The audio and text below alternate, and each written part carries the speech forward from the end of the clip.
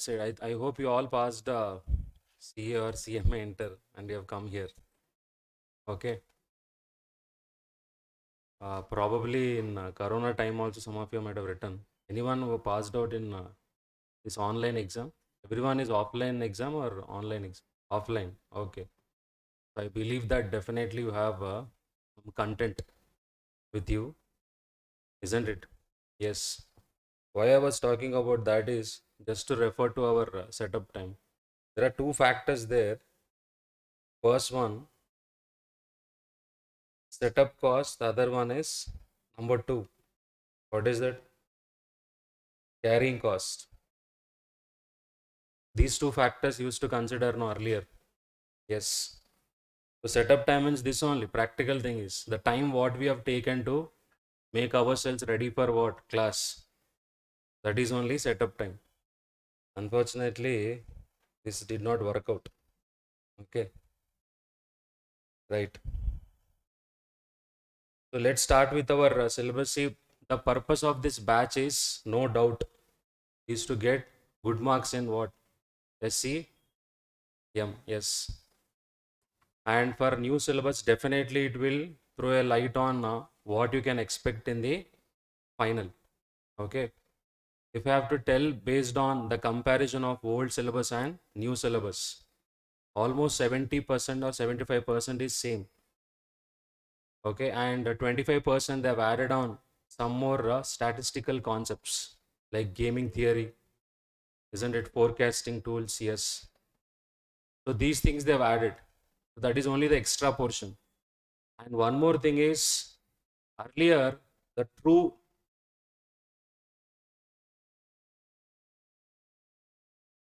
what is the full name of the SCM? Strategic Cost Management. So you all know what is cost. So what is cost? The amount of resources consumed in manufacturing of what? A product or rendering of service is called as what? Cost. So that is a traditional thing. Now what is this word strategic? What is this word strategic? Old syllabus students who have taken coaching, you can tell. Costing means you have done at interlevel this only, no? Estimation of cost. Now, what is strategic? So, strategy is planning. Others,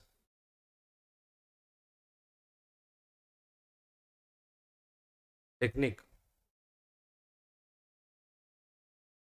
Others.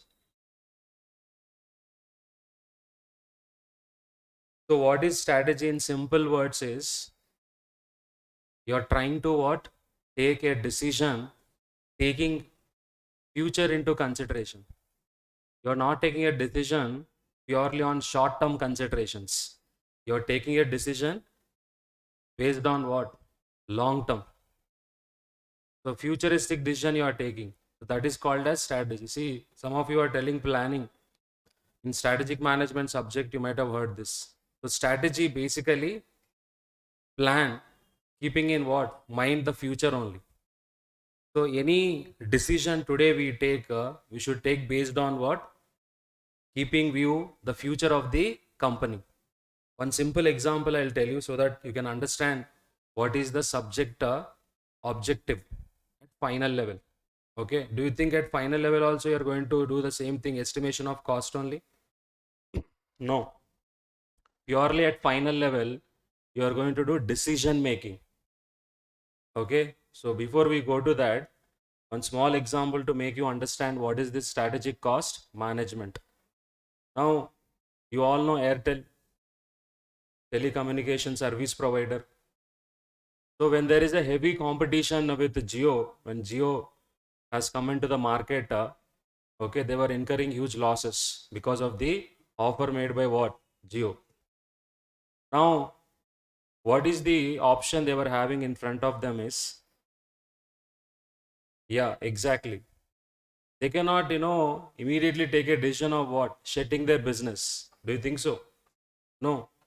Why? If you, shut down, see, even you can also say no. shut down immediately. Why you are continuing? Isn't it? But imagine what is going to happen if you shut down a company like what? Airtel, where a lot of stake is involved. Isn't it? Shareholders' money is there, employees are there, isn't it? So keeping in mind all those things, they have to take what? Decision. So no doubt the point what he raised is we need to reduce the cost, minimize the cost so that we can reduce our losses. So keeping this in mind, what they thought of is, why don't we reduce the number of centers? I mean, service centers you have, no? What is the meaning of service centers? Now, if you want to take any connection, postpaid, you'll go to nearest what? Outlet or not? Yes. So those centers, they thought of, reducing it as a part of what? Cost reduction program. Do you think that was a correct decision? This is short-term thinking. Why? Why it is a short-term thinking? You are just trying to overcome the present situation. Yes or no? Yes. This is what ordinary decision is. But if you reduce your number of service centers, you know what kind of an effect it is going to have on the company? What will happen? Tell me. If you don't provide any service there, imagine what kind of an impression customer will have. Not just the customer, you know about customer very well, being a customer, and you will spread that negativity to what? Others also. That is our nature. We don't leave anyone, isn't it? If they don't give us 100%, definitely we'll spread that negativity. Positivity we don't spread, but negativity definitely will spread.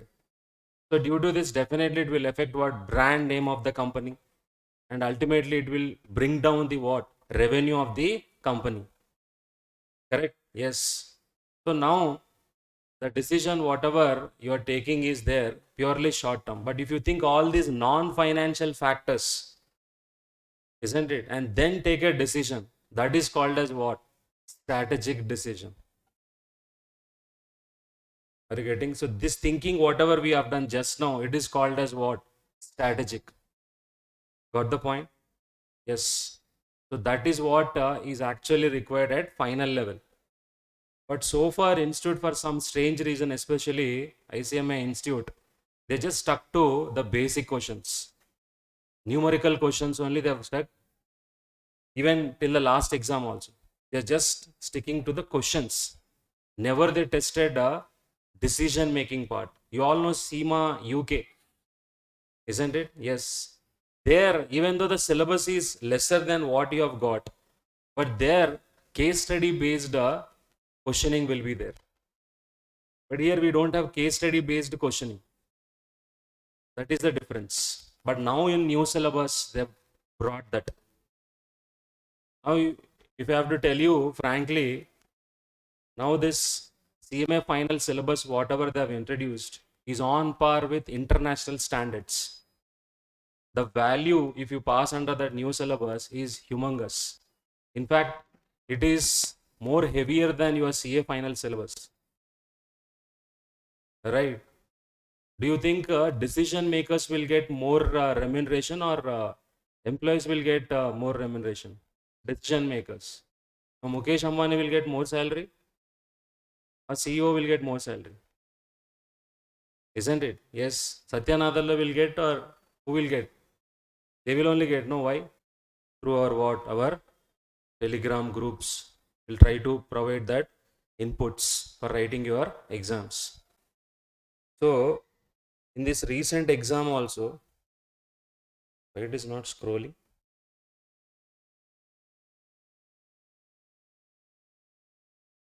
In this recent exam, out of this entire 70 marks portion, SCM is 70, and what is the other one? Operation research. This is out. This is for how many marks? 30%. Okay. Now, which chapters they have covered heavily? Okay. Decision making, one thing. Decision making. Decision making, exactly what they covered is, they covered make or buy decisions, relevant costing. Do you know that there is a chapter called as relevant costing? Old students, you had a separate chapter. I'm talking about old students. You had a separate chapter on that. Hmm? Included in marginal costing. I mean, you're talking about in your material how it is given. Yes, but how it should be segregated, that you don't know, right? So relevant costing they have asked. Then transfer pricing, they've asked a question, very simple question they have asked. Okay, considering the nature of chapter, the kind of question what he asked is a very simple question he asked last time. Then apart from that, what else he asked? Assignment, simulation, networking, transportation. This is what he covered, isn't it? So these are the major chapters general. You see any question paper, this is what generally is covered. Okay. So how we are going to proceed with our marathon is the summary notes, whatever I am going to provide you, please write in your notebook while I am explaining, so that you will also be involved in the subject. And I'll try to cover concept related questions, which they'll be sharing with you also, those questions.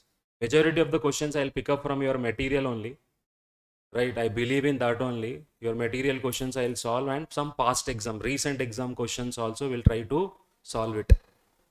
That is what we are going to do. Major chapters like standard costing, there we'll try to spend what? Good amount of time, right?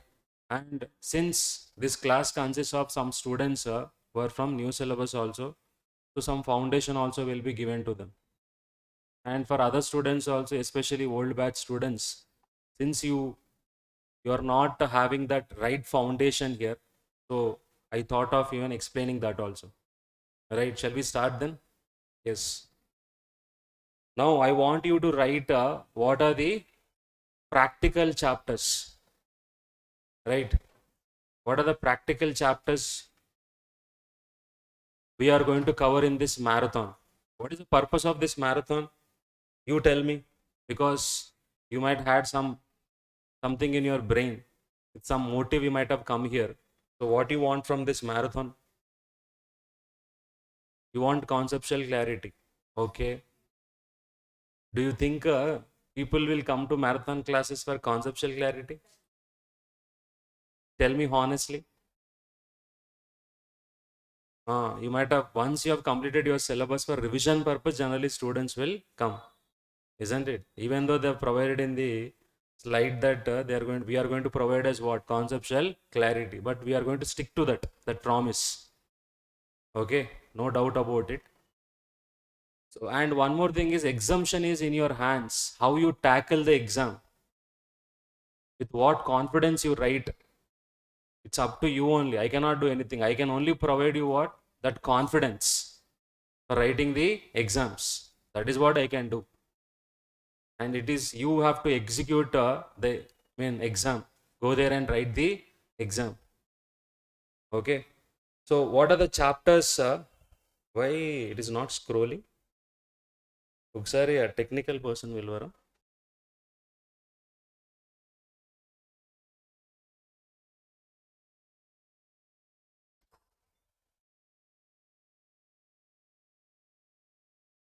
So what you do is, first write down in SCM what are the chapters we are going to cover, practical chapters. Then we'll cover in OR part. You can refer to your ICMA material also, right? First you can write in practical part. What are the chapters? Practical part. The first chapter what I am going to discuss is decision making.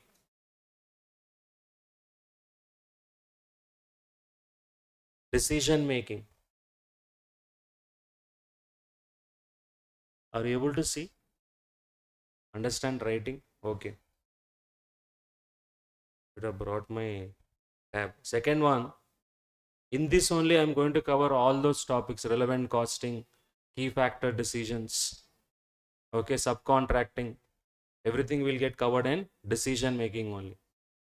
Then next one is transfer pricing. Is scroll చేయడానికి రావట్లేదు.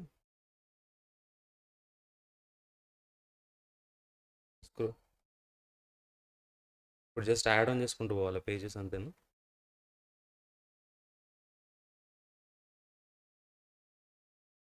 దీని తెలియదా? Okay okay, touch కదా, okay.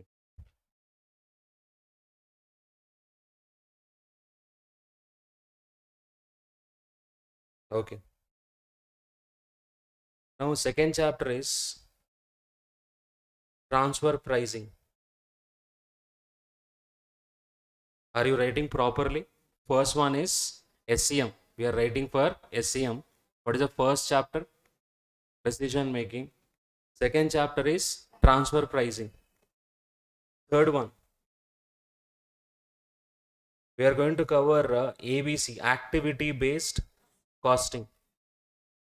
Activity based costing. In a logical manner, I am giving you activity based costing. Next one, target costing. Target costing.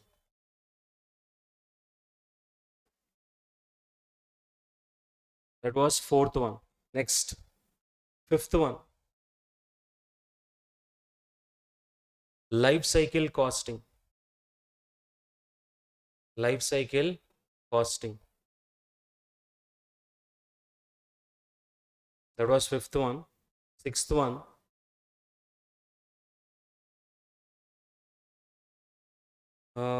standard costing. Standard costing and variance analysis. Standard costing and variance analysis.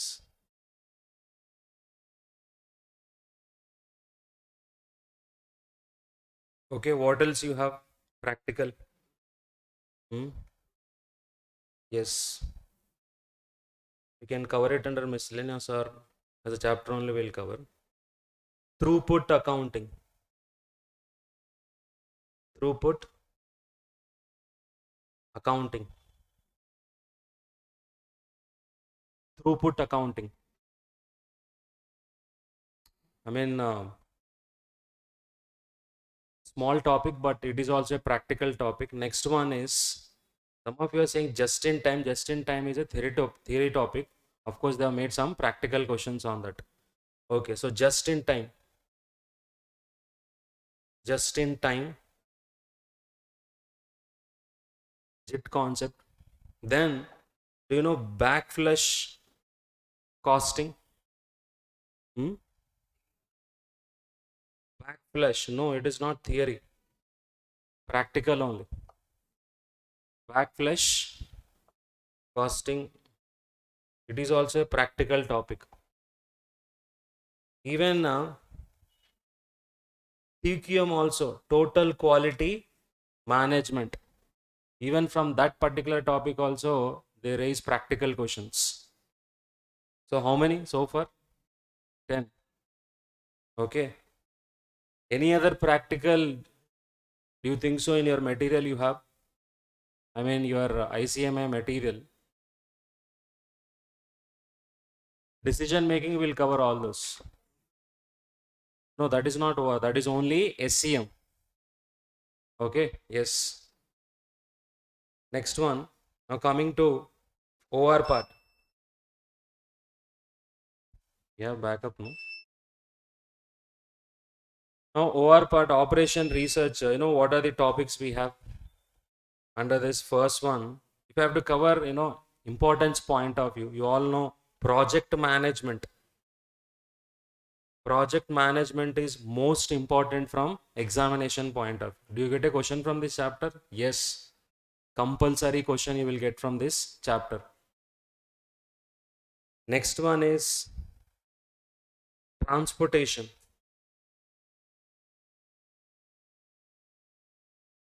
Transportation.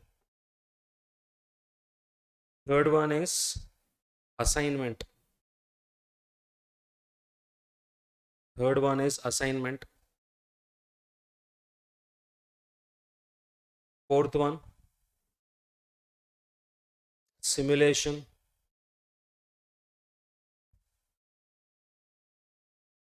Linear programming.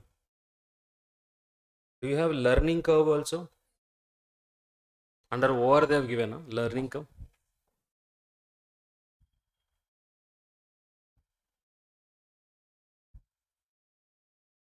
Learning curve.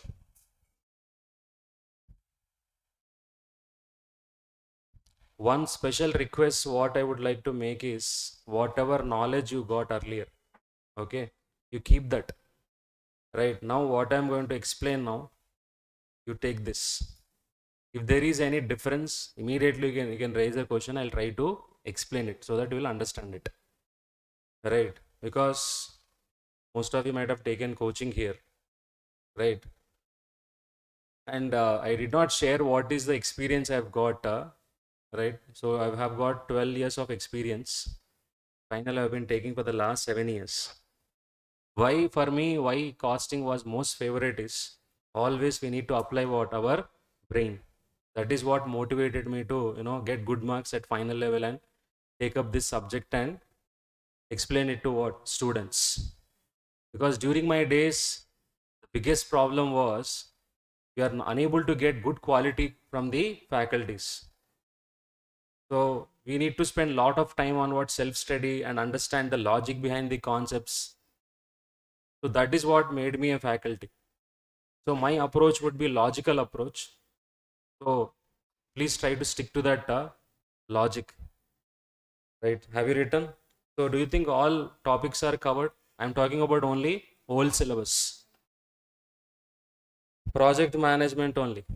Everything will get covered in this project management. Okay. Now I should tell you out of these chapters also which one will appear in the exam without any doubt. Okay. Probably you might be knowing it.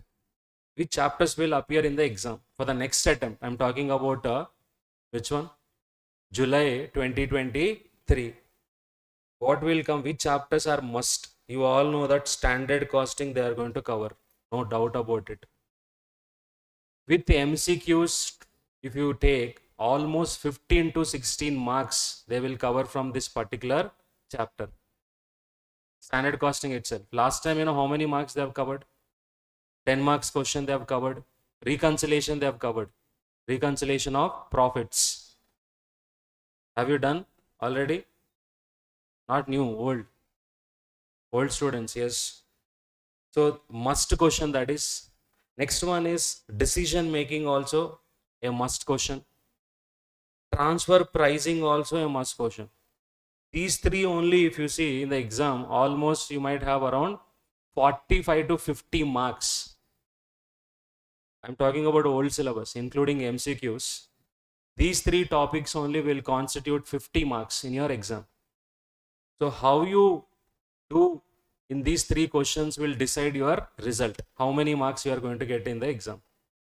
If you take these three chapters as choice, what will happen? Next attempt only, no? Yes. Because by attempting just 50-60 marks, do you think you will pass? No, 100 రాస్తేనే pass అవ్వట్లేదు. Isn't it? Imagine if you write 60 marks, is it possible to pass? You don't believe at CA final level, I wrote only 72 marks. I wrote only 72 because of the lengthiness of the paper. We could only attempt what? 72 marks. And I got 69 marks out of that. So it depends how well you present your paper. Instead of, panicking by what? Not writing 100 marks here. Whatever you are writing, that should be correct. And I should tell you one secret. Most of you are under the impression that you will get stepwise marking. Isn't it? Yes. But what is happening at the ground level is, if you are not getting the correct answer in the final exam, they are giving you 0 marks also. Yes, it is true. What is the reason, This is subject of decision making. What if you get a wrong answer? Which decision you will take? Wrong decision only will take or not? Yes. So that is the reason they are not allowing anything. Even a small error also they are not allowing. That is the reason people last attempt who have written the exam, they expected exemption in this. But they did not even get half of the marks what they expected. The reason for that is because of what? Wrong answers only. If you get a wrong answer, 50% you have done right, but finally you arrived at a wrong conclusion. 0 marks they can give you. But if you have some more merciness, then probably you might allocate some marks. Otherwise, if you don't get correct answer, probably you might not give you full marks. Be careful in that. Do you know this? Do you know that if you get correct answer only, they'll give you full marks in practical, especially costing. I'm talking about inter level and final level. Okay. So 3 topics. What are those? Standard costing and variance analysis, decision making, transfer pricing. And out of the rest of the concepts, ABC is one chapter which is also continuously asked. If you have observed the question paper, okay, ABC, B category I can put. So the chapters, whatever I told you, standard costing, transfer pricing, decision making, if you put under what? A category. Now B category, what you can consider is ABC, activity based costing, target costing, life cycle costing, you can put it under what? B category. Okay. And TQM also you can put it under B category only.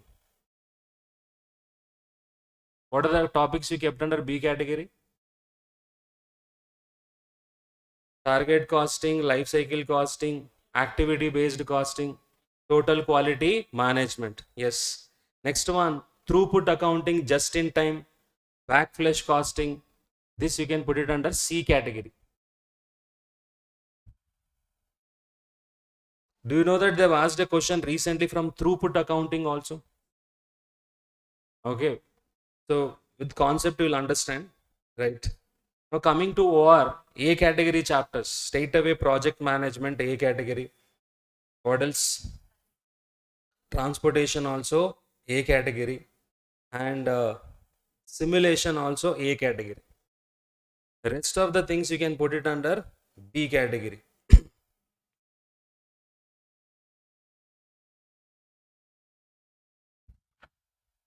Okay. Yes.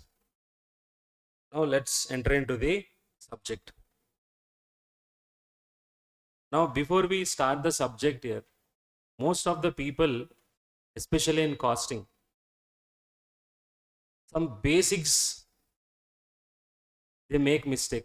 In basics they make always a mistake while doing a problem. What are those? Okay. What is that mistake generally students do? Now I'll try to tell you that example. Now assume that there are two costs, variable cost and fixed cost applicable. Variable cost they have given 10 rupees, fixed cost they have given 1 lakh. Variable cost is 10 rupees per unit is given and fixed cost is 1 lakh. And budgeted output is also given. Budgeted output is 10,000 units. Budgeted output is 10,000 units. And this cost structure, whatever they have given, this fixed cost, this variable cost, this is based on what? Last year. Based on last year information they have provided. Now next year,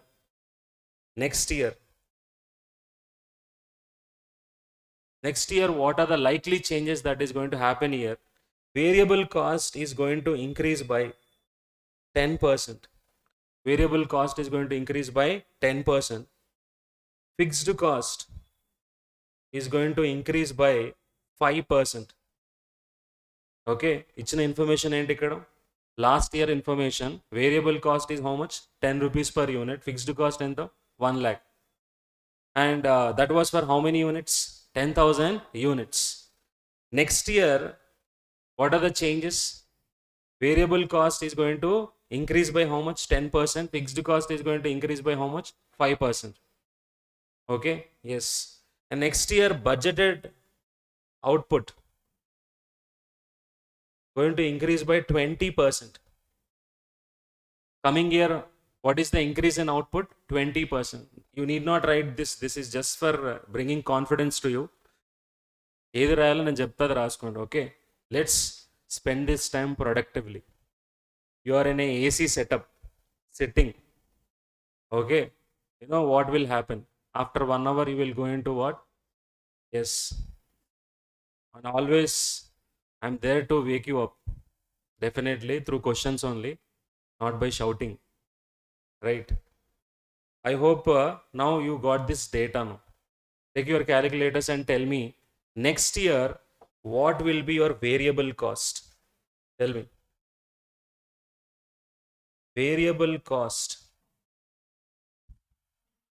I'm asking total now, next year. Variable cost total figure. 1,32,000. She's saying 1,32,000. Others? 1,32,000. Let me check. So next year, what is your output? 12,000 units. What is the variable cost per unit? Next year applicable. Last year, how much I gave? 10. So on that 10% means 11. So 12,000 into 11. How much? 1,32,000. Okay. And what is the fixed cost per unit? I did not give you last year. 1 lakh divided by 10,000, how much? 10 rupees per unit. Per unit, 10 rupees only. No. Now, how much they give increase in fixed cost? 5% is the increase in what? Fixed cost. Now tell me what is the fixed cost next year?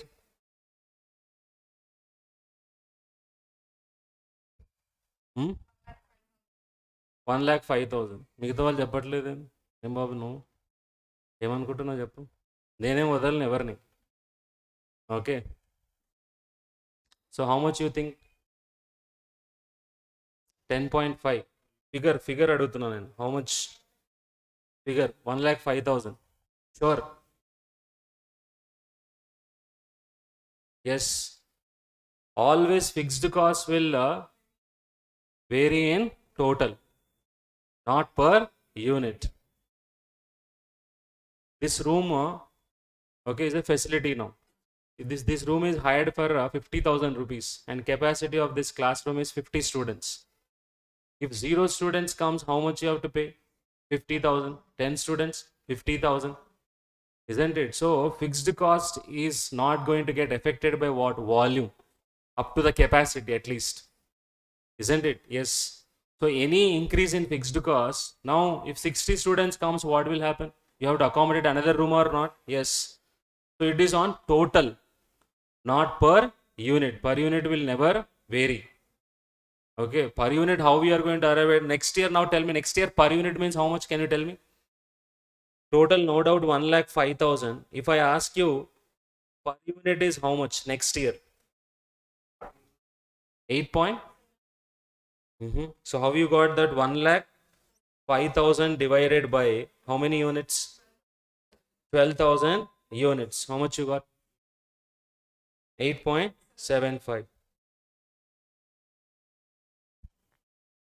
Yes, exactly.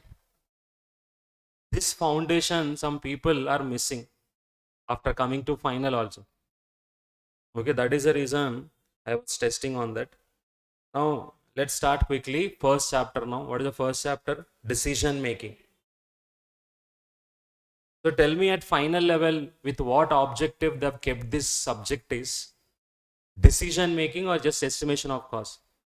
Decision making, exactly. At final level, the objective is to take decisions. Yes. So that is the reason this chapter have a heavy weightage in question paper. Decision making.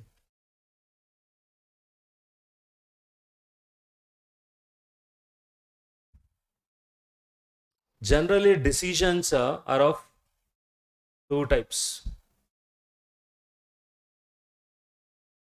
One is short-term decisions. Short-term decisions. Other one is long-term decisions. One is short-term, other one is long-term decisions.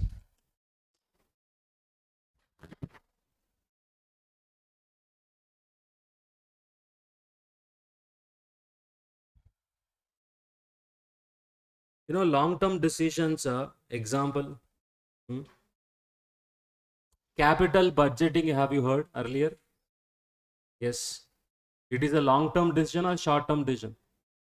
Capital budgeting is nothing but relating to what? Fixed assets, acquisition of fixed assets. So here the approach, whatever we are going to follow, is called as relevant costing.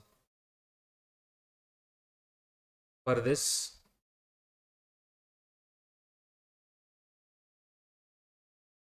relevant costing plus capital budgeting. The name of the technique, unfortunately, you might not be knowing that you used relevant costing there in capital budgeting, but you used relevant costing there. While estimating the cash flows, you took only relevant cash flows. Irrelevant cash flows you ignored. Do you remember? గుర్తురాపోయినా మనం ఏం చేయలేం ఇప్పుడు. Okay, FM gada. Right, now coming to short-term decisions, in this you have again two types. One is, you can say, again you have two categories. One is one-time decision. One-time decision means, now what is the meaning of one-time decision? Ingodi, routine decision, short-term but routine decisions. I'll give you example. One-time decision. What is the meaning of one-time decision? I'll tell you. Now you got an order from your customer, okay, for making a machinery, and you started it. And after some period of time, you got to know that that customer has become what? Insolvent. Customer has become insolvent, and you already started what? Yes, making of the machinery. Right now, another customer has come with an offer. You modify according to my requirement. You modify what according to, and you incurred already 40,000 rupees while making the machinery. Now that fellow became insolvent. Can you do anything with that machinery? Nothing you can do. Why? That was specifically made for that particular customer, suitable to that customer only. Now you cannot do anything with this machinery. Are you getting? Yes. Now a new customer has come. He said, you just modify according to my requirement. And for that you require 12,000 rupees only modification cost. Which cost that is? Modification cost. Plus, again to complete the balance work you require 10,000 rupees. To complete the balance work, how much is required? 10,000 rupees. ఇప్పుడు చెప్పండి, నాకు కొంచెం బుర్ర పెట్టి చెప్పండి. Apply your brain and tell me now. Just because you are accepting the customer offer, new customer I am talking about, what is going out of your pocket? Just because you are accepting the offer, okay, I will only present in front of you. Without offer here, without offer, with offer, without offer and with offer. Without offer, what you would have done? Just kept it aside only. No, why? That was only made for that particular customer. Yes or no? Yes. With offer now, what you have to do to hand over this mission to that particular customer? You have to modify it and complete the balance work also. So how much is going out of your pocket? How much is going? 22,000.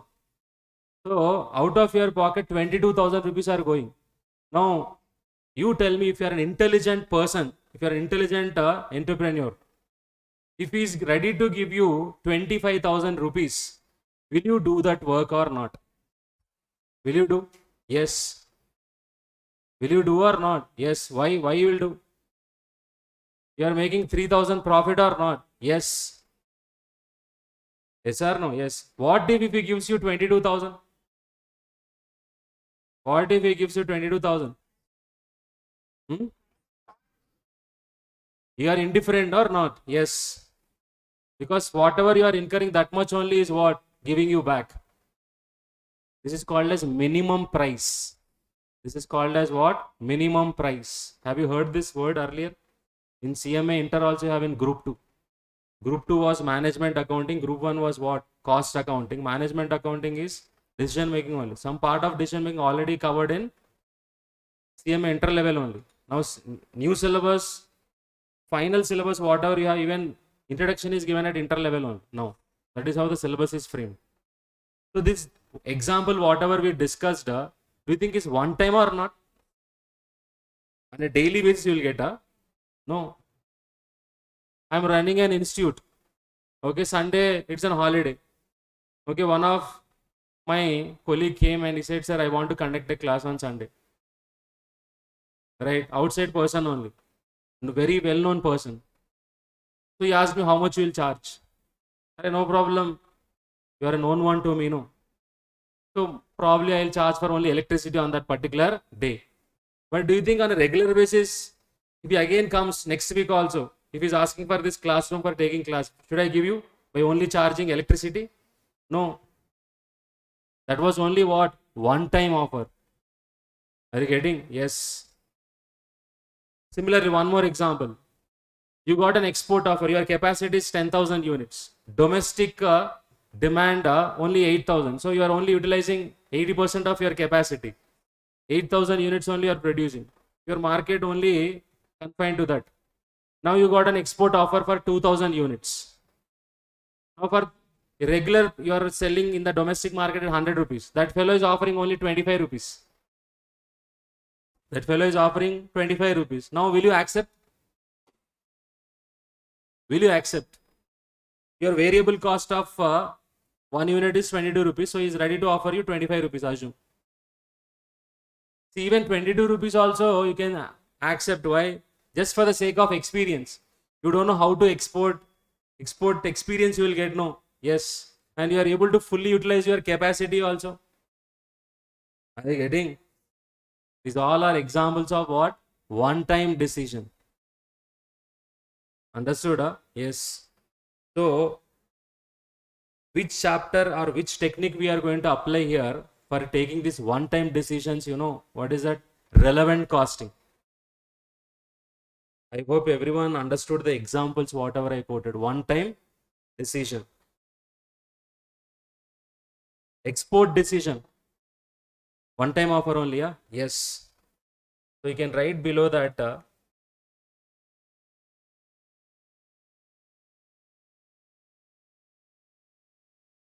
first one, export offer for unutilized capacity. Unutilized capacity. Export offer for unutilized capacity. What else I've given you? Example. Second one now.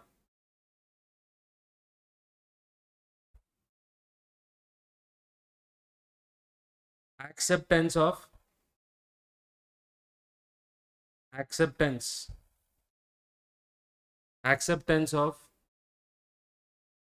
offers for a work. Acceptance of offers for a work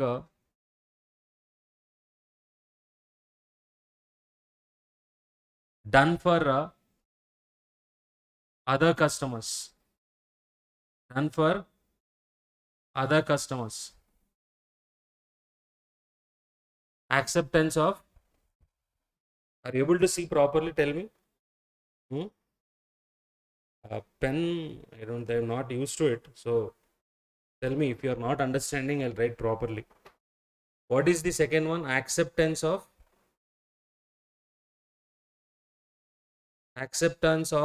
an offer for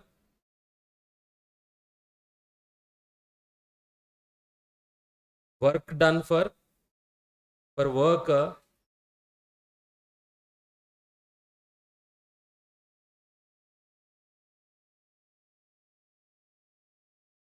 other customers.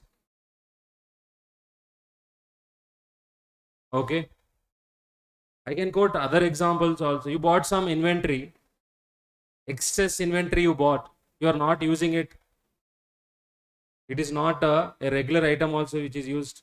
చాలా రోజుల నుంచి అలానే పడింది మీకు stores department. Now, cost of that is 10,000 rupees. Now, someone came with an offer saying that he will give you 500 rupees. Will you accept? Yes. If you don't accept, what will happen? Zero you will realize. Are you getting? Yes. So, these are examples of one-time decision. So, what is the technique we can use for taking this decision? What is the technique? Relevant costing. Okay. Do you know that for this purpose only we will use relevant costing? Earlier, relevant costing is the technique what is used. Relevant costing technique is used to take these decisions. You can write like that. Relevant. See, I'm not writing chapter name here. Just I'm telling you. Relevant costing. Relevant costing we use. Next, coming to what? Your routine decisions. What are your routine decisions? Scheduling your work. How much production to be done, or how many units we should produce to make desired profit. So CVP analysis will come under this category. CVP analysis. You know, linear programming also will come under this. Linear programming, transportation, assignment, part of your routine works only. Linear programming.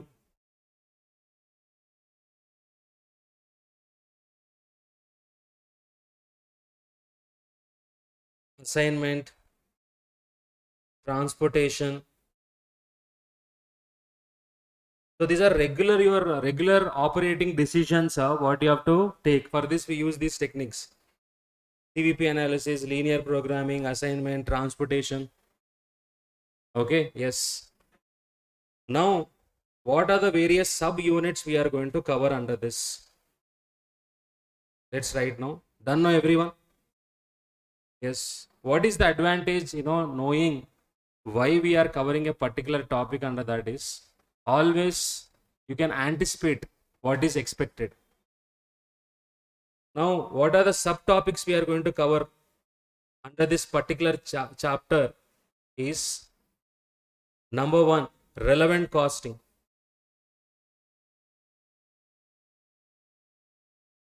Relevant costing.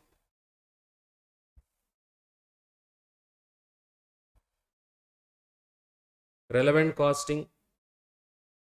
CVP analysis.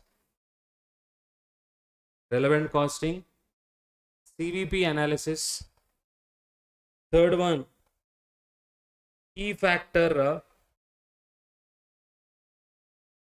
Key factor. Next. Fourth one, make or buy. Make or buy decisions. Make or buy decisions. Fifth one,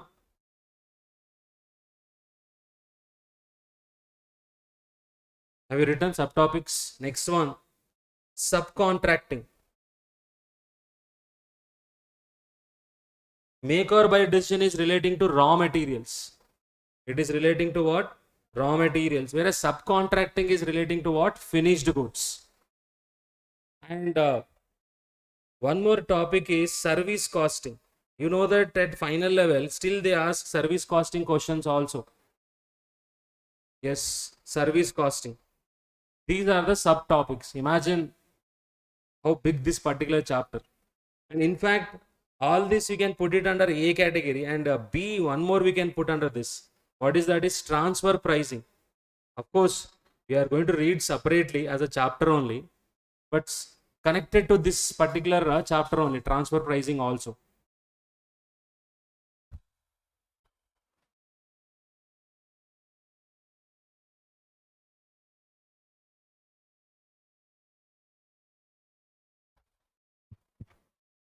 Done?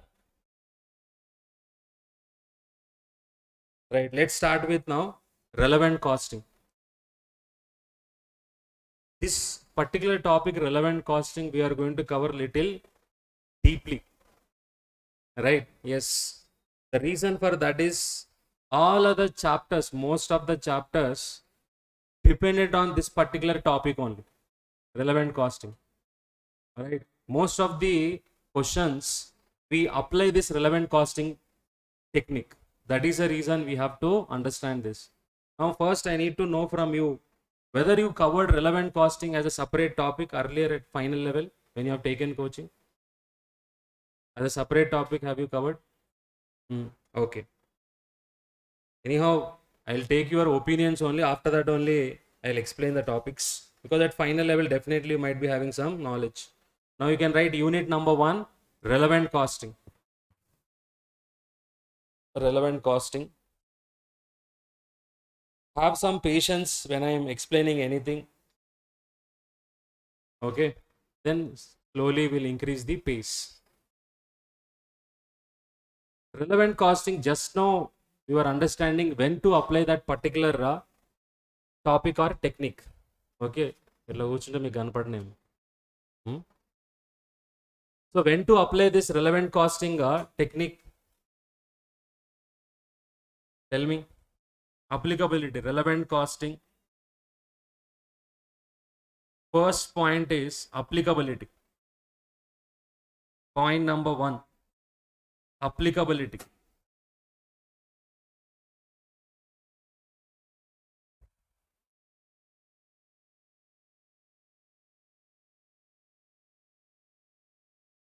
Black is only better, no? You're able to see black, no? Yes. What is the first condition? Applicability. Already we covered just now. One time offer, generally we use what? Relevant costing. Yes. You can write a one time offer.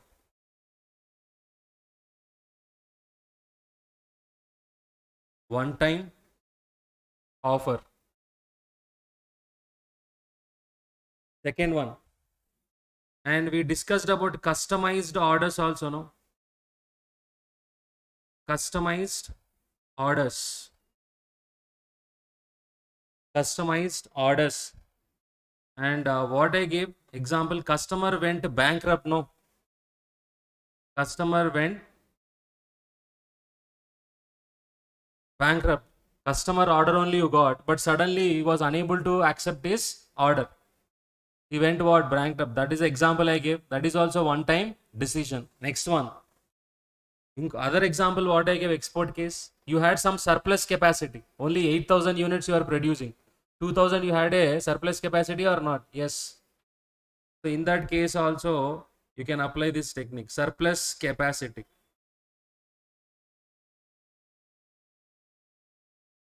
For a limited period. Surplus capacity for a limited period. Not on a regular basis, limited period only. Only that particular period you had a lower demand for your product. Okay, yes, that is the third one. And one more example also I gave. What is that? Inventory. Non-moving inventory I gave, no. Or excess inventory, accumulated inventory. And you are not using that on a regular basis in your production. That's what it's an example. Yes. Accumulated inventory. Accumulated inventory.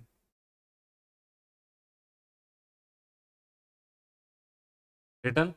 Yes. So these are the conditions for applying what?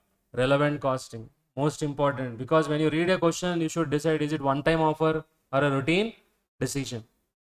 Now, what are the various approaches we have for taking what? Decisions.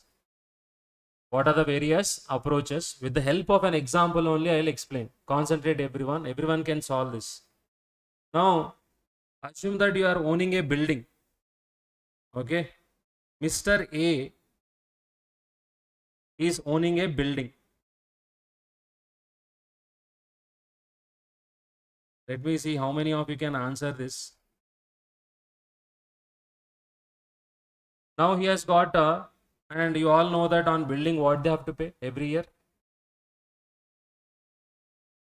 Municipal penalty pay cheyalna.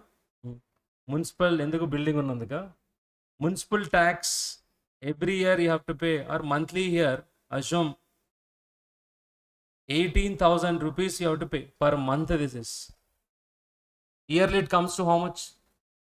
18,000 into 12, 2,16,000. What is this? Municipal tax. Now you want to take a decision. What is the decision is? You have got two options. What are those two options is? You want to set up, okay, own shop in that building. You want to set up what? Own shop. This is one option. Okay. Another option is you want to lease out. First option is own shop. That means you want to do business. And another option is what? Lease out. Got the point? I'll do one thing. I'll keep this municipal tax 5,000 rupees. Here I'll keep lease out a rent 18,000 rupees per month. And this I'll keep very over and municipal tax. Monthly good under municipal. Do you know that municipal tax is charged on per annum basis? So realistic undaలని చెప్తున్నాను. So 5,000 per annum municipal tax and lease rent is 18,000 per month. This is the income what you are going to get. Will you incur any expenditure for leasing out? No. Now own shop. You are doing business here. And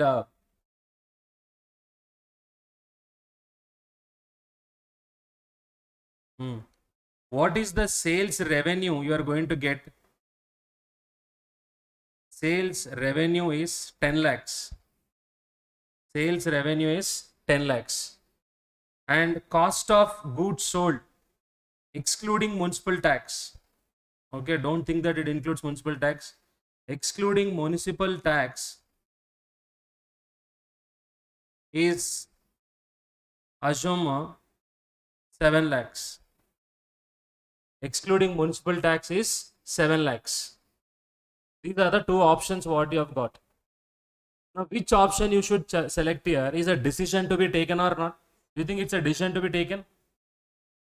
Antena babu? Yes. Now, with your knowledge, you can take this decision. But I'll give presentation differently. Are you able to see this question, everyone? Depend about which option we should select. Own shop. And one more thing is, especially at final level, you should also consider non-financial. ఇక్కడ మాత్రం financial చూసి చెప్పండి చాలు. Non financial ఏం చెప్తారులేండి. Taking non-financial, yes, you can also take a decision. No doubt that only we should consider at final level. Okay, but here purely on financial considerations, which option Mr. A shall select here? Own shop. So what your mind has done calculation, which method your mind has done, total approach. Your mind has done total approach. Very simple, sir. 10 minus 7, 3. Okay, coming to this option. Per annum, 18,000 into 12, 2,16,000. Khatam. Cost 0. 2,16,000 here, 3 lakhs. So, very simple decision, sir. Andike ichina babu, simple ani. Okay. So, that approach only we call it as what? Total cost approach. Have you taken this? Take this example.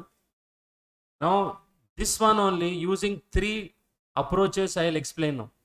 And in that one of the approaches, relevant costing also I'll tell you. Write this example.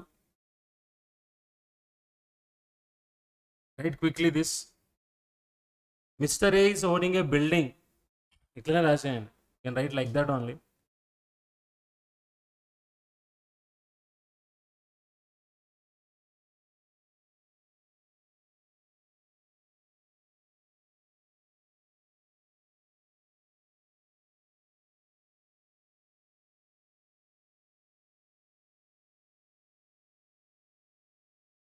Yes, nice.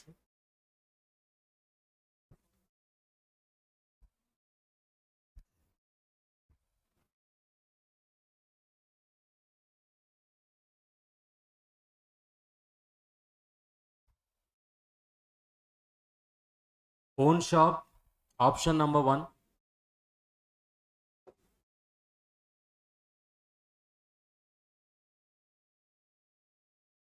Option 1. This is option 2.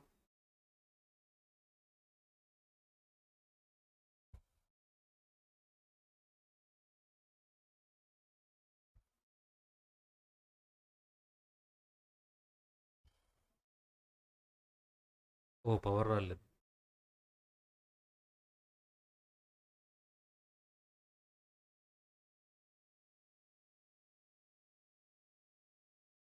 Right? Yes. First approach number 1. Above this example, you can write different approaches for evaluation. In heading, you can write the heading different approaches for evaluation as topic number 2.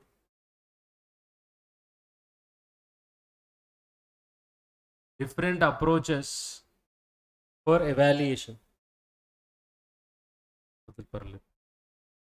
Different approaches for evaluation. This is point number 2. Under that only I have given this example. Point number 1 and applicability. Point number 2 is different approaches for evaluation. What we are evaluating? Decision only. Isn't it? Yes. Now, first approach number 1. Approach number 1. Total cost approach. Total cost approach.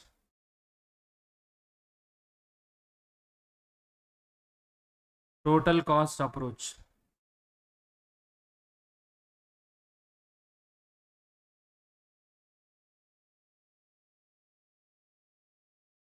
What is the meaning of total cost approaches? We'll consider all the costs, whatever is given in the scenario. That's it. That is only called as what? Total cost approach, right? Under this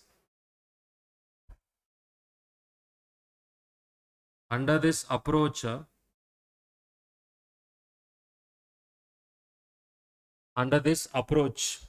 all costs given are considered.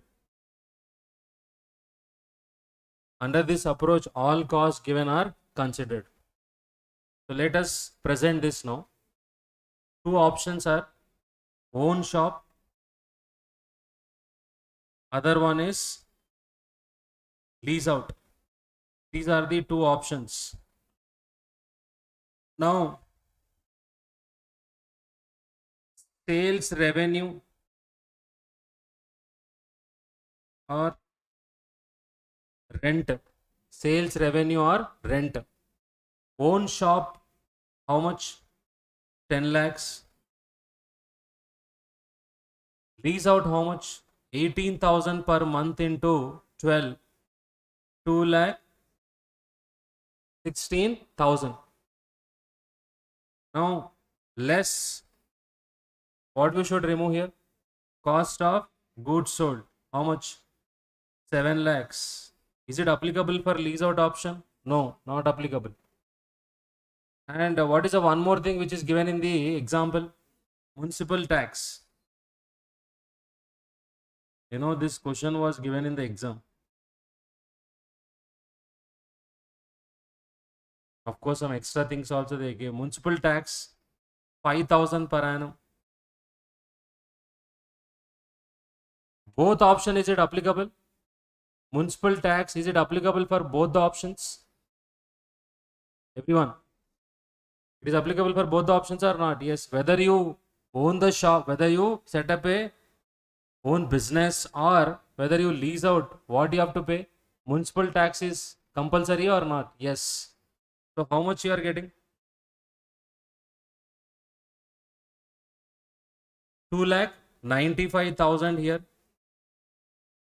And here 2,11,000. So which option? Option 1 shall be, yes, option 1 shall be taken up as it brings what? More profit. Isn't it? Yes, write that conclusion. Option 1 shall be preferred. Option 1 shall be preferred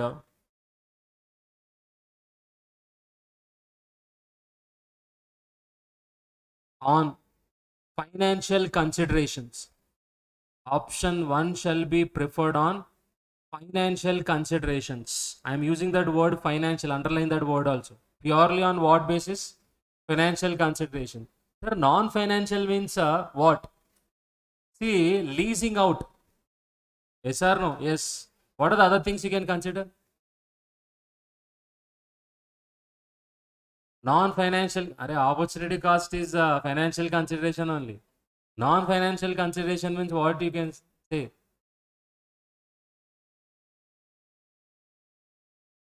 Non-financial consideration. Sir, in this decision, what is the non-financial consideration? See, all these figures are what? Estimated only whatever I gave. Hello, my dear students. Whatever I have given, all are what? Estimated. Do you think certainly they will realize all those things? No. Today you are taking a decision means everything on what basis? Estimated basis. So tomorrow the actuals might be exactly equal to that, or it can be more than that, or even what? Less than that. Possibilities there or not? Yes. So the probability of happening those are achieving those figures might not be equal to what? 100%. So tomorrow you might incur even what? Loss also. Sales you are expecting 10 lakhs with the volume whatever you anticipated. Tomorrow that much you may not what? Achieve. Possibilities there or not? Yes. So what is that non-financial consideration is whatever estimates we have taken may not be what? May not realize at the end of the period. The actual figures can deviate from what? Estimated figures. Possibilities there? Yes. In kind of non-financial considerations. What are the non-financial considerations? You tell me. ఇంకేమున్నాయి non financial considerations? ఇప్పుడు ఏ decision తీసుకున్నాం మనం? Own shop.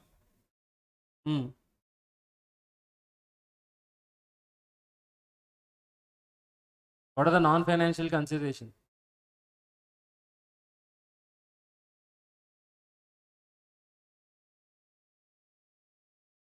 అరే simple. Natural calamity.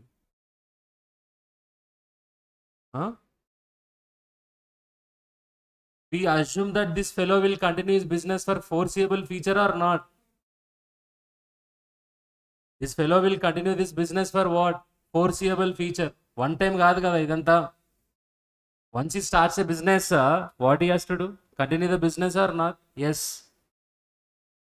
Non-financial consideration only, no? We should assume that he's going to continue this business for what? Foreseeable future. But what about leasing out option? With certainty he can receive that amount or not? Yes, because at the time of agreement only clearly it will be written in the agreement or not? Yes. So which is a more certain option? Leasing out is a more certain option than what? Own business. But still you are preferring which one? Own business purely on what? Financial considerations. You're not looking at certainty factor. Certainty అనేది financial factor, non-financial factor? Non-financial factor. Are you getting the point? Yes. So I mean, consider purely on what consideration? Financial consideration. So this is total cost approach. Second approach is incremental approach. Second approach, incremental approach.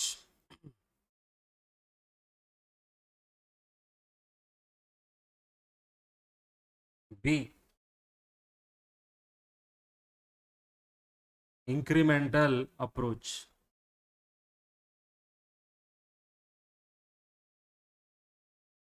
Incremental means what? Extra. Incremental means extra. What is extra, sir, here? Option 1 minus what? Option 1 minus option 2. Incremental means option 1 minus what? Option 2. అంటే what if I setup my own business అంటే ఒక decision తీసుకొని already ఇంకో దాంతో compare చేయడం.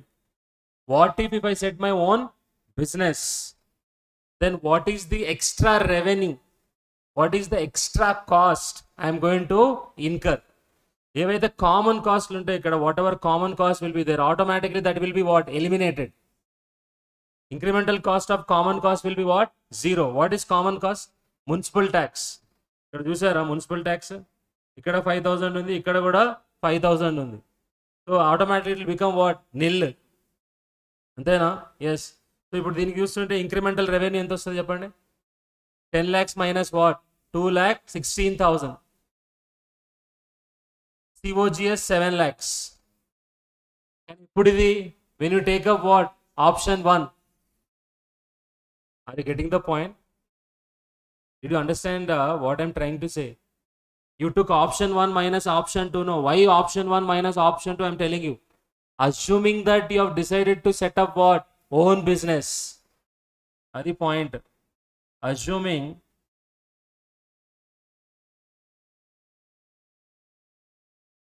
you have decided to set up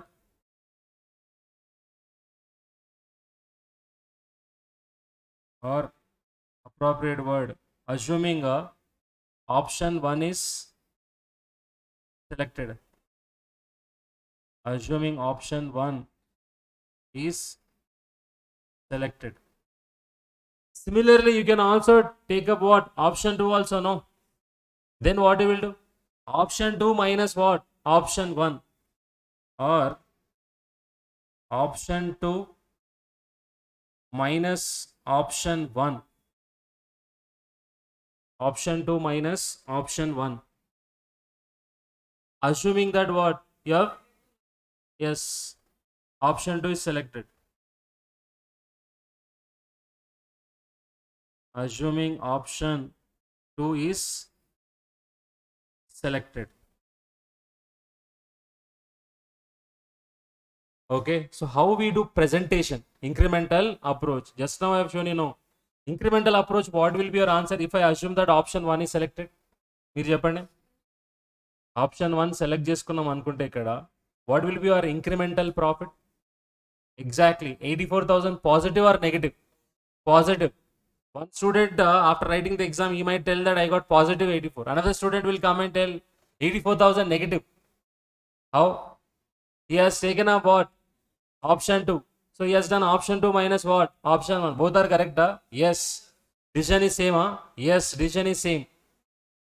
ఇప్పుడు option 1 పెట్టుకొని if you got positive 84 అంటే మీనింగ్ ఏంటి? Option 1 is giving you more than option 2 by how much? 84,000. That is the meaning of that. If you have taken up option 2 and you got negative 84,000 means option 2 is giving you lesser benefit by what amount? 84,000. That means option 1 is only better only. No? Yes. So both will give you what? Same conclusion. Understood? Yes. So write this quickly. Presentation also will take here. Written on this one. And now write below that. Find incremental income of an option. Find incremental income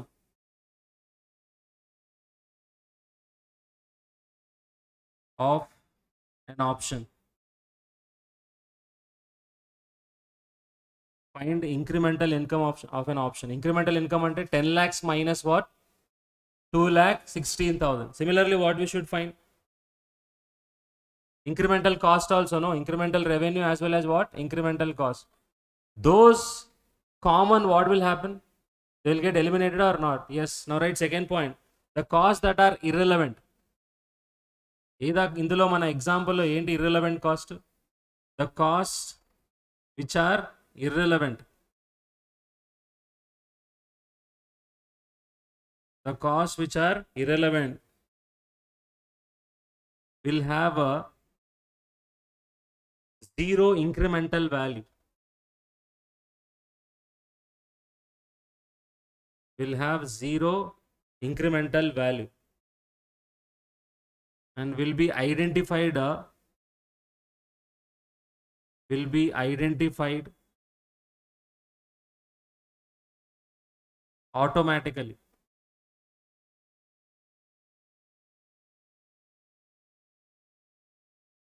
Will be identified automatically. Next. And finally, if incremental income is positive, what we will do? We will accept. Right? That if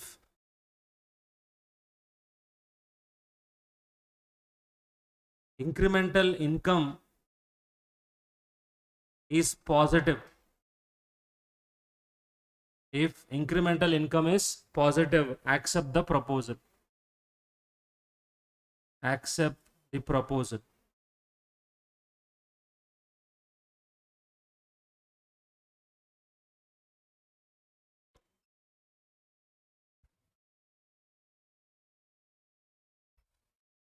power వచ్చిందా మళ్ళీ పోయిందా Now write a presentation statement showing incremental income.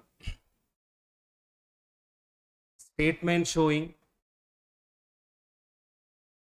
you know why people lose a lot of marks in costing is due to bad presentation. Statement showing what? Statement showing calculation of incremental income. ఏం చెప్పినా మీకు అంతే calculation of incremental income. Which option we are taking up? If own shop option is taken up, if own shop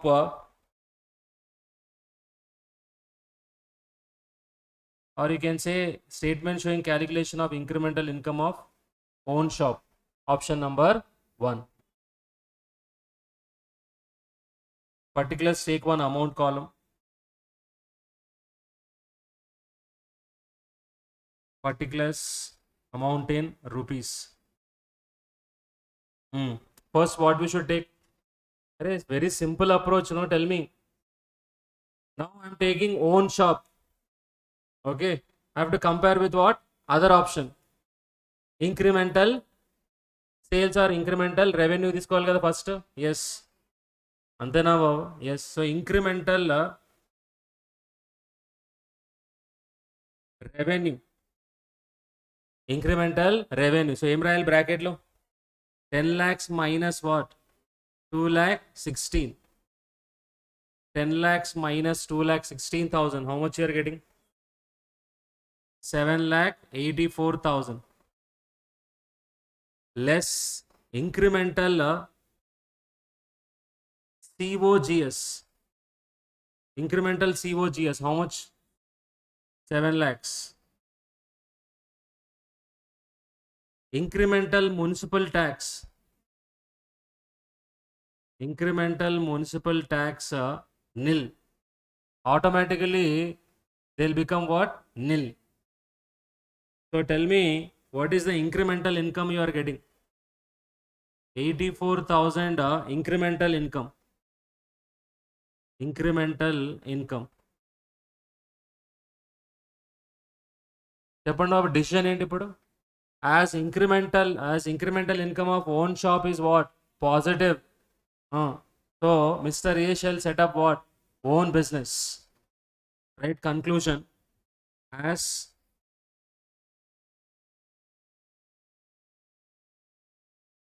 incremental income of own shop is positive,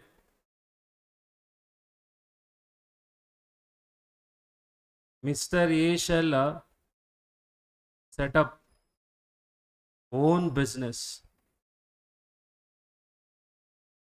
Subject to what? Non-financial consideration. Then ఎప్పుడు పెట్టాలి? ఇది only purely on what basis? Financial considerations.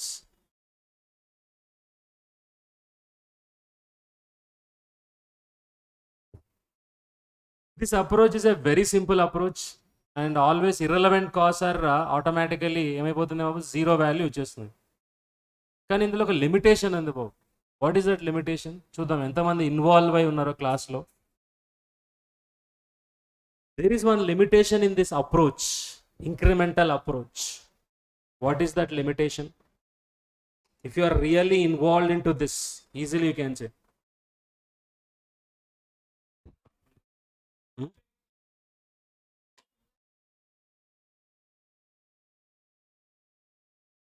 Very easy. There is one limitation of this approach. What is the limitation here?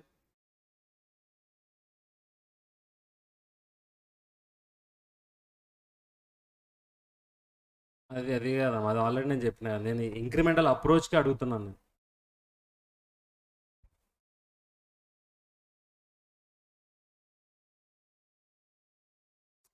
That is what is the difference. When you're sitting in a class, surrendering to the class is very important. What if you get more than 2 options? You have 2 options. Okay, so 1 minus 2 or 2 minus 1. What if you have 3 options? 4 options? 5 options? What you will do? 1 minus 2, 2 minus 3, 3 minus 4, 4 minus 5 you will do. Will you do? No. Then in that case, what we can do? We can use relevant costing approach. There we can take any number of options. So what is the limitation of this approach? It is very calculative or very complex, especially when you have more than 2 options. Write that limitation. Limitation of this approach. Limitation of this approach.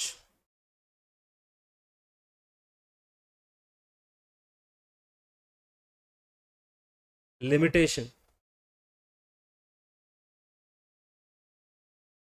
It is very calculative.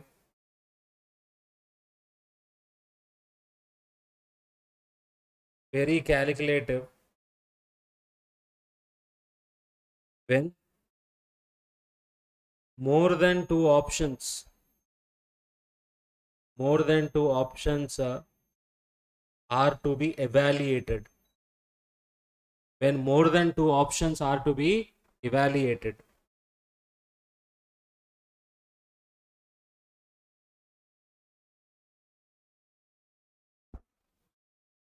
Okay, yes. So relevant costing certainly covers this limitation.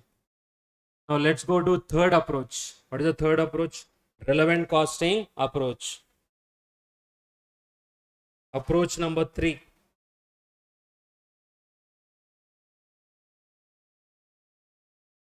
Which point we are in? Second point only. What is the second point? Different approaches for evaluations of decisions. Approach number 3. Relevant cost approach. Relevant cost approach. And it is also called as opportunity cost approach. Opportunity cost approach. Relevant cost approach or opportunity cost approach. Yes. What is the problem in this approach is manually we should eliminate irrelevant costs. Relevant cost approach means from this easily one can understand that we are going to consider only what? Relevant items.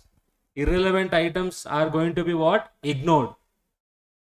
So that means we have to manually eliminate what?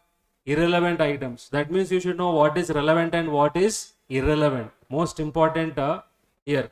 Otherwise you cannot apply which approach? Relevant costing approach. You don't find all these things in the material. Now, whatever we are discussing, you will not find it in material. But when it comes to giving suggested answers, he will present in which approach? Relevant costing approach only. He doesn't use total cost approach or incremental. For some cases, he will use what? Incremental approach also. When? You tell me. 2 options are there. Understood? Replacement decisions have you taken in capital budgeting?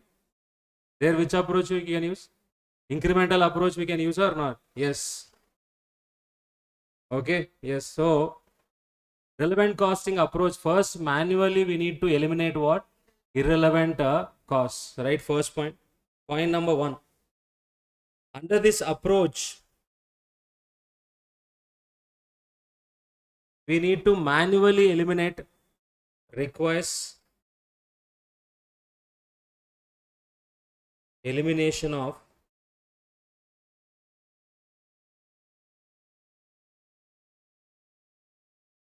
irrelevant costs manually.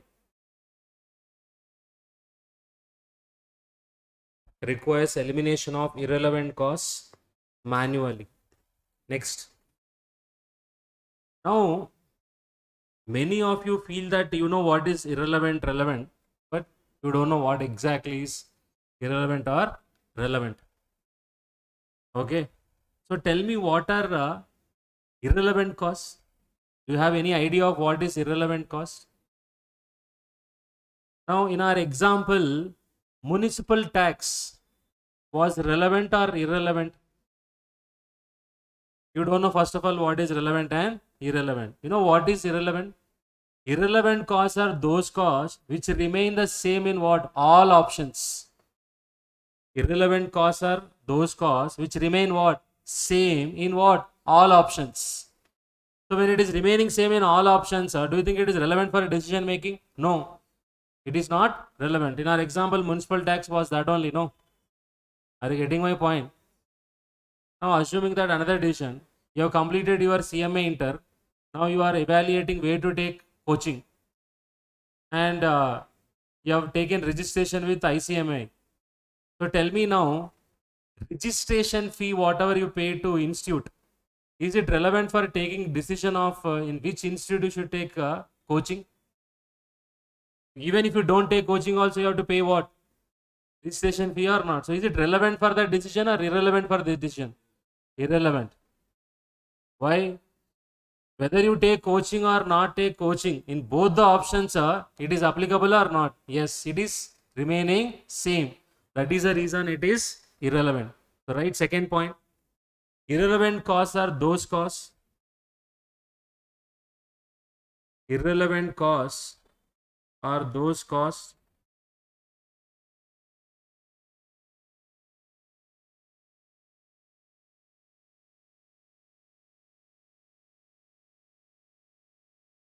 which remain same. Which remain same in all the options.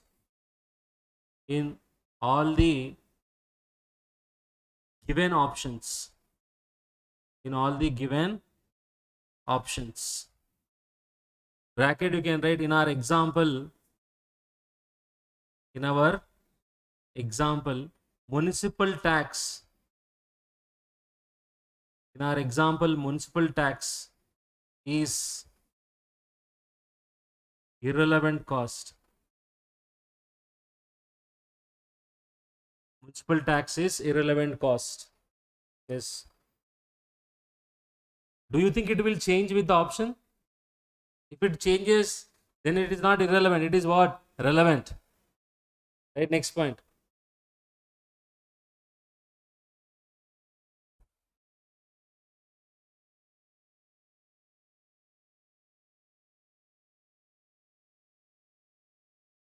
Now, let us say own store is open. Own store is open, or own shop is open. Right, now what are the relevant costs we should consider? Now you can say, what is relevant cost? What are relevant costs? Costs which will change with what? Option are called as what? Relevant costs. Yes. So now tell me, if I take own store option now, what are the relevant items I should consider? Relevant costs. First you tell me relevant costs. What is that? Cost to be incurred. COGS, cost of goods sold. Is it relevant? Yes. What else is relevant?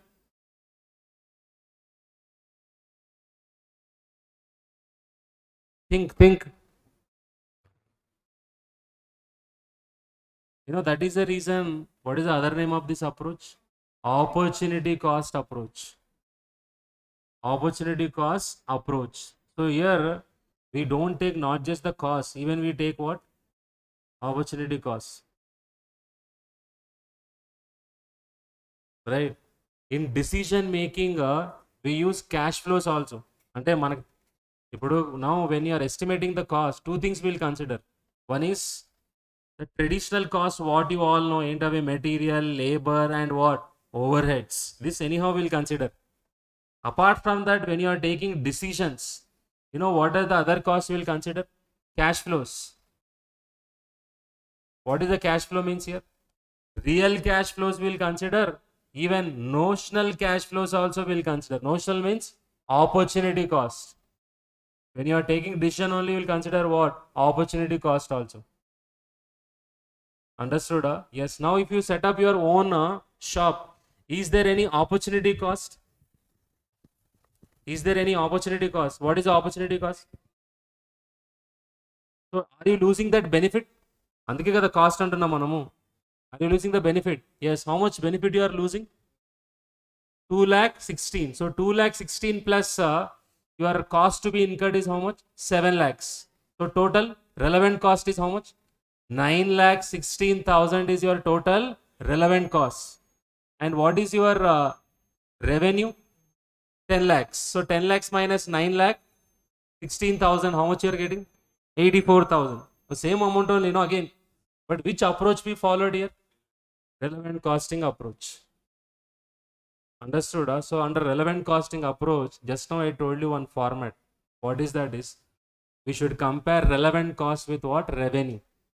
Relevant cost consists of cost to be incurred, and to that we should add back what? Benefits lost. Nothing but opportunity cost. That approach we are going to follow. And imagine what kind of a knowledge you should have to follow this approach. Opportunity cost ante enti? Opportunity gain ante enti? Which one is relevant? What is the relevant cost of material? Relevant cost of labor? Relevant cost of variable overheads? Relevant cost of fixed overheads? Relevant cost of machinery? All these items you should consider. అవన్నీ తెలిసి chapter అయిపోయినట్టు. Understood? Yes. So right now next one. Let us say own written. Let us say own stores option is preferred. Let us say own store option is preferred.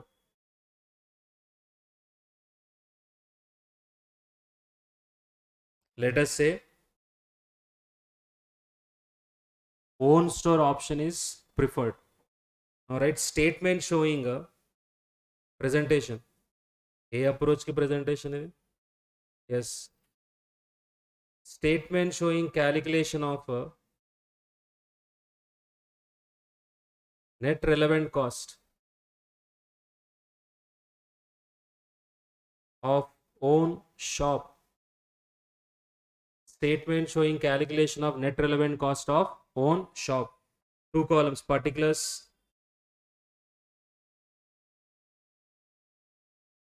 amount in rupees. First, cost to be incurred. Cost to be incurred. What is the cost to be incurred here? Cost of goods sold. How much is that? 7 lakhs. To this, what we should add? What is the word we use for that? Benefits lost. Benefits lost, or we can also say contribution lost. I hope you all know marginal costing income statement format.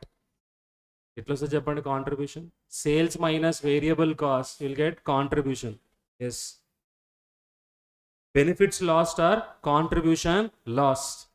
What is that benefits loss are here? If you select this option number 1, option number 2, whatever income you are getting, that you are going to lose if you take up what? Option number 1. What is that? Lease rental. In a way it is called as what? Opportunity cost. Lease rental 18,000 per month into how many months? 12 months. 2,16,000. So what is your net relevant cost here? 9,16,000.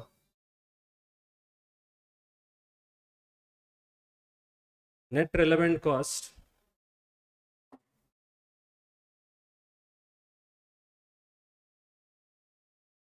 Net relevant cost. You know what is the other name for this net relevant cost? Earlier also we discussed about this. Anyone? This is only the minimum price. This is only what? Minimum price. Now this if I compare with what? What is the relevant revenue here? What is the revenue? Revenue from own shop 10 lakhs. So how much you are getting? 84,000. 84,000. So net incremental benefit. Net incremental benefit. Net incremental benefit. 84,000.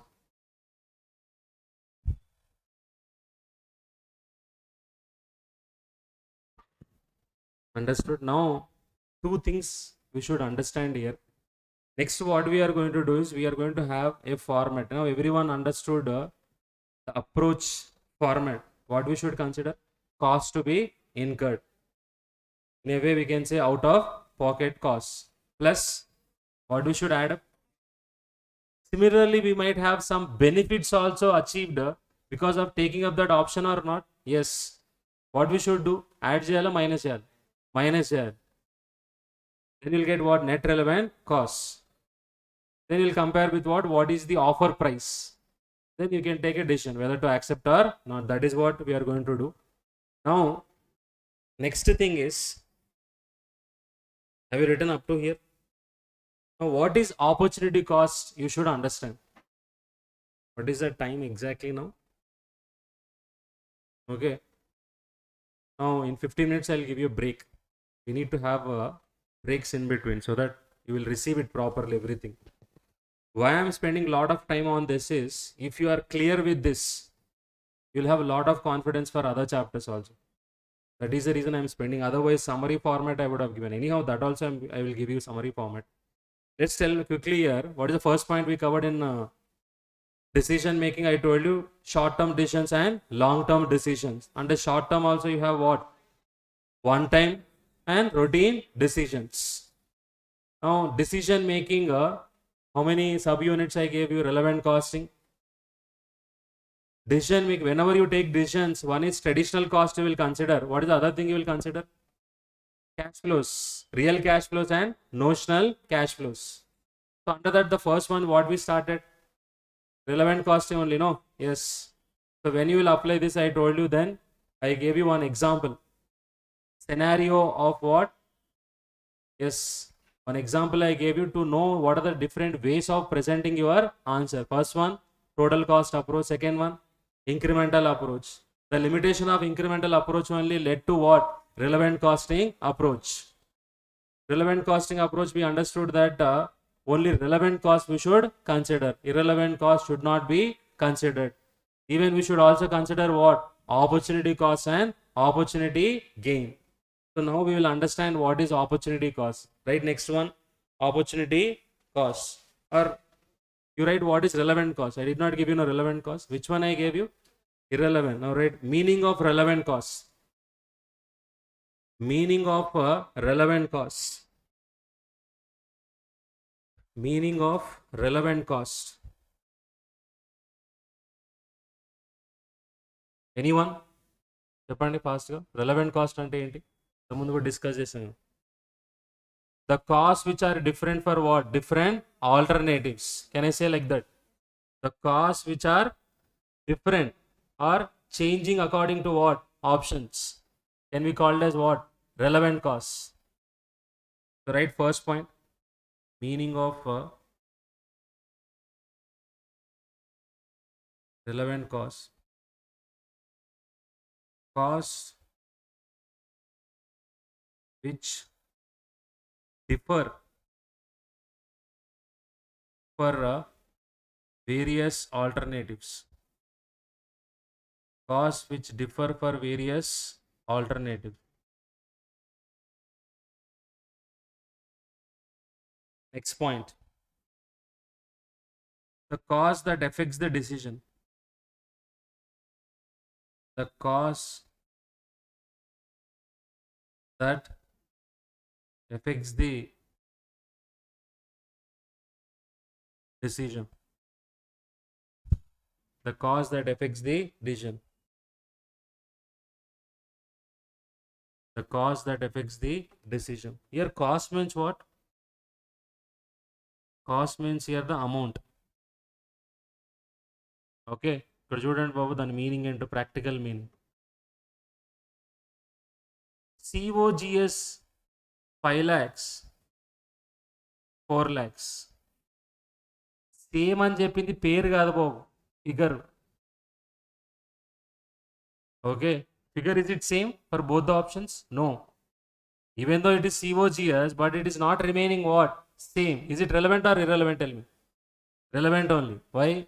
It is not remaining same for both the options. So it is what? Relevant. Relevant costing kaadu. Relevant cost, which shall be considered. Adi.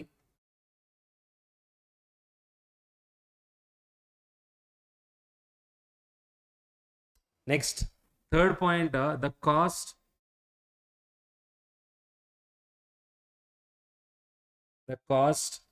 that changes. The cost that changes due to change in course of action. Change in course of action. The cost that changes due to change in a course of action. So various sentences I am giving you to explain what is relevant cost. Annitiki meaning okate. It will affect your decision. Yes. It is going to change according to what? The options. And obviously it is going to influence your decision. Yes. Next. In general, the following are relevant costs. Next point. In general,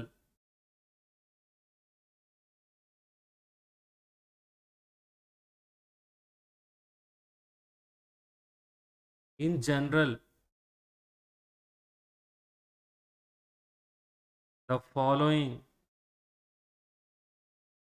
are relevant costs. In general, the following are relevant costs. First one, general candidate variable cost is relevant cost. Why? Because that will be incurred only for that option or not. Yes. Sometimes variable cost also might remain what? Same also. అప్పుడు అది ఏమైపోతుంది? Irrelevant అయిపోతుంది. But generally variable costs are taken as what? Relevant costs. Next one is avoidable fixed cost. Have you heard of this? Avoidable fixed cost. What is the other name for this? Is discretionary fixed cost. Which fixed cost? Discretionary fixed cost. Now, sales manager gave an advice to the top management to incur an advertisement cost of 50 lakhs to increase what? Sales volume. ఇప్పుడు ఏదైతే 50 lakhs ఉందో చెప్పండి, అది avoidable unavoidable? Avoidable or unavoidable? Avoidable or not? Yes. So అదే దానికి avoidable fixed cost అంటాం. అది రిలవెంటా ఇర్రెలవెంటా బాబు? Relevant. It is relevant. What is irrelevant? Unavoidable fixed cost. Why? It remains what? Same. దాన్నే కమిటెడ్ ఫిక్స్డ్ కాస్ట్ అని కూడా అంటాం. We call that as what? Committed fixed cost. You don't believe, even these things are also tested in MCQs. Yes. Avoidable fixed cost. ఇంకేంటి బాబు relevant cost? Even opportunity cost కూడా relevant ఆ irrelevant? Relevant. Opportunity cost.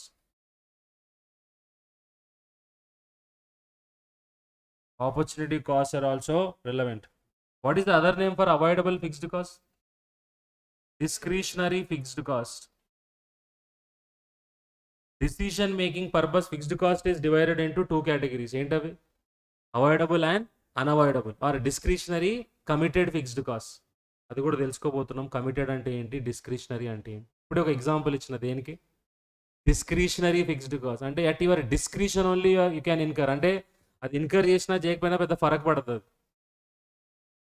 Okay, now you setup your own practice, your hi-fi fellow, ఉన్నది ఇంత box type office, అందులో 2 ఏసీలు, okay, big Mac computer, small office only. So you went for what, hi-fi option. Alternatively, what you can do? Even a small computer you can have, normal furniture you can have. So, still your office will run or not? Yes. Yes or no? Yes. So that was not required. But still he went for that option. So purely that is his decision or not? Yes. Without that also still you can carry out what your operation. So that was discretionary fixed cost. Are you getting my point? Then what is committed fixed cost? What is unavoidable? So you entered into a lease agreement, okay, and lease agreement is for 10 years. Every year you have to pay 5 lakhs. During corona time, okay, many people were not able to carry out their operations. Now you tell me, even if you don't carry out your operations also, through agreement, it is implied that you have to make the payment or not? So committed fixed cost? Yes. అంటే ఏంటి బాబు, మనం operations carry out చేయకపోయినా సరే still we have to make that payment or not? Yes. Legally that fellow will claim that amount or not? Yes. We have to make payment of 5 lakhs. That is the reason we are calling it as what, committed fixed cost. Now tell me one example I'll give. Management gave a promise that every year employees are going to get 5% hike. Tell me, is it committed or discretionary fixed cost? Committed or discretionary? Management gave a promise that every year 5% hike will be given to the employees. Committed or discretionary? Committed. ఎందుకు బాబు, already promise చేసింది కదా, committed already, they cannot go back. Understood? Yes, that is the difference between. Now which one is relevant, which one is irrelevant? Tell me quickly. Committed fixed cost is relevant or irrelevant? Irrelevant. What about discretionary? Relevant. Yes. Now write next meaning of irrelevant cost. Meaning of irrelevant cost. Meaning of irrelevant cost.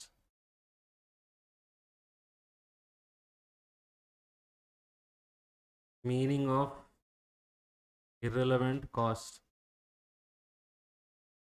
Right, these costs are the same in all alternatives. These costs are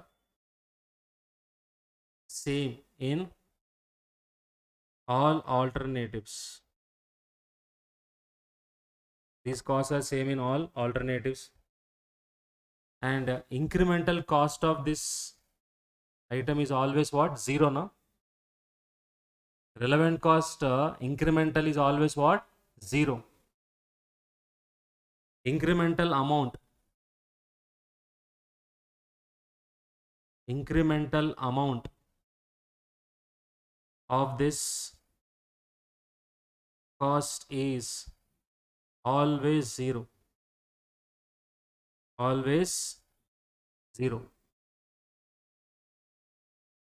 And finally, in general, the following are irrelevant. In general, the following are. Don't take it for granted. Now I am going to put some questions. In general, the following are irrelevant cost.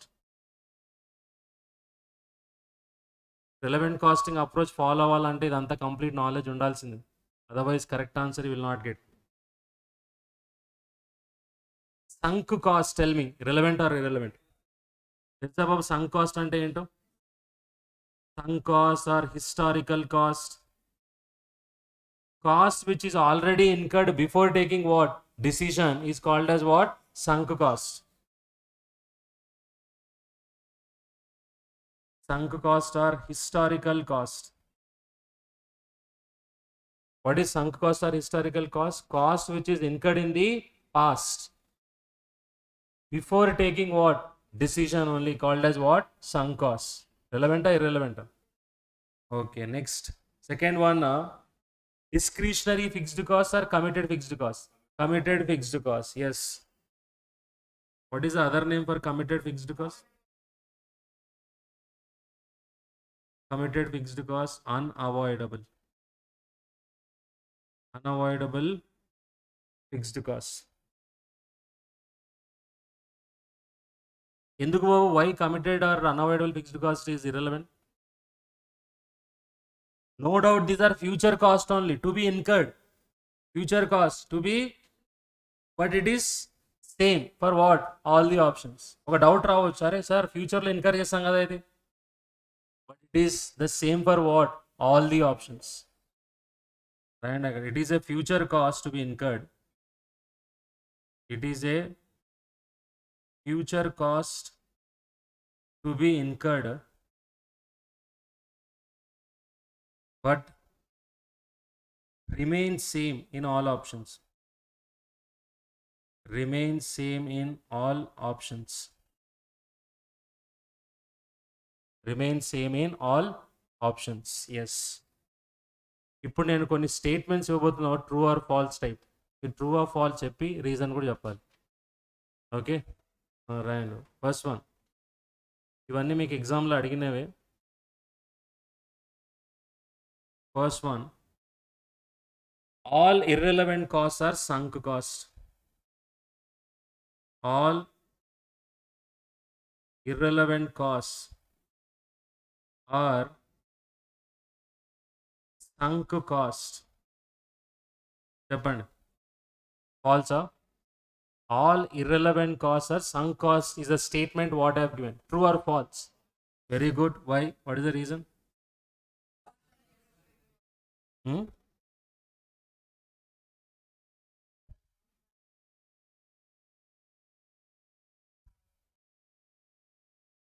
ఇట్లా రాసేవానికి ఇది valid ఇచ్చేదానికి ఏమవుతుంది, ఏమేమో అయిపోతుంది. Her intention was correct only, she was right, but the way she presented was not proper. Okay, what she was saying is, sir, irrelevant cost includes what? Sunk cost. But even committed fixed cost is also irrelevant, but that is not a sunk cost, no. Why? It is not a cost which is incurred, already incurred in the part. It is to be incurred in what? Future. But still it is what? Irrelevant. It is not sunk. Sunk ante meaning enti babu? Already incurred in the past. But committed is also irrelevant, no. But committed will be incurred in what? Future. Hence this statement is what? False. అర్థమైందా point ఏం చెప్పినా? ఏంది? Committed fixed costs are irrelevant, but those are not sunk costs. అది. So reason ఏం రాయాలి చెప్పండి? What is the reason you'll write? Committed fixed costs are relevant or irrelevant? Committed fixed costs are irrelevant, but not a sunk cost. But not a sunk cost. That is what you are trying to say. ఎగ్జామ్లో అడిగిన బాబు ఇలానే, true or falls. అందరు false true రాస్తారు, బాగానే ఉంది బాబు. Reason రాకపోతే mark లేదు, అది ప్రాబ్లం. ఓకే, బాగానే చెప్పారు అందరూ, అందరు మేల్కొని ఉన్నట్టున్నారు. Next second statement, all sunk cost are irrelevant. జాగ్రత్తగా చదివి చెప్పండి. All sunk cost are irrelevant. Tell me, true or false? All sunk costs are what? Irrelevant. True? Yes, it is true. True. Yes. All sunk costs are irrelevant. Why? Sunk costs do not change with what? Decision. Sunk costs do not change with what? Decision. You can write that reason. Sunk costs do not change Due to change in decision. Due to change in decision. Okay, next, third one. All past costs are sunk costs. All past costs are sunk costs. All past costs are sunk costs. అర్థమైందా ఏందో దాని meaning అసలు ఏందో all sunk costs, all past costs are what? Sunk costs. Sunk cost is nothing but historical cost only, no? Yes. Correct or wrong? Yes, it is true. Why? All past costs are what? Sunk costs only. True. మీకు ఏమైనా doubt ఉంటే అడగండి. Sunk means what? What is the meaning of sunk? Past only, no? Or historical? Sunk means historical only, no? Past. అది నాకు తెలుసు ఆ doubt వస్తుందండి. Next last one. All future cost are relevant cost. కరెక్టా? False. All future cost, all future costs, all future costs are relevant costs. All future costs are relevant costs. It is clearly what? False. Why? What is the reason? Committed fixed cost is a future cost only, but it is not relevant. Committed FC is a future cost but not relevant. But not relevant. Okay, understood everyone? Now I'll give you a break, but before giving that, one examination question they've asked only on this committed fixed cost, discretionary fixed cost for in the past. I'll show you that.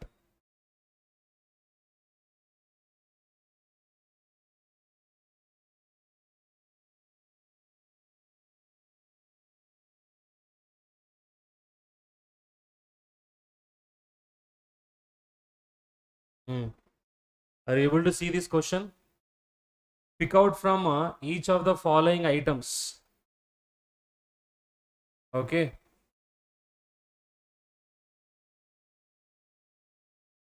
Cost that can be classified under committed fixed cost, discretionary fixed cost.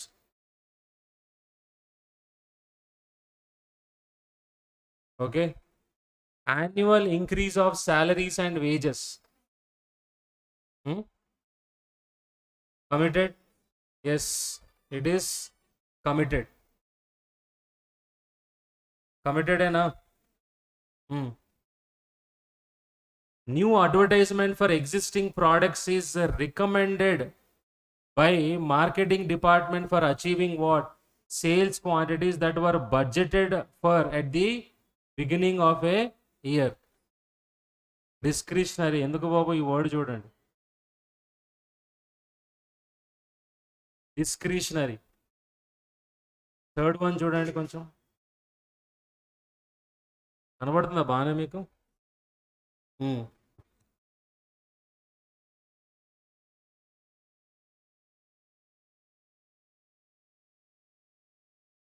ఏంటది? Committed ఆ discretionary? Committed. Rent paid for the factory premise for the past 6 months and the rent payable for what? Next 6 months. Production is going on in the factory. Already you paid in the last 6 months. Definitely you'll pay for what? Next 6 months. Implied or not? Yes. So it is what? Committed. Committed fixed cost. Yes, this one. Research cost on a product that has reached maturity, product life cycle, introduction phase, growth phase, maturity phase, decline. Now it is in maturity phase. Maturity phase in its life cycle, and the research cost which may be needed on what? Introduction of a cheaper substitute into the market for facing what? Competition. We all know that when you reach to maturity level, already your competitors might have copied the product or not. Yes. There, what generally companies will try to do is they try to incur what? More advertisement costs, or some people what they try to do is they try to introduce what? A substitute by incurring what? Research cost. Or they can also leave like that. Why? Already they have reached to what? Maturity stage. Whatever they have to grab, already they have achieved it. So it is only an option to the company or not. It is not compulsory that they have to incur research cost. Isn't it? If they don't want to lose it to their competitors, yes. Otherwise, they can leave like that also. So it is an option or not. So tell me, what is that, discretionary or committed? Discretionary only. This one also. Last one. Tell me this one. Read out. Legal consultancy fee payable for patent rights on a new product. Patent rights have been applied for. Legal consultancy fee payable for patent rights. Payable for what? Patent rights on a new product. Patent rights have been what? Applied for. Applied for. This is the word we have to concentrate on. Committed or discretionary? Committed. Exactly. Committed fixed cost. Why? Already you applied for what? Patent rights. So every year you have to apply. You have to make a payment of what? Fee or not? Yes. It is committed or discretionary? Committed. So this question was asked for 4 marks. Understood? In future also they can ask this one. So after the break we'll cover opportunity costs. We have opportunity cost question here, which was asked in mock test paper December 17 and June 2022 also. CMA only. All these questions are CMA only have taken, not from CA. I will not mix CA questions. I will take only CMA questions only. Right. So after the break, we'll cover what is opportunity cost, opportunity gain, then relevant cost of material, labor, overheads, and mission over relevant costs. Okay. Take a break. 10 minutes break we'll take. Sufficient, no? 10 minutes? Yes. I hope you know class will go until 1. 1 to 2 you have lunch break. Okay. See, the more number of hours you give, the more content I can provide to you. I'll try to finish off in 3 days only. We'll try to cover all the concepts. But we'll stretch for 1 or 2 hours so that we can spend some time to give some clarity. Right? So your cooperation is required. Okay, let's take a break.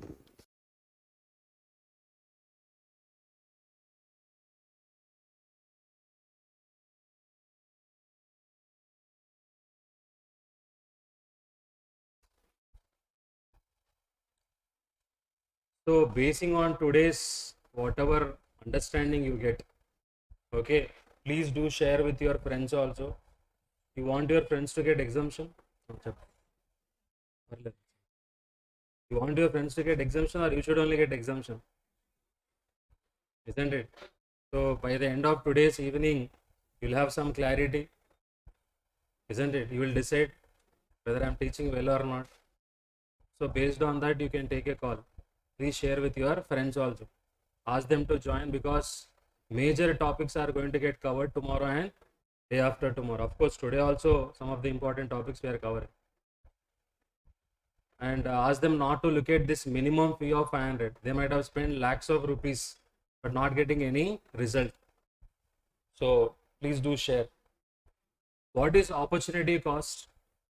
What is the meaning of opportunity cost? Anyone?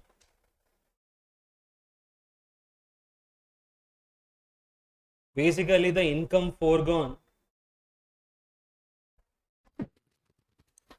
Income foregone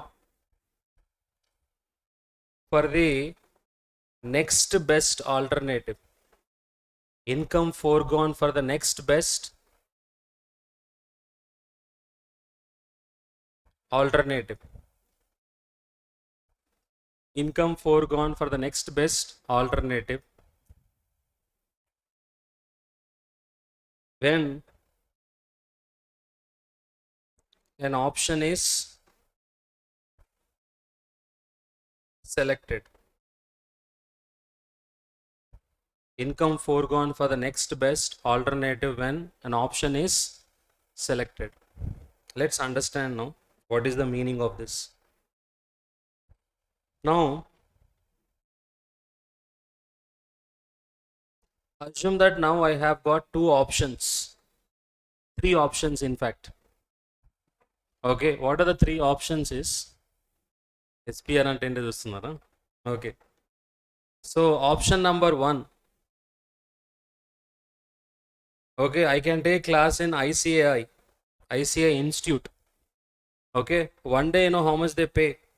2,500 rupees. This option I have. Second option is option number two, ICMA Institute. This institute will give okay, 5,000 rupees per day. Second option. Third option, option number three,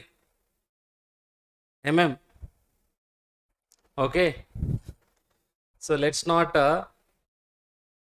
abbreviate it. You all know. So 8,000 rupees per day, right? So how many options I've got here? Three options. If I don't take up any option, what is my opportunity cost? Anyone? What is the opportunity cost if I don't take up any option? See the definition. Income foregone for what? Next best alternative. So if I don't take up any option, my opportunity cost is how much? 8,000 rupees. If I take up option number one, can anyone tell me what is my opportunity cost? If I take up option number one, I've selected option number one.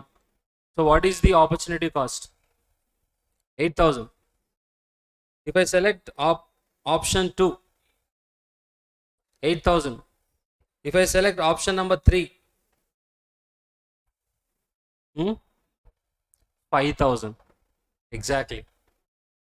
So we have to see, once we select an option, out of the remaining option, best option. అంతే కదా, ఒకవేళ మీరు కింద option ఇచ్చింటే ఏది option తీసుకుంటారు? Which option you will select? Best ఆప్షనే కదా will select, అంతే కదా? ఏంటా బెస్ట్ ఆప్షన్ మూడిటలో? 8,000 rupees. So that is the reason for all three we have taken what? 8,000. But if you have selected option number one, we have to see out of the remaining options, which one is what? Best, that only will take up or not? Yes. So how much is that? Option one point of view, 2 or 3, whichever is higher. If you take up option 2, if you select option 2, 2,500, 8,000 rupees, whichever is higher. If you take up option 3, then remaining options 2,500 or 5,000, whichever is higher. That is the true meaning of what? Opportunity cost. Understood? On this also they have asked a question in examination. 3 products they will give you contribution per unit, number of units, calculate opportunity cost for what? Each product, if company can produce only any one of those 3 products. They have asked in the exam. So write this first, what is opportunity cost, and this example.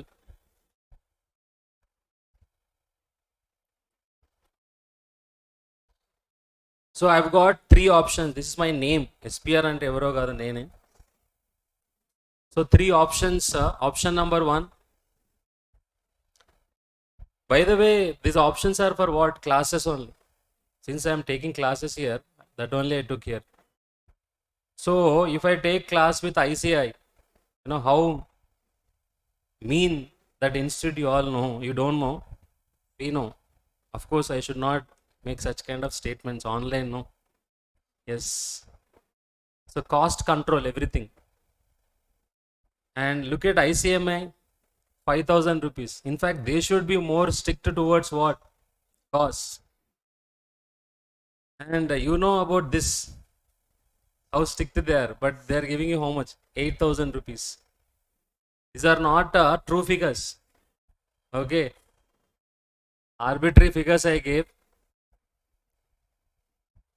Written everyone. Now right below that.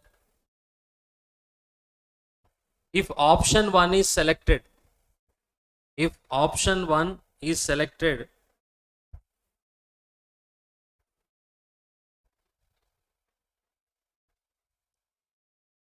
opportunity cost would be blue colour కనబడుతుందా మీకు? వద్దంటారా?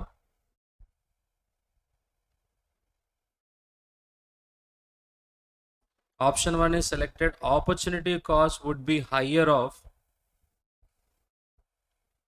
opportunity cost would be higher of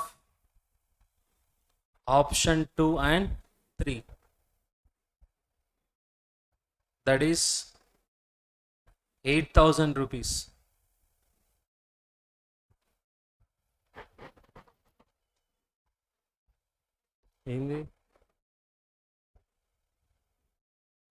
Now, if option 2 is selected, if option 2 is selected, if option 2 is selected, tell me.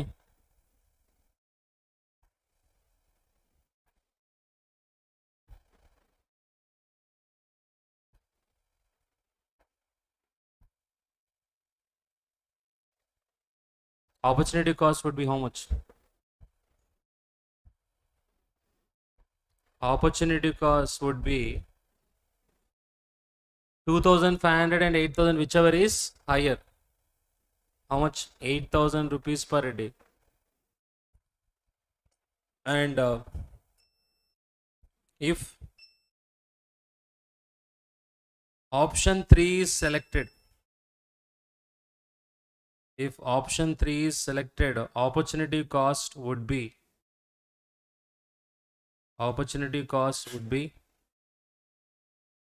5,000 rupees per day. Is it correct? Remaining two options, the best one we should consider.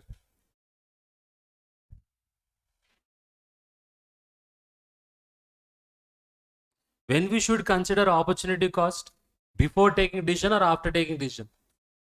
Opportunity costs are calculated before taking a decision or after taking a decision? Before taking a decision. Be careful. Okay, write a note below that. Opportunity cost is calculated. Note.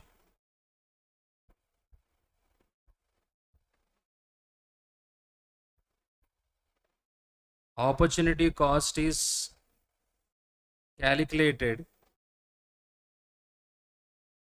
only before taking a decision.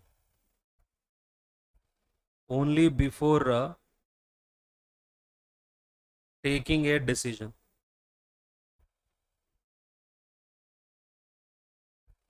Only before taking a decision. Now one example, part of that question only. You have got obsolete materials. What is the meaning of obsolete materials? Outdated. Obsolete means outdated. Cost of that material is 10,000 rupees. Cost of that material is 10,000 rupees. Now, two options you have got now. Option number 1. You can sell it as a scrap. You can sell it as a scrap. Resale value as scrap. You can realize 500 rupees.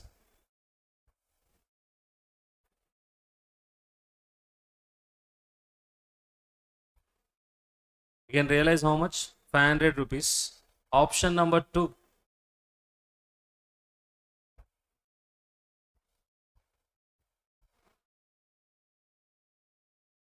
ఎక్కువైంది. Option number 2. What is option number 2 is you can recycle it. Recycle it. That obsolete material, what you can do is you can recycle that by incurring a cost of 2000 rupees. And once you do that, you will get a sales value, sales revenue of 8000 rupees. So giving you a net profit of how much? 6000 rupees.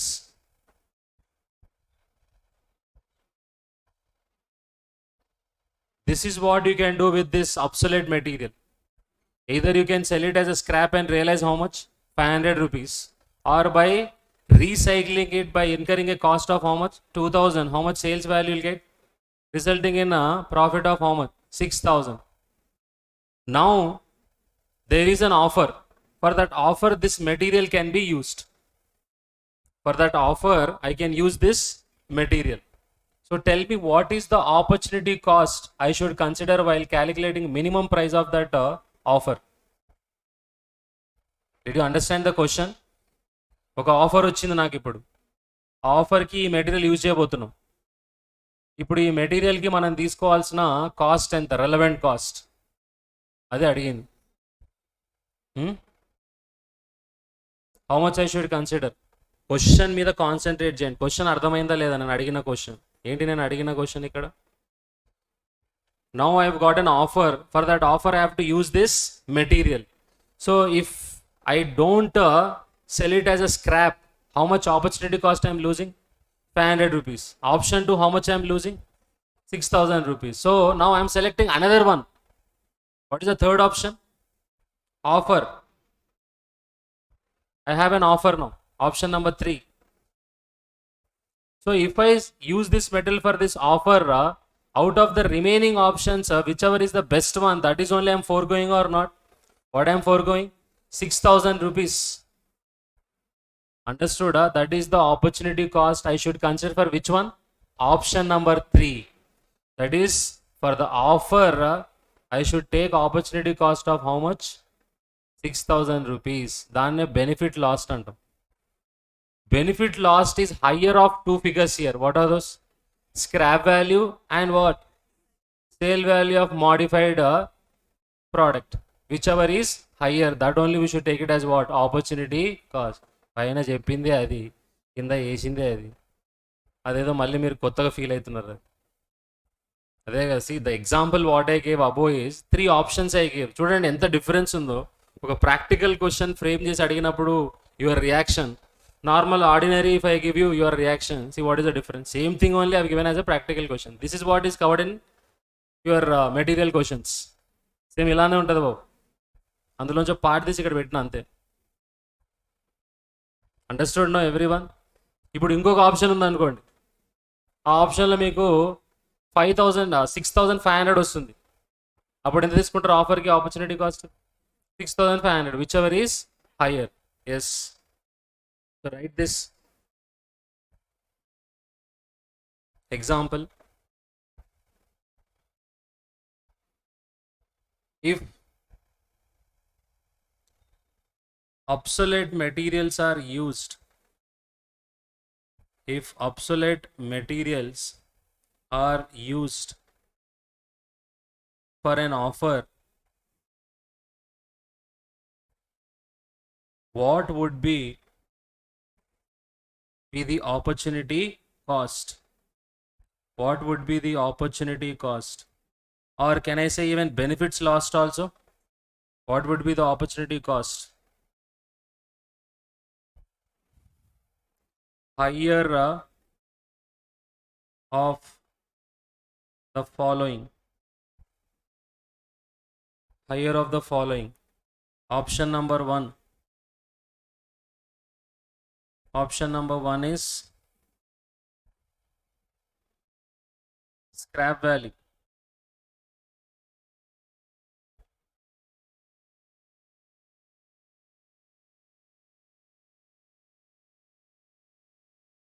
Scrap value 500. Option number 2.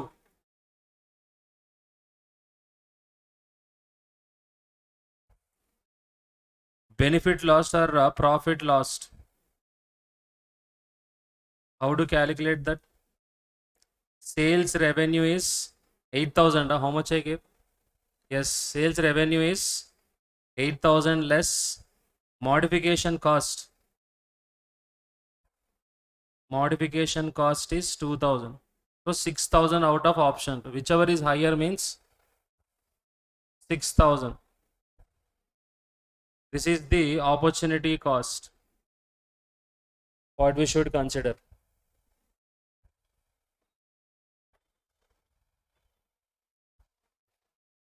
When opportunity cost comes into picture, only when there is a scarcity.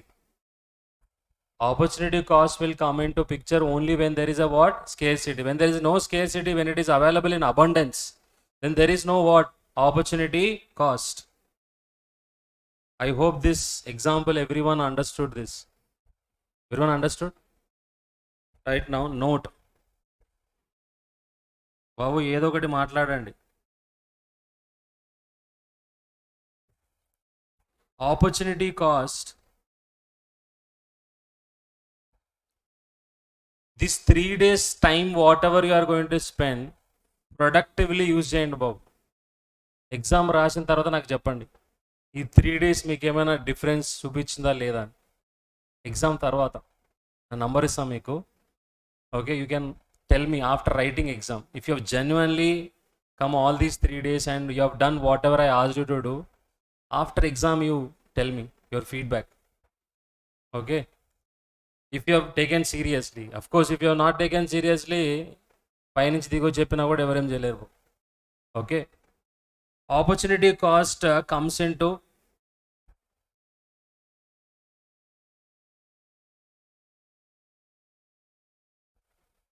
picture only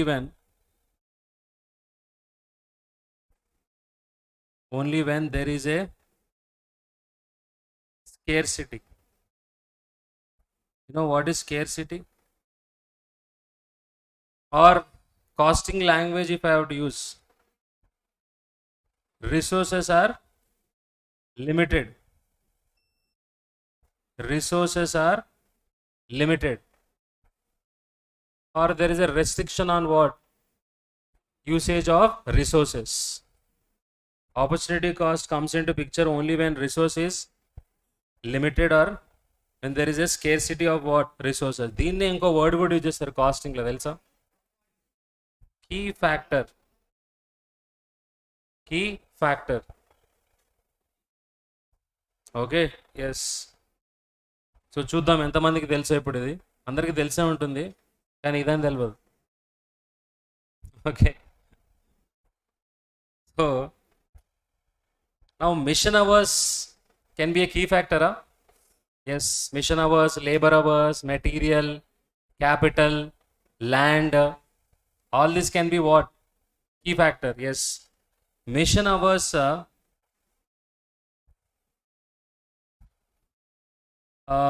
is limited. Now I'll tell you, those who are listening online, now it is not going live, right? Because you have a face-to-face connection, probably you have to sit by force at least.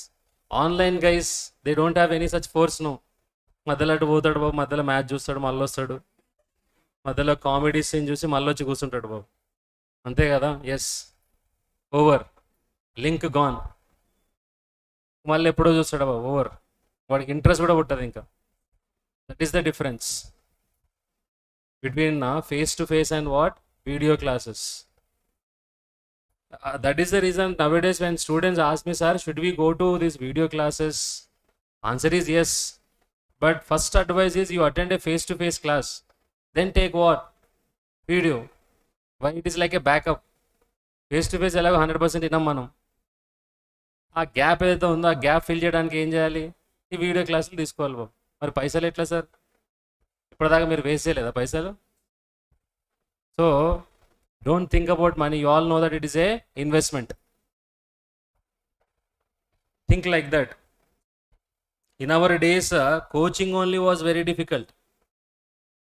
Institutes were not there. For final Used to find that side Hyderabad one corner one faculty, this side one corner one faculty, and articleship. Where is the time? By the time we go to that corner and come back to the office, morning 11 o'clock, who will give permission? So what we had to do? Self-study. No? Now anyone is doing self-study? No, they should not do. Why? How will I get money then? Correct? Huh? No, that is not the reason. Self-study requires a lot of time. Self-study అంటే మనం ఏమైనా పుట్టినప్పటి నుంచి మేధావులమా ఏమైనా కాదు కదా. So if you read once, you will not understand. Twice you will read. Thrice you will read. You will put lot of time. Then probably you might get an what understanding, or you may not get also. But you know, when you take classes, faculty in short time will directly tell you what is the concept in less time. That is the difference. So lot of time can be saved, and you can quickly finish off your course and start what earning. Earlier generation, even by 30 also, they never used to what complete the course. So they used to settle after 30 years. By the time gone, everything is gone. So marriage also doubtful. Now at the age of 23, 24, if you get settled, no, you can look at other options also to increase your remunerations and the additional qualifications. That's the difference above. So you have a mission now which is limited to only 1000 hours. Now either you can produce product A, product B. Product A selling price 50 rupees, variable cost 30 rupees. So what is the contribution per unit? Contribution per unit is 20 rupees. Product B selling price is 100 rupees. Variable cost is 50 rupees. So what is the contribution per unit here? 50. చాలా difficult calculation కూడా ఫాస్ట్గా చేస్తారు బాబు. Now what is the mission hours required per unit? 4 hours are required. Here mission hours required per unit is 20 hours. What we are covering? Everyone knows now what we are covering? Opportunity cost. We understood that opportunity cost will arise only when there is a scarcity. When there is a limited usage of what? Resources, restricted. Now, can you tell me what is the contribution? Whenever you have scarcity, you might have done at interlevel that we should calculate contribution per that key factor or not? Yes. So contribution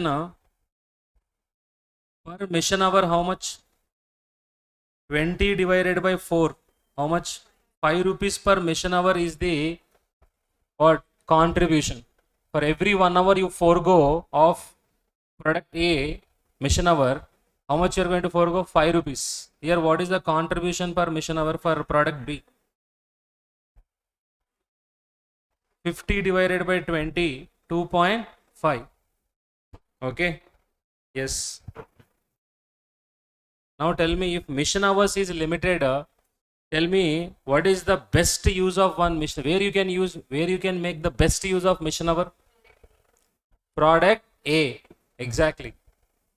So right below that, completed, everyone written up to here? Right.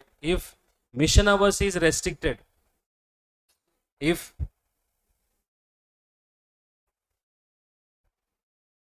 mission hours is limited, if mission hours is limited, then best use of mission hour is in product A. If mission hour is limited, then the best use of mission hour is in product A. Opportunity cost is how much? Can you tell me? Opportunity cost of one mission hour. Anyone? Opportunity cost of 1 mission hour. Anyone? Anyone? 5 rupees is the opportunity cost. How 5 rupees? Array, if I forego 1 mission hour, what I will forego? The best only. No, what is that? 5 rupees only. ఒకవేళ అదే 1 hour ఉండింటే మనం ఏం చేసేవాళ్ళం? Product A produce చేసేవాళ్ళమా, product B produce చేసేవాళ్ళమా? ఆ 1 hour తోటి product A.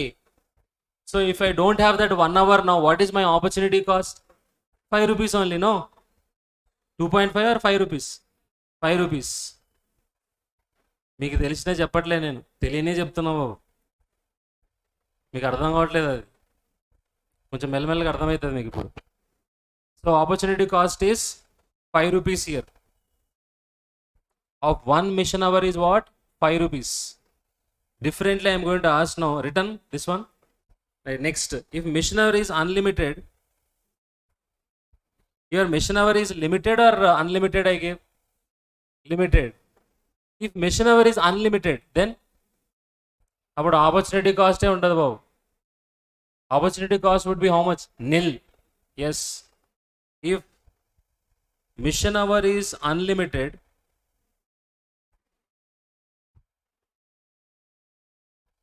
if mission hour is unlimited, the opportunity cost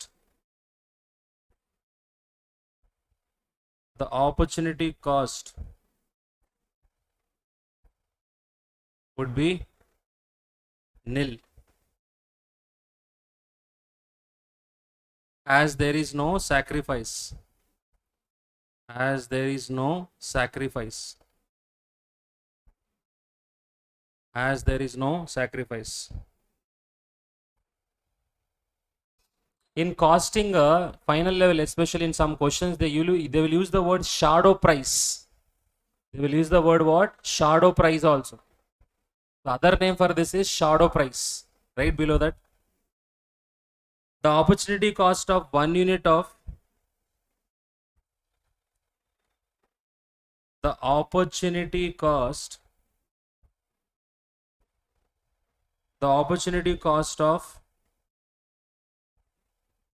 1 unit of a limited resource. The opportunity cost of 1 unit of a limited resource is also called as shadow price. Is also called as shadow price or marginal value of the resource. Marginal value of the resource. So this term is important, shadow price. The opportunity cost of 1 unit of limited resources is also called as shadow price. Let me see how many of you can identify this. Here, what is the shadow price of 1 mission hour above? Anyone? Already discussed చేసినాం, మళ్ళీ కొత్తగా feel అవుతారు. What is the shadow price of 1 mission hour? 5 rupees. 1 mission hour shadow price is how much? 5 rupees. Why 5 rupees? Shadow price is nothing but what? The opportunity cost of 1 unit of what? Limited resource. So 1 mission hour, the opportunity cost is what? 5 rupees. So right below that, what is the shadow price of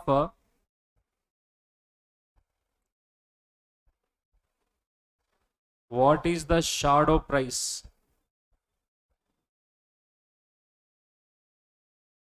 What is the shadow price of 1 mission hour in above example? In above example,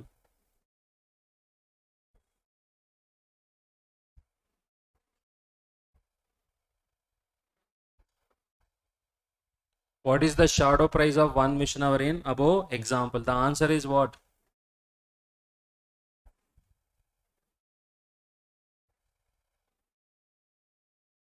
Answer is 5 rupees.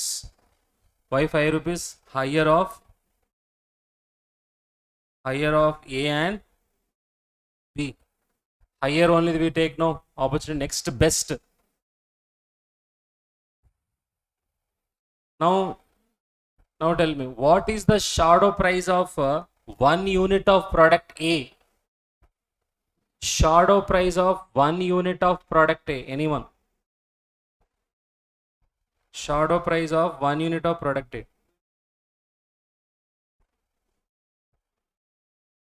What is the shadow price of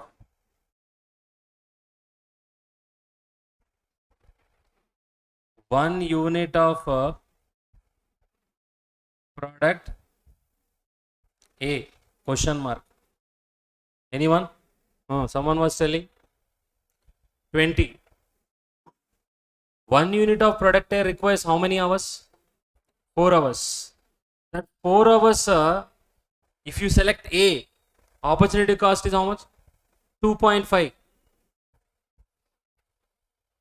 A point of view opportunity cost అంటే బీనే కదా. ఇప్పుడు ఏ produce చేయడానికి ఎన్ని hours కావాలి? 4 hours కావాలి. So ఈ 4 hours దీనికి dedicate చేయడం వల్ల వాట్ వీఆర్ లూజింగ్? 4 into 2.5 ఎంత బాబు? 10 rupees. అంతేనా?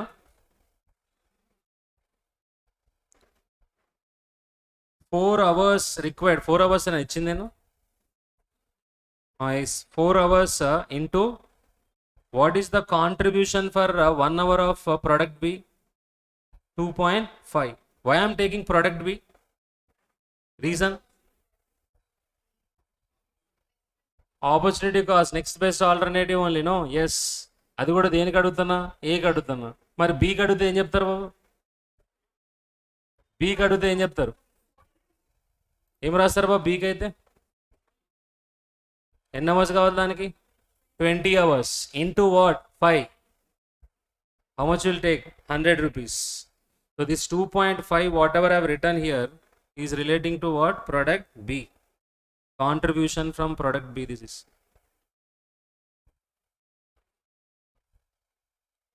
contribution from B.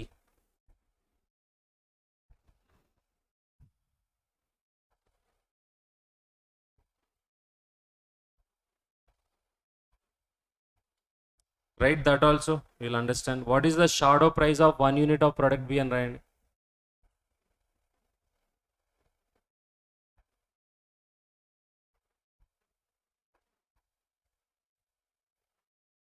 What is the shadow price of 1 unit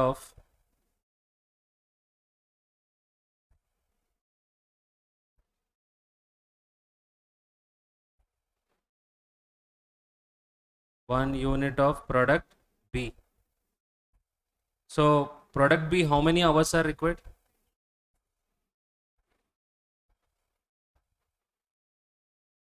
20 hours into contribution per hour of which one we should take? A. How much? 5. How much this is? 100 rupees. Yes. Completed. What we completed till now? Opportunity cost. What is opportunity cost? It is the income foregone for what? Next best alternative when an option is selected. Antena? So always we should take the next best highest we should take.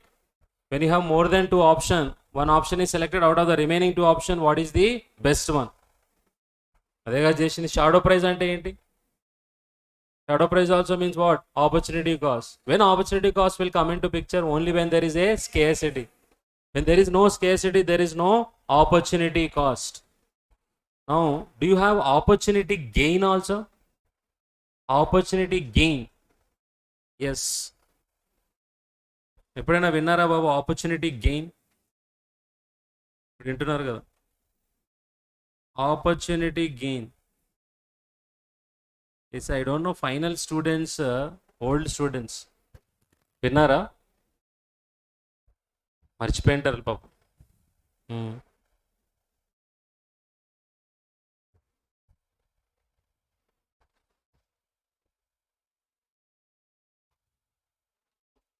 Anyone guess what is opportunity gain?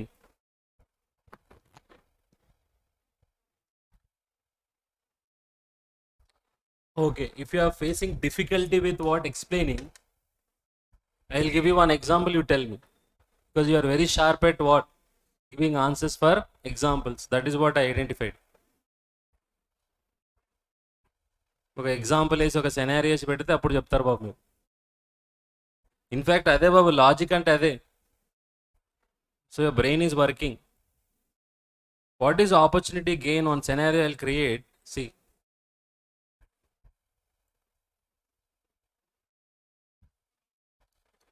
Toxic materials. Do you know what is toxic material? ఎవరు రాయదు వినండి just. What is toxic material? In manufacturing industry, there is a lot of waste generated or not? Yes, according to industry norms. ఇండస్ట్రియల్కి ఒక board ఉంటుంది తెలుసు కదా బాబు. Yes, ఆ waste అయితే జనరేట్ అవుతుంది అది పొల్యూషన్ క్రియేట్ చేస్తుంది కదా, ఎన్విరాన్మెంట్కి చాలా ప్రాబ్లం క్రియేట్ చేస్తుంది. అందుకే దాన్ని మీరు సేఫ్గా డిస్పోజ్ ఆఫ్ చేయాలి. కొంతమంది ఏం చేస్తారు, దాన్ని సముద్రంలో కలిపేస్తారు. Very dangerous actually. So safely you need to what? Dispose it off. Okay, so as is where is condition అంటే యాజ్ ఇట్ ఈజ్ మనకి ఎంతైతే వేస్ట్ వస్తుందో అదే కండిషన్లో డిస్పోజ్ చేయడానికి మనకి 2000 రూపీస్ అవుతుంది బాబు. ఎంత అవుతుంది? 2000 రూపీస్. లేదు, దీనికి ఇంకో కండిషన్ పెట్టింది, దాన్ని ప్రాసెస్ చేసి డిస్పోజ్ చేయాలి, దానికి 2500 అవుతుంది బాబు. ఇది ఆప్షన్ 2. ఒకటి యాజ్ ఈజ్ కండిషన్లో డిస్పోజ్ చేయడం, ఇంకోటి ఏంటి దాన్ని ప్రాసెస్ చేసి డిస్పోజ్ చేయడం. దానికి ఎంత అవుతుంది? 2500. ఇప్పుడు దీన్ని ఒక ఆఫర్కి యూజ్ చేయొచ్చు. The same toxic material can be used as a material for another offer. So because we are able to use this toxic waste for that offer, are we saving anything? Are we saving anything? Save చేస్తున్నామా బాబు మనం? ఈ toxic మెటీరియల్ని వేరే ఆఫర్కి use చేయడం వల్ల మనం ఏమైనా save చేస్తున్నామా ఇక్కడ? ఎంత సేవ్ చేస్తున్నాం చెప్పండి బాబు, దిమాగ్ పెట్టి చెప్పండి బాబు. 2000 2500? ఇప్పుడు ఎలా ఆలోచించాలి? How we should think? If I don't use this toxic material for what? Offer. What I will do? Very simple, sir. I will process, sir. I will incur 2500, sir. You have given 2 options. Process it and incur 2500. Same condition, dispose it off, you will incur 2000. Which one you will incur? 2000 only. Always anyone will try to minimize what? Cost. So you will incur what? 2000. So now, because you have taken up this offer, you can use for this offer or not. So how much you are saving? 2000 rupees. That is only your opportunity gain.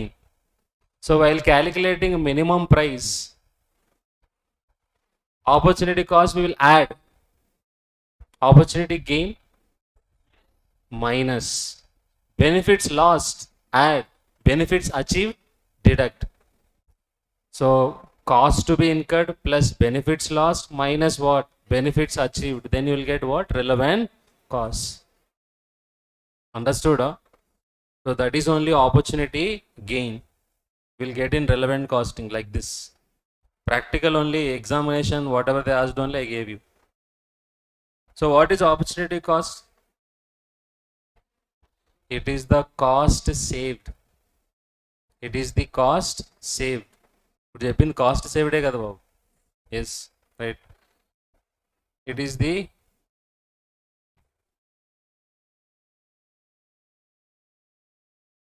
the cost saved up from next best alternative.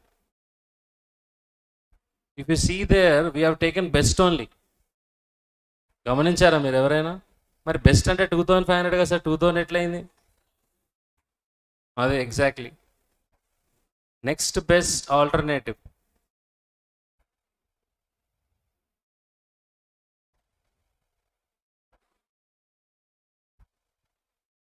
It is the cost saved from next best alternative. Example, you can write this only. Toxic material. Book value. Book value is 5000 rupees, assume. Relevant or irrelevant? Anyone? Toxic material book value is 5,000. When you are taking a decision now of calculating minimum price, do you think book value is relevant or irrelevant? Irrelevant. Why?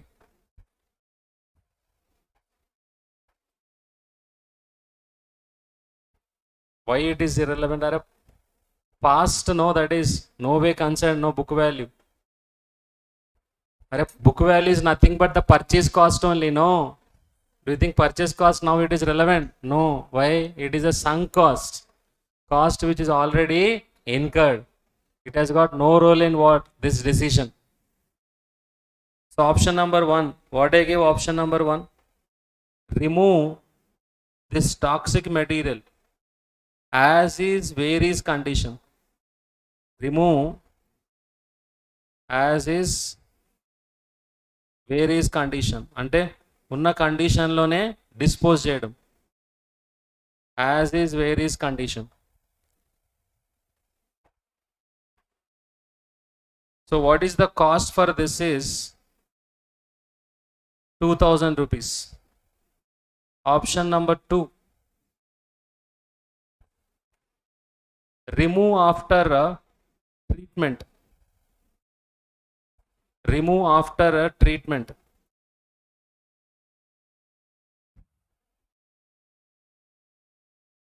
For this cost is 2,500.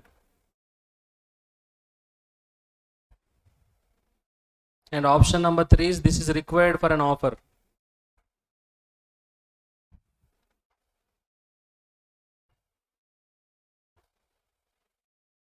Required in an offer.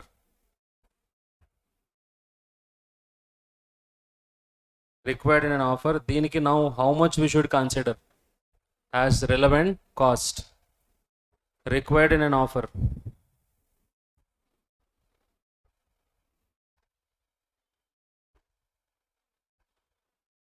Written.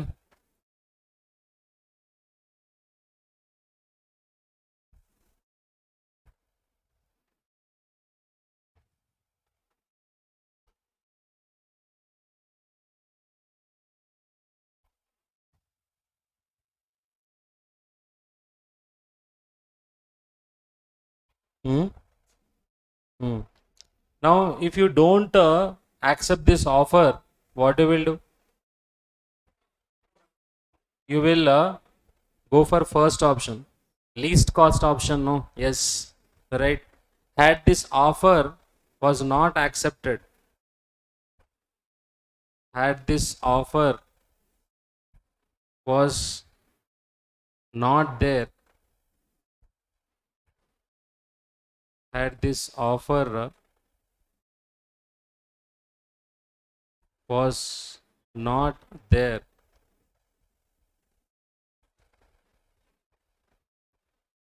we would have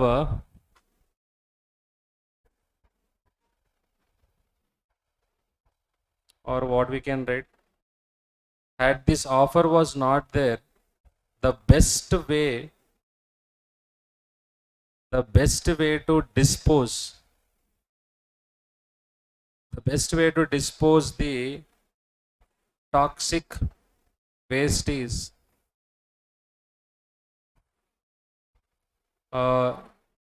removing in same condition. That is how much we should incur? 2,000 rupees, being the lower cost option. Being lower cost option.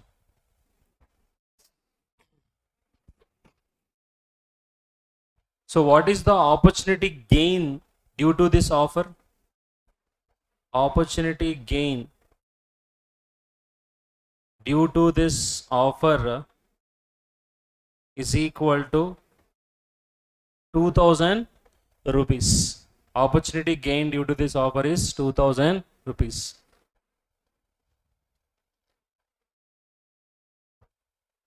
Done? Yes. Now, what are the advantages of relevant costing? You tell me why relevant costing is used, where it is used. To set what? Minimum price. Right now, advantage of, so we are coming very close now. Advantages of relevant costing, or you can say uses of relevant costing. Uses of relevant costing.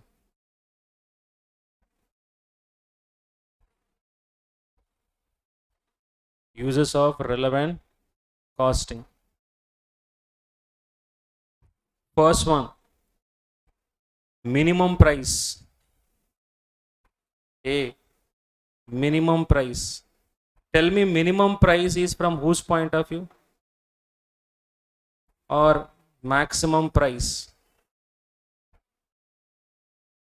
Maximum price of an offer. So minimum price ante always from seller point of view. How much you should fix? Always this is from seller point of view. What about maximum price? That is from buyer point of view. How much maximum is ready to pay?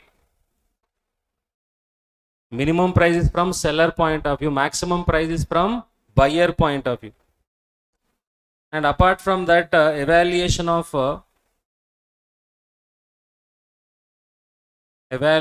of acceptance or rejection of an offer. Acceptance of or rejection of an offer. For that purpose also we'll use this relevant costing. So whatever questions we are going to see, these two categories only we'll see. What is the minimum price or what is the maximum price? Or whether we should accept the offer from the customer or not. Or we should reject. ఇవే ఉంటాయి బాబు క్వశ్చన్లని. Okay, yes. Minimum price అనేది ఎవరి point of view? Seller. ఏమేమి ఉంటాయి minimum ప్రైస్లో? Minimum price ఇందాకనే చెప్పినా కదా, net relevant cost to be incurred plus benefits loss minus what benefits achieve. అందుకే ఇప్పుడు సమ్మరీ చేయబోతున్నా ఇంకా. Okay, now write over no. Yes, now relevant costing format. When you are presenting the answer, relevant cost sheet and పేరు పెట్టండి దానికి. relevant cost sheet of an offer. relevant cost sheet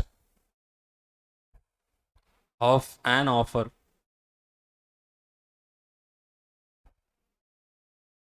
relevant cost sheet of an offer. What we should consider while calculating net relevant cost, offer accept cheyala vaddane daniki em తీసుకోవాలి? First one, relevant cost of material.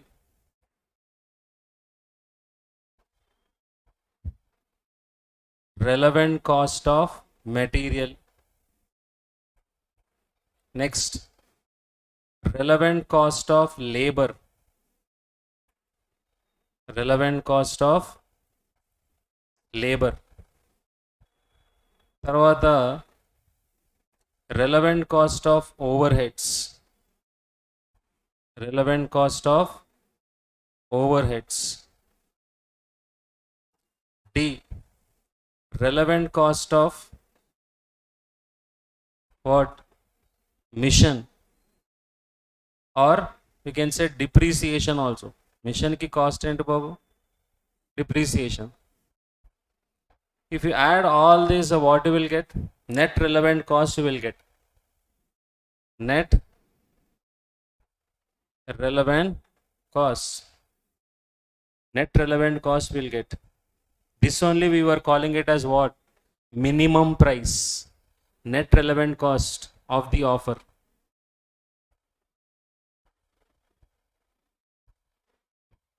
దీన్ని దేంతో compare చేయాలి? For that offer what is the revenue they offered, price they have offered, revenue of the offer. Revenue of the offer. So net incremental benefit. Net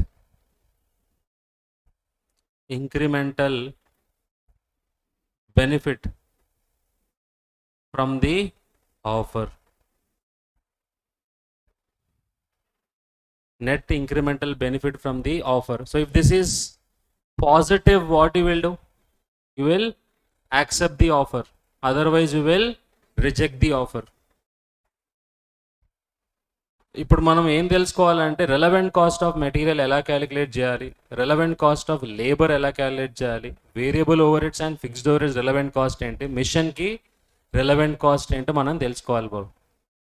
తర్వాత అయిపోయింది అందరిది, ఇదే format వాడతాం మనం. Tell me minimum price అంటే ఏమొస్తుంది చెప్పండి.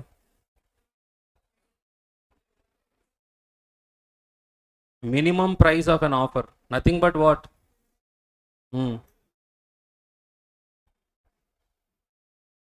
Minimum price of an offer ఏమేమి రావాలి? Minimum price of an offer ఎవరి పాయింట్ ఆఫ్ వ్యూ అని చెప్పేది? Always seller point of view. Seller point of view. So what is the relevant cost for this? RC, relevant cost. ఏమేమి వస్తాయి బాబు relevant కాస్ట్లో?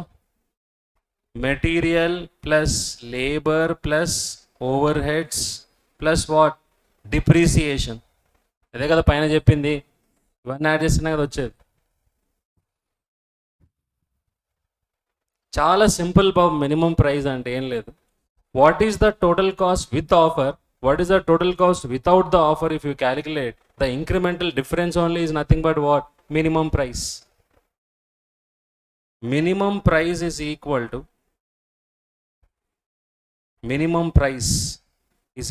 to total cost with offer minus total cost without offer. Total cost with offer minus total cost without offer. So this only we call it as what? Incremental cost. This we call it as what? Incremental cost.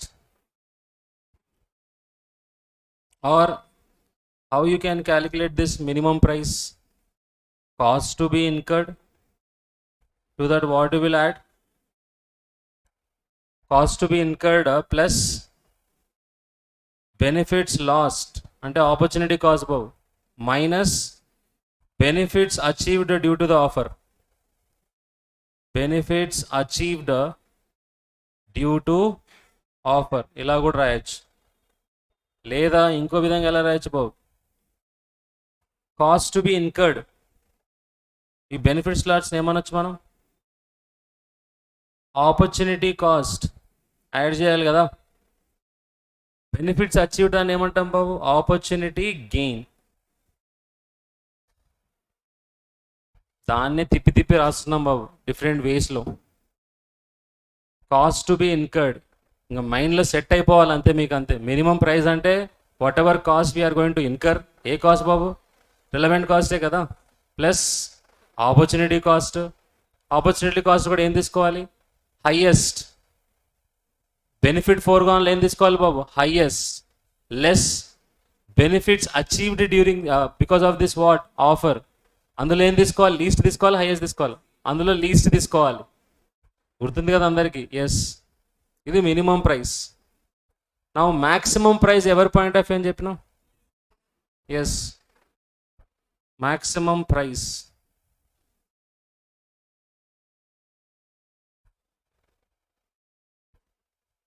Maximum price, buyer point of view. Buyer point of view. Maximum price is always from whose point of view? Buyer point of view.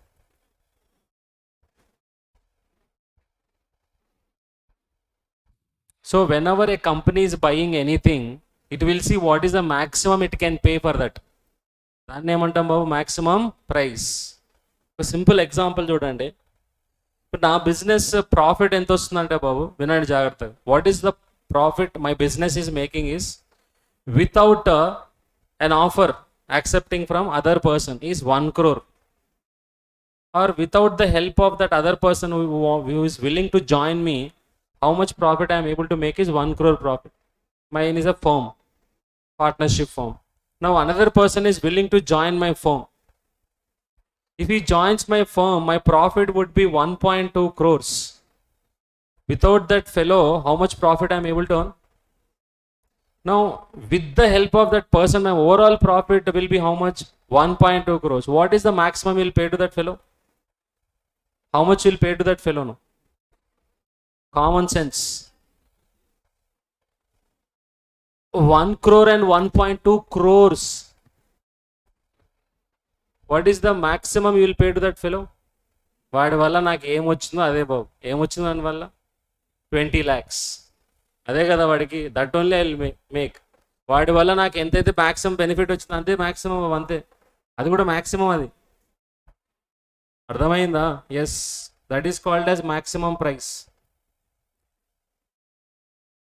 So profit without offer minus what? Profit with offer. Difference is only what? Maximum price. So first meaning, right, when the company is buying, when the company is buying anything, when the company is buying anything, it thinks of maximum price. It thinks of maximum price. It can pay for it.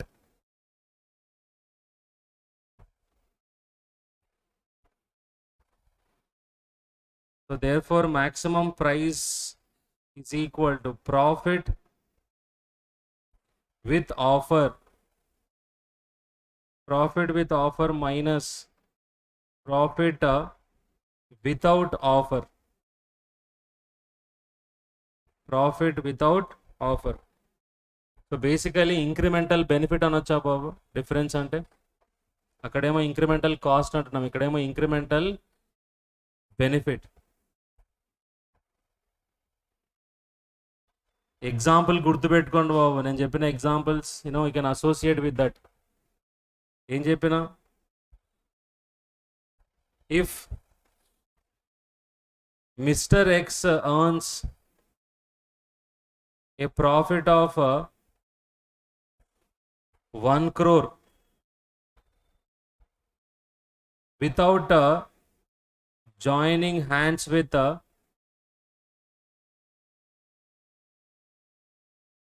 Mr. Y, and earns a profit of 1.5 crores with the help of Mr. Y, how much maximum price will offer? Just a simple example I have given. అంటే value addition ఎంత అవుతుందో మాత్రం మనం చూసుకోవాలి బాబు. ఆ offer వల్ల మనకి value addition ఎంత అవుతుంది, అది కూడా మ్యాక్సిమం అంతవరకు ఇవ్వాలి. ఇప్పుడు వాడు మనం 50 lakhs వాడికి ఇచ్చేస్తే మనకి ఏమైనా బెనిఫిట్ ఉందా? But that is a ceiling limit or not? Maximum అంత. అందుకే దానికి మ్యాక్సిమం అనే వర్డ్ పెట్టారు. మ్యాక్సిమం అంటే సీలింగ్ లిమిట్ బాబు. మినిమం అంటే ఫ్లోరు. మినిమం అంటే ఫ్లోరు, మ్యాక్సిమం అంటే సీలింగ్. ఎప్పుడు నెగోసియేషన్ ఈ రెండింటి మధ్యలో జరుగుతాయి బాబు, minimum and maximum. If Mr. X earns a profit of 1 crore without joining hands with what? Or without an offer. With offer he is earning how much? 1.5 crore. Then what is the maximum price for that offer? 50 lakhs. Then maximum price that can be offered is 0.5 crores. Is 0.5 crores. So tell me quickly what we covered. ఏం cover చేసినామో ఇప్పటిదాకా చెప్పండి. First, what are the conditions for applying what? Relevant costing. One time offer. ఇంకా customer ఏమైంది బాబు, customized order అయితే మళ్ళీ వెనక్కి వెళ్ళిపోయింది వాడు బ్యాంక్రప్ట్ అవ్వడం వల్ల. తర్వాత accumulated inventory, surplus capacity. These are the conditions for applying what? Relevant costing. Then after that, what we covered, what are the 3 different approaches for evaluation of decisions? What is the first one? Total approach. Second one, incremental approach. Third one, relevant costing approach. Under relevant costing approach, how do we calculate net relevant cost? Only which costs are considered? Should you manually eliminate irrelevant cost, or automatically they will get eliminated? Manually we need to eliminate what? Irrelevant costs. What are irrelevant costs? Irrelevant costs are those costs which remain what? Same in all the options. Yes or no? So it generally, what are irrelevant? Sunk cost is irrelevant. Committed fixed costs are, unavoidable fixed costs are what? Irrelevant. What is relevant cost? Those future costs which change from what? One option to another option, which vary from one option to another option, which will influence the decision, which where the cost is changed from one option to another option, is called as what? Relevant cost. Generally, relevant cost includes what? Variable costs, avoidable fixed costs, and what? Opportunity costs.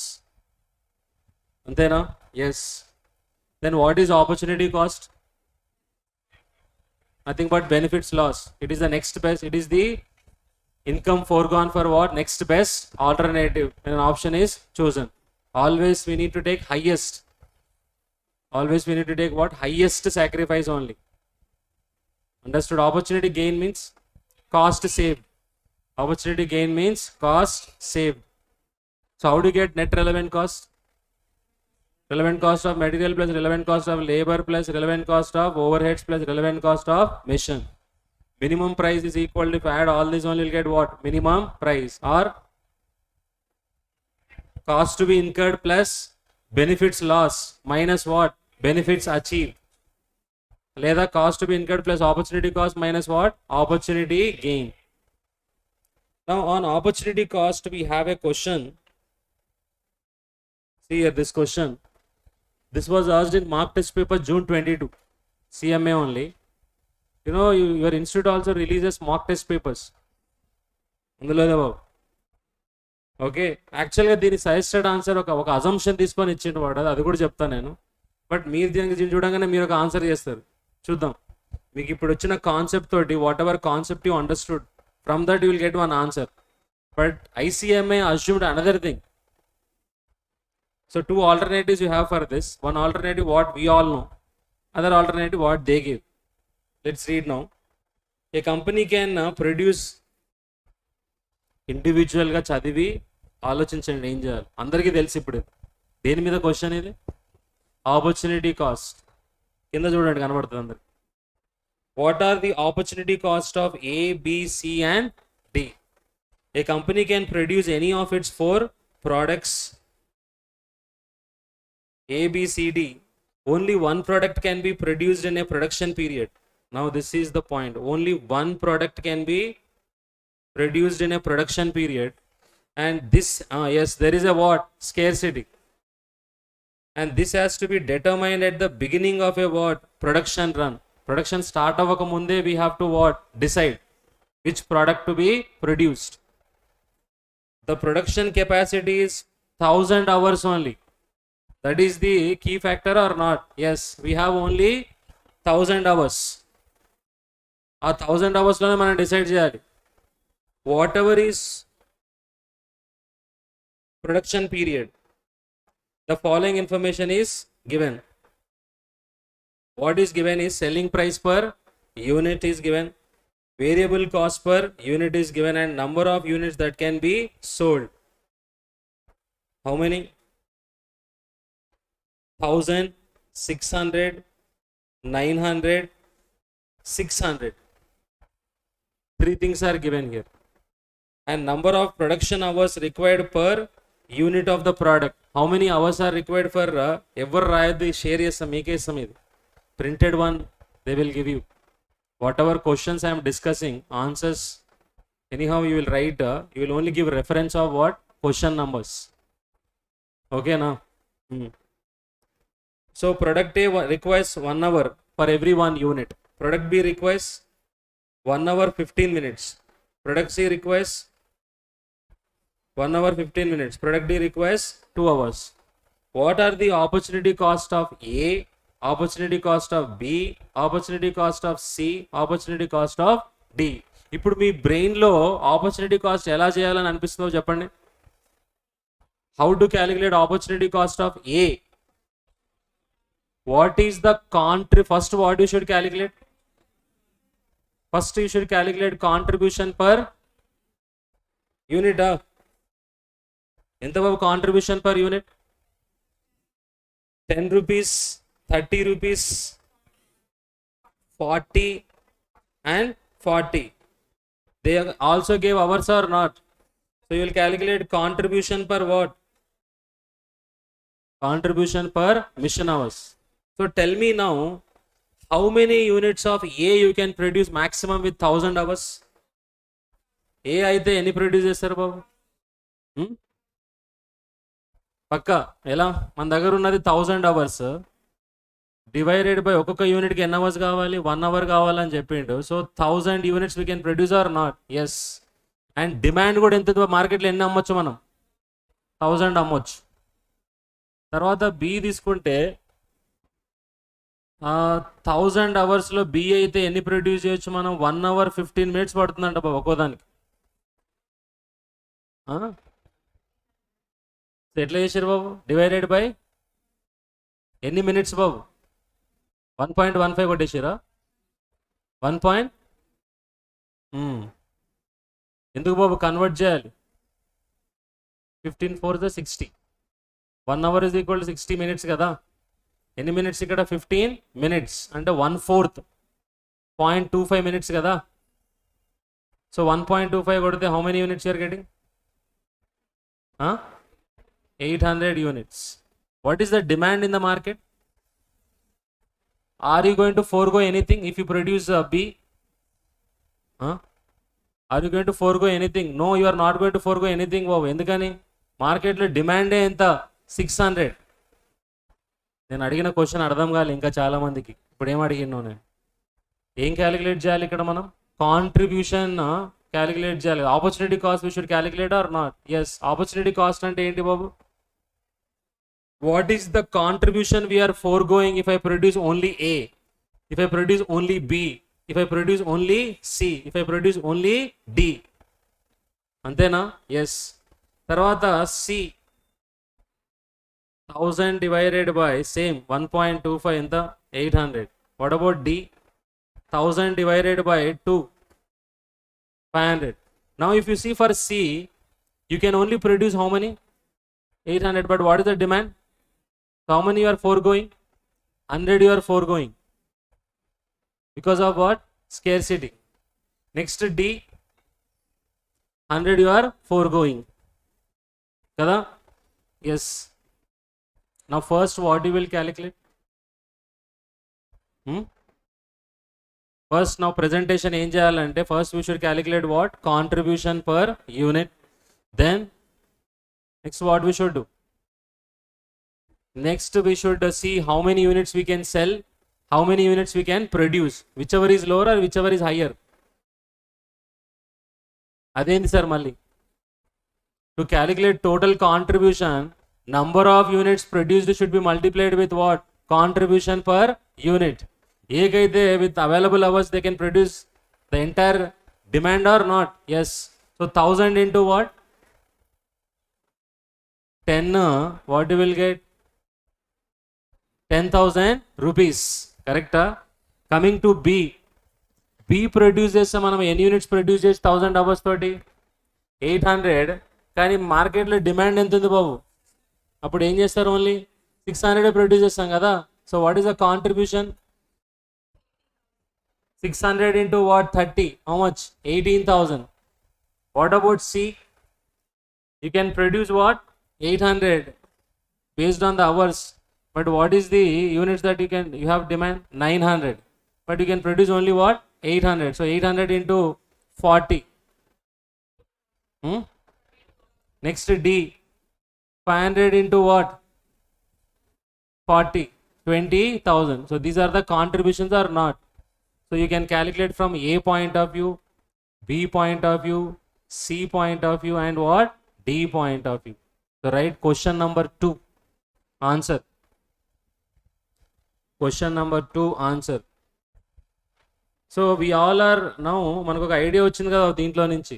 అయితే ఐసీఎంఏ ఏం present చేసింది తెలుసా దీనికి? చెప్తా రాసిన తర్వాత. They presented as nil opportunity cost. They presented as what? Nil. ఉందా ఇది న్యూ మెటీరియల్లో? న్యూ మెటీరియల్ అది? Yes, new material. They presented opportunity. మనం ఇప్పుడు జనరల్గా ఏం చేస్తాం, ఏ పాయింట్ ఆఫ్ వ్యూ అంటే మిగతా వాటిలో హైయెస్ట్ తీసుకుంటాం కదా, but they took it as nil. ఏం అజంప్షన్ తీసుకున్నాడో తెలుసా? అసలు సంబంధమే లేదు ఏబిసిడి కానీ. ఇక్కడ మనం తీసుకున్న అజంప్షన్ ఏంటి? They can only produce one product or not. Yes, what is assumption he took is there is no correlation between what? These products. When there will be an opportunity cost?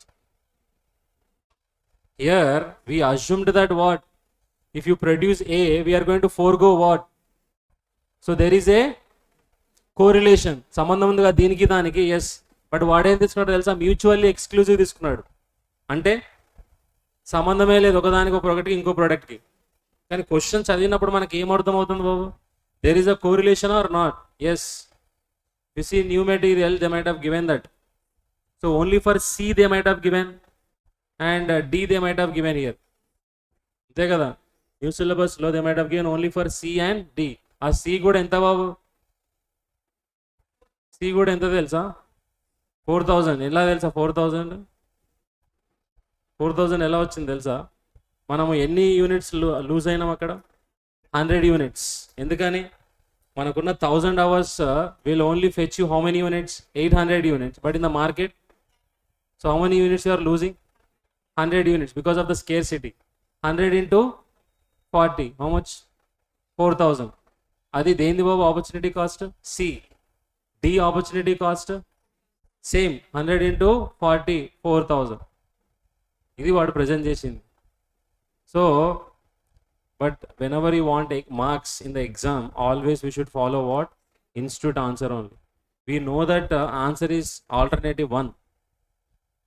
But sometimes we have to just follow the assumption of what? This is not an error. This is only change in what? Assumption. What assumption he has taken? There is no correlation between what? Any of the product.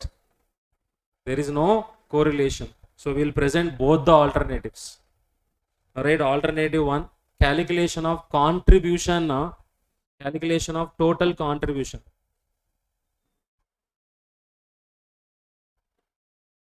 Question number 2.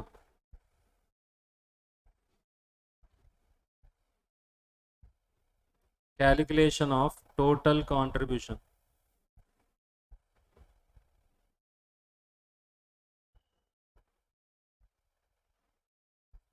Particulars ఏమేమి తీసుకోవాలి బాబు ఇక్కడ?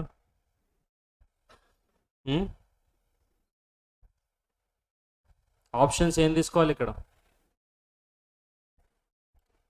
ABCD.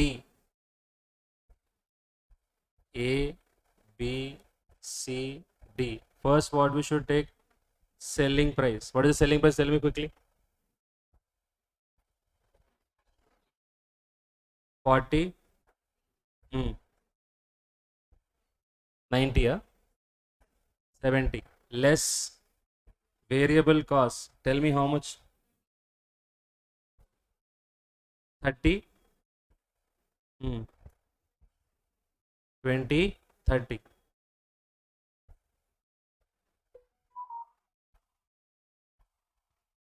Contribution per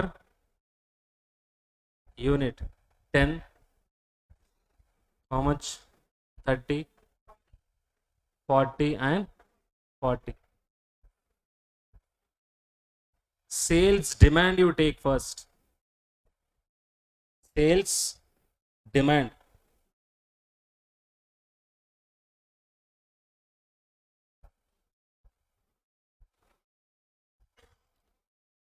What is the sales demand given there? 1000, 600, 900 and 600. This is what given in the question. Now earlier I have shown you no calculation. Edu చూపించిన కదా బాబు, ఏంటది? How many units I can produce with the available hours? 1000 hours తోటి. అది రాయండి. Number of units that can be produced or feasible production కూడా అనొచ్చు. Production quantity possible. Production quantity possible. First తీసుకున్నది ఏంటి బాబు? అది sales demand given in the question. ఇప్పుడు ఏంటి మనం చేస్తుంది? Production quantity possible. ఎలా? 1000 hours divided by 1 hour కొడితే 1000 units. Next 1000 hours divided by 1.25 hours if you take, then you'll get 800. Same here, 800 here. 1000 divided by 2 hours, you'll get what? 500. So we should take now lower of the above. Lower of the above. What is lower of the above? Maximum production. What is the lower of the above here? 1000, 600, 800, 500.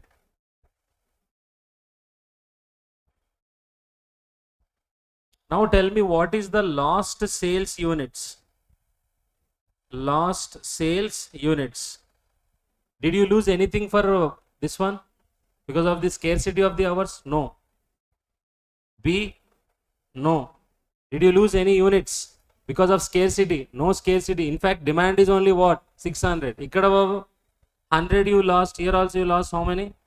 100. Antena? Yes. Now total contribution. Total contribution. So tell me, what is the contribution here? How many units maximum production possible? 1000. 1000 into 10 enta babu? 10,000 rupees. Second daniki 18,000. ఎలా వచ్చింది బాబు? 18,000 ఇక్కడ. 600 into contribution per unit ఎంత వచ్చింది? 30. ఇక్కడ 800 900. 800 into 40 ఎంత? 32,000. ఇక్కడ ఎంత వచ్చింది బాబు? 500 into 40, 20,000. This is the total contribution.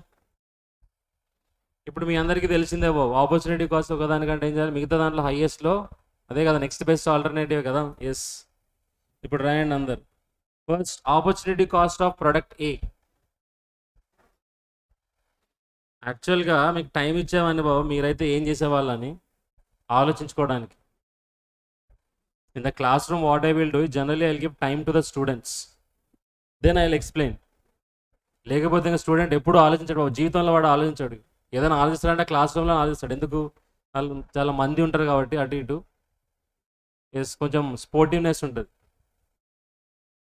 When people are around you always will have that what? Sportiveness. మనిషి బై అంటే ఇన్నర్గా ఉంటుంది అనమాట అది always. When people are surrounding you always you try to what? Dominate others.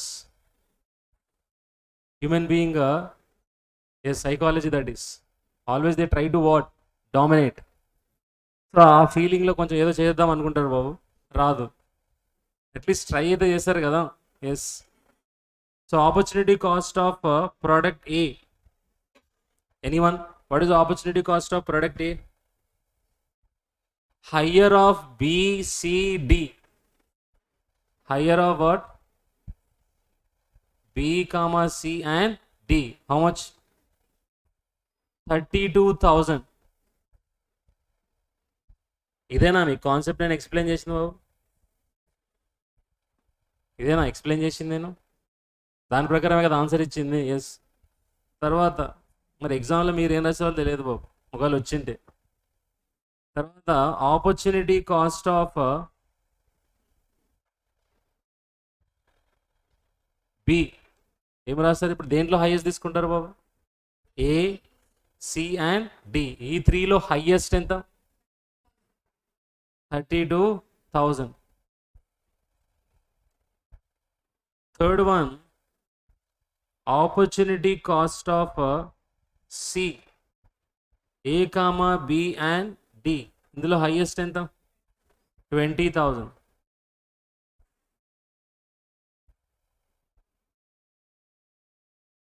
Fourth one, opportunity cost of D.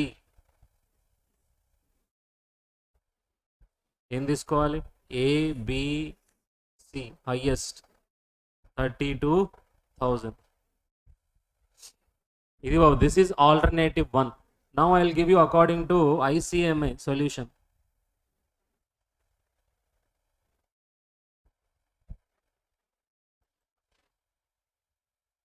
ICMAI solution.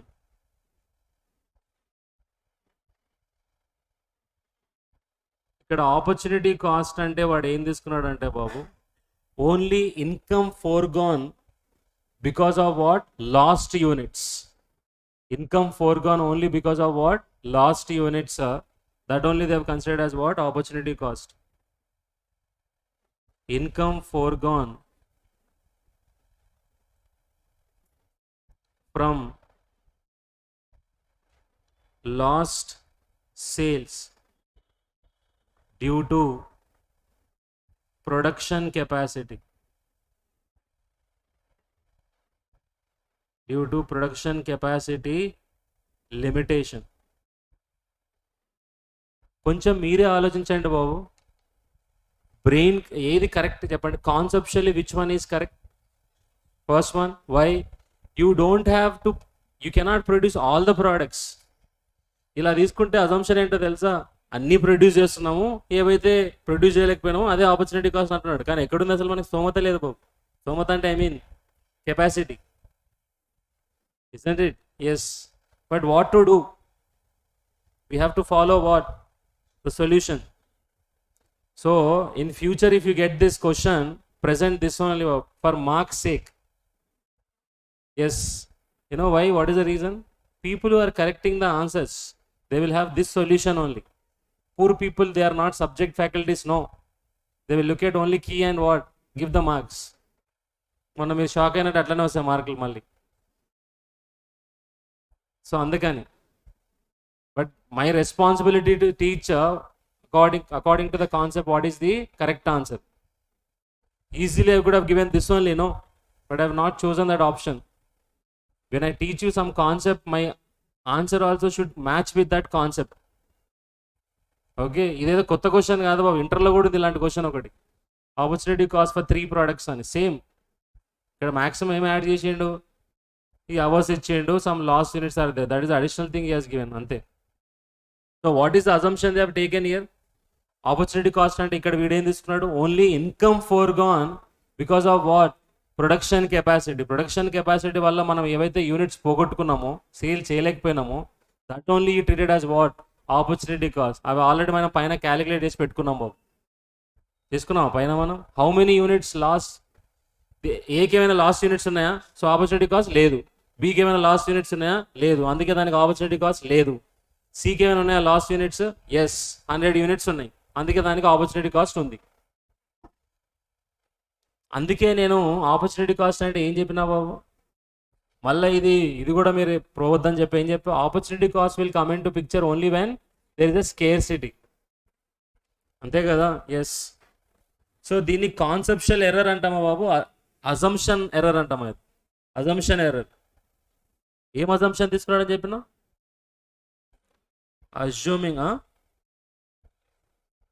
Assuming what? No comparison between the products. అంటే every product is treated as what? Individual. సంబంధమే లేదని బాబు. Assuming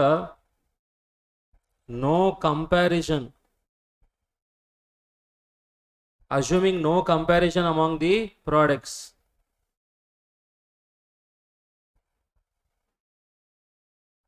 అంటే ప్రతి ప్రోడక్ట్ని ఒక individual product లానే treat చేసిండు వాడు, అంతే.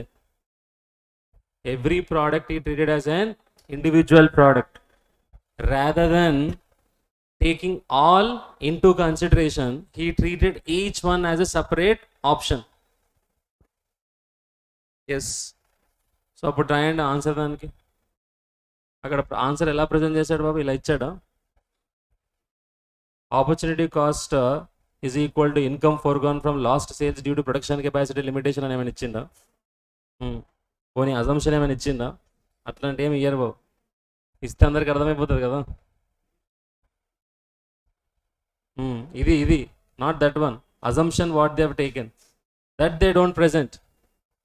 Yes. Now opportunity cost of product A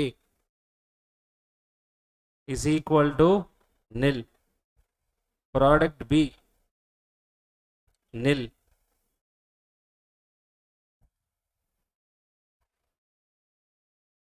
Product C, how many units? 100 into 40, 4000. Product D 100 into 40, 4000. కింద రాస్తే మంచిగా బోల్డ్ కనబడుతుంది, ఇక్కడ రాస్తే మధ్యలో రాస్తే కనపడట్లేదు. What could be the reason? Screen పాడైపోయింది అన్నమాట.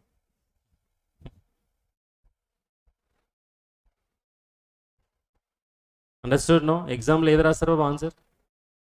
ఎప్పుడు ఈ దాని క్వశ్చన్ వస్తేనే. Right, done. Let's see question number 3 ఏమైనా ఉందేమో చూద్దాం. No, for this you should have knowledge of relevant cost of material. Yes, మన ఎగ్జామ్లో అడిగింది ఈ క్వశ్చన్. ఎన్ని మార్క్స్కి తెలుసా? 10 మార్క్స్. మీ దగ్గర ఉందా మొన్న ఎగ్జామ్ క్వశ్చన్? ఓకే ఓకే, అదే. సో చేద్దాం అది. దానికంటే ముందు కాన్సెప్ట్ చెప్తా ఫటాఫట్. ఇప్పుడు నేను యాక్చువల్గా అయితే బాబు classroom regular batch, each one I will explain with an example. ఇప్పుడు నేను సమ్మరీ ఇవ్వబోతున్నా, కొంచెం జాగ్రత్తగా వినండి. అందరికీ ఐడియా ఉందా రెలవెంట్ కాస్టింగ్? కొత్తగా వాళ్ళకి కూడా చాలా ఈజీగా అర్థమైపోతుంది, ఎందుకంటే మళ్ళీ ఎగ్జాంపుల్ తీసుకొని చెప్తా కాబట్టి. Okay, now right relevant cost of material. Earlier I gave you relevant cost sheet, no, how to calculate minimum price. So how to calculate relevant cost of material? Relevant cost of material. So దీనికి కొన్ని assumptions, ఒక situation assume చేసుకోవాలి బాబు, ఇది అర్థం చేసుకోవాలంటే. What is relevant cost of material? నా దగ్గర inventory ఉంది, రా మెటీరియల్ ఉంది. ఒక ఆఫర్కి ఈ రా మెటీరియల్ కావాలి. ఓకే, ఒకవేళ నా దగ్గర లేకపోతే దానికి రిలవెంట్ కాస్ట్ ఏంటి? నా దగ్గర ఆల్రెడీ ఉంటే ఆల్రెడీ ఉంది, రెగ్యులర్ యూసేజ్లో లేదు, రెగ్యులర్ యూసేజ్లో ఉంది, అప్పుడు నేను రిలవెంట్ కాస్ట్ ఏం తీసుకోవాలి? ఓకే, మీరే చెప్తారు ఆన్సర్, అంతా జాగ్రత్తగా ఆలోచించండి. Now I have a material, obsolete material, already discuss కూడా చేసిన దీని గురించి. అబ్సొలేట్ మెటీరియల్, దీని కాస్ట్ 1000 రూపీస్ బాబు. దీని కాస్ట్ ఎంత? 1000 రూపీస్. దీన్ని అసలు మీరు ప్రొడక్షన్లో యూజ్ చేయట్లేదు, నాన్ మూవింగ్ స్టాక్ ఇది. ఓకే, దీంతో మీకు ఆప్షన్ నెంబర్ 1 ఏం చేయొచ్చు అంటే దీన్ని మార్కెట్లో అమ్మేయచ్చు. ఏం చేస్తాడు అని అట్లనే పెట్టుకుంటారా? అమ్మేస్తారు కదా. Yes, realisable value of this, realisable value ఎంత వస్తుంది అంటే బాబు 250 రూపీస్ వస్తుంది దీన్ని అమ్మేస్తే మార్కెట్లో. ఇప్పుడు ఈ మెటీరియల్ని వేరే ఆఫర్కి వాడితే, if you use this material for what? An offer, whatever you got. Okay, what you are going to lose? If you use this obsolete material for an offer, you got an offer. For this offer, you are going to use this obsolete material. What you are going to lose? If offer was not there, what you would have done? You will sell at what? 250 rupees. Nothing is better than something is better than nothing. No. If you don't sell, ultimately you are going to realize nothing. Do you think 10,000 rupees are you going to get? No. But with offer, you can utilize for that offer this material. Are you getting? Then what is the relevant cost? 250 rupees. Then A word తో పిలుస్తాం మనం? With what name we'll call this as? అరే opportunity cost యార్, this one. Benefits loss, no, this is Had I not used for the offer, how much benefit I would have lost? How much benefit I would have lost? Huh? 250 rupees, no? Yes or no? Yes. 250 rupees would have lost. ఇదొక option. మళ్ళీ ఇంకొక option add చేస్తున్నా, జాగ్రత్త చూడండి. Option number 2. ఇదే మెటీరియల్ని కొంచెం modify చేసి ఈ ఆఫర్కి వాడాలి బాబు, లేదా వేరే దానికి ఒక సబ్స్టిట్యూట్ లాగా వాడొచ్చు దీన్ని. Same material you could have used as what? Substitute for other product. Okay, yes. Same raw material which is used as substitute మార్కెట్లో కొంటే అదే material, what is the purchase cost? Is 1250. If you buy the same material which you are using for what? To make a product.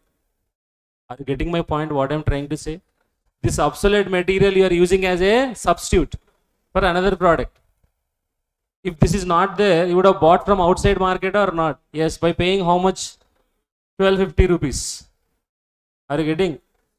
So now tell me, if you use this material for this offer now, what is your opportunity cost?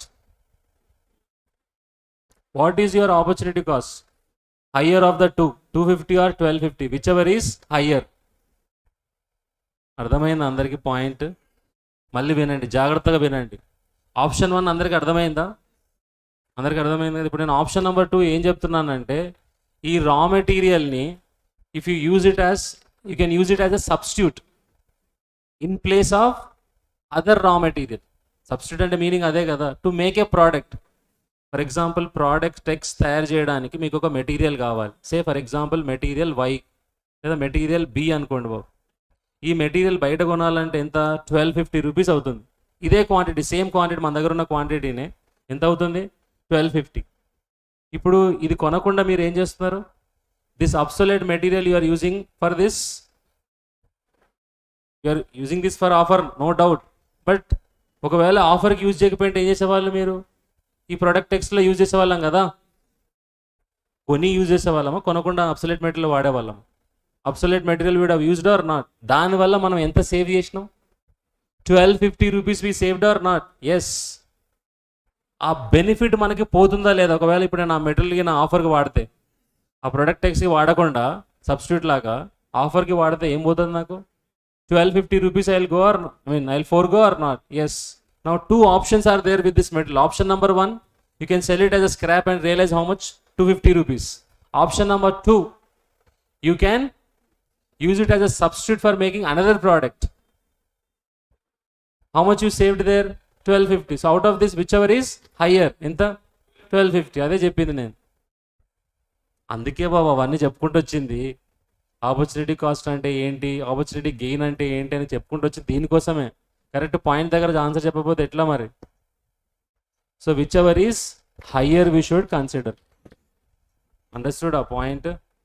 Yes. ఏంటది? Yes, ఒక chart లానే present చేస్తారు, డైరెక్ట్గా చూడండి. So whatever material you want for an offer, 2 options ఉంటాయి కదా మన దగ్గర. ఏంటది?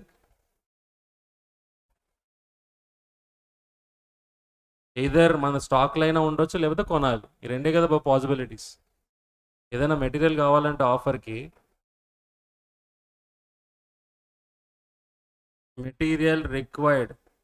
C with the question also you can easily understand. ఇక్కడ చార్ట్ దగ్గర అండర్స్టాండ్ చేసుకోవడానికి ట్రై చేయండి. Material required for an offer, material required for an offer. Either you have to purchase from what? Outside market, or it could be in what? Stock. In stock. Or to be purchased. 2 options వస్తాయి. Either మన దగ్గర లేకపోతే ఏం చేయాలి? Purchase చేయాలి. మన దగ్గర ఉంటే ఏంటి అది మళ్ళీ డిస్కస్ చేద్దాం. If you have to be purchase, then what is the relevant cost? ఏదైతే పర్చేస్ ప్రైస్ ఉంటుందో కదా, అదే కదా మనం స్పెండ్ చేయాల్సింది. The purchase cost is only what? Relevant cost.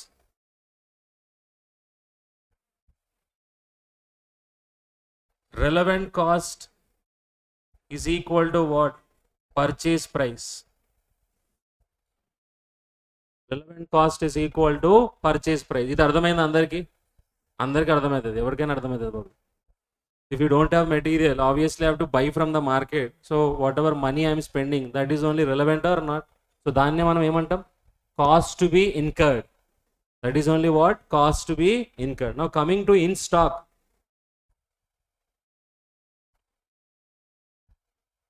Not in regular use. Not in regular use. Regular use. Not in regular use అని అనొచ్చు, లేదా నాన్ మూవింగ్ అనే వర్డ్ కూడా వాడతాడు బాబు క్వశ్చన్స్లో. Word non moving. సార్ నిజంగా ప్రాక్టికల్లో జరుగుతుందా sir? Yes.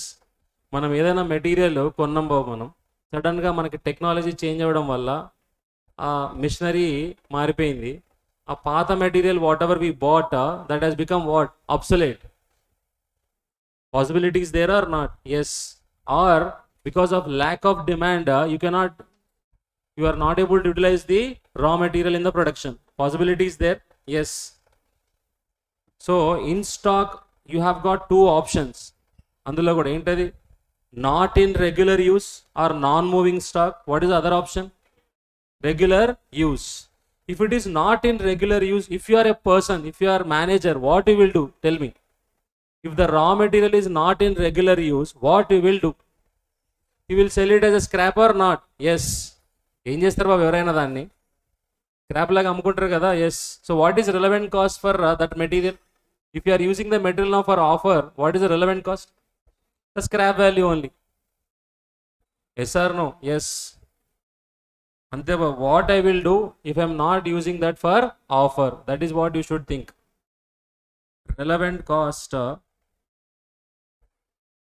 relevant cost is equal to scrap value అనొచ్చు, లేదా రియలైజబుల్ వాల్యూ అని కూడా అనొచ్చు. Scrap value or realisable value. ఏది రిలవెంట్ బాబు? Only scrap value or realisable value? Cost is relevant కాస్టా? No, cost is a sunk cost. ఈ obsolete మెటల్కి కాస్ట్ కొంటారుగా, కొనరా బాబు? సో కాస్ట్ అనేది ఏమంటాం దాన్ని? sunk cost antam. It is not going to play any role. What is relevant? Only realizable value is what? Relevant. Deniki? A stock which is there already in stock and not in what? Regular use. Understood? No? Yes. Regular use ante meaning enti babu? What is the meaning of regular use? Yes. In our daily production we are using this what? Raw material. Okay, if I use this raw material for what? Offer. అప్పుడు నేను ఏం చేయాలి బాబు? ఇక్కడ ఉన్న production fill చేయడానికి మళ్ళీ ఏం చేయాలి? మళ్ళీ కొత్తది కొనాలి, రీప్లేస్ చేయాలి కదా. So what would be the relevant cost? Purchase కాస్టా? ప్లస్ ఇంకోటి ఏంటి? అదొక్కటేనా, ఇంకేమైనా ఉందా బాబు? Opportunity cost will be there. ఎందుకు బాబు? If it is in regular use, if I'm using that raw material for what? Offer. Already raw material ఇంకో ప్రోడక్ట్లు యూజ్ చేస్తుంటారు కదా. ఎస్. అక్కడికి నుంచి తీసేస్తే ఆ ప్రోడక్ట్ ప్రొడ్యూస్ చేయలేం కదా. దానివల్ల ఏమవుతుంది? We'll lose contribution or not? Yes. Yes or no? Yes. దానివల్ల కాంట్రిబ్యూషన్ పోతుంది. ప్లస్ మళ్ళీ దాన్ని ఫిల్ చేయడానికి ఏం చేయాలి? మళ్ళీ పర్చేజ్ చేయాలి. So what is the relevant cost of raw material which is in regular use? Cost to be incurred plus what? Benefits lost. Cost to be incurred plus benefits lost. So regular use దానికి relevant cost is. అలా ఆలోచించండి బాబు. ఒకవేళ నేను replace చేస్తే, I mean అక్కడ utilise అయ్యేదాన్ని తీసుకొచ్చి వేరే దానికి వాడితే నేను ఏం చేయాలి? దానికి మళ్ళీ కొత్తగా కొనుక్కోవాలి కదా. So what is the relevant cost? The purchase cost. What is the relevant cost? The purchase cost. Relevant cost is equal to purchase cost. I have to fill that with what? Same raw material by purchasing in the what open market. అంతేనా? Contribution loss అని చెప్పాను కదా ఇప్పుడే. Yes, purchase cost do you think will include even this also? ఇక్కడ వినండి, practical, అందుకే practical example always I give. Now product X requires 2 kgs of raw material. 2 kgs of raw material. Product X selling price 50 rupees. Okay, how many kgs of raw material is required? 2 kgs. Now what is the contribution per kg? 50 divided by 2, 25 rupees per kg. ఇప్పుడు ఇక్కడ 1 యూనిట్కి అయితే raw material కావాలి. If I use this for offer, అప్పుడు ఏమవుతుంది బాబు? I lose this contribution or not? How much I lose? 25 plus again have to purchase in the market by spending amount for this 2 kgs or not? అప్పుడు ఏంటి relevant బాబు? ఆ purchase cost అంటే ఆ 2 kgs amount plus what? Contribution. Basically what is that? Selling price only. So what I should consider is purchase cost plus what? ఇంకేం add చేయాలి బాబు? Contribution last.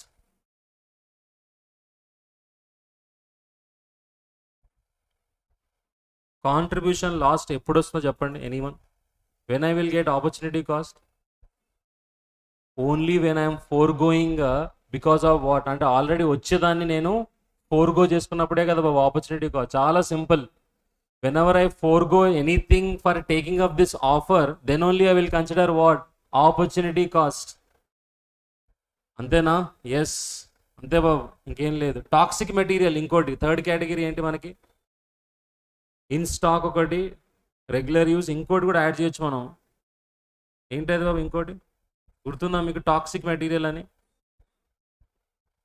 Toxic material,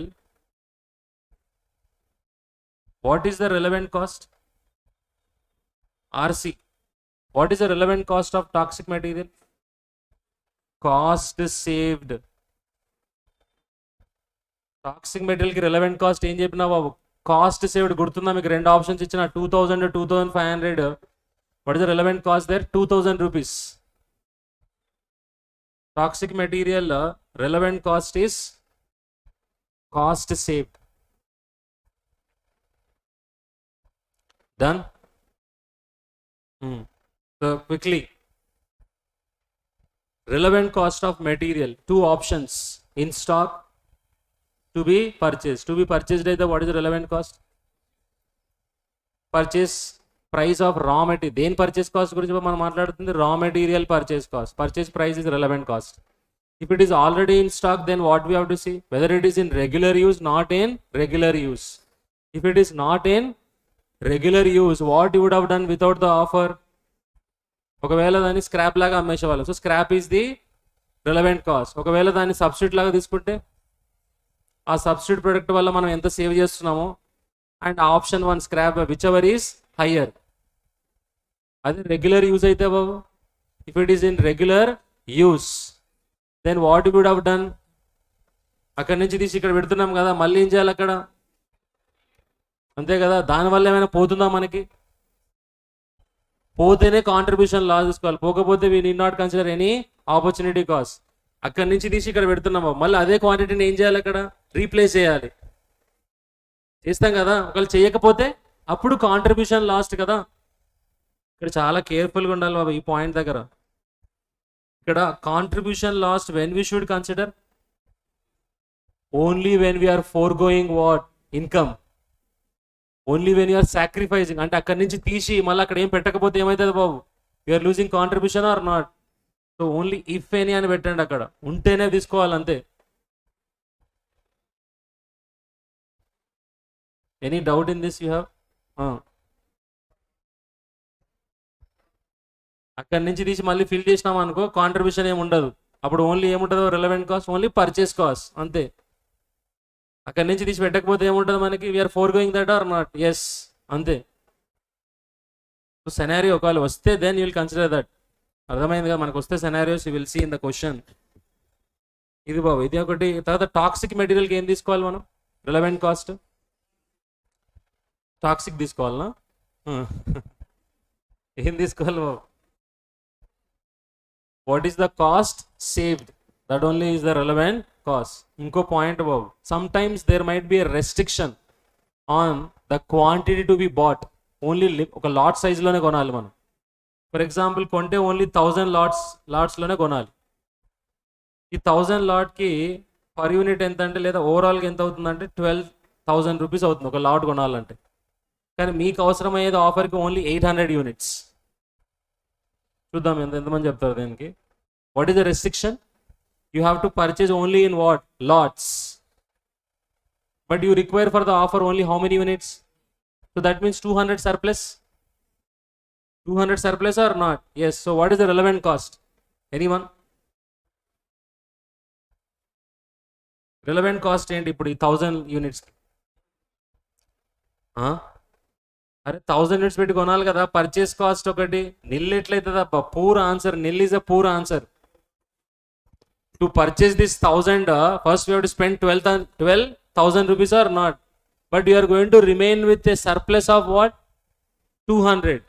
If you are not going to use the 200 after the offer, అప్పుడు దానికి ఏం తీసుకోవాలి బాబు? Resale value.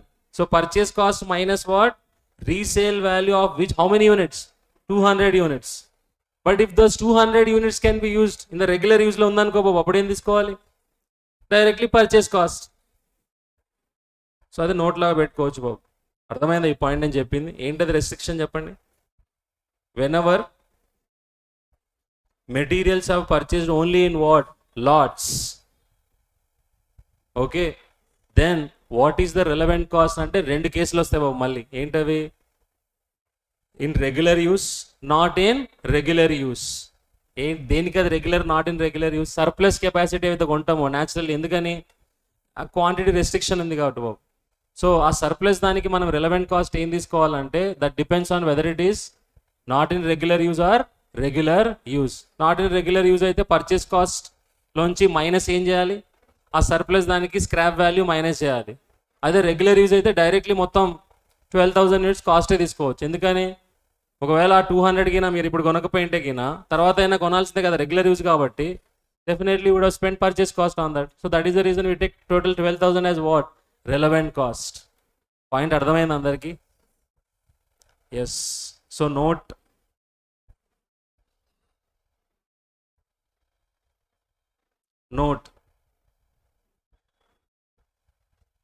if raw material to be purchased, in definite lot size, if raw material to be purchased in definite lot size, then the relevant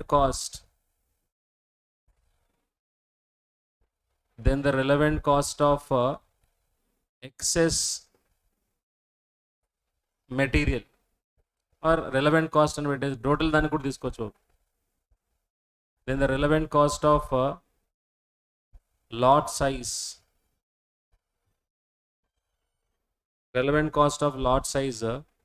depends on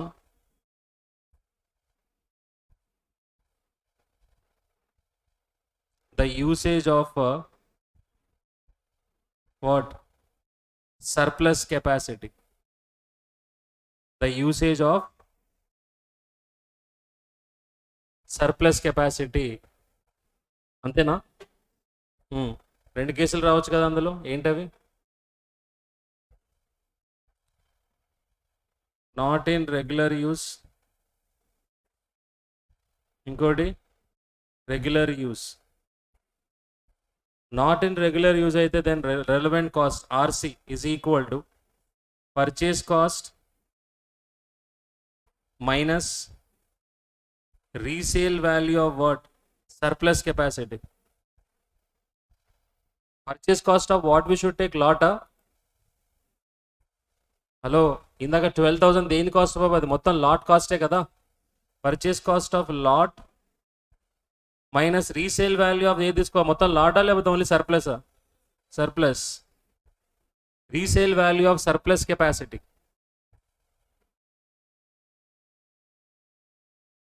That surplus capacity treatment, if it is in regular use, entire raw material only is in regular use. Even if you purchase excess also, because it is being used regularly. If you are falling short of anything, definitely you will purchase outside only, no? Yes. So even for the 200 also, what is the relevant cost? Purchase cost is only what? Relevant cost. For this, the relevant cost is equal to purchase cost. You will not deduct any scrap value.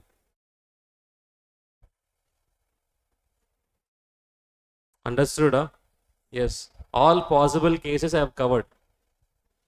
Okay. Now if you see the question, easily will answer. Got it? So now it is 1 till 2 you'll have break. After the break, we'll do problems on this relevant cost of material. Then labor. Then overheads. Labor overheads you will not have separate problem. Mixed problem will have. That we'll do one problem. 2-3 problems we'll do. After that, we'll wind up relevant costing. Yes. Are you writing now, everyone? Yes. Anyhow, we'll share the notes, but to concentrate, it is better to write.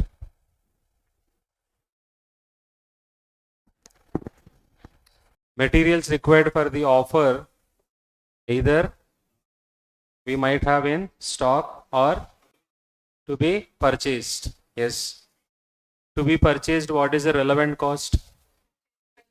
Purchase price. And in stock, what we have to see? Whether it is in regular use or not in regular use. If it is not in regular use, the benefits lost. Simple. If it is not in regular use, shortcut anamata.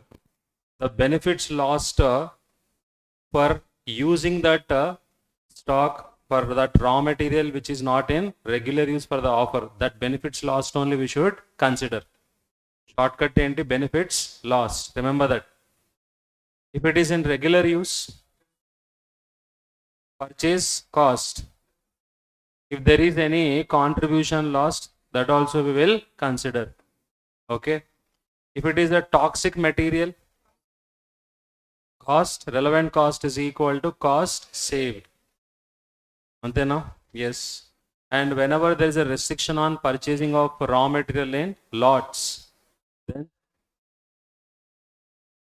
purchase cost minus scrap value of surplus if it is not in regular use, or you are not going to use after the offer. If you are going to use that, then we are going to consider purchase cost. Correct? Yes. So let us do problem now on that. Question number 3. This you will find in CMA material also. This particular question you will find in CMA material. So clearly written here, CMA material, mock test paper, June 2017. X Limited has been approached by a customer who would like a special job to be done for him and is willing to pay 22,000 rupees for it. So who has been approached here? X Limited has been approached. By whom? Customer. What is the offer price here? Offer price is equal to 22,000 rupees. This job would require the following materials. What are the materials required here is 4 categories of materials are required. A, B, C, D. Now A material, raw material A, total units required for this offer to make this job, how many quantity required here? 1000. And do you have that 1000 with you in stock? No. Already in stock is 0. So whatever 1000 is there now, what we have to do? Obviously we have to purchase from what? Outside market. Why? Because that is not in stock. So for that, what is the relevant cost you will consider? 3 things they have given: book value, realizable value, and replacement cost. So replacement cost is nothing but purchase cost. So what is the relevant cost is 6 rupees per unit. Next, material B.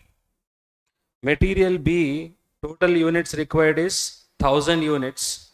Units already in stock is 600. And what is the book value of units in stock? 2 rupees. Book value is nothing but original purchase cost. Is it relevant or irrelevant? Irrelevant, because that is a sunk cost. Realizable value is 2.5. Replacement cost is 5 rupees. And see, note for material B. Material B is used regularly by X Limited. It is used by X Limited regularly. And if stock were required for this job, they would need to be replaced to meet what? Other production demand. ఒకవేళ ఇందులోంచి use చేసినాం అనుకో, obviously మనం ఏం చేయాలి? Replace చేయాలి. ఇప్పుడు మనకు కావాల్సిన 1000 యూనిట్స్లో ఆల్రెడీ స్టాక్లు ఎన్ని ఉన్నాయి మనకి? ఈ 600కి రిలవెంట్ కాస్ట్ ఏంటి? What is relevant cost? Purchase cost. What is that? 5 rupees. అంతేనా? మరి మిగతా 400కి దానికి కూడా ఏంటి? పర్చేస్ కాస్టే కదా. ఎస్. సో ఓవరాల్గా 1000 యూనిట్స్కి ఏం తీసుకోవాలి బాబు? 5 రూపీసే తీసుకోవాలి. ఎస్. నెక్స్ట్ మెటీరియల్ సి, దీనికి కూడా 1000 యూనిట్స్ కావాలి. And how many already are there in the stock here? 700 units are there. And C, with respect to material C and D are in stock as a result of previous excess purchase. Previous excess purchase. ఎక్కువ కొనడం వల్ల మన దగ్గర అలానే ఉండిపోయినాయి అన్నమాట. Okay. And they have restricted use. No other use could be found for material C. Material C, there is no use at all. So what is the relevant cost for material C? Realizable value. But material D could be used in another job as a substitute for what? 300 units of material which currently cost 5 rupees per unit, of which the company has no unit in stock at the moment. ఆ substitute మన దగ్గర లేదంట. So సికి అయితే relevant cost ఏంటి? Realisable value. How much? 2.5. దేనికి realisable value బాబు? 700కి. ఆల్రెడీ ఇన్ స్టాక్కి relevant cost is what? 2.5. మరి మిగతా 300 we have to purchase or not? దానికి relevant ఏంటి? Replacement cost 4 rupees per unit. Material D ఎంత కావాలి? 200 యూనిట్స్ కావాలి. ఉన్నాయి ఆల్రెడీ మన దగ్గర. ఎస్. అయితే దానికి ఒక పాయింట్ ఉంది ఇక్కడ. There is a point relating to that. Material D could be used in what? Another job as a substitute. For 300 units of material which currently costs what? 5 rupees per unit. The same 200 whatever you got, that can be used as a substitute. For how many units? 300 units ki 200 units substitute చేయొచ్చు అంట. ఒకవేళ ఇది మన దగ్గర లేకపోయింటే ఈ 200 units బయట కొనే వాళ్ళం కదా సబ్స్టిట్యూట్, ఎంత పడేది మనకి? 300 into 5 అంతేనా? 1500. అంతే కదా. మనం ఏం యూజ్ చేస్తున్నాం? ఈ 200 యూజ్ చేస్తున్నాం. అంతేనా? Yes. So what is the relevant cost for this? Of which the company has no unit in stock at the moment. So ఆ సబ్స్టిట్యూట్కి ఇది యూజ్ చేయొచ్చా? D. D is in regular use. It can be use for what? Another job. So ఒకవేళకి నాది లేకపోయింటే we would have spent how much? 1500. అంతేనా? లేకపోతే ఏం చేసేవాళ్ళు? డి స్క్రాప్ వాల్యూకి అమ్మేసేవాళ్ళ. ఎంతకు అమ్ముతారు scrap? 6 rupees per unit. So 6 rupees per unit into 200, how much? 1200. And what is the other option you have got with this? Voice వినపడుతుంది కదా అందరికి. ఇంకొక ఆప్షన్ ఏంటి? ఇంకోటి దీన్ని సబ్స్టిట్యూట్ లాగా యూజ్ చేయొచ్చు. సో ఆ సబ్స్టిట్యూట్ దీనివల్ల దీంతో రీప్లేస్ చేయడం వల్ల ఎంత సేవ్ అవుతుంది మనకి? How much we're saving there? 1500 we're saving. 1500 ఏనా everyone? Why 1500? Normally that substitute how much quantity we want? 300 we want. But this 200 units of D is only sufficient to, yes, 300. So ఎంత save అవుతున్నట్టు అక్కడ మనకి? బయట separate కొనట్లేదు కదా మళ్ళీ వాటిని. So 1500 save అవుతున్నట్టే కదా. సో 1500 ఆర్ ఇంకొక ఆల్టర్నేటివ్ ఏంటి, realisable value 1200, whichever is higher. అంతేనా? Yes. What are the relevant cost of material in deciding whether or not to accept the contract? Assume all other expense on the contract to be specifically incurred besides the relevant cost of material is 550 rupees. ఈ material కాకుండా apart from this material cost, what is the other relevant cost? 550 rupees which he only gave you. So for that relevant cost of material you should add this 550, then you'll get what? Total relevant cost. That should be compared with what? Offer price. What is the offer price? 22,000. If that is positive, then we should what? Accept. Otherwise we should not accept. ఇప్పుడు మీరు ఏం చేయాలంటే ఒక rough క్యాలిక్యులేషన్లో చెప్పాలి నాకు. What is the net relevant cost? First material చెప్పండి చాలు నాకు. ఇది అంతా మీ ముందే ఉంది చూడండి. For material what is the relevant cost you should tell me. Calculator చేయకండి, రఫ్ చేసుకోండి. Do it in rough paper and tell me.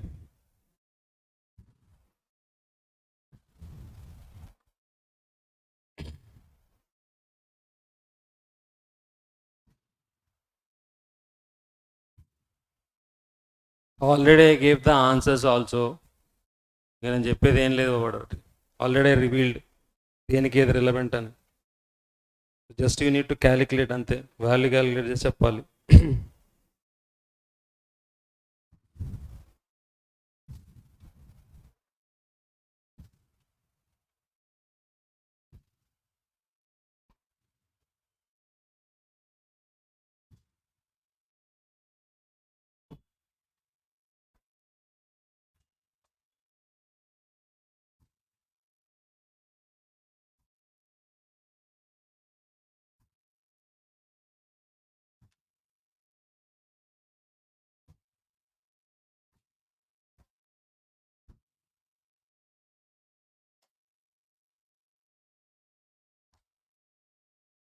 ఎంత వచ్చింది బాబు relevant cost of material? Total 16. అందరికి అదే వచ్చిందా 16,000? ఏం బాబు? అండ్ టోటల్ రిలవెంట్ కాస్ట్ ఎంత వస్తుంది? ఆ 16,000కి ఏం యాడ్ చేయాలి? 16,000 550 యాడ్ చేసిన తర్వాత 16,000. Okay. So that should be compared with 22,000. So positive వస్తుంది కదా. ఎస్. ఇప్పుడు దీని ప్రెజెంటేషన్ ఎలా చేయాలి బాబు మనం?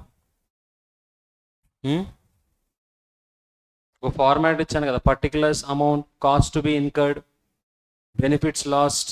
గుర్తుందా అందరికీ? ఎస్. అదే ఫార్మాట్లో ప్రజెంట్ చేయాలి. Right. Statement sowing question number 3. Statement sowing relevant cost of offer. Question number 3.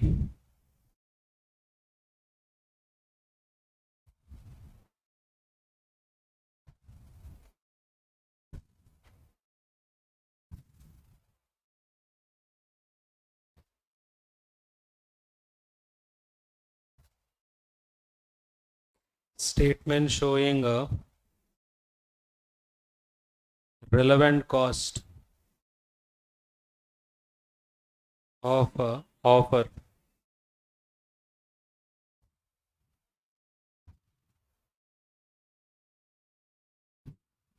Here you can take 4 columns while presenting particulars, in stock, to be purchased, in stock, to be purchased, and finally total. In this there are already in stock, some we have to purchase.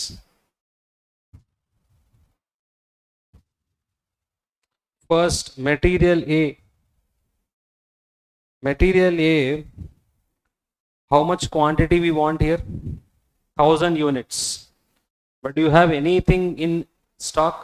Nothing. Nil. Everything has to be what? Purchased. So 1000 into, what is the relevant cost to be purchased? 6 rupees. So how much 6,000 rupees అంతేనా? So total ఎంత రెండింటి కలిపి 6,000. రెండంటే ఏంటి బాబు ఇక్కడ? Both means in stock what is the relevant cost, to be purchased what is the relevant cost. Next material B. Material regular use or not in regular use? సమస్య లేదు దానికి అసలు. ఎందుకు? రెగ్యులర్ యూజా నాట్ ఇన్ రెగ్యులర్ యూజ్ ఎప్పుడు చూడాలి? In stock అయినప్పుడు. That is not in stock, no. So what is relevant? To be purchase. Regular non regular ఎప్పుడు చూడాలి? స్టాక్లో ఉన్నప్పుడు. అంతేనా? Material B. Material B regular use or not in regular use? How much quantity we want? 1000 units we want. Out of that 600 is already in stock. And కింద ఒక point కూడా ఏం చెప్పింది చూడండి, material B use used what? Regularly. A గురించి ఏం చెప్పలేదు కానీ, బట్ బి గురించి specifically they have stated or not? What they have stated? It is used regularly. So regular use. How many are there in stock? 600. 600కి relevant cost ఏంటి? 600 into replacement cost only, no 5. How much? 3,000. Remaining 400 what we should do? Purchase. 400 into 5. How much? 2,000. So what is the total? 5,000. That is the relevant cost of material B. Next relevant cost of material C. What is the total quantity required? 1,000. Antena? Already how much we have in stock?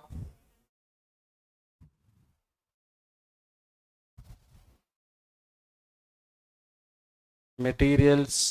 Regular use or not in regular use? No other use. Clearly given in the question only. Material C is not in what? Regular use. In fact, no other use అని చెప్పిండు. సిది no other use అనే దానికి ఏం తీసుకోవాలి? ఒకవేళ already స్టాక్లో ఉంటే. So 1000 కావాలి కదా మనకి, అందులో ఎంత ఉంది ఆల్రెడీ స్టాక్లో? దానికి ఎలాంటి యూజ్ లేదు. అప్పుడు ఏం తీసుకోవాలి? Relevant cost, realisable value. So 700 into realisable value ఎంత? 2.5. How much is that? realizable value 1750. But remaining 300 to be purchased, no. Which cost is relevant? Purchase cost is relevant. So 300 into what is the purchase cost? 4. 1200. So both if you add 2950.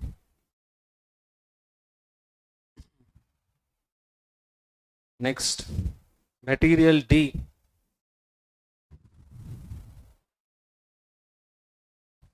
Material D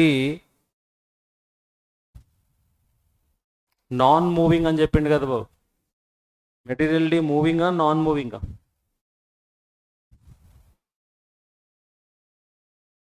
non moving, but that can be used as a substitute. Substitute use is there. Substitute use. దీనికి higher of 2 things we should consider. No use అంటే what you will do generally? No use means generally you will sell it as scrap. అంతే కదా? Yes. So no use ఎన్ని units అవి? So higher of number 1 scrap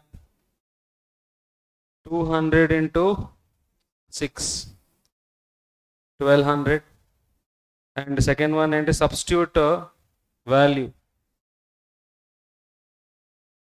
How many units you can substitute? 300 units you can substitute. అవే బయట కొనాలంటే ఆ 300 5 rupees పెట్టి కొనాలి.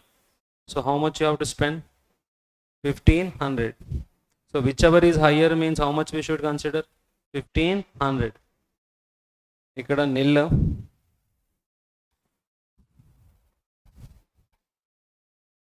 So ఎంత తీసుకోవాలి? ఇక్కడ పెట్టుకోండి 1500. అయిపోయిందా మొత్తం? Only relevant cost of what? Material we have taken. So what is the other relevant cost we should consider? Other relevant cost. How much given? 550. So net relevant cost. Net relevant cost. What is the net relevant cost? 16,000. And what is the offer price? Offer price is 22,000. So what is the net incremental benefit? Net incremental benefit is 6,000 rupees. So what is the conclusion? Should you accept this contract? Yes.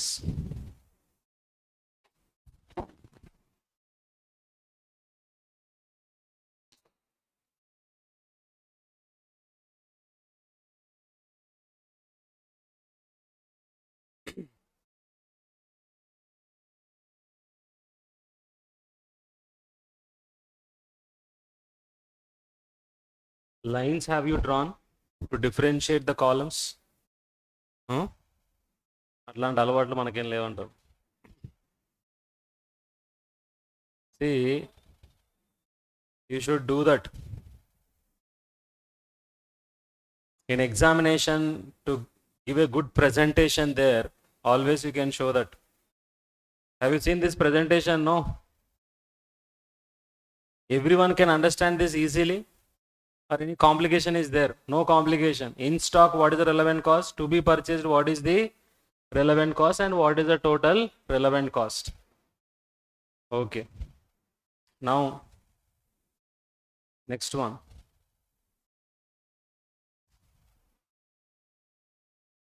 Katham. 3 points are never. So read this carefully.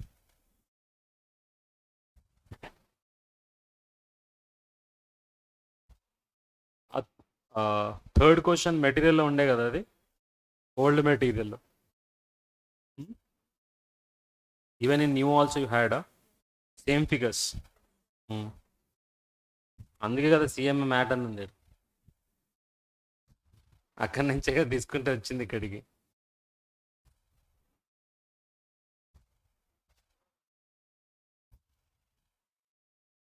Hello, have you return conclusion? ఇటీవల నేను రాస్తాం. As incremental net benefit is positive, as the incremental net benefit is positive,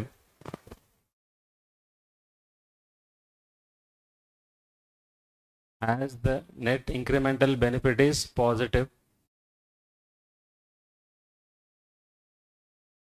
the contract should be accepted.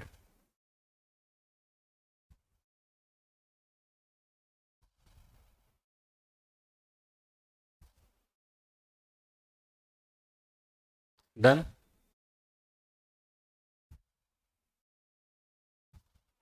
Now read that.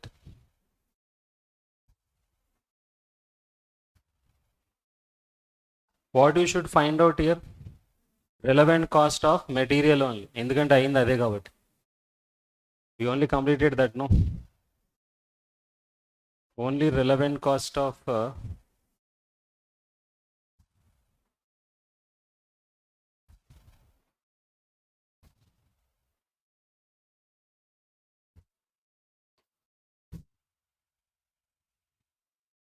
నా help లేకుండా చేసిర్రు అంటే మీరు మీకు విపరీతమైన కాన్ఫిడెన్స్ వస్తుంది.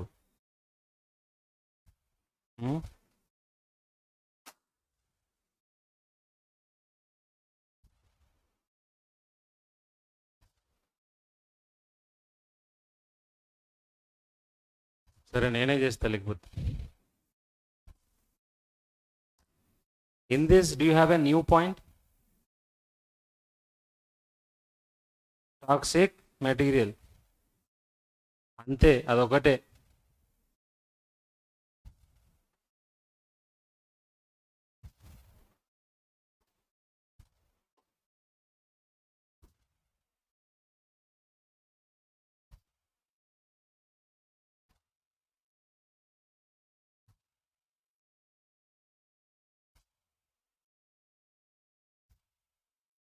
ఎగ్జామ్లో మీరు ఇంకోటి ఏం రాయాలంటే బాబు, book values are irrelevant because they are what sunk cost అని రాస్తే మంచి ఇంప్రెషన్ వస్తుంది మీరు ఎగ్జామ్లో. ఇప్పుడు అంటే మనం అంత రాయడానికి టైం లేదని రాయట్లేదు.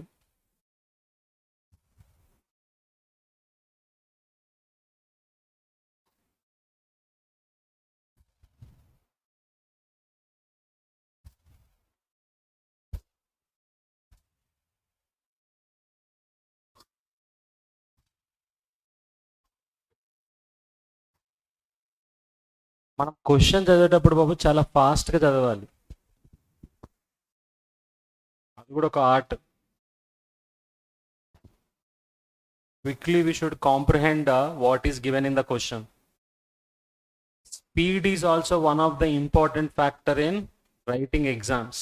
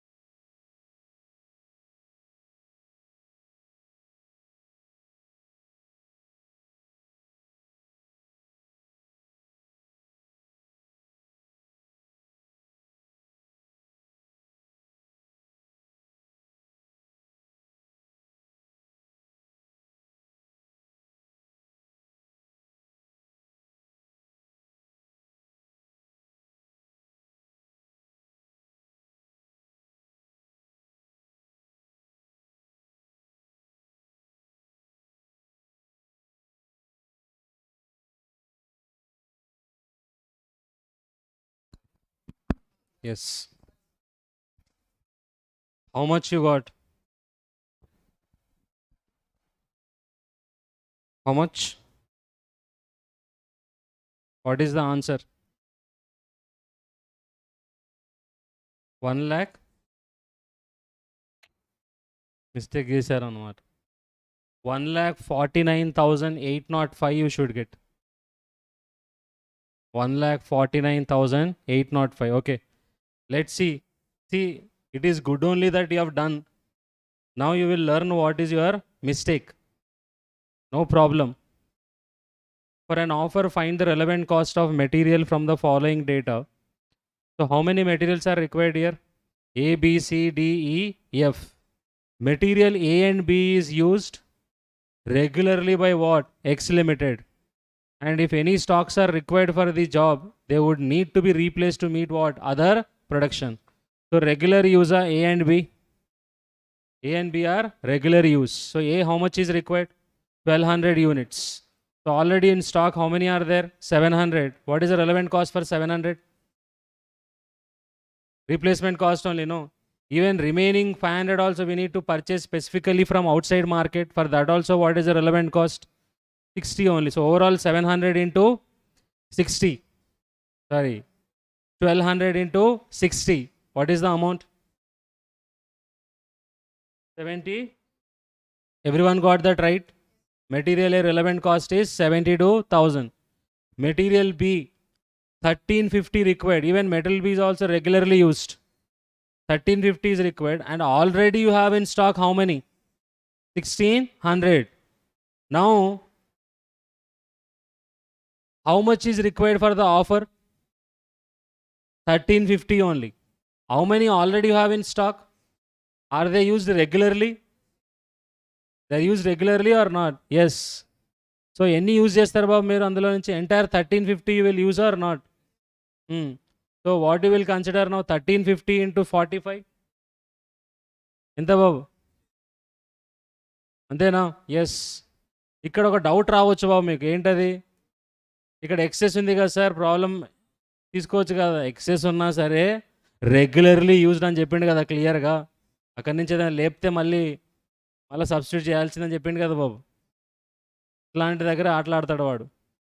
He will test our concept. So when it is regularly used, always we should consider what?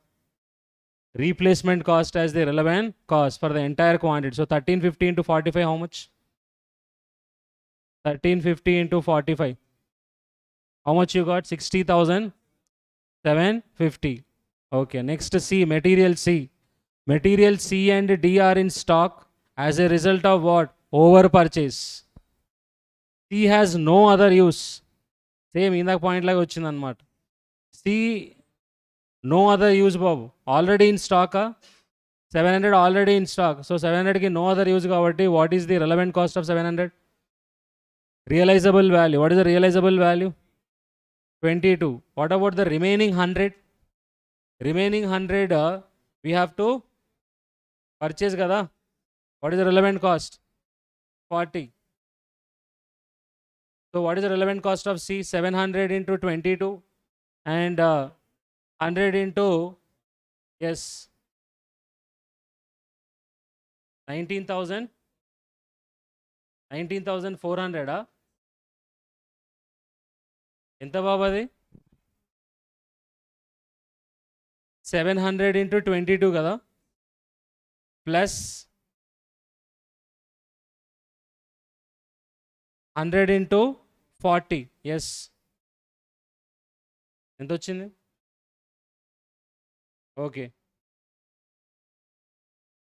Material D could be used on another job as substitute. Demand for what?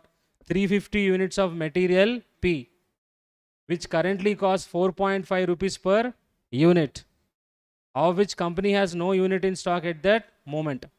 So 350 units you can substitute. No. D, does it have any other use? D, not in regular use, no. It can be used as only substitute. So not in regular use kabatti first relevant cost enti babu? Scrap value. 200 units kada kavalsi, అందులో 160 units కి ఏం తీసుకోవాలి? Scrap first. Option number 1 is scrap value 160 into 6. Option number 2, how much you can save if you use it as a substitute? 350 into 4.5. How much? 15? Adent vachindi 160 into 60. So whichever is higher means how much? 15? That is the relevant cost, no? For which one that is? 160 units ke kada. Mari migata 40 units ఏం చేయాలి? Purchase చేయాలి కదా. So what is the relevant cost? 40 into 19. How much? So total ఎంత బాబు? 2335. Correct? 2335 including this extra how many? 40. అందరి correct వచ్చిందా? Did you understand? Next, material E. Material E and F are toxic materials and was purchased for a separate contract, not accepted. వేరే contract కోసం కొన్నారంట బాబు. ఏవి? E and F. Both are toxic only. E and F. They are not in regular use, not in regular use. So both are purchased for another contract. It should be disposed of at a cost of 3,500 and 8,000 respectively, if not used in this contract. ఒకవేళ ఈ కాంట్రాక్ట్కి use చేయకపోతే, if you don't use this for this contract, then you should dispose of E at a cost of how much? 3,500.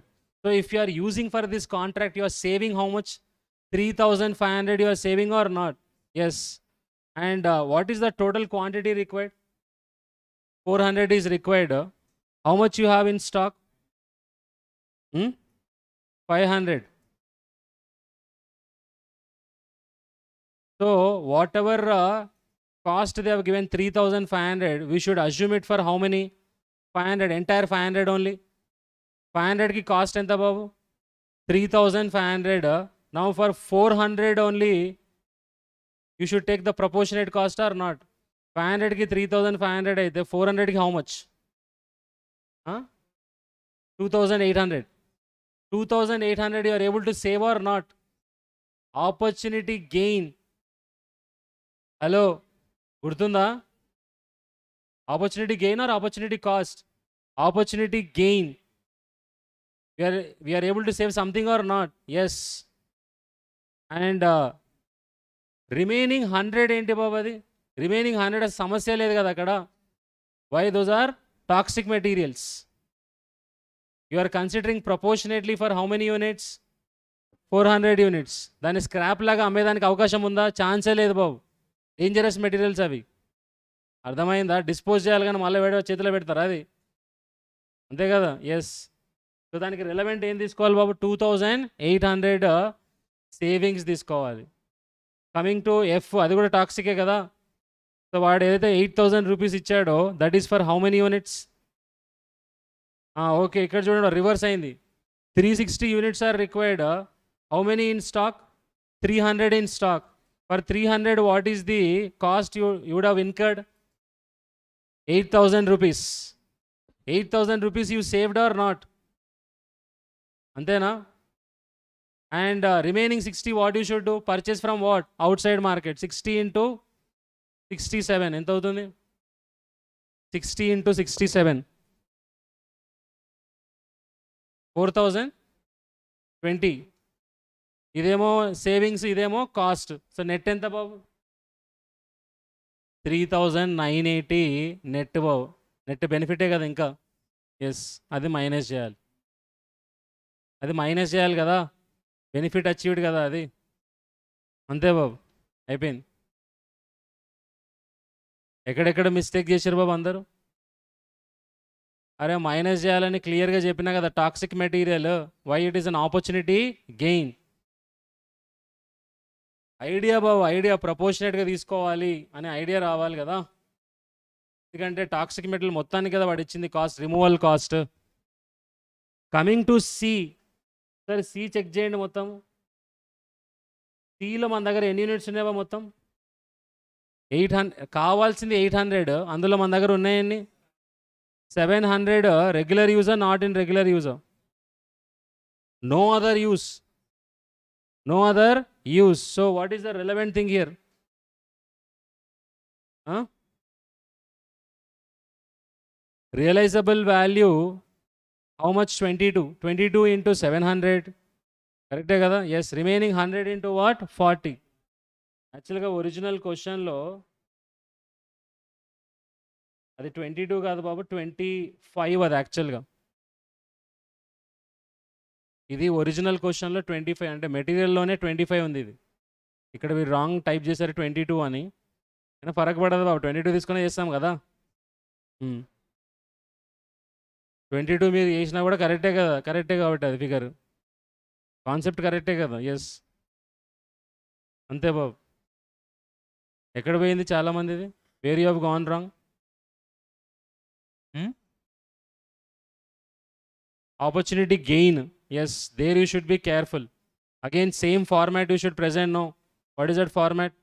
Particulars, in stock, to be purchased, and total. Write quickly.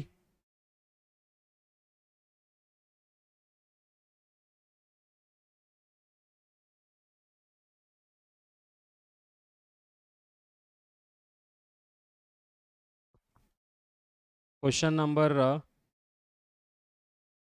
4.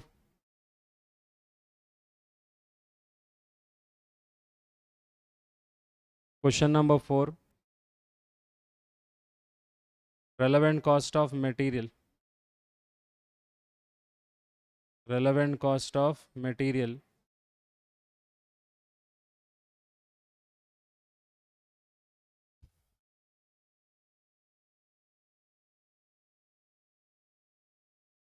Particulars,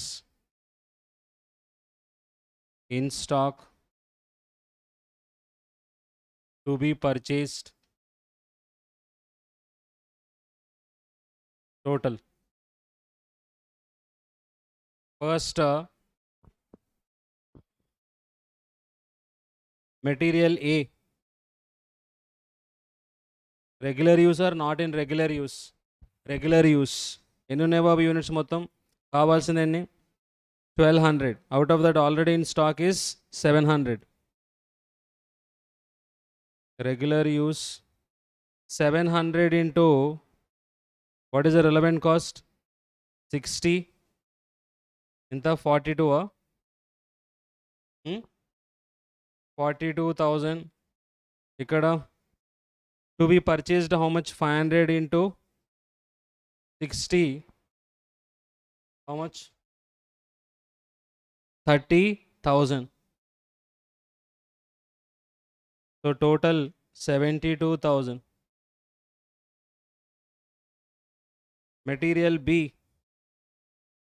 that is also in regular use.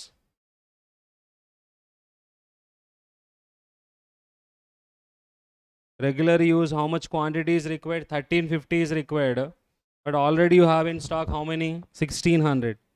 So directly you should take 1350 into 45.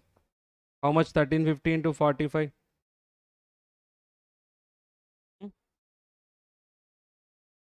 16,000. 60,750. 60,750. So total also 60,750. Now material C.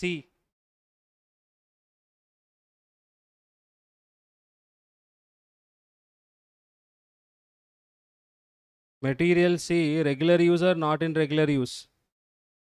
Not in regular use.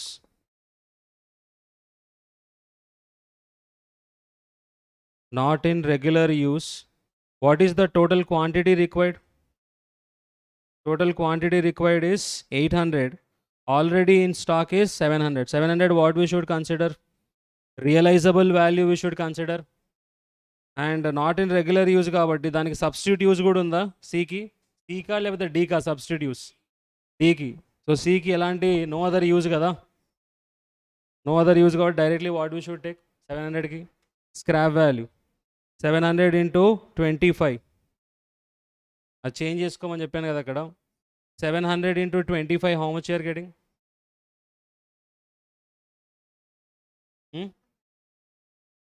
17,500. And remaining 100 relevant cost is purchase cost 45. 4,500. Correct?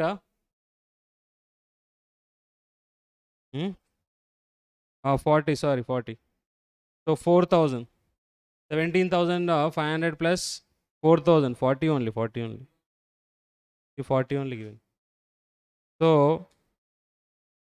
100 into 40, 4,000, 21,500. Next. Material D. Not in regular use, no. Not in regular use. What is the quantity required, D?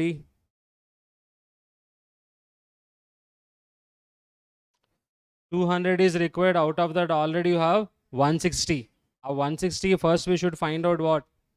Relevant cost. So 160 higher of two options. Scrap value and substitute value. Yes. Higher of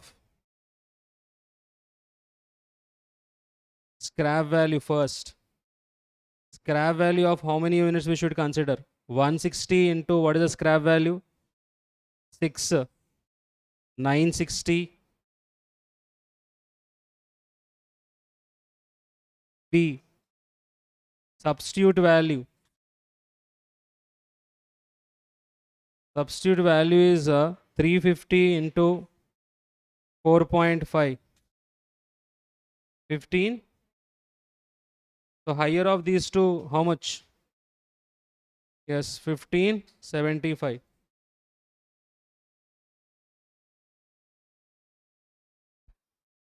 Yes. So remaining 40, what you have to do? Purchase. What is the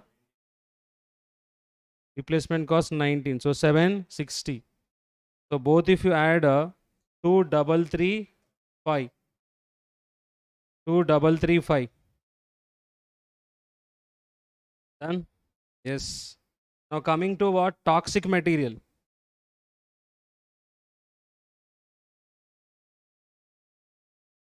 Toxic material.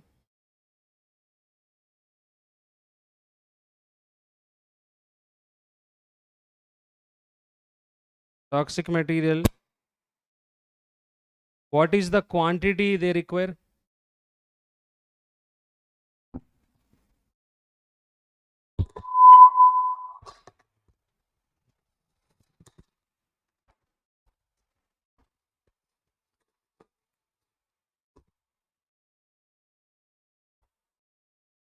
So quantity required is how much?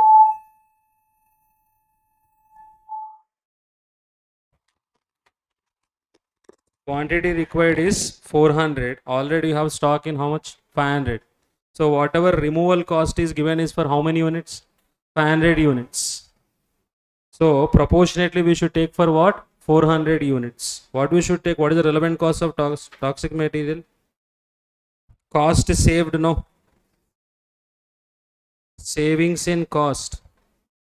Proportionately we should consider 3,500 into 400 divided by 500.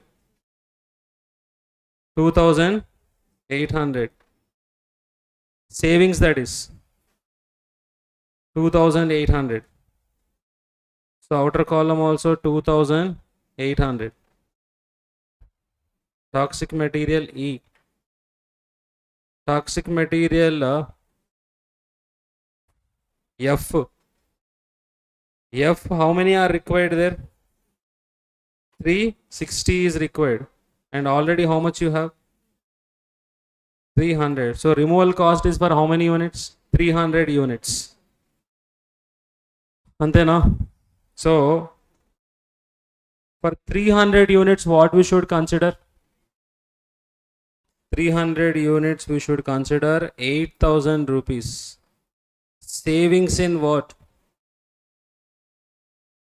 savings in cost, removal cost, and 40 units you have to purchase, no, 60. So 60 into what is the price? 67, 4020.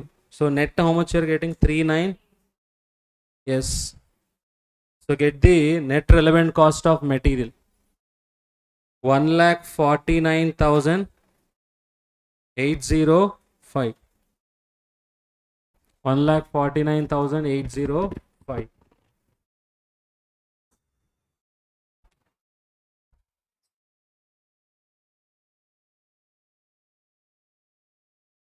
So that was matter. Now next we'll go to relevant cost of labor. అర్థమవుతుంది అందరికి ఏం చేసారు? మన ఎగ్జామ్లో ఇలాంటి question appear అయింది. ఉందా question paper? Just give me the question paper. I will tell you whether same question. I think same question was asked for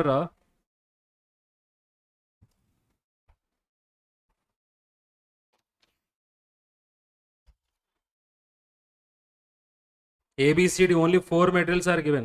Exactly question number 3. Same question. Question number 3 only. 10 marks. 22,000. Figures would change. Same figures. 22,000 they have given. ABCD 1,000, 1,000, 1,200. Already total units required. Units already in stock 0, 600, 700, 200. అదే కదా? Same అదే బాబు. Figures కూడా change చేయలేదు కనీసం. 2334, 234, 2.5, 2.56, 6549. Same. How many marks? 10 marks. You know how much time it will take? 5 minutes if you know. ఎవరైతే exam రాశారో మనం చేశారా ఇది? గుర్తులేదేమో. What are the relevant cost of material in deciding whether or not to accept the contract? Show the reasons for what? Relevancy of cost elements. Why it is relevant, why it is irrelevant. You have to state what? Reasons also. ఏవైతే తీసుకోలేదో వాటి సంక్ cost అయితేనే కదా తీసుకోండి. So ఏవి relevant అవన్నీ రాయాలి అక్కడ. అర్థమైందా? ఇందాక ప్రజెంటేషన్ చేశాం కదా, అలానే ప్రజెంట్ చేయాలి ఆన్సర్ కూడా. సో అంతకుముందు చేసింటే ఎంత బాగుండేది అనిపిస్తుందో, అయినా లాభం లేదు బాబు. Okay, now let us now your doubt will be, sir, again will it come in the exam? Will it come in the exam? Students సైకి అనమాట అది. ఈసారి వస్తుందా రాదా సార్ అని. వచ్చిందనుకో మాడు పగిలిపోతుంది మళ్ళీ. isn't it? So this time probably you might cover a combination question. Material, labor, overheads. కథం అయిపోయినట్టు ఇంకోటి. So let us cover now relevant cost of material.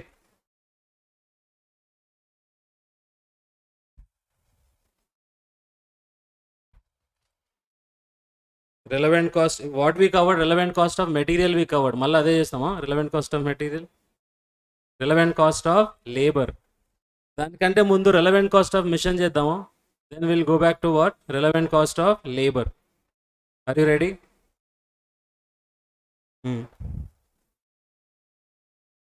Relevant cost of mission అని పెట్టండి.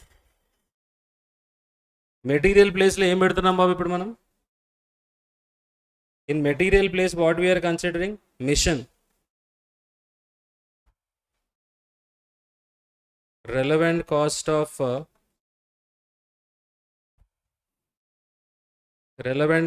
of mission. Now for a contract you require a mission. Now that mission either you might have with you or you might not have with you. No, again same, similar to what? Materials only. Construction I require a mission.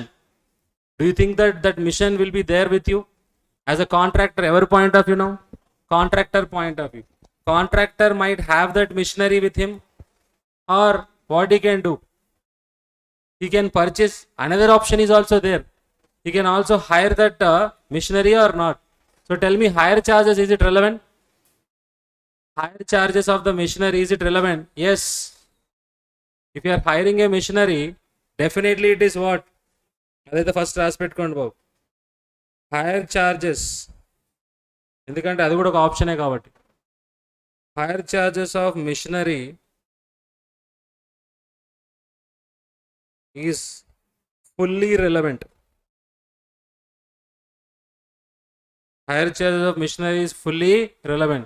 Many students don't have clarity on this. Many. Okay. అందుకనే కొంచెం logic apply చేసి, అందుకే immediately after material I'm covering, because once you compare with material easily will understand. So I'm removing this option of taking the machinery on what? Higher basis. Why? Higher charge is fully relevant. Now remaining options ఏంటి బాబు? Either you have to purchase if you don't have with you, if you already in stock. Stock means what? మీ దగ్గర ఉండడం. Now contractors nowadays, do you think they will have this JCBs, lorries? ఉంటాయి బాబు equipments minimum, లేకపోతే ఉండవా? ఉంటాయి కదా. Yes. So ఇప్పుడు నాకు కాంట్రాక్ట్ కావాలంటే ఏదైనా కాంట్రాక్ట్ దగ్గర ఉండొచ్చు, లేకపోతే ఉండకపోవచ్చు. So 2 scenarios, there are 2 possibilities. Mission required. Mission required.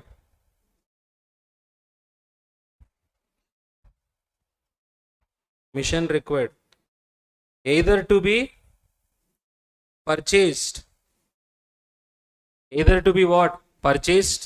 లేకపోతే ఇంకోటి ఏముండొచ్చు బాబు? What is the other thing?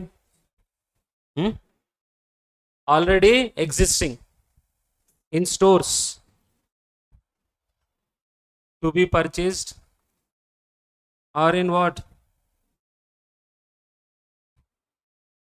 In existence with the company.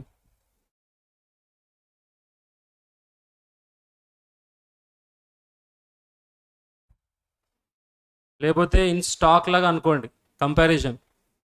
Okay, in stock.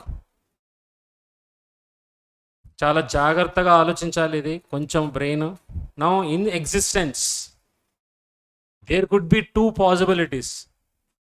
ఉంది కానీ మిషనరీ పెద్దగా ఎవరు వాడట్లేదు బాబు దాన్ని. It is not in regular use,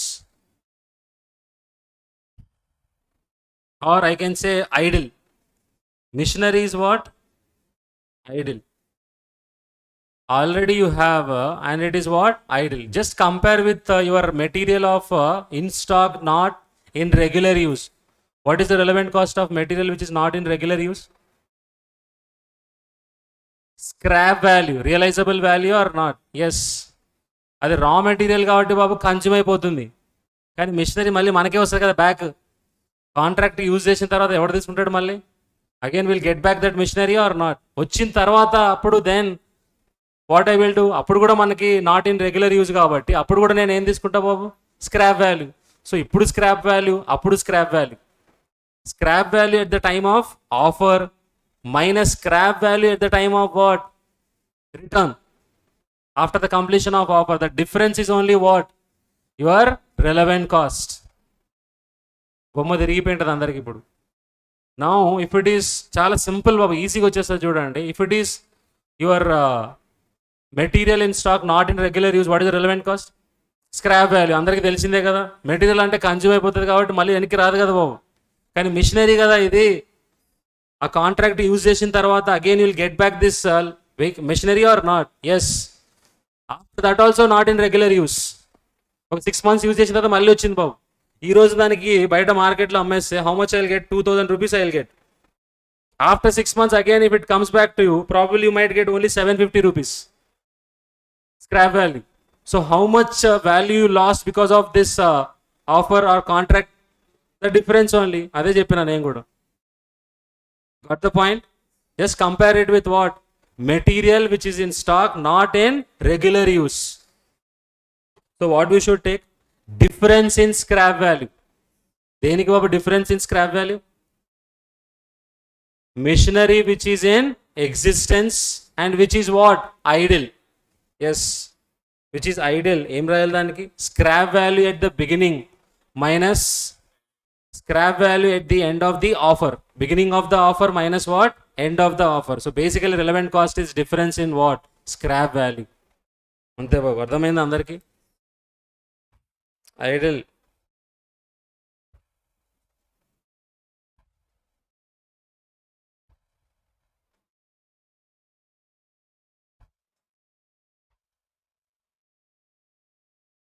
relevant cost. RC means what? Relevant cost.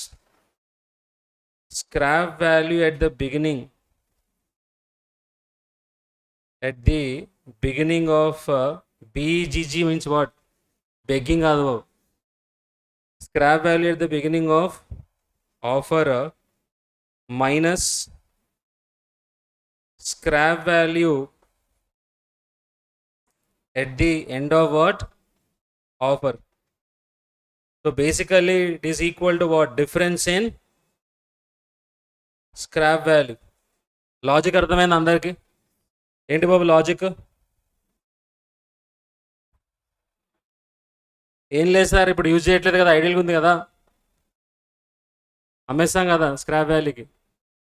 అదే ఇప్పుడు వేరే వాడు యూజ్ చేసిన అనుకో కాంట్రాక్ట్కి, కొన్ని రోజుల తర్వాత మళ్ళీ వచ్చి మన ముఖాన్ని వేస్తాడు అది. అప్పుడు కూడా ఏం చేయాలి?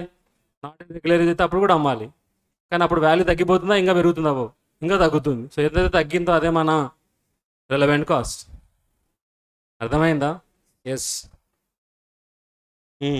ఇన్ ఎగ్జిస్టెన్స్ బాబు ఐడిల్ ఒకటి ఉండొచ్చు. ఇంకొక అవకాశం ఏముండొచ్చు? What is other possibility? Regular use. Exactly, regular use.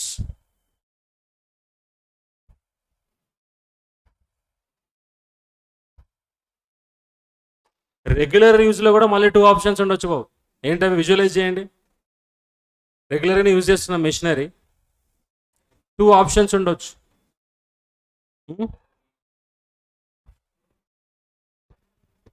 రెండు రావచ్చు మనకి ఛాన్సులు. ఏంటా రెండు? కొంచెం కష్టం విజువలైజ్ చేయడం, కానీ టు బీ పర్చేస్డ్ కూడా ఒక ఆప్షనేనా? టు బీ పర్చేస్డ్ ఆప్షనేనా? Why sir? Already in existence? No. But if it is in regular use, అప్పుడు ఏం చేసినావా? Material in stock regular use అయితే you have to replace that or not? అంటే again you have to purchase what? ఎలా replace చేస్తారు వాటిని? Purchase చేసి replace చేస్తాం కదా. మరి అలానే ఇక్కడ కూడా ఏం చేయాలి బాబు? మిషనరీ, కొత్త మిషనరీ కొనాలి కదా, ఎందుకంటే అక్కడ రెగ్యులర్గా యూజ్ చేస్తున్నారు కదా. Yes or no? ఎస్, రెగ్యులర్గా యూజ్ చేస్తున్నారు. So if it is already use for what? Another contract. So now what you have to do? You have to purchase a new machinery. So what is the relevant cost? Purchase cost కదా. మళ్ళీ offer అయిపోయిన తర్వాత ఎవరి దగ్గరికి వస్తుంది? అది మన దగ్గరికి వస్తుంది కదా. అప్పుడు కూడా మన దగ్గర ఏంటది? Regular use. సో అప్పుడు మళ్ళీ కావాలంటే మళ్ళీ ఏం చేయాలి? మళ్ళీ కొనాలి కదా. అప్పుడు difference in what we should take? Purchase cost. We should take difference in what? Purchase cost. Why? Logic. Today it is in regular use, so I cannot take out from there. So what I should do? Purchase. So today's purchase cost is relevant. Now once the contract is over, you will get back that machinery. Will you sell it off? Regular use kada. So what do you have to do? ఆ రోజు మీ దగ్గర లేకపోతే మళ్ళీ ఏం చేయాలి బాబు? కొనాలి. So ఆ రోజు పర్చేస్ కాస్ట్, ఈ రోజు purchase cost difference, that is only what? Your relevant cost. అర్థమైందా? So to be purchased,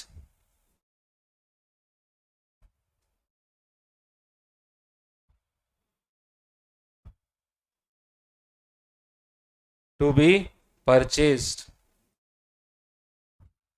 what is the relevant cost is? Imrael babu, relevant cost, purchase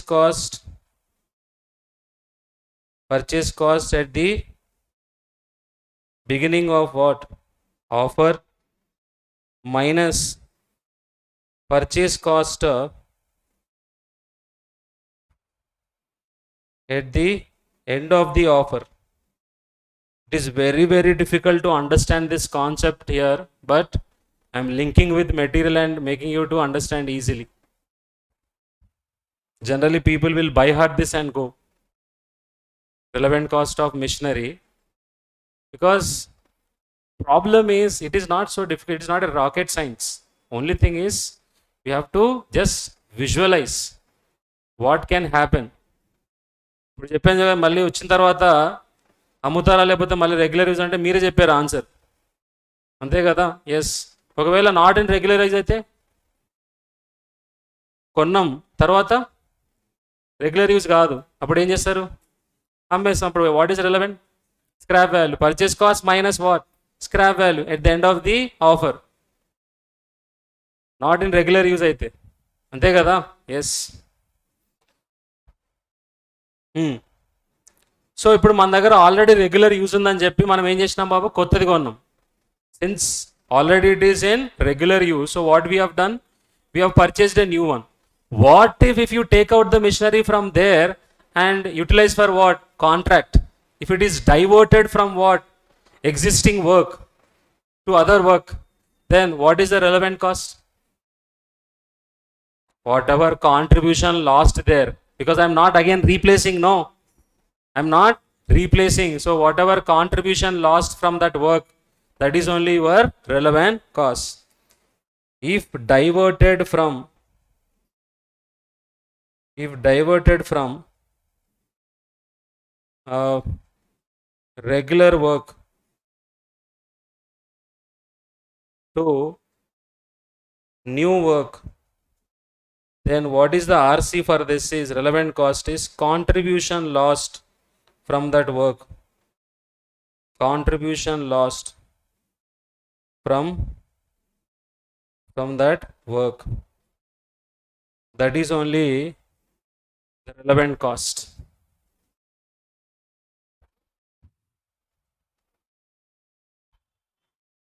If diverted from regular what? Work. If you are diverting that machinery from what? Regular work to new work, then because you are not replacing there, so what is the relevant cost? Contribution lost. The opportunity cost or benefits lost. So RC is what here? Benefits lost. అదే to be purchased RC అంటే బాబు difference in purchase cost. Ideal అయితే difference in scrap value, relevant cost. Yes, ఇది ఒక option బాబు, in existence అయిపోయింది. Now if you have to purchase specifically, be careful. You have to purchase. What is there, sir? You have to purchase. But after purchasing, probably you might have bought that machinery only for what? This particular contract. Contract కోసం to be purchased కదా, so only bought for this contract. ఒకవేళ ఫ్యూచర్లో పనికి రాకపోతే ఏం చేయాలి బాబు? దాన్ని మళ్ళీ అమ్మేసేయాలి. మరి అప్పుడు రెలవెంట్ కాస్ట్ ఏంటి? Purchase cost minus what? Scrap value at the end of the offer. Yes or no? But if it is in regular use, only difference in what? Purchase cost. After the end of the offer, again if it is in regular use, then difference in what? Purchase cost. Khatam. Ante babu. So two options again here. Enter two options.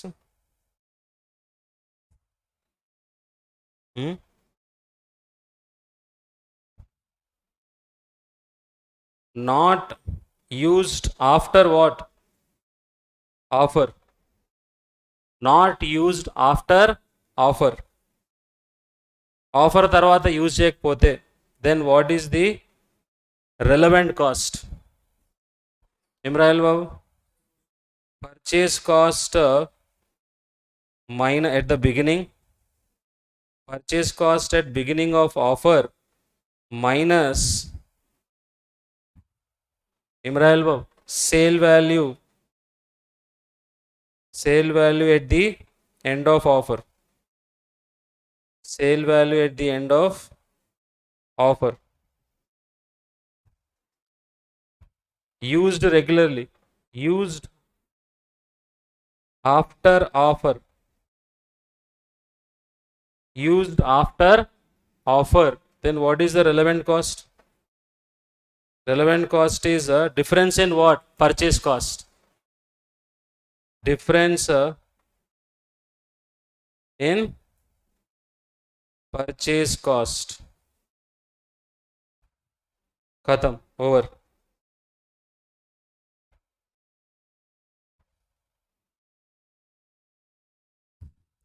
All cases we covered.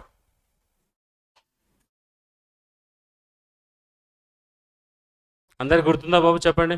Machinery if you are hiring specifically then what is the relevant cost? Hire charges. Otherwise two options బాబు, స్టాక్లో existence అయినా ఉండాలి లేకపోతే purchase అయినా చేయాలి. Existence అయితే అది ideal అయినా ఉండొచ్చు లేకపోతే రెగ్యులర్ యూజ్ అయినా ఉండొచ్చు. ఐడియల్ ఉంటే difference in scrap value. Regular యూజ్లో ఒకవేళ డైవర్ట్ చేయొద్దు అనుకుంటే ఏం చేస్తారు? కొత్తది కొంటారు, అంతే కదా. కొత్తది కొంటే difference in purchase cost because that is already in regular use. లేదు డైవర్ట్ చేస్తున్నారు బాబు, then opportunity cost, that is contribution loss. To be purchased అయితే we have to see whether it is used after the offer or not. If it is not used after the offer, purchase cost minus what? Scrap value or resale value. If it is used, then difference in purchase cost.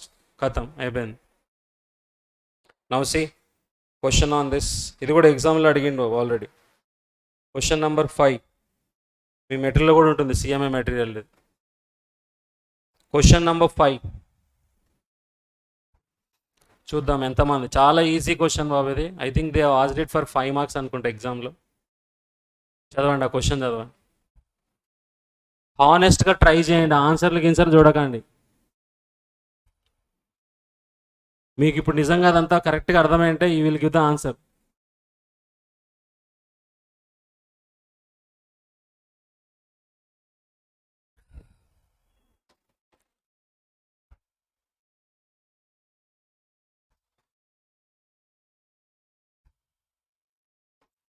అప్పటి నుంచి current లేదా ఏంటి బాబాయ్ శిక్ష? Saturday no power, half day ఉండదు గుంటూరులో. This is Guntur.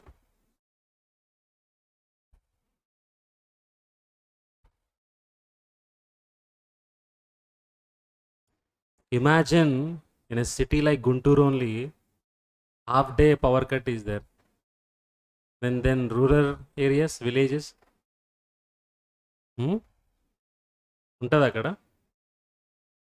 Probably whole day, evening పడుకోవడానికనే వేస్తారేమో బాగుంది.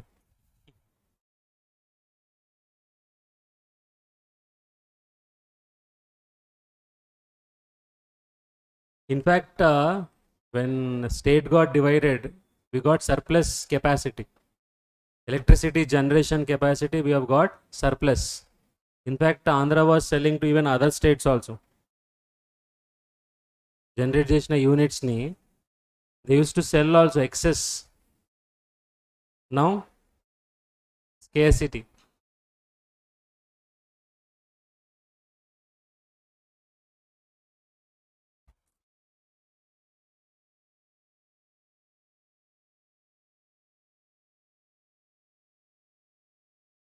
ఓవరా ఇస్తే టైం సాయంత్రం వరకు కూడా తీసుకుంటారేమో. ఒక 5 minutes క్వశ్చన్ని మీరు ఎంత టైంలో చదవాలి? స్టాండర్డ్ టైం, ఓకే, ఎంత టైంలో చేయాలి దాని స్టాండర్డ్ టైం తెలుసా బాబు? స్టాండర్డ్ టైం ఎంతో? Your exam is for how many marks? 180 marks. And how many minutes? Sorry 180 minutes. Marks బాబు 100 మార్క్స్. అంటే 1 మార్క్కి how much time you should take? 1.8 minutes. మరి 5 మార్క్స్ క్వశ్చన్కి 5 into 1.8 హౌ మచ్? అది కూడా క్యాలిక్యులేటర్ చేయాలా? 9 minutes బాబు, కరెక్టేనా? 9 minutes you are suppose to take. So ఈ 9 minutesలో 2 minutes ఏమో రీడింగ్ పర్పస్, మిగతా టైము డూయింగ్ పర్పస్. మనం ఈ 9 minutes చదవడానికే తీసుకుంటాము, చేయడానికి ఇంకో 10 minutes. తర్వాత హ్యాపీగా ఫీల్ అవుతాం. 1/2 hour చేసిన తర్వాత అమ్మాయ క్వశ్చన్ చేసినాం మనం 5 marks అని హ్యాపీగా ఫీల్ అయిపోతాం. తెలుసు కదా కాంపిటేటివ్ ఎగ్జామ్స్లో with in how much time you have to do that MCQ. UPSC ఎగ్జామ్స్లో కానీ లేకపోతే Group 1 గ్రూప్స్లో కానీ లేకపోతే క్యాట్లో కానీ స్పీడ్ ఎంత స్పీడ్ ఉండాలో ఇమాజిన్. అందుకే మన బ్రెయిన్లు మొద్దువారిపోతున్నాయి.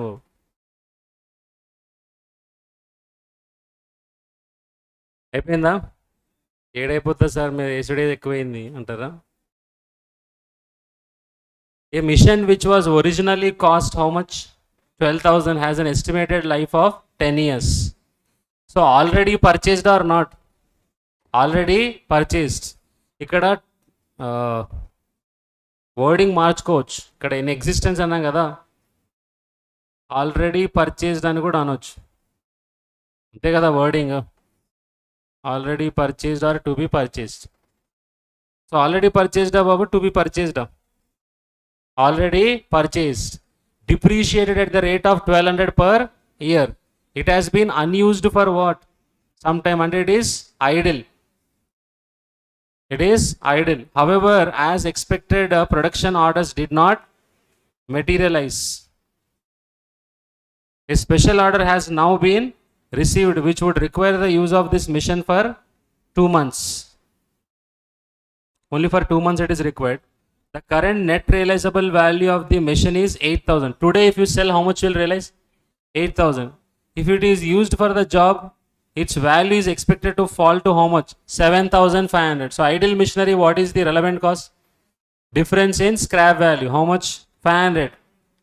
The net book value of the machine is 8,400. That is sunk cost. That is what? Irrelevant. Routine maintenance of the machine currently costs how much? 40 rupees per month. Currently what is the maintenance cost? 40 rupees per month. So 2 months ki enta avutundi babu? 80 rupees. With the use of this machinery, the cost of maintenance and repairs would increase to what? 60 rupees per month. So 120 rupees avutundi babu. 80 rupees place lo how much you are going to incur? 120 rupees. So what is the incremental cost for using this machinery for this offer? 40 rupees. That is a cost to be incurred. To that add back what? Scrap value. Opportunity cost only, no? Benefits lost. Enta babu? 500. So add yes enta? 540. అర్థమైంది అందరికీ? What would be the relevant cost of using the machine for the order so that it can be charged as the minimum price of what? Order. Minimum price ఎలా compute చేయాలని చెప్పిన? Cost to be incurred plus benefits last minus benefits achieved. చదివేటప్పుడు చెప్పేసిన answer వచ్చిందా బాబు మీకు కూడా?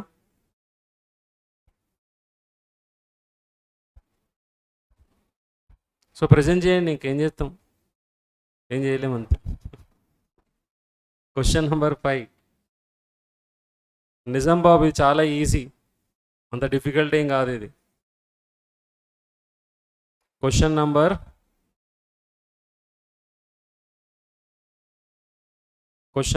5 6 5.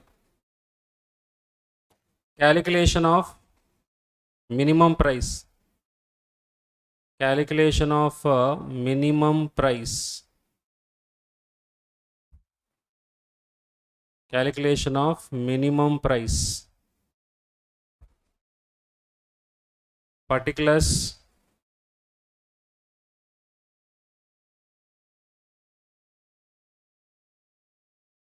Amount in rupees. First, what we should take?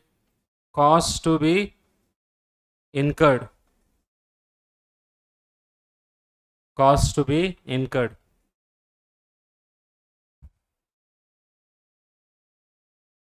What we should consider? Incremental maintenance cost. Incremental maintenance cost. Now how much? 60 into 2 months minus what? 40 into 2. Enta babu? 40. Add benefits lost. What is the benefit you will lose if you use that machinery for the offer? You will lose what? Scrap value, no? Yes. Benefits lost is difference in, you can say, the scrap lost.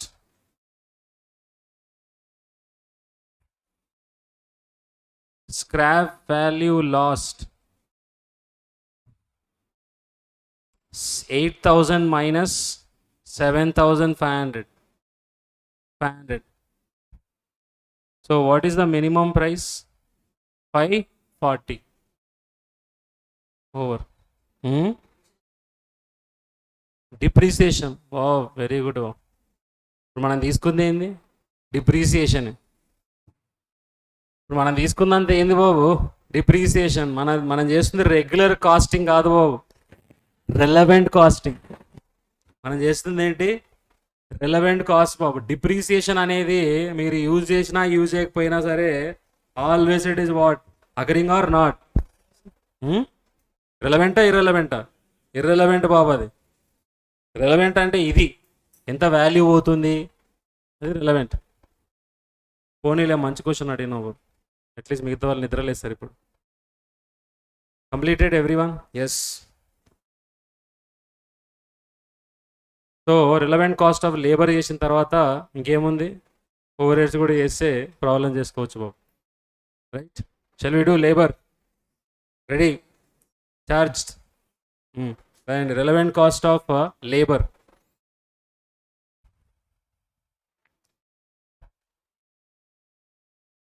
Those who earlier took coaching, you have written all this. Very good. Where you have taken? Very good. So next,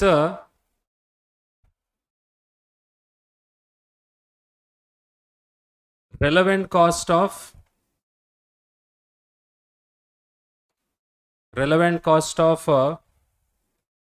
whom? Labor. Relevant cost of labor. Relevant cost of labor in books, one thing is there, and how we can understand is different matter. Okay, so two categories we can think of labor ante babu. Direct labor okaru, inkokaru indirect labor. Direct labor, other one is indirect labor. Okay, who is direct labor here? చిన్నప్పటి నుంచి నేర్చుకుంటున్నాం కదా, ఎవరైతే ప్రొడక్షన్లో engage అయిపోతారో they are called as what? Direct labour. ఎవరైతే only help చేస్తారో వాళ్ళెవరు? Indirect labour. So here we are what? Direct labour. They are indirect labor. Correct only? No? Yes. So administration people comes under what? Indirect labor. We are what? Direct labor. Correct? So that thinking here in relevant costing, how it should be is, direct labor means we should treat them as casual labor. How we should understand direct labor for the purpose of relevant costing is, books lo atla untadu babu, but ela ardham chesukovalante casual labour లాగా అర్థం చేసుకోవాలి. Casual labour అంటే ఏం చేస్తాం? ఎప్పుడైతే అవసరం ఉంటుందో అప్పుడే తీసుకుంటాం బాబు. Whenever we require for what? Contract, we will hire them. For example building construction బాబు, ఎవరు కావాలి మనకి? మేస్త్రీలు కావాలి. Isn't it? మరి అయిపోయిన తర్వాత ఏం చేస్తారు బాబు? Will discharge them or not, or terminate. So whenever they use the word hired for the purpose of what? Offer, and discharged once the offer is completed, then we will treat them as what? Direct labor. So casual labor antam babu vallane. Vallu emantam manam? Casual labor. So whenever we are in requirement, we'll hire them. Once the work is done, then we'll discharge them. So we call them as what? Direct labor. Costing కి మన understanding ఇందాక ఉంది కదా, అదొక understanding correct. But here for relevant costing this is how we should understand. ఎందుకంటే relevance కదా మనం చూడాల్సింది. ఏమంటారు? And who is indirect labour? Who is not discharged immediately బాబు, who is paid a monthly, fixed monthly salary బాబు. అంటే సూపర్వైజర్లు ఉంటారు కదా, వాళ్ళు అనుకోవచ్చు బాబు supervisor.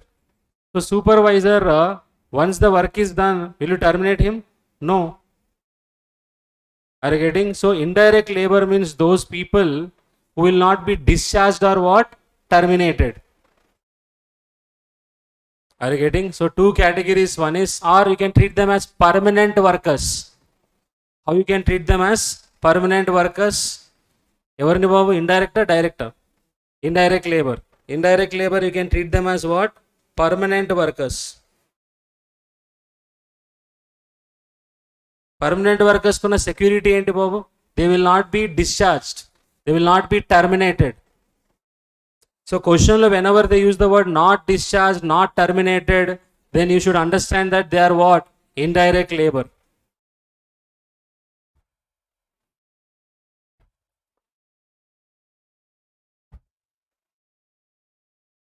Not discharged or terminated.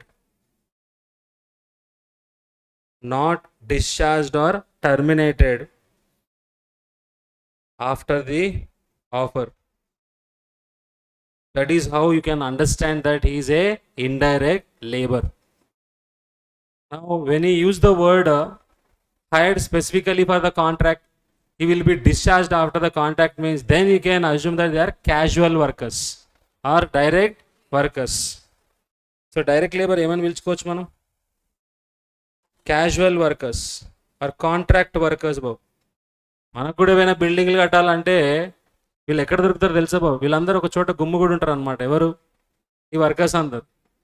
ఈ ఎవరైతే కాంటాక్ట్ పర్సన్ ఉంటాడో వీడు వెళ్ళి అక్కడ వాళ్ళని కాంటాక్ట్ చేశాడు బాబు, అంతే.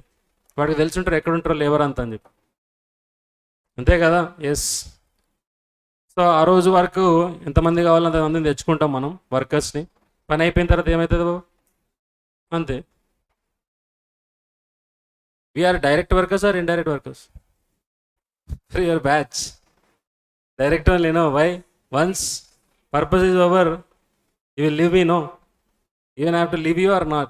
Yes. But these people will not leave you, no. Isn't it? Administration people will not leave you. They are at your service always. So, casual workers. How you can identify that they are casual workers? Discharged after the work is completed. Discharged after the work is completed.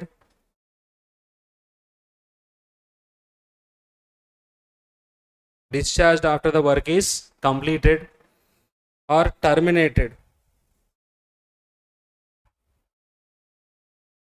Or terminated. If these words are used, then you can treat them as what? Casual workers or direct workers. Got it? లేకపోతే ఇలా గుర్తుపెట్టుకోండి బాబు, casual workers and permanent workers. Instead of giving a category of direct and indirect, you can give the category of casual workers and what? Permanent workers. Are you getting the point? Yes. Now, what are the scenarios now? Direct labour or casual workers. ఇప్పుడు పని offer ఉంది బాబు, ఒక పని చేయాలి. అప్పుడు ఏం చేస్తారు మీరు? హైర్ చేసుకోవాలి, అంతే కదా? Yes. Two possibilities can exist. వాళ్ళు అవైలబుల్ ఉండడం అబండెంట్గా, లేకపోతే షార్ట్ సప్లై అయినా ఉండడం, అంతే కదా బాబు? These are the two possible cases. What are the two possible cases? చెప్పండి, what are the two possible cases? Abundant in supply.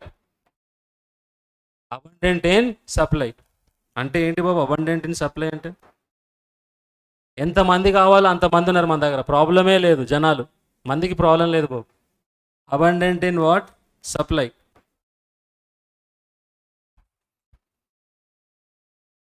So number is not a problem for you. You can get as many workers you want. Abundant in what? Supply. And ఇంకోటి ఏంటి బాబు? Short supply. These are the two possible cases. One is abundant in supply, other one is what? Short supply.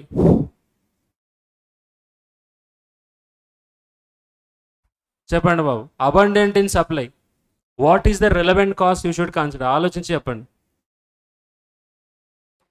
Relevant cost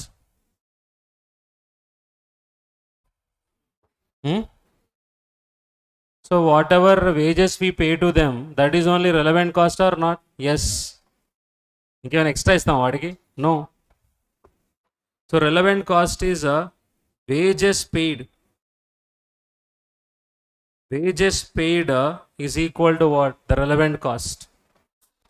Wages paid is equal to the relevant cost.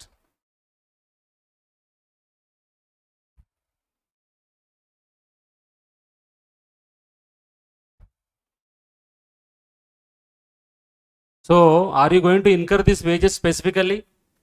Hire చేసుకుంటే ఏం pay చేయాలి? సాయంత్రానికి ఇచ్చి పంపించాలి బాబు. ఏంటి లెక్క?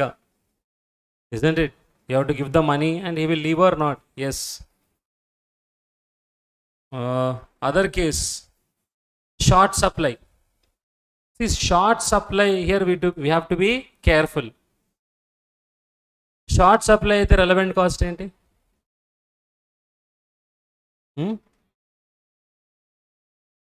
Short supply. So వానికి demand పెరిగిపోయింది బాబు. ఎందుకు? ఫుల్ వర్క్ ఉంది వానికి. ఓకే, ఇప్పుడు నేను వాడికి వేరే దగ్గర ఆప్షన్ ఉంది బాబు, అక్కడ వదిలేసి నా దగ్గర రమ్మన్నాను అనుకోండి వాడిని, అప్పుడు నేను ఏం పే చేయాలి వాడికి? ఆడ వదిలేసినందుకు ప్లస్ ఇక్కడ వచ్చినందుకు రెండింటికి ఇవ్వాలి కదా వాడికి. నేను ఎవరి పాయింట్ ఆఫ్ వ్యూ ఆలోచించాలి? ఇది నా పాయింట్ ఆఫ్ వ్యూ, నా పాయింట్ ఆఫ్ వ్యూ, వాడి పాయింట్ ఆఫ్ వ్యూ బాబు. ఎందుకంటే వాడి రిక్వైర్మెంట్ కదా ఇప్పుడు. ఎందుకు? షార్టేజ్ ఉంది కాబట్టి. ఫుల్ ఉండే అనుకో ప్రాబ్లమే లేదు, షార్టేజ్ ఉంది కాబట్టి problem.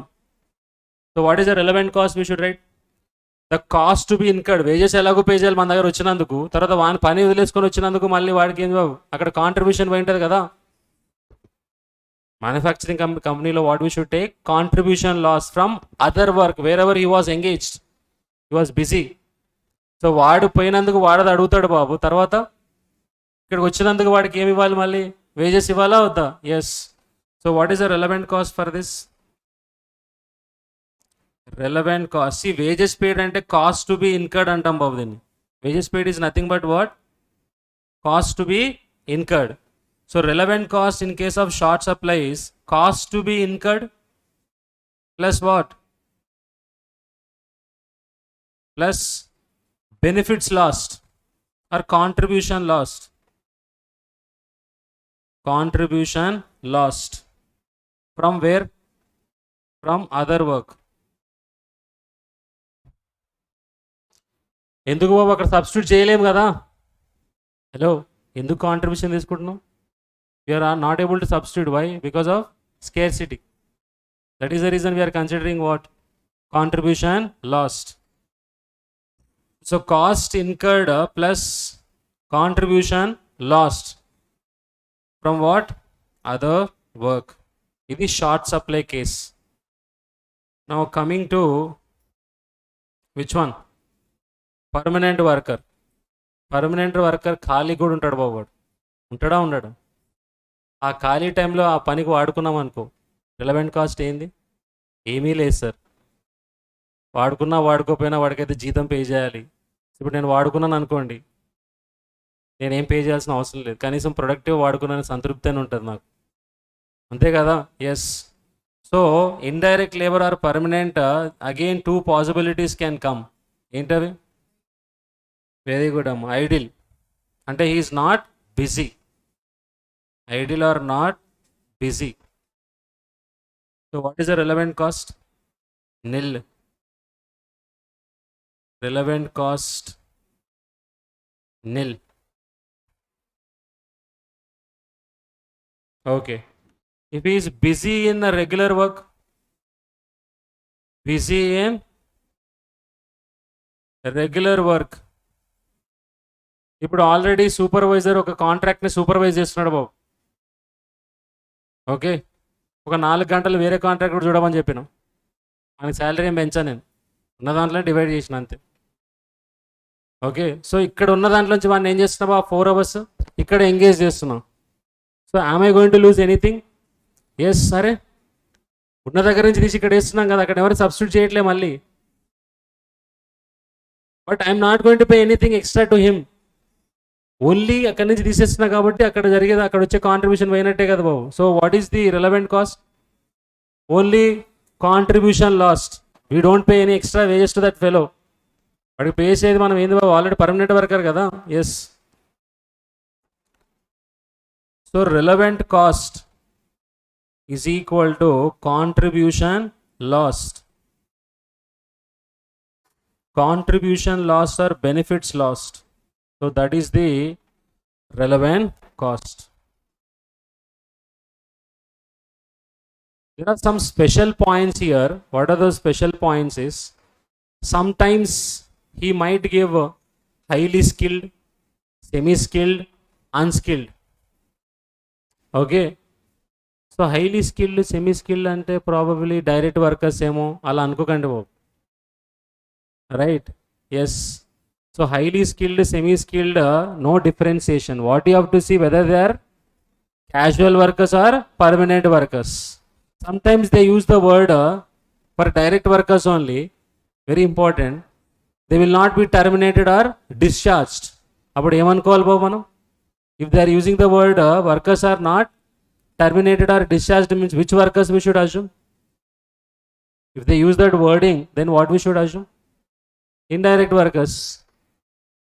That point also you should remember, bro. In one of the question they gave like that. అర్థమైంది అందరికి?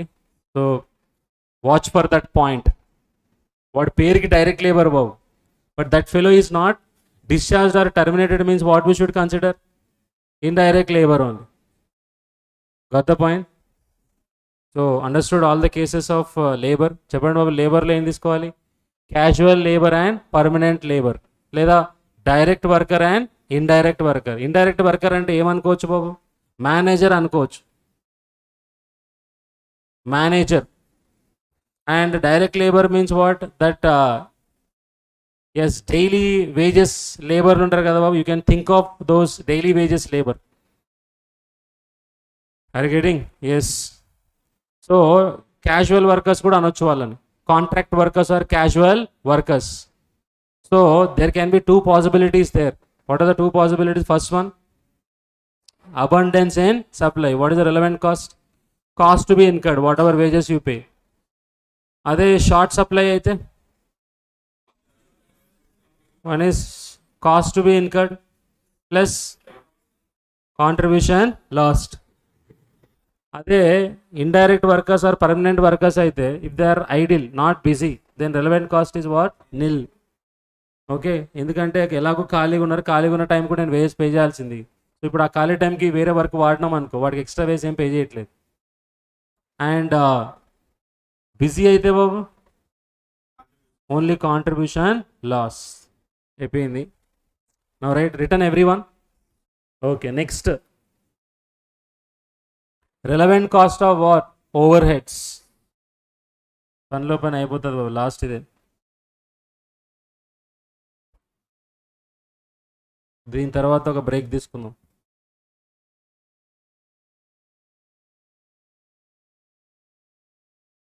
relevant cost of overheads. relevant cost of overheads. Overheads two types again. What are those? Variable overheads, fixed overheads. Variable overheads, fixed overheads.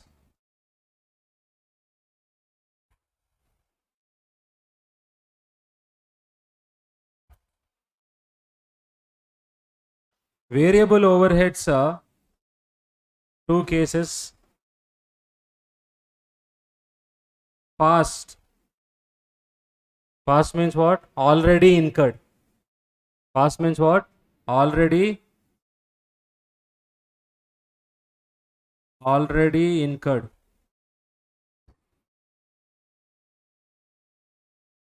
Already incurred.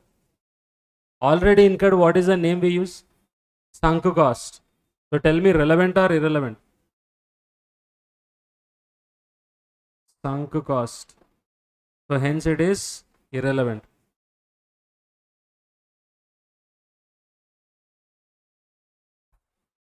Future cost అంటే will be incurring in what? Future. Future cost అంటే will be incurred in future.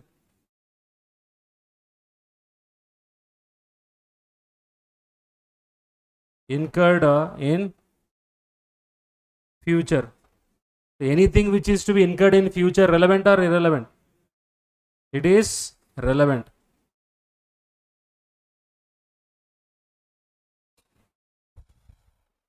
Done. Next, fixed overheads. For the purpose of relevant costing, these are classified into committed fixed cost, and discretionary fixed cost. Discretionary fixed cost.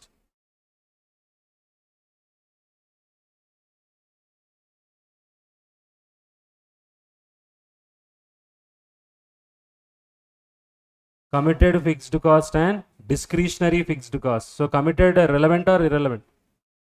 Irrelevant. Fully irrelevant. Tells you about committed. Why it remains what? Same for all the options. Fully irrelevant. What about discretionary? Relevant.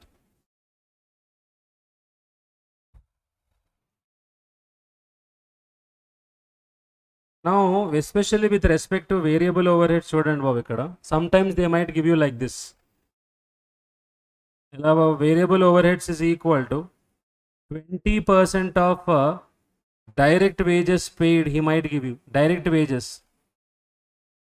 20% of direct wages. But they will not give you whether it is already paid or to be paid in what? Future. So in that case, always we should take 20% of not relevant labor cost. We should take 20% of what? Actual labor cost. Relevant labor cost vere, actual labor cost vere kada.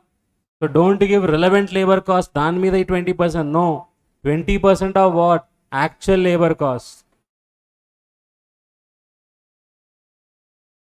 20% of actual labor cost. Not a relevant labor cost. Not relevant labor cost. Important point. 20% of direct wages ichina. Always we should interpret as what? 20% of actual labor cost. Not relevant labor cost. Next. How do you identify that a fixed cost is committed? ఎలా తెలుసా మీ అందరికి తెలుసు కదా, అందరు over హెడ్స్లో ఏం చేసి ఉంటారు మీరు? ఒక రికవరీ రేట్ క్యాలిక్యులేట్ చేసి then use to absorb the overheads or not? How to identify that fixed overheads are relevant is, I mean, committed fixed cost, how to identify? Whenever they use the word absorbed, recovered, charged, applied, allocated, the words and use this meaning enti babu? Those are what? Committed fixed cost. Understood? Yes. So the relevant or irrelevant? Yes. To identify, ఇవంతా అయిపోయింది కదా అందరిది, variable and fixed. Special points ఇవన్నీ sir, ఈ points అన్ని ఎక్కడి నుంచి gather చేశారు? క్వశ్చన్ నుంచి పో. All these points are not drawn out of the material. No where will find this in the material. Everything is derived from what? Questions. Next point is committed fixed cost. Committed fixed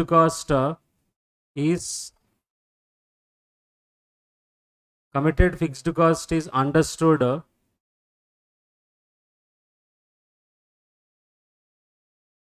from the following words. What are those words? Absorbed, recovered, charged, applied, allocated. All these words indicate that those are what? Committed fixed cost. Absorbed, recovered, charged, applied, allocated. All these words are for what? Committed fixed cost. To be incurred in future. అవేంటి బాబు? Discretionary fixed costs. Yes. With this we have completed what? All relevant costs. Relevant cost of material, labor, overheads and what? Machinery. Relevant cost ఇట్లా మొత్తం cover చేసినాం మనం. Yes. So మొత్తం topic అంతా అయిపోయింది బాబు. ఒక ప్రాబ్లం చేయాలంతే మనం. సో బ్రేక్ తర్వాత ప్రాబ్లం చేసేసి then will move on to CVP analysis. Okay. So target is by today evening we should finish off what? CVP analysis and key factor also. Target Bob Heroes. Yes. Chuddam. What is the target? You all stay nearby only, no? No one is from outside Guntur. No one is coming from Hyderabad. No one is coming on a special flight like our Chief Minister. Or a special helicopter, chopper. So 7 o'clock it is okay, no? 8 also okay. Okay, we'll see. 6 తర్వాత అడుగుతా బాబు. ఇదే maintain చేయండి. Right. నాకేం problem లేదు.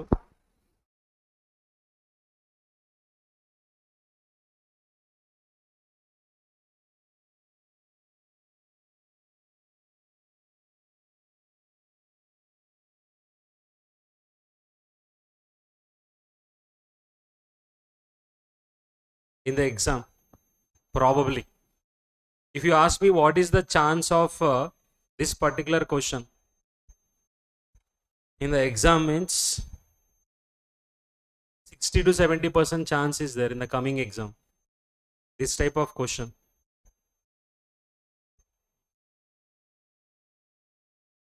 Which question we have done earlier? 5. Question number 6. This is also CMA material question only. Tip top textiles. If there is any printing mistake, let me know in your material. You can see in your material. I'll read out question for you. Tip top textiles manufactures a wide range of fashion fabrics.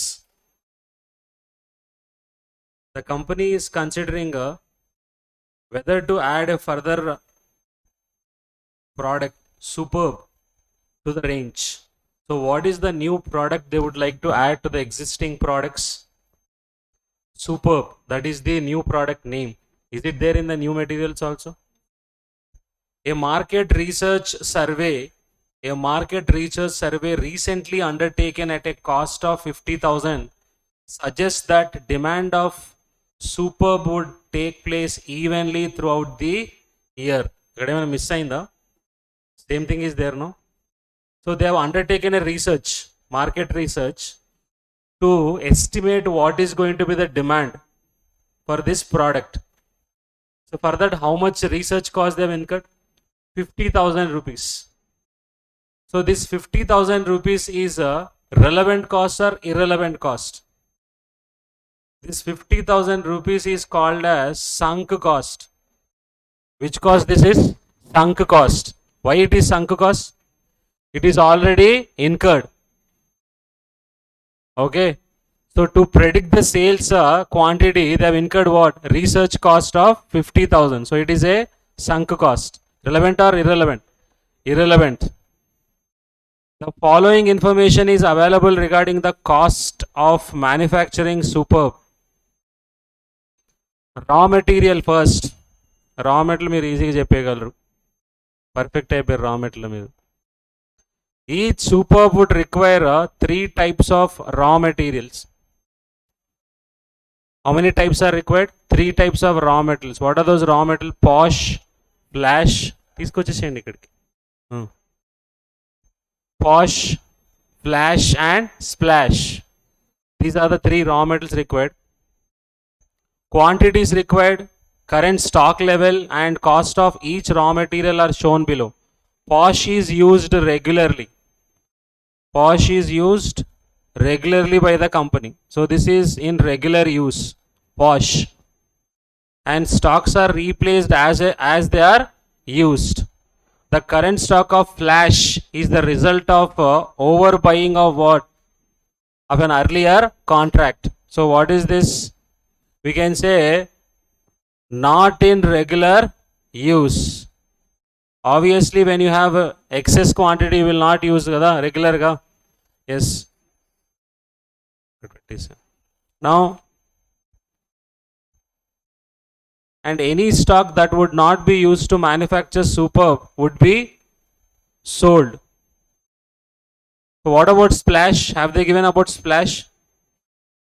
They have given about Flash, Posh. What about Splash? The current stock of Flash is the result of what? Overbuying of an earlier. Adi Flash or Splash above? Flash. So not in regular use. The material is not regularly by Tip Top Textiles. ఇక్కడ ఏదో miss అయినట్టు చూడండి ఒకసారి material. The material is not regularly by Tip Top Textiles. Same, huh? And any stock that was not used to manufacture Super would be what? Sold. So they are talking about which one? Already they talked about what? Flash is the result of overbuying of earlier contract. The material is not regularly. ఇక్కడ ఏమో లేదు బాబు దాని పక్కన proper English వాడలేదు కదా. The material is not regularly అంట బాబు. ఏంది regularly? యూజ్డా ఏదో ఒకటి ఉండాలి కదా పక్కన. Yes, the material is not regularly used by tip top textiles. So are they talking about flash or splash? నాకైతే యాష్ లాగా వినపడుతుంది బాబు, అది ఏది క్లారిటీ లేదు. Are you talking about second one or third one? The company does not carry stock of what? Splash. అసలు దాని స్టాకే లేదంట వాళ్ళ దగ్గర. And the units required would be specifically what? Purchased. So to be purchased, which one to be purchased? Splash to be purchased. Yes. Now what is the quantity required is given here. What is the quantity required? Quantity required is quantity of REGD. What is that given as? Quantity required per unit of Superb. Matters kaadu babu, meters. That is what? Meters. Meters only, no? How many meters are required? 1 meter is required. This current 1 meter is required.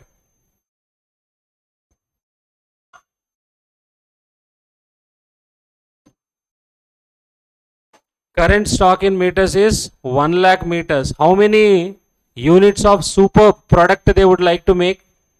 First paragraph they have mentioned it. How many? 50,000. So 50,000 into how many meters are required? How many meters are required for each unit of Superb?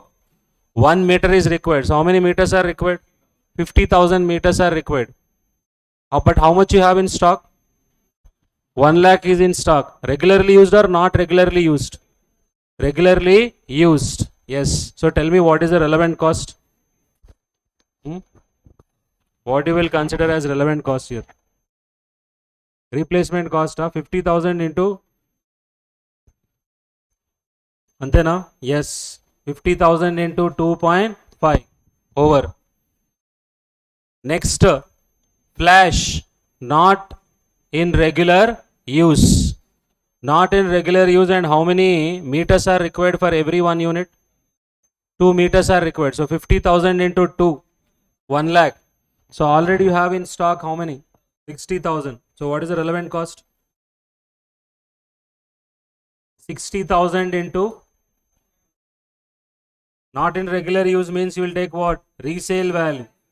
1.1 for 60,000. Remaining 40,000. 2.8.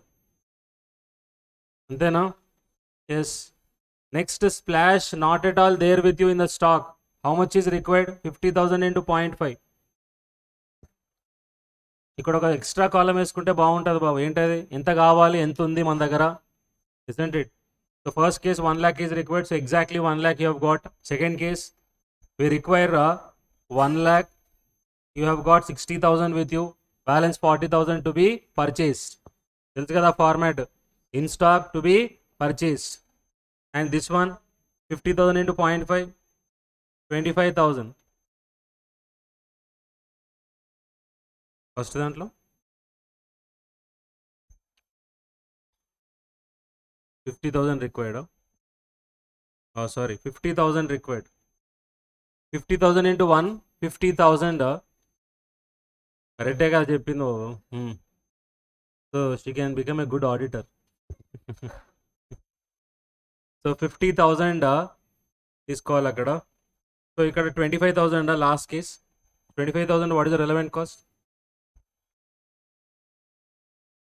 5 rupees. చెప్పినా కదా మీరు ఎక్స్పర్ట్లు అయిపోయిన దాంట్లో. Over. So that is the relevant. So tell me what is the relevant cost of material quickly. Here we don't have only material, we have even what? Labor. We have even what? Machinery. Story or baki hai. Overheads, not over.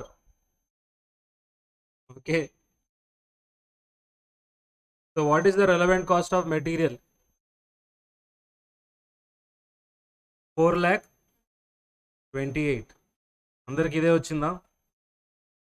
So 50,000 into what we should consider? 2.5.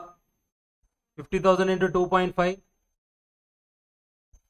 Everything is done properly only, no? Okay, now coming to labor. Let me see how many of you can answer now labor part. Are you ready? How many cases are there labor? 2 cases. Who are those? One is casual, other one is permanent. Casual again 2 types, 2 cases. What are those? One is abundant in supply, other case short supply. Abundant in supply, what is the relevant cost? Cost to be incurred, that is wages to be paid. Next one, short supply. Short supply, cost to be incurred plus what? Benefits lost. Then permanent workers. Permanent workers, if he is not busy, then relevant cost is nil. But if he is busy, then we should take contribution lost. Sometimes a direct worker can become what? Indirect worker. See, highly skilled, semi-skilled, unskilled does not, don't think that skilled means maybe indirect labor manager. Don't think like that. He's direct labor only. Are you getting my point? So sometimes he might give you categories like skilled, semi-skilled and unskilled. So don't give interpretation that skilled means he is what? Manager. That is the reason he will have skill. That is the reason they have given skilled. Don't give such kind of interpretations. So treat them as what? Direct only. But sometimes a direct labor will be treated as indirect labor. When they use the word, he will not be discharged. Not discharged. Not discharged. Not discharged. Understood? He will not be terminated. Such kind of words, if they are used, then he is indirect labor. Labor. Production of each superb would require what? A quarter of an half. Quarter of what? Half an hour. Quarter of. So how many here? 0.25 hours per unit. Correct? Quarter means what?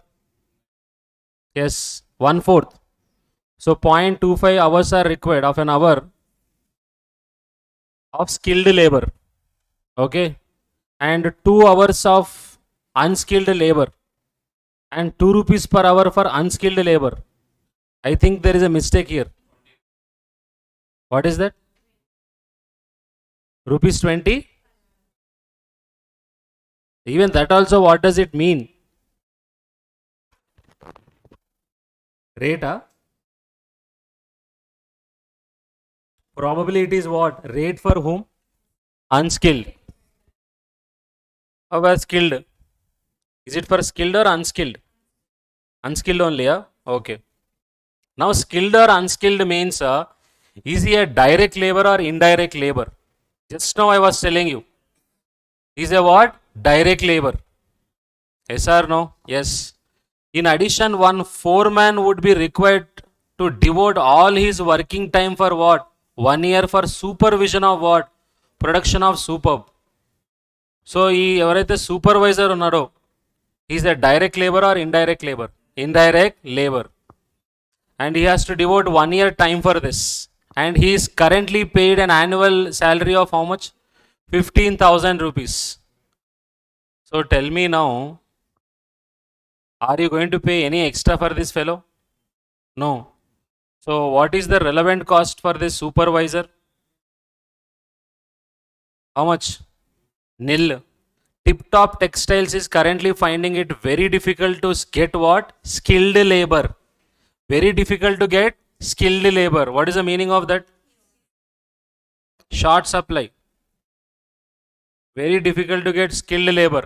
There is a short supply of skilled labor. Short supply, what is the relevant cost? Cost to be incurred plus what? Benefits lost or contribution lost. Correct? Huh? The skilled workers needed to manufacture super would be transferred, not transformed. What is there in your material? Transferred, exactly. So transferred from another job and which they are earning a contribution surplus of 1.5 rupees per hour. You are shifting a worker from what? Another job. Is he busy or idle? Busy. Skilled only they are talking about, no? You are shifting from other work to here.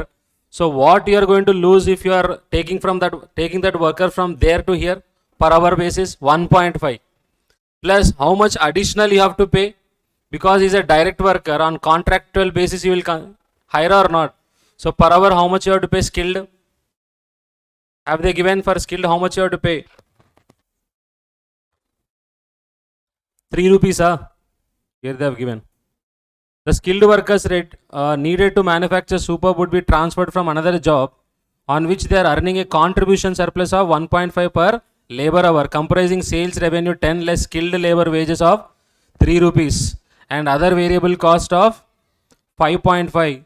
It should not be possible to employ additional skilled labor during the coming years. Why? Because there is a shortage. Now tell me, what is the cost we should consider for direct labor? Only direct labor, that to skilled. Skilled, what is the relevant cost here? Skilled is short supply or not? Yes. So can you tell me, anyone, what is the relevant cost? How many hours are required to make 50,000 from skilled? Skilled వాళ్ళ దగ్గర నుంచి ఎన్ని hours కావాలి బాబు మనకి? 12,500 hours, no? Yes. Per hour how much we should consider? Cost to be incurred plus contribution loss. Contribution loss is 1.5. And what is the per hour basis we will pay?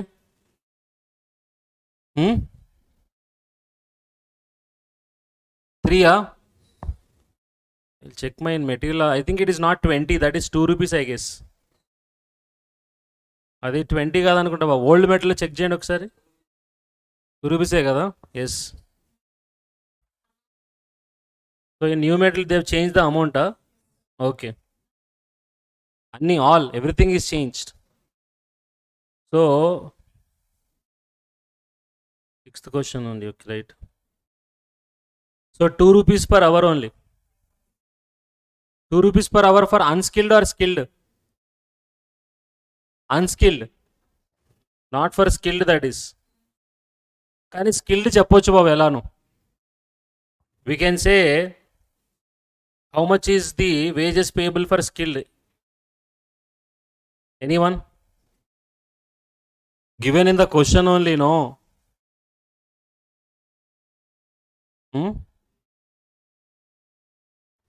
అరే ఇక్కడే ఉంది కదా బాబు క్వశ్చన్లోనే. స్కిల్డ్కి ఎంత pay చేస్తారు బాబు వాళ్ళు?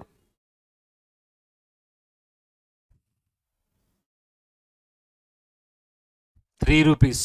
వాడు ఉంది కదా, 3 rupees they are paying or not? Yes. Plus what is the opportunity cost? 1.5. So total 4.5. And how many hours are required for this total? How many hours are required? 50,000 into 0.25. 12,500 hours are required. So 12,500 into 4.5. 56,250 rupees.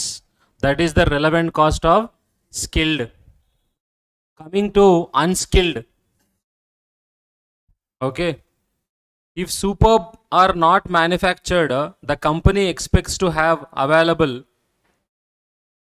2 lakh surplus unskilled labor hours during the coming year. So when it comes to unskilled workers, they are having a surplus hours of how many? 2 lakhs. Clearly indicating that idle. Surplus means what? Idle. Because the company intends to expand in future. It has decided not to terminate. It has decided not to terminate the services of what? Any unskilled workers in the foreseeable future. This is the point I was explaining. Actually he is a direct worker. But what they are saying? You will not be terminated. So you should be treated as what? Permanent labor. Yes or no? And already he is idle and you are making a payment or not? Yes. Are you going to pay any extra? No. So what is the relevant cost for unskilled worker? Nil. The foreman is required, is due to it. See, foreman is different and supervisor is different. Earlier we talked about supervisor. Now we are talking about foreman. Foreman is due to retire immediately on an annual pension payable by the company 6,000. యాక్చువల్గా ఈ foreman retire అవ్వాల్సి ఉండే ఈ ఆఫర్కి ముందు. And retire అయిన తర్వాత how much is going to get? 6,000 rupees per annum. No, annually he will get how much? 6,000. కానీ ఈ ఆఫర్ రావడంతో వాడిని రిటైర్మెంట్ పక్కన పెట్టమని చెప్పింది బాబాను. Company asked him to what? Differ this retirement. And for that what they are doing, they are regularly treating as again what? Salary. They are going to pay him what? Salary. He has been prevailed upon to stay on for a further year, 1 more year, and to defer his pension for what? 1 year in return for his what? Annual salary. So what is the annual salary of this foreman? Somewhere he mentioned earlier. Yes, one foreman would be required to devote all his working time for 1 year for supervision of what? Production of superb. He is currently paid an annual salary of 15,000. So now tell me what is the relevant cost? Anyone? Without the offer, how much you would have paid every year? 6,000 rupees. Only pension you will pay or not? Offer lekapente every year you would have paid 6,000. కానీ ఇప్పుడు వాడు retire అవుతున్నాడా? అవ్వట్లేదు. So ఇంకా job చేస్తున్నాడు కదా. So 1 year ki how much you have to pay now? With offer aithe how much you have to pay? 15,000 you have to pay. With offer you have to pay 15,000. Without offer how much you have to pay? 6,000. So what is the relevant cost? 9,000 is the what? Relevant cost. What is the relevant cost? 9,000 is the relevant cost. Understood? Over all categories, skilled is over, unskilled is over, foreman is also over or not? Yes. Adi relevant cost of what? Labor. Understood? Evana doubt unda andulo? You have any doubt?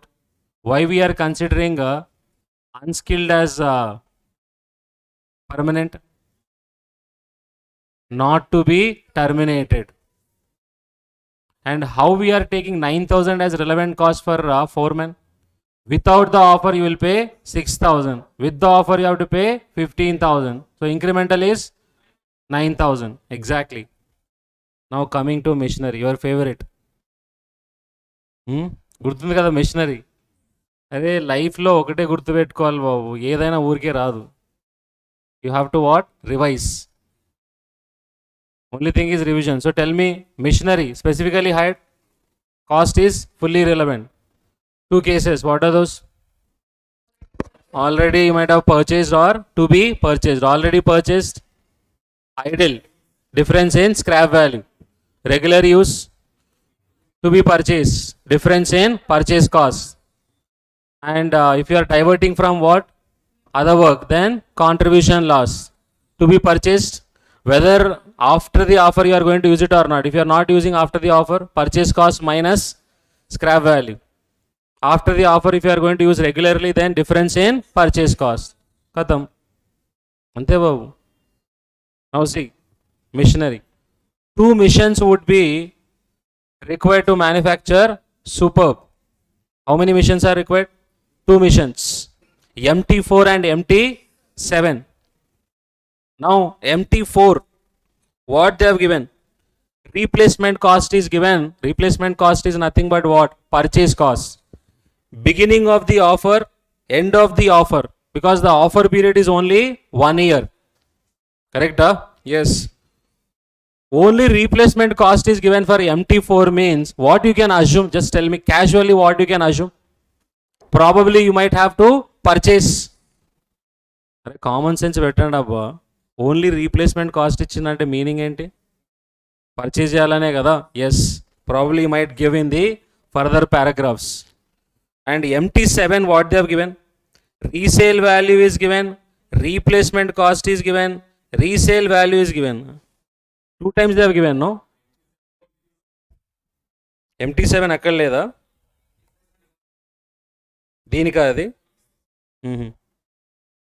MT7, so that means now for MT4 you have 2. What are those? Replacement cost and resale value. Both you have given.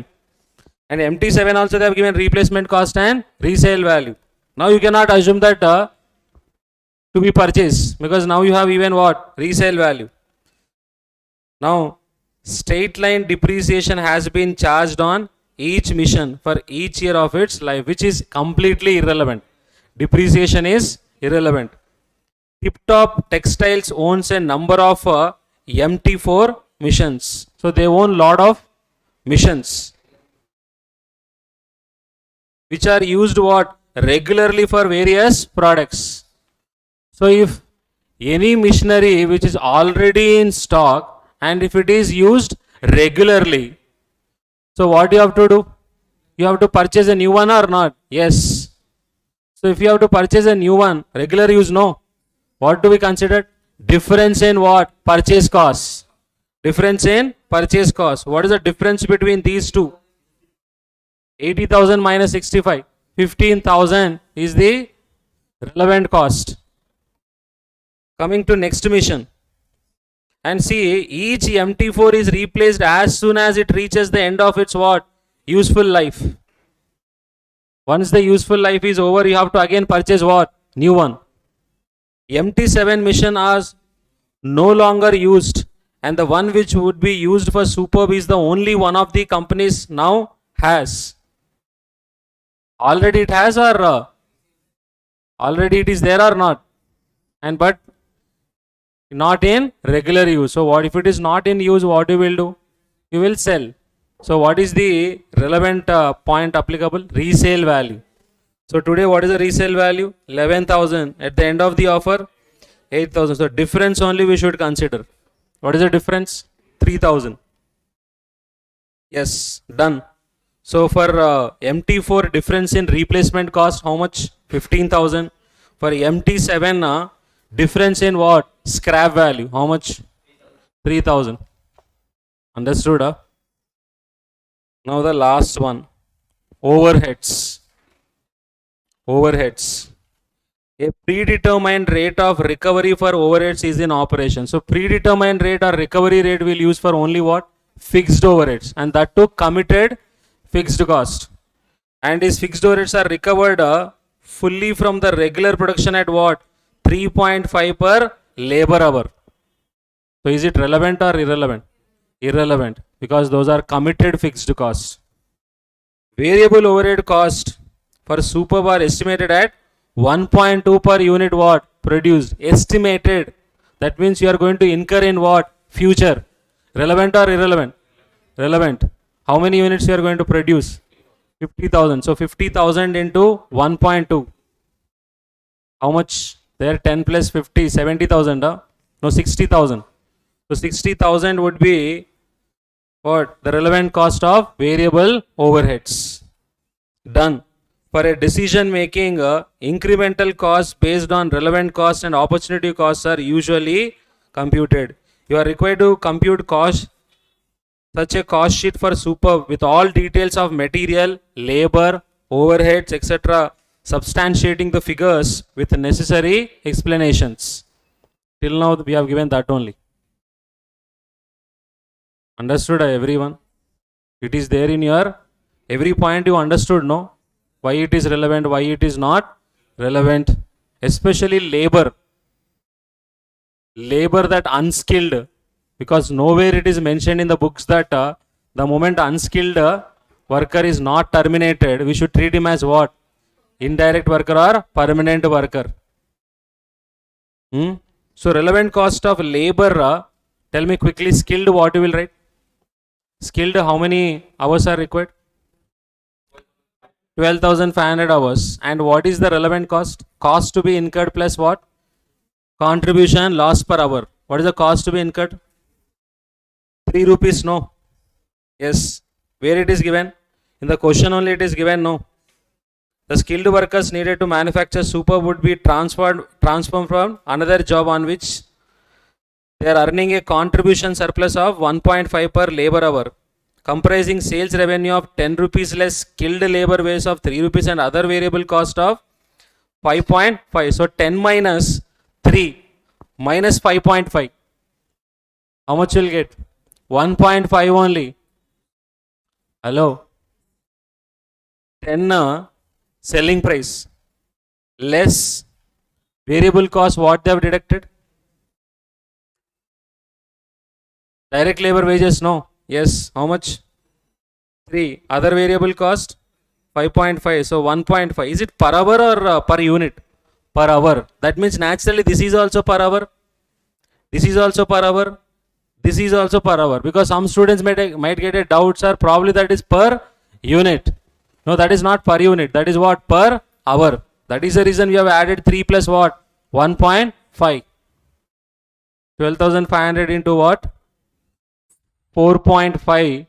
You will get a relevant cost of what? Skilled workers. Unskilled workers, 2 lakhs surplus. You are making a payment for 2 lakhs or not? Even though you are making a payment for 2 lakh surplus hours, but it is completely irrelevant. Why? Whether you are accepting this offer or not, you have to pay for what? Those 2 lakh surplus hours or not? Yes. So completely irrelevant. And coming to foreman, if this offer was not accepted, you would have paid every year how much? 6,000. Only because of the offer you are agreed to pay for 1 year 15,000. Extra how much you are paying? 9,000. That's it. Understood, no?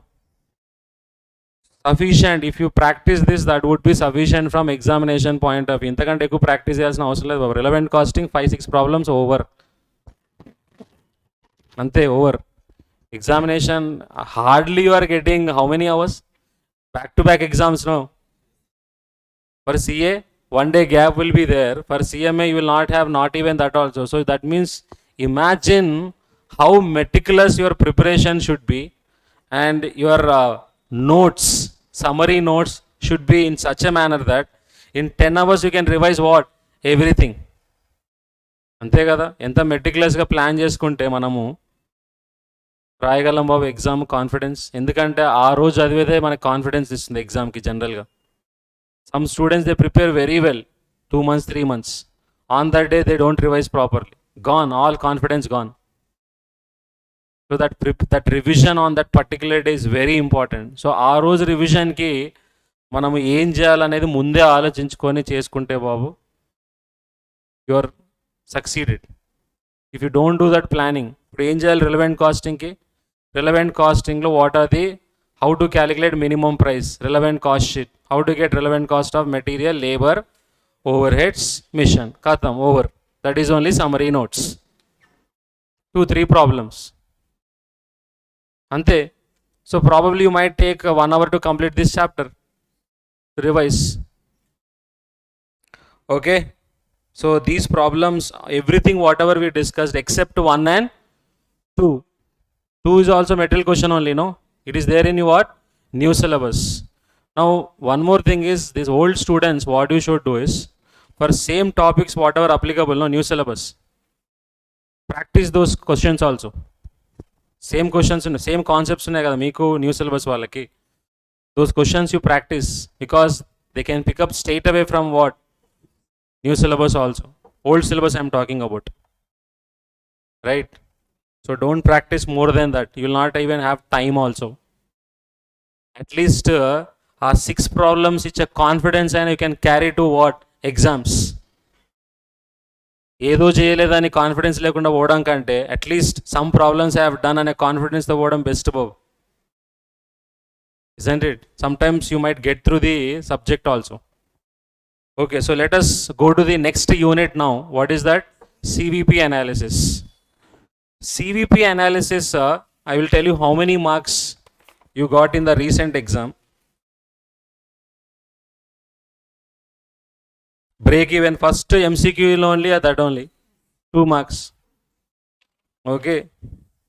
Next target cost. Next learning curve. Next one is the TQM. Next one throughput contribution. Next one standard costing. Linear programming. Project management. This is marginal costing only. Sensitivity analysis. Again marginal costing. 1, 2,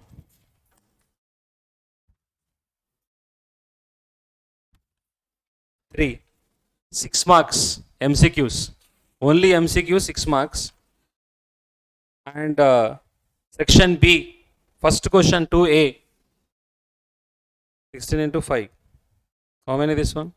This is target cost 10 marks. First one. Relevant costing. Choice is make or buy. This is standard costing, reconciliation. ABC. Transfer pricing. Next one QT. Yes. So CVP analysis 6 marks you got this attempt in the form of what? MCQs. So they have confined to only 6 marks. Sometimes they will go to the extent of 10 marks also. CVP analysis means what you might get? You might get a break even point of multiple products. Don't expect any basic questions what you got at inter level.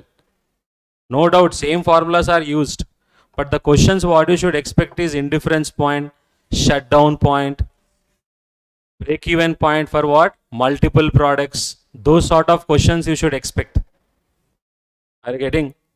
Ante అంతవరకే revise చేసుకోవాలి. And you can expect from make or buy decisions or key factor. అక్కడి నుంచి you can expect questions. So let's start now. Next one, CVP analysis.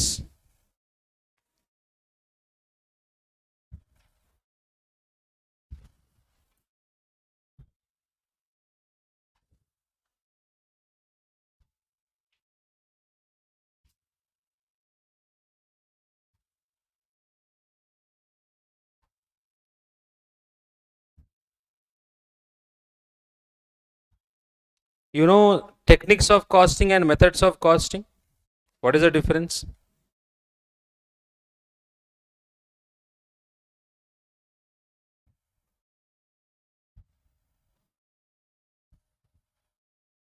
What is the difference between techniques of costing and methods of costing?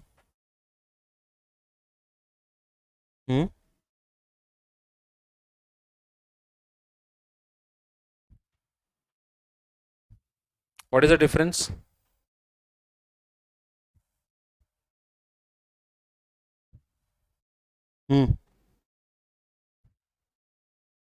What is the difference? Everyone has written CVP analysis. How many marks? 5 to 8 marks you can expect. So Techniques of costing.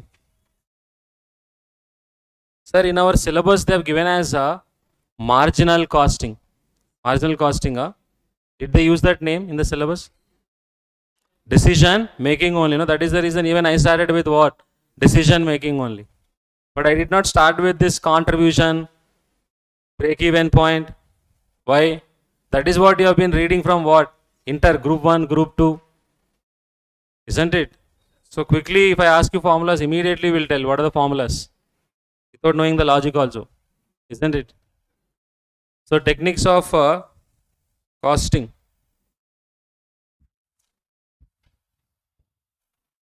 If one knows the basics of costing very well, no, even final level also, you will enjoy the subject. The problem is at inter level only, foundation problem. Okay. So always foundation, do you think it should be good? Obviously.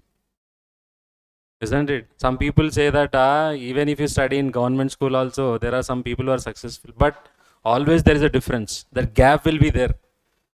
వాడు చాలా కష్టపడి ఉంటాడు బాబు ఆ స్టేజ్కి వెళ్ళడానికి. అందరూ అంత కష్టపడలేరు కదా. సో గ్యాప్ అయితే ఉండిపోతుంది always.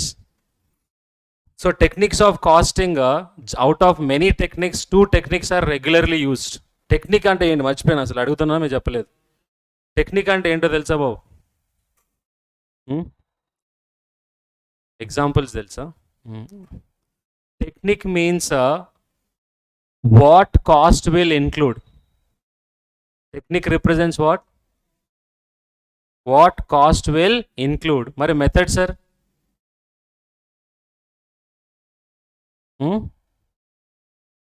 Methods will change according to what? Nature of production. How we arrive at, ఒక జాబ్కి చేయొచ్చు, ఒక ప్రాసెస్కి చేయొచ్చు, ఒక కాంట్రాక్ట్కి చేయొచ్చు. ఏ కాస్ట్ అదే కాస్ట్, అంతే. కానీ ఆ కాస్ట్లో ఏముండాలనేది ఏం చెప్తుంది బాబు మనకి? ఆ కాస్ట్లో ఏముండాలనేది ఏం చెప్తుంది? టెక్నిక్ చెప్తుంది.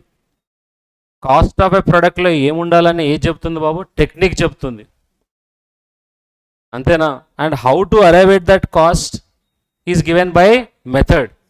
Method will change according to what? Nature of production. But technique will remain what? Same. Difference అర్థమైందా? మెథడ్కి ఇంటర్లో చదువుకున్నారు కదా, methods of costing and techniques of costing. So అర్థమైందా డిఫరెన్స్ అని చెప్పండి మెథడ్కి టెక్నిక్కి? టెక్నిక్ ఏం చెప్తుంది? Technique will tell you what cost should include, what product cost to be included, what is included in product cost.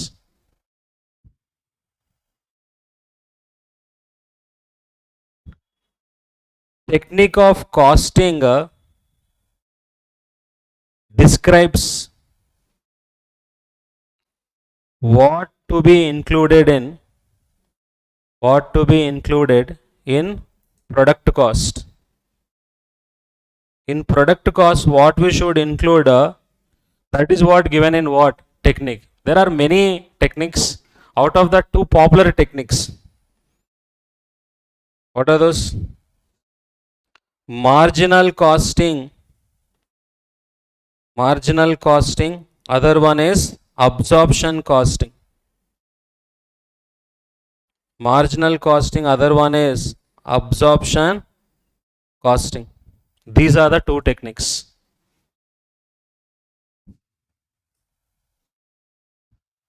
You know what marginal costing says? Product cost should include only which cost? Variable cost. Marginal costing ఏం చెప్తుంది? Product కాస్ట్లో only ఏ కాస్ట్లు include చేయాలి? Variable కాస్ట్లు include చేయాలి. That is what marginal costing technique says. What about absorption costing technique? Not only variable cost, even fixed factory cost also should be included in what? Product cost. So cost sheet, whatever you have done at inter level, that cost sheet is absorption costing based or marginal costing based? ఇంటర్లో చేసింటారు కదా cost sheet. ఆ cost sheet అనేది absorption costing బేస్డా లేకపోతే marginal costing బేస్డా? Absorption costing. So marginal costing technique what it says? Product cost includes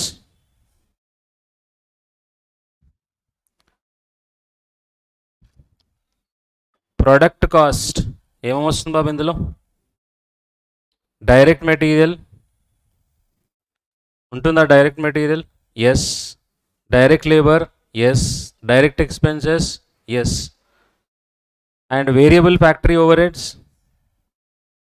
yes. Only ఇవి మాత్రమే ఇంక్లూడ్ అయి ఉంటాయి బాబు దేంట్లో? ప్రొడక్ట్ కాస్ట్లో. మరి ఫిక్స్డ్ కాస్ట్ సంగతి ఏంటి sir? That is treated as a period cost. Fixed cost is treated as period cost and charge to PNL account. అదే సంవత్సరంలో బాబు ఇన్వెంటరీలో ఇంక్లూడ్ చేయరు దాన్ని. ఇంక్లూడ్ చేసి క్యారీ ఫార్వర్డ్ చేయరు అసెట్ లాగా. అదే ఇయర్ ఏం చేస్తారు వాళ్ళు దాన్ని? పిఎన్ఎల్ అకౌంట్కి ట్రాన్స్ఫర్ చేస్తారు. 8 అన్నావు అప్పుడే అయిపోయిందా 5కి?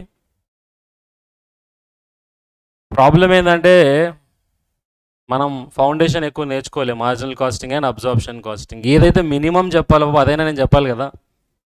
అంతే కదా బాబు. ఇప్పుడు ఆ మినిమం కూడా చెప్పకుండా మళ్ళీ నేను కూడా అదే ఫార్ములా రెట్టా కొట్టించి చేసిన అనుకో, నాకు వాళ్ళకి పెద్ద డిఫరెన్స్ ఉండదు. సో మార్జినల్ కాస్టింగ్స్ టెక్నిక్ ఏం చెప్తుందంటే only variable cost should be what included in the product cost. Variable cost includes what? Direct material, direct labor, direct expenses and variable factory overheads. Sir, then what is the treatment of our fixed overheads? Fixed should be treated as a period cost, not a product cost. That should be charged to what? P&L account. Debit చేయాలి P&L account. Absorption costing product cost ఎలా వస్తుంది? ఏమేమి ఉంటాయి బాబు? మన prime cost ఉంటుంది. Prime కాస్ట్లో ఏమొస్తాయి చెప్పండి? Direct material, direct labour, direct expenses. To this add what? Factory overheads. Variable and fixed should be on what basis? Absorbed. అంతేనా? Yes. This is what absorption costing says. According to absorption costing technique, product cost should include what? Variable cost plus fixed cost. Fixed lo kuda fixed cost bo? Factory overheads, factory overheads, administration overheads, selling and distribution. Factory overheads. Administration would relating to production aithe, yes, we can include that. Got it? Marginal ఇది ఒక techniques of casting అంటే marginal costing and sir మరి standard casting అవన్నీ ఏంటి sir మరి? అవి కూడా techniques ఏనా? స్టాండర్డ్ కాస్టింగ్ ఫాలో అవ్వాలన్నా సరే బాబు ఇన్ కాంబినేషన్ విత్ వాట్? ఇదే వాడాలి. either with the combination of marginal costing you have to use or with the combination of what? So ఈ కాంబినేషన్తోనే వాడాలి మిగతావన్నీ. Standard costing also you have to follow either what? Standard marginal cost or standard what? Absorption cost. అందుకనే గుర్తుందా మీకు? ఏంది sir? Standard కాస్టింగ్లో fixed overhead variance మనకి 2 approaches ఉంటాయి బాబు. ఒకటి మార్జినల్ కాస్టింగ్ అప్రోచ్, ఇంకోటి అబ్జార్ప్షన్ కాస్టింగ్ అప్రోచ్. అమ్మతోడు సార్ ఒక్కటి కూడా గుర్తులేదంటారు ఇంకా. So 2 approaches. Even reconciliation also we have 2 approaches again. Marginal costing reconciliation and absorption costing reconciliation, because profits will change. Yes, can I am written everyone up to here? Yes. Now we'll come to this point, CVP analysis. What is CVP analysis? Telsa babu? Cost volume profit analysis. That means if there is any change in volume or cost, what is the impact on what? Profit. Or if I want a particular profit, what should be the change in what? Sales. So CVP analysis shows the interrelationship between what? Cost, volume and profit. If there is any change in any of these variables. ఈ వేరియబుల్స్లో ఏమైనా changes వస్తే other variables మీద impact ఏంటి, దాని relationship ఏంటో through CVP analysis we're going to understand. దానికి మనకి కొన్ని టెక్నిక్స్ ఉన్నాయి బాబు. ఏంటవి? PV ratio, break even point, ఇంకోటి ఏంటి? Margin of safety. These are some tools which we use to do what? CVP analysis. అది కాన్సెప్ట్ అన్నమాట. So write CVP analysis. Next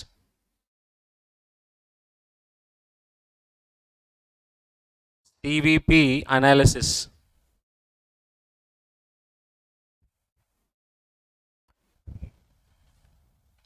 How do you get absorbed fixed overheads? Andar gurtunda?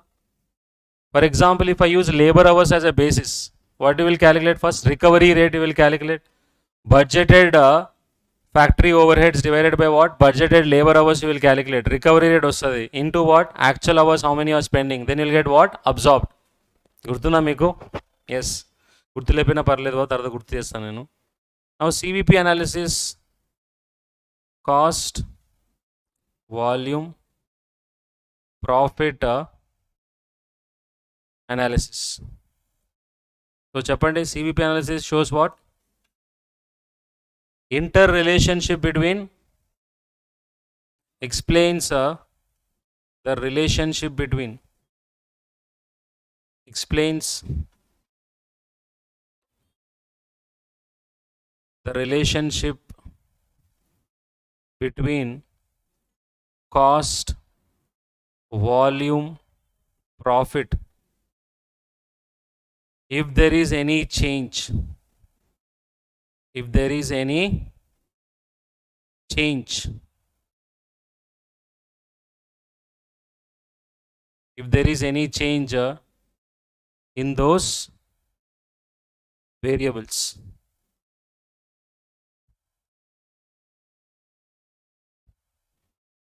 explains the relationship between cost, volume, profit, if there is any change in those variables. So if there is a change in cost, what impact it will have on what? Profit.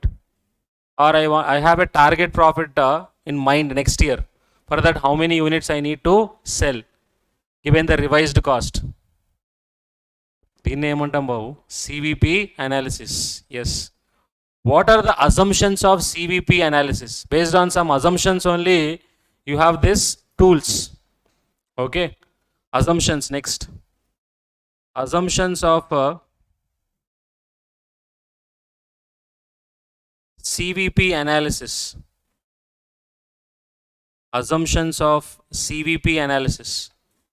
What is the first assumption of CVP analysis?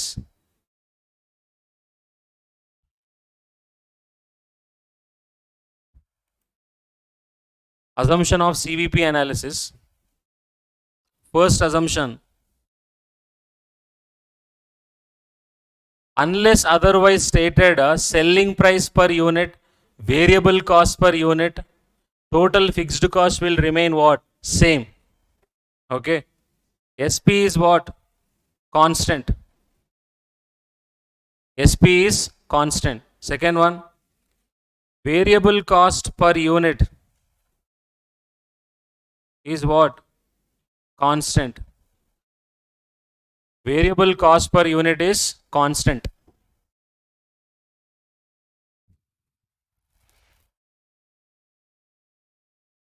Variable cost per unit is constant. Next, total fixed cost is constant. Total fixed cost is constant. Next, total fixed cost is constant. Next one is company produce only one product.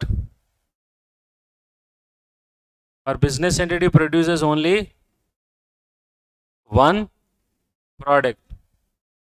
So unless otherwise stated, what are the assumptions of CVP analysis?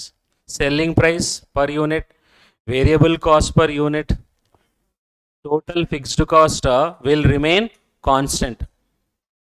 Okay, and the company produces single product or multiple products? Single product. Yes. To do marginal, why people struggles in marginal costing is, ఇవి తెలియదు బాబు, ఏది change అవుతున్నాయి, ఏవి change కావట్లేదు.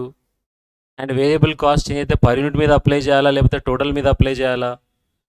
And fixed cost change అవుతే total మీద apply చేయాలా, లేకపోతే పర్ యూనిట్ మీద అప్లై చేయాలా? అది తెలియదు బాబు చాలామందికి. ఆల్రెడీ మనం స్టార్ట్ చేయడమే దాంతోనే స్టార్ట్ చేసినాం కదా మనము. Yes. Whenever there is a change in variable cost, always you have to apply on what? Per unit. Whenever they give you change in fixed cost, always we should apply on total. Getting the point? Yes. So now you should tell me now what is the interrelationship between variable cost and fixed cost with a change in what? Output. Variable cost, fixed cost, total per unit. Tell me now, if output increases, if there is a increase in what? Output, which one will remain constant? Fixed cost in total or per unit? Fixed cost in total will remain what? Constant. Per unit will what? Decrease. Why? అరే చూడండి అబ్బా 10,000 యూనిట్స్కి fixed cost 1 lakh.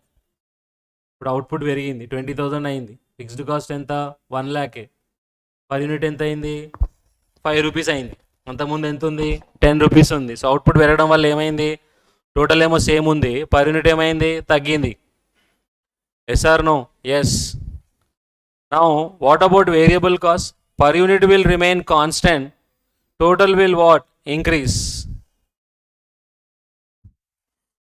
Total will increase in proportion to what? Number of units produced, but per unit will remain what? Constant. Now if there is any decrease in output, tell me, variable cost total will decrease in proportion to units or not? What about per unit? Will remain constant. Correct? Now fixed cost total will remain what? Constant, but per unit will increase. So there is an inverse relationship between what? Output and fixed cost per unit. Output and fixed cost. There is a direct relationship between what? Output and the total variable cost. This point if you should understand to do marginal costing problems. Easily you can crack them. Okay, written relationship assumptions. Yes. Now tools of CVP analysis. Tools of CVP analysis. అందరికీ marginal costing income statement format తెలుసు కదా బాబు? What is the format? Sales less variable cost, what will get? Contribution, then we'll get fixed cost. If you deduct, then we'll get what? Profit. Idena format? Yes. Now what are the various tools of CVP analysis? First one is contribution. What is contribution? Anyone? Is it equal to gross profit? Contribution is equal to gross profit. Final లెవెల్కి వచ్చారు అబ్బా, ఎవరన్నా సిగ్గుపోతుంది అట్లా చెప్తే. Contribution is not equal to gross profit. ఎందుకంటే COGS includes variable as well as what? Fixed. Whereas contribution అంటే you will consider only what? Variable cost కదా. To arrive at contribution will only deduct what? Variable cost. How can be equal? Contribution is not equal to what? Gross profit. Then what is contribution, sir? Contribution represents excess of sales over what? Variable cost. Contribution represents excess of sales over variable cost, which should recover your what? Fixed cost. మీ fixed cost దేంట్లోంచి recover చేయాలి? Fixed కాస్ట్లోంచి recover చేయాలి బాబా. Recover కాకపోతే ఏమవుతుంది? Loss వస్తుంది. Recover అయిందనుకో ఏమొస్తుంది? ప్రాఫిట్ వస్తుంది. Are you getting? So your fixed cost must be recovered out of your what? Contribution only. So what is most relevant here? Contribution or profit? Contribution is relevant for us. Why? Out of that only you have to recover your what? Fixed cost. Yes. Difference in the babu. So how do you define a contribution? What of a transition in only formula rases ikkada? It is the excess of It is the excess of sales over variable cost. Excess of sales over variable cost.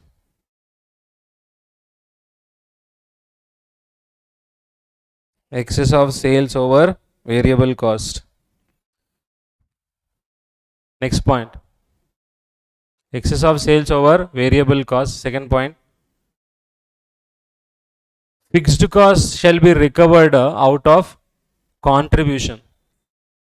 Fixed cost shall be recovered out of contribution.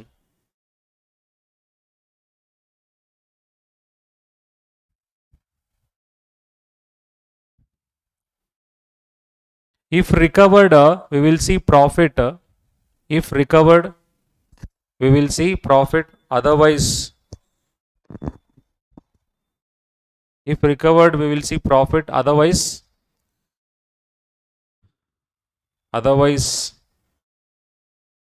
loss. Yes. So how to calculate contribution? What are the various ways of calculating what? Contribution. You should tell me now. Andariki telusu kada. Tell me, what is the first formula? Contribution is equal to sales minus total sales in rupees minus what? Total variable cost in rupees. ఇదే కదా మీ అందరికీ తెలిసింది, చిన్నప్పటి నుంచి నేర్చుకుంటుంది. ఇంకా fixed cost plus profit. Okay, మీకు తెలిసినా చెప్పండి బాబు. ఫిక్స్డ్ కాస్ట్ ప్లస్ రివర్స్లో చెప్తుంది తను. Fixed cost plus what? Profit అని చెప్తుంది. కరెక్టేనా? Yes, fixed cost plus profit. ఇంకా variable cost plus variable cost into PV రేషియోనా? Sales into PV ratio. Exactly, yes. కానీ పీవీ రేషియో అంటే తెలియదు కదా ఇంకా. అంతే కదా, ఇంకా పోలే కదా అక్కడ వరకు. ఇంకా can I say sales units into contribution per unit? Total number of units sold into contribution per unit, can we get total contribution? Yes, we can get.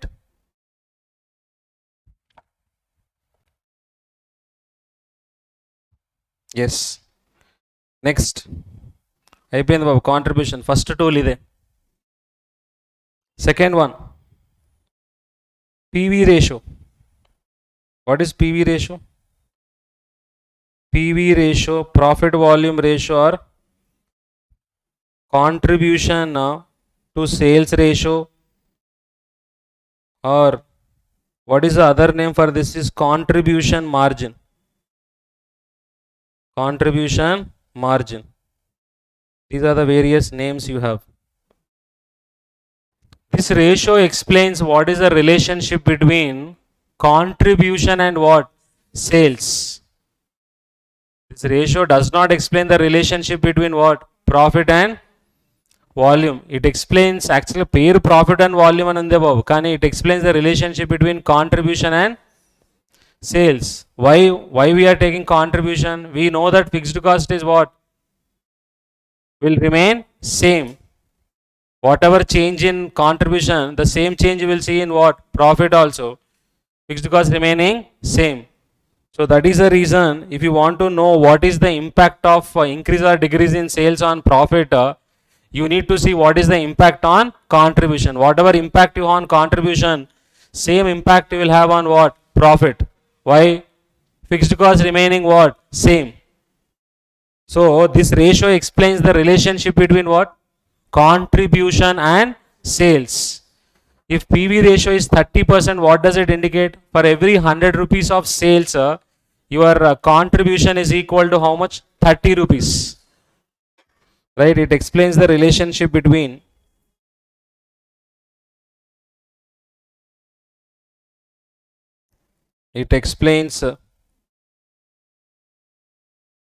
the relationship between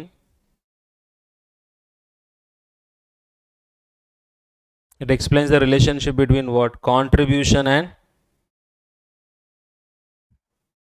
what? sales. Written. What are the various formulas to calculate this PV ratio? First formula, total contribution in rupees divided by total sales in what? Rupees. Correct? Inka? Yes, contribution per unit divided by what? Contribution per unit divided by sales per what? Unit. Or selling price per unit. ఎలా వచ్చింది బాబు ఇది? ఎట్లా వచ్చింది formula? ఏదో వచ్చిందంటారు అట్లా. ఇక్కడ contribution in rupees ఎలా రాసుకోవచ్చు? Sales units into contribution per unit రాసుకోవచ్చా? టోటల్ సేల్స్ ఇన్ రూపీస్ ఎలా రాసుకోవచ్చు? Sales in units into what? Selling price per unit. Sales units cancel అయిపోతే ఏం మిగిలింది బాబు? Contribution per unit divided by what? Selling price per unit. కరెక్టేనా? Or ఈ contribution ప్లేస్లో ఏం రాసుకోవచ్చు బాబు మనం? Fixed cost plus what? Profit. Fixed cost plus profit divided by what? Sales. రాసుకోవచ్చు ఇలా కూడా. పీవీ రేషియోనే కదా మనం రాస్తుంది. సో సేల్స్ కావాలంటే ఏమొస్తుంది బాబు మరి? Fixed cost plus profit divided by what? PV ratio. PV ratio is equal to what? Fixed cost plus profit divided by sales. If you want sales, fixed cost plus profit divided by what? PV ratio. గమనిస్తున్నారా అందరూ? అంతేనా? Sales కావాలంటే ఏం చేయాలి? Fixed cost plus profit divided by PV ratio. Or profit divide అక్కడికి వెళ్ళిపోయినా అప్పుడే. ఇంకా బాబు, change in contribution divided by what? Change in sales. గుర్తుందా ఈ ఫార్ములా? ఇంకా బాబు, change in profit divided by change in sales.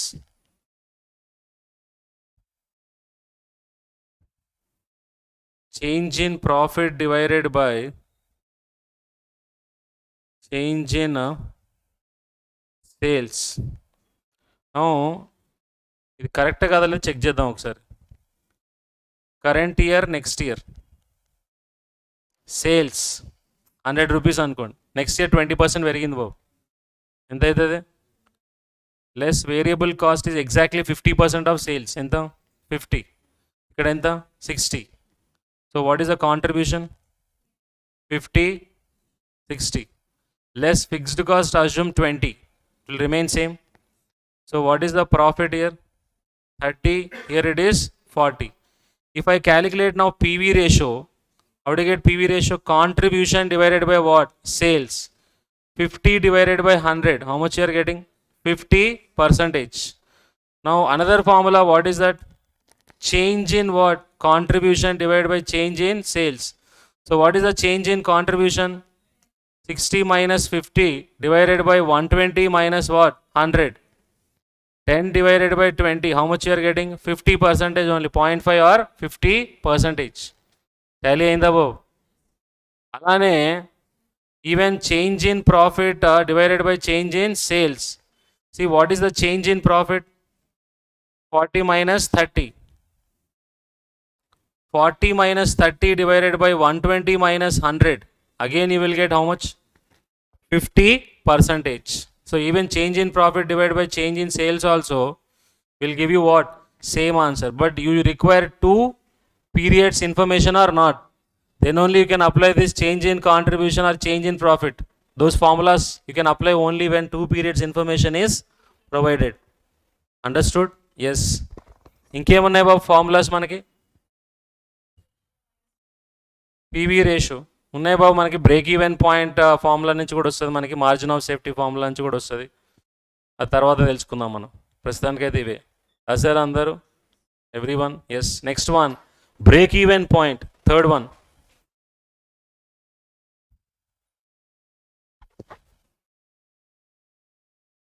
Break even point. BEP.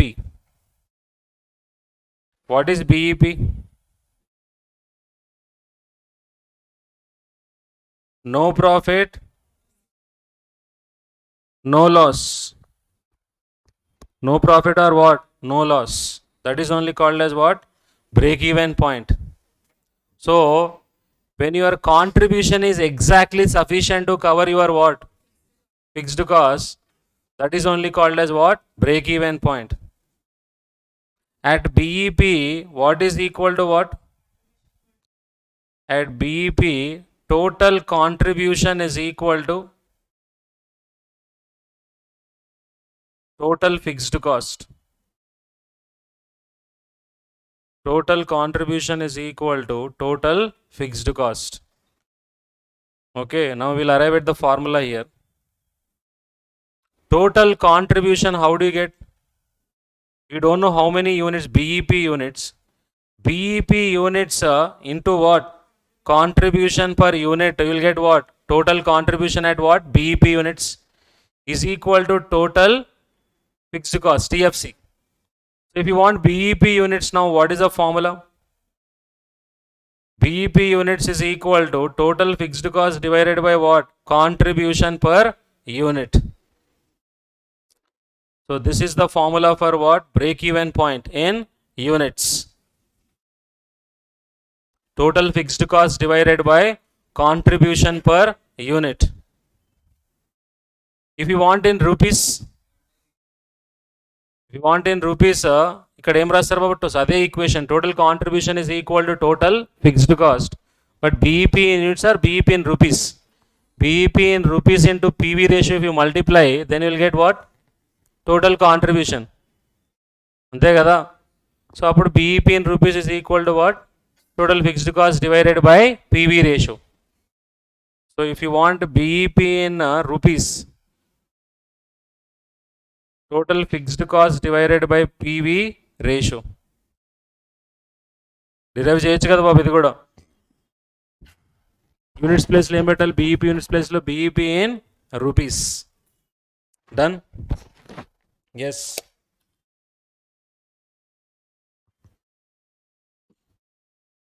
What is cash break even point? You will include only what? Cash fixed cost. So cash fixed cost divided by what? Contribution per unit, or cash fixed cost divided by PV ratio, will get in what? Rupees. Correct? Now this break even point, how we generally get through what? Graph. For that we have to draw total cost line and what? We have to draw even total revenue. Total revenue line, wherever it intersects what? Total cost line, that is only called as what? Break even point. Fixed cost always will remain what? Constant. So irrespective units perige koddi will remain what? Same. This is fixed cost. What about variable cost? Variable cost starts from what? Zero. Yes, 0 units produced, 0 variable cost, and as the units progress, increase, it will increase or not. So 0 నుంచి start అవుతుందా? Fixed cost దగ్గర start అవుతుందా బాబు? 0 నుంచి start అవుతుంది కదా.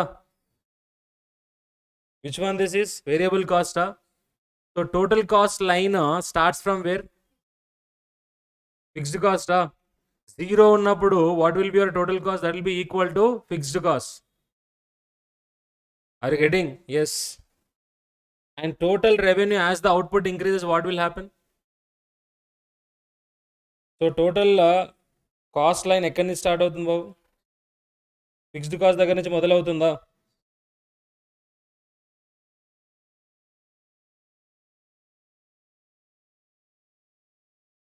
Will start from here. This is total cost line. What about total revenue?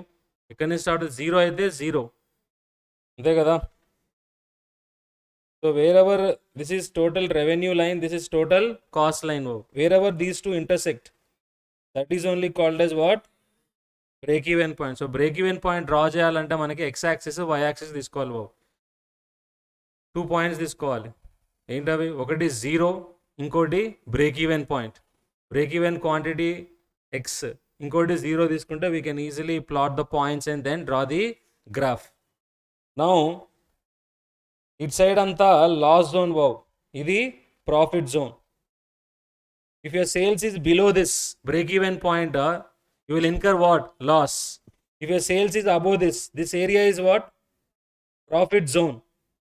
This area is what, loss zone. If your actual sales is less than break even point, you will incur what, loss.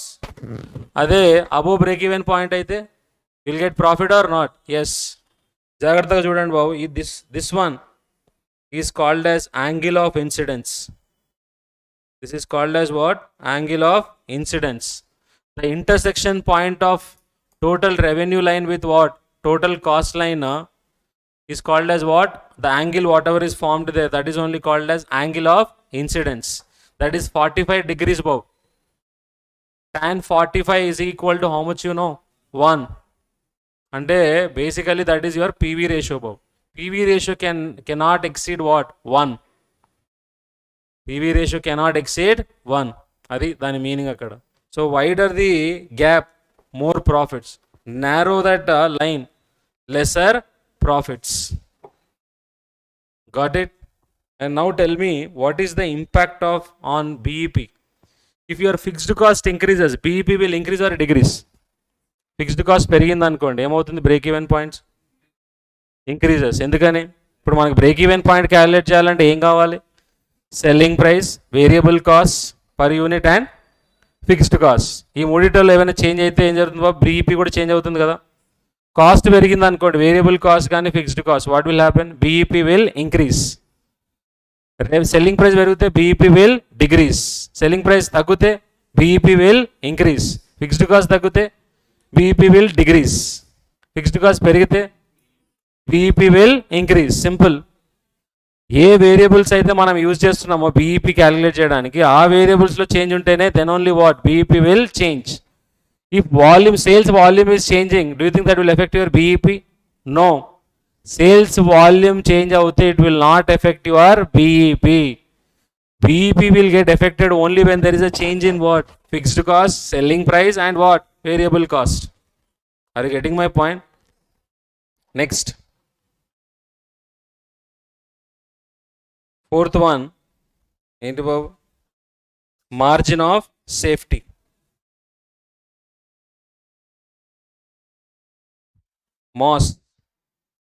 Mass represents what, excess of. ఈ area అంతా ఏమంటాం బాబు, మాసేనా. This is BEP, no. Right side of BEP, that is your margin of safety. Profit zone, no. Yes. ఒక్కసారి BEP దాటిందంటే మీ sales, do you think any fixed cost is applicable there? Any fixed cost? No fixed cost is applicable after break even point. Because at break even point you recovered your entire fixed cost. Yes, so what is margin of safety? Excess of total sales minus what, BEP sales. Excess of sales over what, break even sales. That is only called as what, margin of safety. So let's derive the formula for this. Concentrate చేయండి అందరూ. ఇది margin of safety సేల్సే కదా బాబు. Margin of safety sales in rupees is equal to total sales in rupees minus BEP sales in what, rupees. Now what you do is, can I write this one, total sales? How I can write total sales here?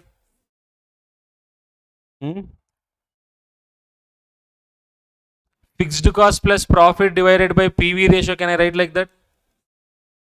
Fixed cost plus profit divided by PVR. ఇగో అందుకనే పైన చెప్పినా నేను ఏమని,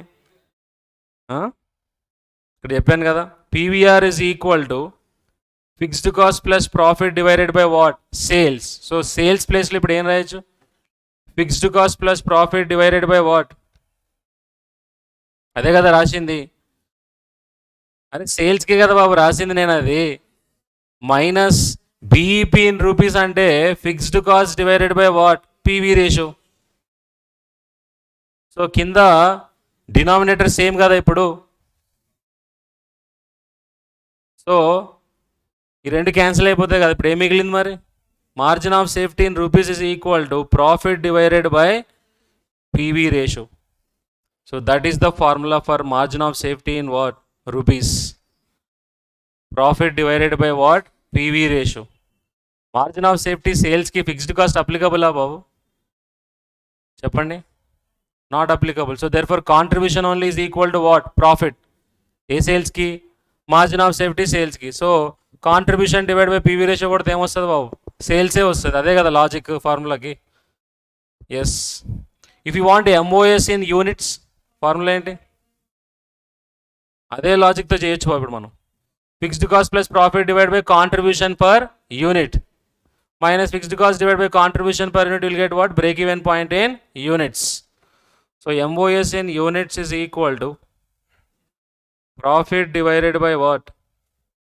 Contribution per unit. Okay. Now what is the relationship between margin of safety and break even sales? Total sales is equal to what? Margin of safety sales and yes, exactly. చూడండి బాబు, total sales consist of BEP sales and margin of safety sales. So BEP percentage on sales plus margin of safety percentage on what?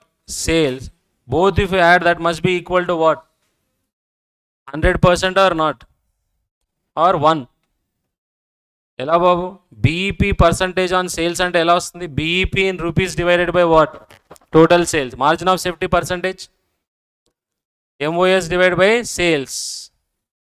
రెండు కలిపితే ఎంత ఉండాలి? 1 or 100%. ఎలానో check చూద్దాం బాబు. Concentrate. Total sales is equal to what? MOS sales plus what? BEP sales in rupees. So నేను సేల్స్తో డివైడ్ చేస్తున్నా, left hand side right hand side. Sales divided by sales. ఇక్కడ margin of safety sales divide by what? Sales. Even this one is also BEP divided by sales. So sales divide by sales how much? 1. What we call this as margin of safety percentage, MOS percentage.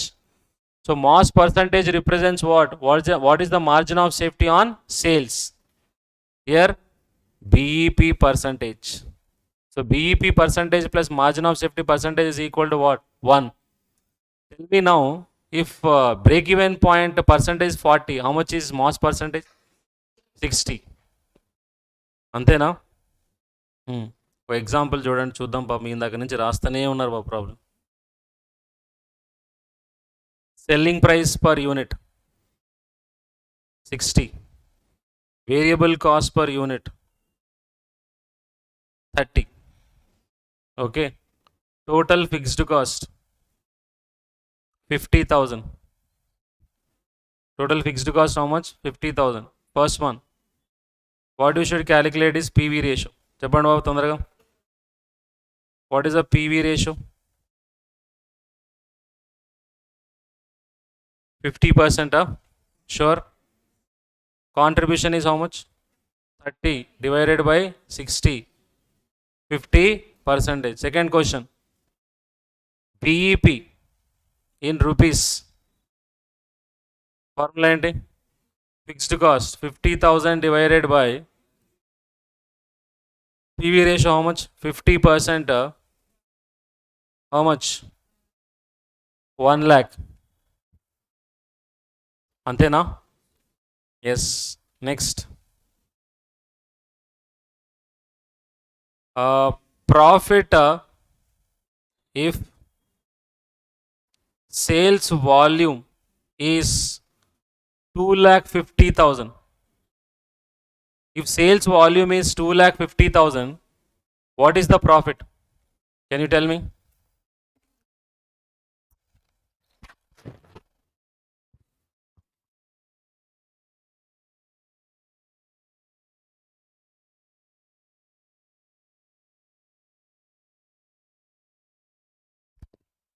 If sales volume is 2,50,000 rupees, what is the profit?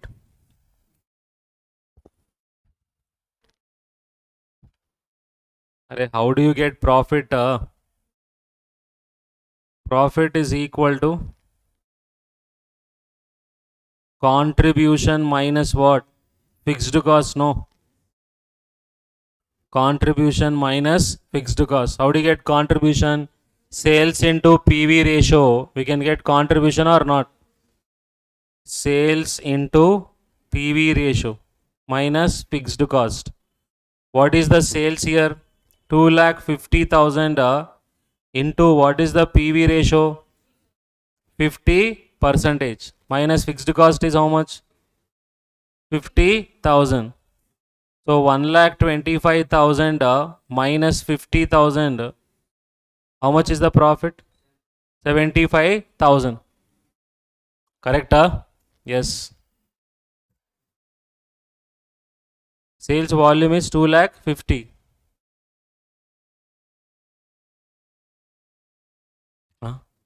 Sales volume ante rupees ఇచ్చాను కదా, clearly here I given no. Rupees 2,50,000. Did I give you earlier also? Yes. Sales volume is rupees 2,50,000. I gave no. Volume ante rupees e babu. Volume means what? Rupees. So 75,000. Can you calculate what is the margin of safety sales now? MOS in rupees. Can you tell me? Total sales 2,50,000 minus what? BEP sales how much? 1,00,000. So what is your break even point? 1,50,000. Yes.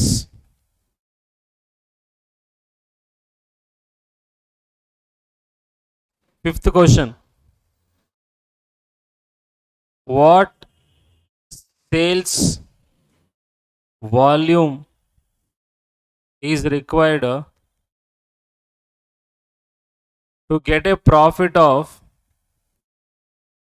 1,00,000? What sales volume is required to get a profit of 1,00,000? 1,00,000 profit రావాలంటే sales ఎంత ఉండాలి? Very simple బాబు. Profit నాకు 1,00,000 కావాలి. How much we require? 1,00,000. Fixed cost will remain same. What is the fixed cost? 50,000. That means I should earn a contribution of how much? 1,50,000 desired contribution. I should earn a contribution of 1,50,000, and I know that my PV ratio is equal to 50%. So how much sales I should make? Contribution divided by PVR, then you will get what? Sales. So 1,50,000 divided by 50%, 3 lakhs. Antena?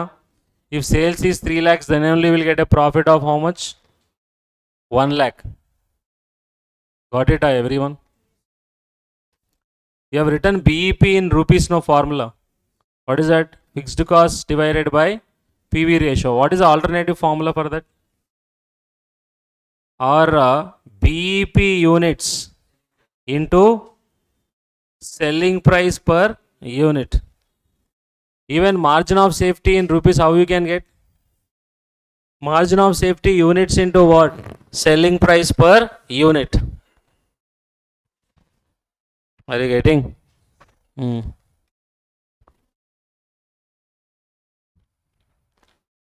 Completed up to here, everyone? ఇప్పుడు ఈ example చూసుకుంటా ఉన్నారు అంతేనా? ఎవరు రాయలేదా? Very good బాబు. Up to here have you return total sales is equal to MOS percentage. Up to there over no? Yes.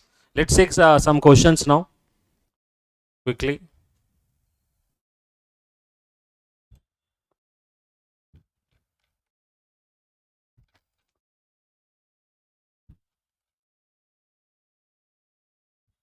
So this is what we have to cover in CVP analysis. Techniques of costing, absorption costing, marginal costing, then what?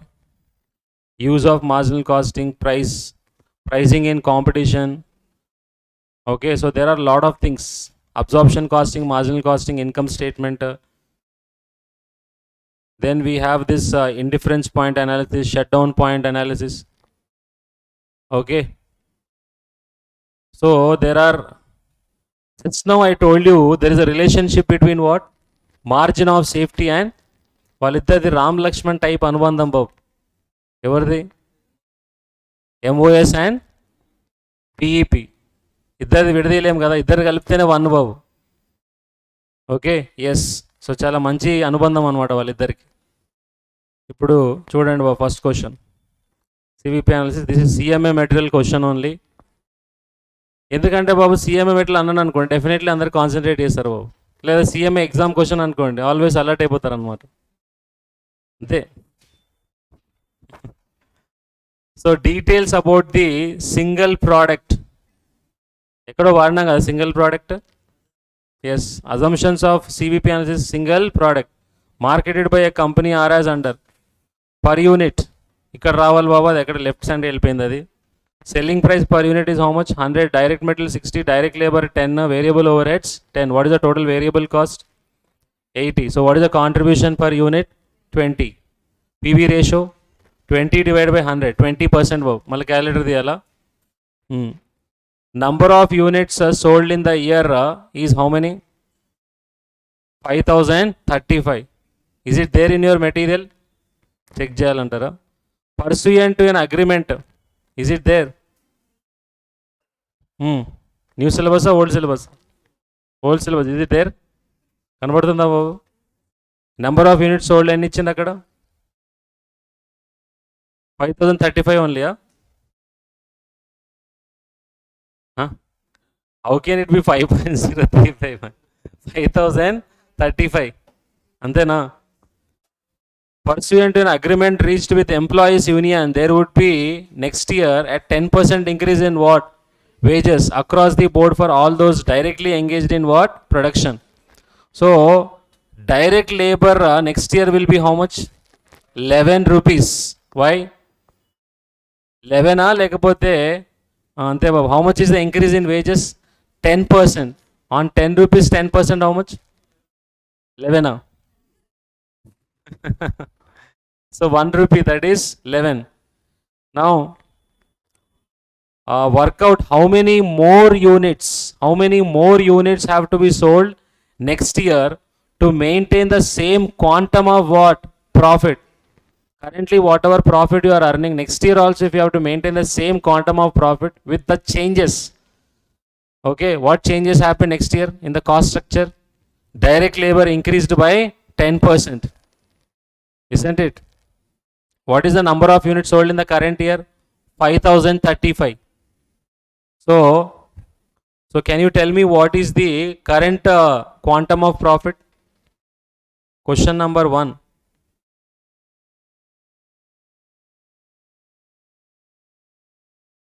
Tell me quickly. Do you remember the data? No sir. Question number 1. Current year, next year. Current year and next year. Total per unit. Total per unit. Current year how many units? 5035 units.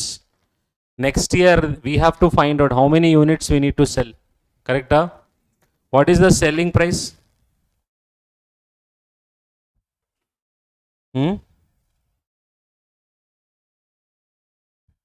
Selling price is 100. So what is the total sales value? 5,33,500.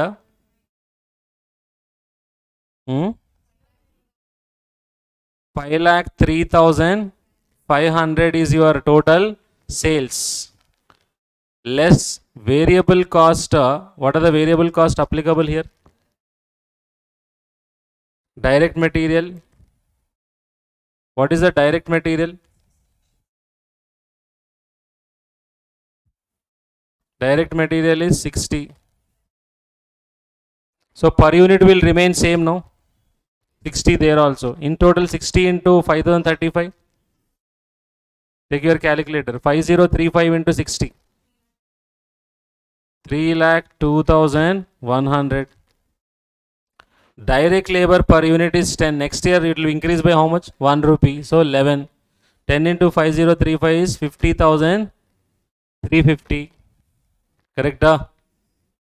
What else? What are the other variable cost you have?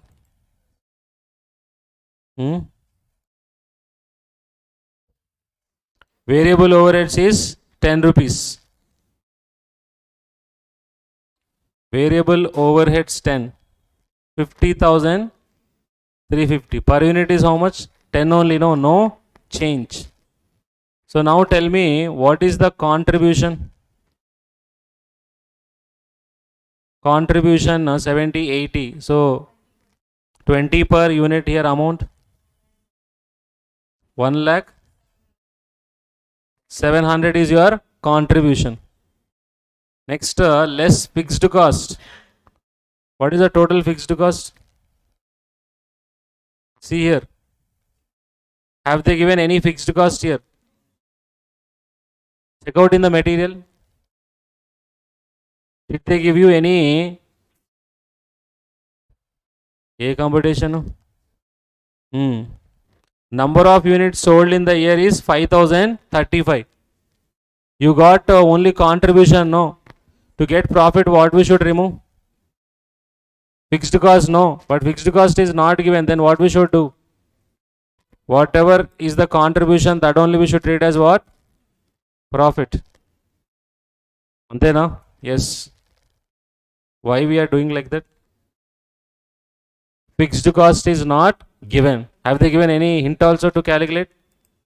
Have they given any hints here? No hints are given. Check. నాకైతే ఏం కనబడట్లేదు. మీకేం కనబడుతుందా? కనబడుతుందా మీకు? నేనైతే 4 ice పెట్టి చూస్తున్నాను నేను.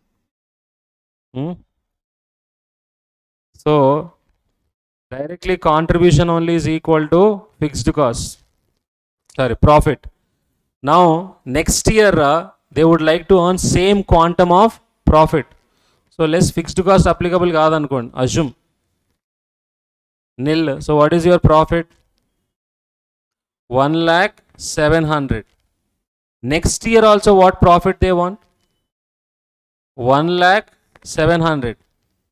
And what is the total variable cost? 60 plus 11 plus 10, 81. So fixed cost nil. What is the contribution they should earn?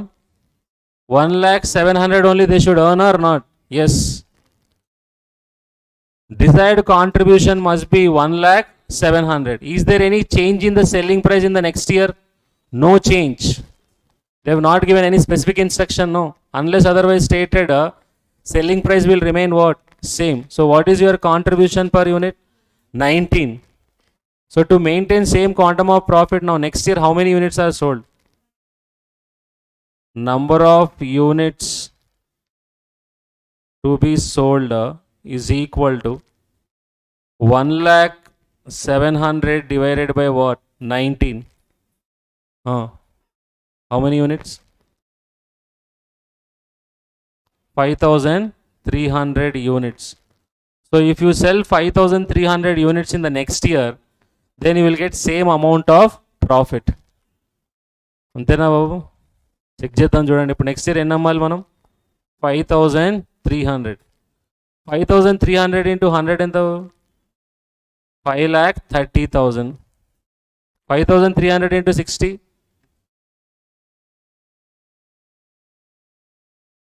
3,18,000. Into 11? 53,000 into 11? 58,000. So minus this, are you getting 1,700,000? 5,30,000 minus 3,18,000 minus 58,300 minus 53,000. Are you getting 1,700,000? Yes. So how many units you should sell next year? 5,300. How we got this formula in the fixed cost plus what? Profit divided by contribution per unit, sales units. Fixed cost plus profit divided by contribution per unit, you'll get the answer. ఏమిచ్చింది బాబు answer దానికి? Material question. How many units? 5,300 only, no? Yes. So very simple one this is. It's not at all difficult here. Already I've done this at inter level. Some advanced questions are there. Recently asked ante which one prior to the previous exam? Previous ante eppudu babu 23 na Jan. Daniki mundu June 22. Yes. So what is the time now? 6. So now tell me what is your situation? Yes, let's take a break and then we'll continue.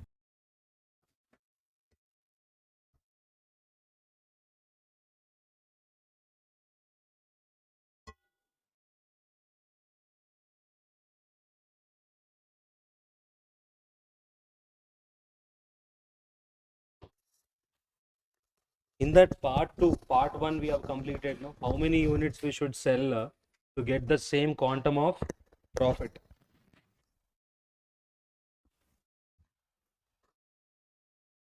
What is the number of units we got there?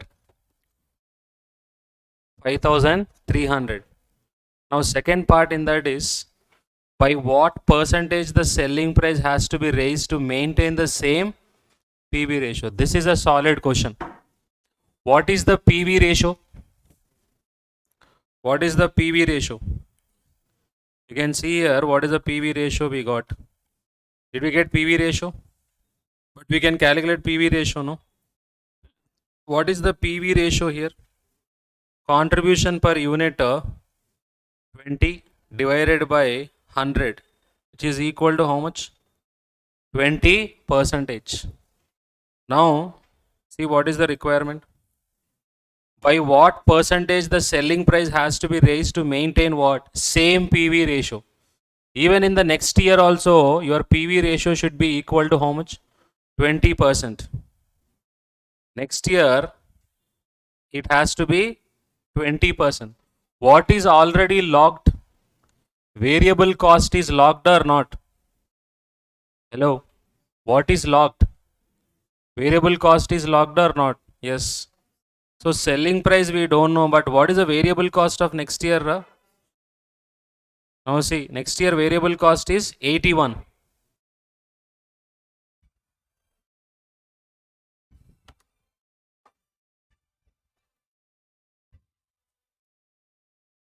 Next year it is 81. So selling price minus 81 divided by how much? Selling price must be equal to what? 20%. So SP minus 81 is equal to 0.2 SP. Okay, so 1 minus 0.2. 0.8 SP is equal to what? 81. So therefore selling price is equal to 81 divided by 0.8.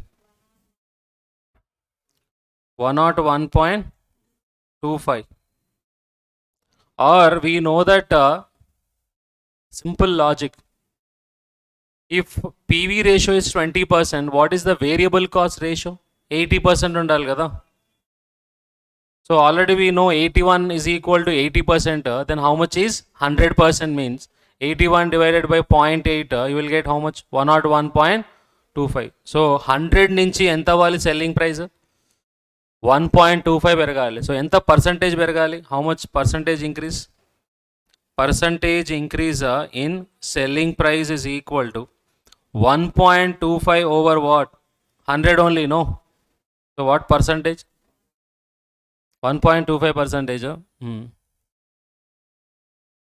అంతే. That is the answer.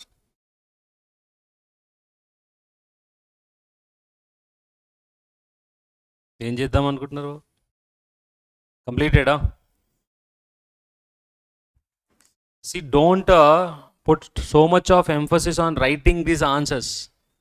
Already you have in your material. Okay, apply your brain. ఇప్పుడు మీరు spend చేస్తున్న time అనేది ఏదో time పాస్గా కూర్చోకుండా ఇక్కడ these hours you use productively. Are you getting? Okay, next.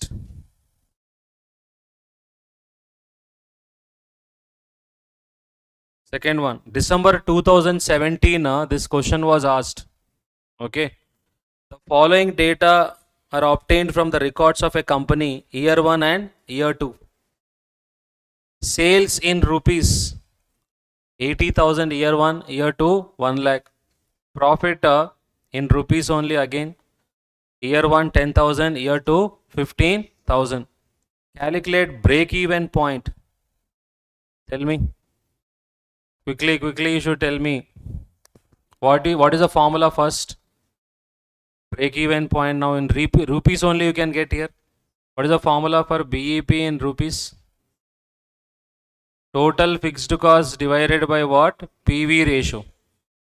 Total fixed cost divided by PV ratio. So we need to know what is the PV ratio and what is the total fixed cost. So which formula we can apply for PV ratio now? Change in profit divided by change in sales. So what is the PV ratio? What is the change in profit? 5,000 divided by 20,000, 25%. So PVR is equal to how much? 25%. So sales into PV ratio, if you multiply, what you will get? Contribution. Sales 80,000 into 25%, how much? 1/4 means 20,000. So contribution is 20. Profit is 10,000 means fixed cost is how much? 10,000. You can check here also. 1 lakh into PV ratio 25%, contribution is 25,000. And what is the profit? 15,000. That means fixed cost is how much? 10,000. So fixed cost, how much you are getting? 10,000. So now you can calculate break even point. Fixed cost 10,000 divided by 25%. How much you are getting? 40,000. That is your break even point. Now, what is the profit or loss when sales amount is 60,000? 60,000 and definitely will get profit only, no? Because at 40,000 rupees only you are getting what? You are able to recover your fixed cost. Now, at 60,000 means what is the additional sales above break even point? 20,000. 20,000 into PV ratio, how much? 25%. How much? 5,000 is only your profit, no? చూసిన ఎంత ఫాస్ట్గా చెప్పేసినాం మనము. Traditional statement we did not cover again. Sales minus variable cost, contribution minus fixed cost. That is the advantage of these tools. How did we do that? We know that at break even point profit is what? 40,000 వరకు profit ఎంత బాబు? 40,000 కదా మనకు వచ్చింది break even point. Profit is nil కదా. ఇప్పుడు sales ఎంత? 60,000 అంటే additional 20,000 rupees sales.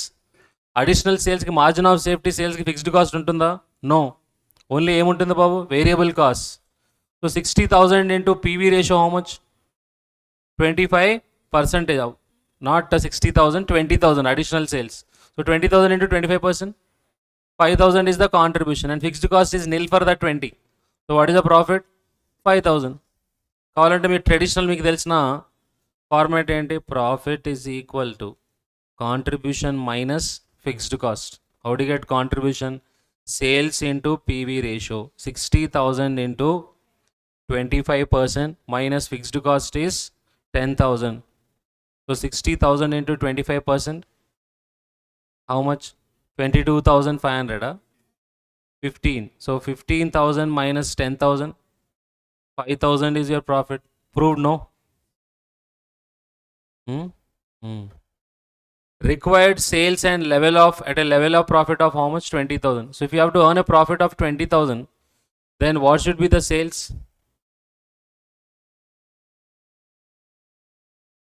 See, break even ఎంత బాబు? 40. ప్రాఫిట్ 20,000 రావాలంట. సో మార్జిన్ ఆఫ్ సేఫ్టీ ఎంత ఉండాలి? 20,000 divided by PV ratio how much? 25%. ఎంత బాబు? 20 divide by 25%. 80,000 margin of safety రావాలి. బ్రేక్ ఈవెన్ ఎంత? 40. రెండు కలిపితే 1,20,000 డైరెక్ట్. షార్ట్ కట్ బాబు. ఇప్పుడు మనం ట్రెడిషనల్గా ఎలా చేయొచ్చు? Required sales level at a profit of 20,000. Fixed cost plus desired profit divided by PV ratio. అదే కదా బాబు. Fixed cost how much? 10,000. Profit how much? 20. 30 divide by PV ratio 25% కొట్టండి. How much you're getting? 1,20,000. లాజికల్గా ఎలా చేసాం? Already break even point 40. Okay, ఇప్పుడు profit ఎంత కావాలంటాం? 25,000. సో 20,000 కావాలంటే అడిషనల్స్ అంటే మార్జిన్ ఆఫ్ సేఫ్టీ సేల్స్ ఎంత ఉండాలి? 20,000 divide by PV ratio. No change in PV ratio. Will get margin of safety sales Margin of safety sales plus break even sales will get what? Total sales. ఫైనల్లో ఈ లెవెల్లో ఉండాలి బాబు speed, processing speed. అయిపోయింది, ఇంటి దగ్గర చేసుకోండి. December 21 ఇది బాబు ఇప్పుడు రాయమంటారు ఆన్సర్ దానికి.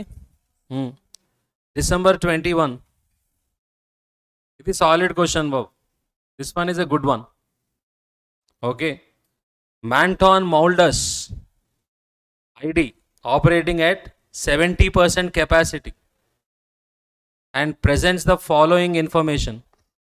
BEP 200 lakhs. December 21 and above. Recent. 2 years back. 2 years 1.5 year and above. అది కూడా తెలియదు, మళ్ళీ క్యాలిక్యులేట్ చేయాలా. So BEP 200 lakhs, PV ratio 40%, margin of safety 50%. ఏంది బాబా figure? 50% lakhs and above. What a figure. Right. So I'll check.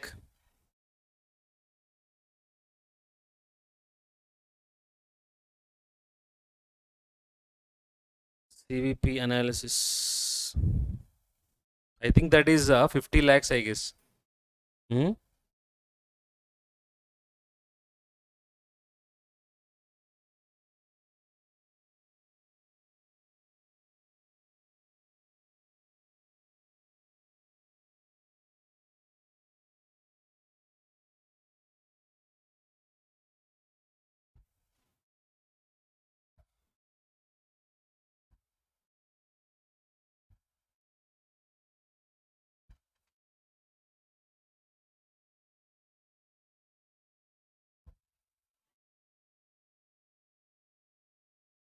నాదేనా అది?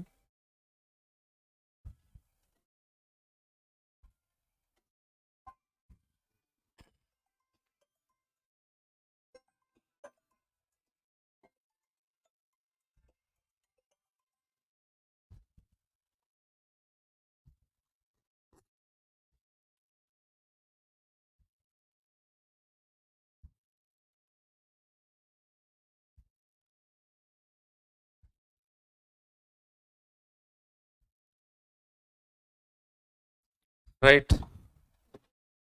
50 lakhs. Margin of safety is 50 lakhs. And PV ratio is 40%. BEP is 200 lakhs. The management has decided to increase production to 95% capacity level with the following changes. What are those changes? Selling price will be reduced by how much? 8%. Variable cost will be reduced by 5% on sales. See how smartly he has given. Variable cost will be reduced by 5% అనలేదు బాబు. Variable cost will be reduced by 5% on what? Sales. మీకేమర్థమైందని అడుగుతా ఇప్పుడు.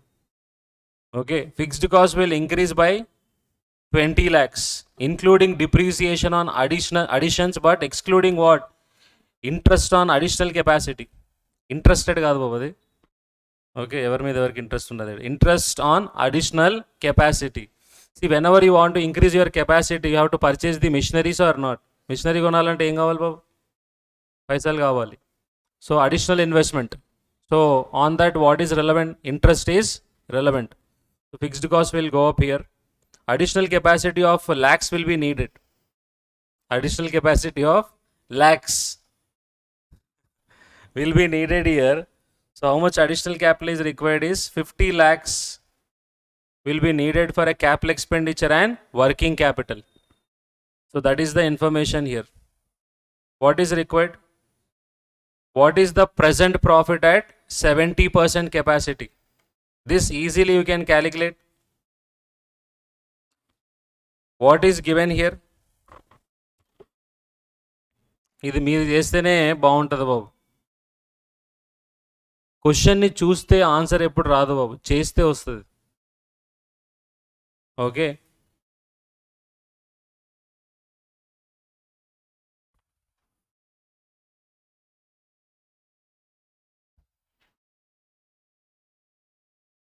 December 21, I guess this is asked for 8 marks అనుకుంటాం. 8 or 10? 8 లేదా?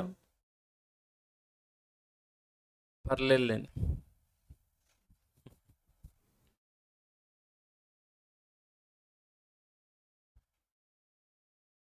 ఆ క్యాలిక్యులేటర్ని కొడుతూనే ఉంటారు బాబు దాన్ని, అంతే, అది ఎప్పటికీ రాదు. What is the present profit at 70% capacity? 20 lakhs Pakka.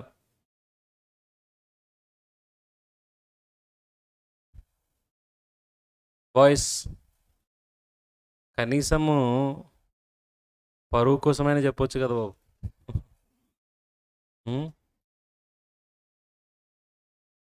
Girls ఉన్నదే ముగ్గురు, వాళ్ళే డామినేట్ చేస్తున్నారు.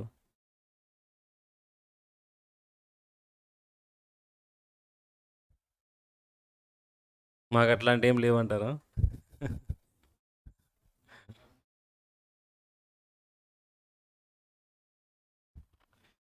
See, always, I mean, summarize whatever is given first.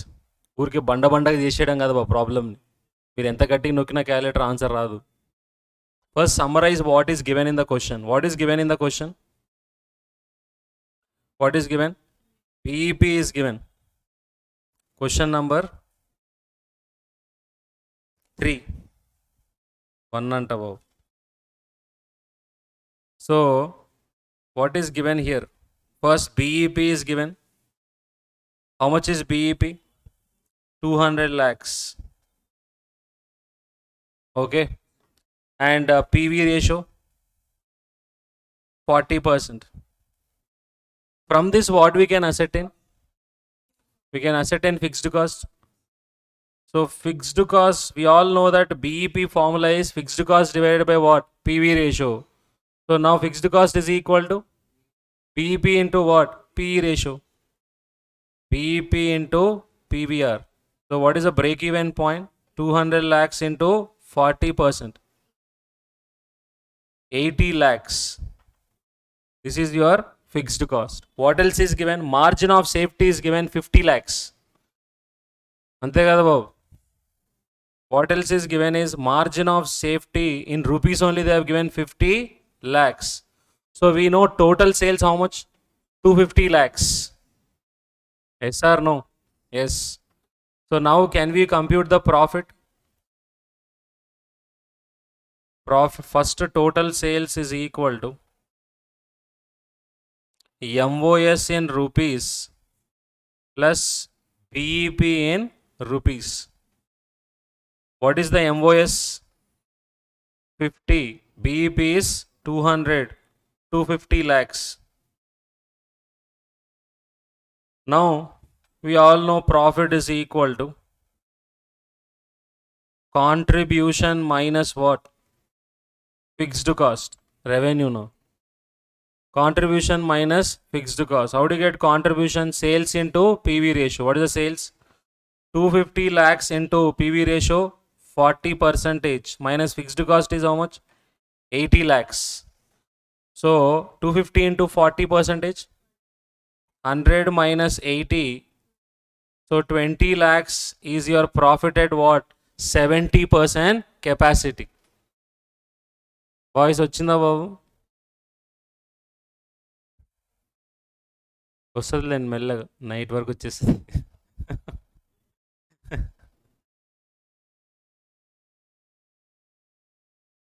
It is very good that you are showing more interest, to complete the concepts. But what is the use when you are not able to do it, wow? I bet CA interest student can do this. Yes. మరి మాకెందుకు వస్తలేదు sir? కొంచెం time పడుతుంది బాబు, అంతే.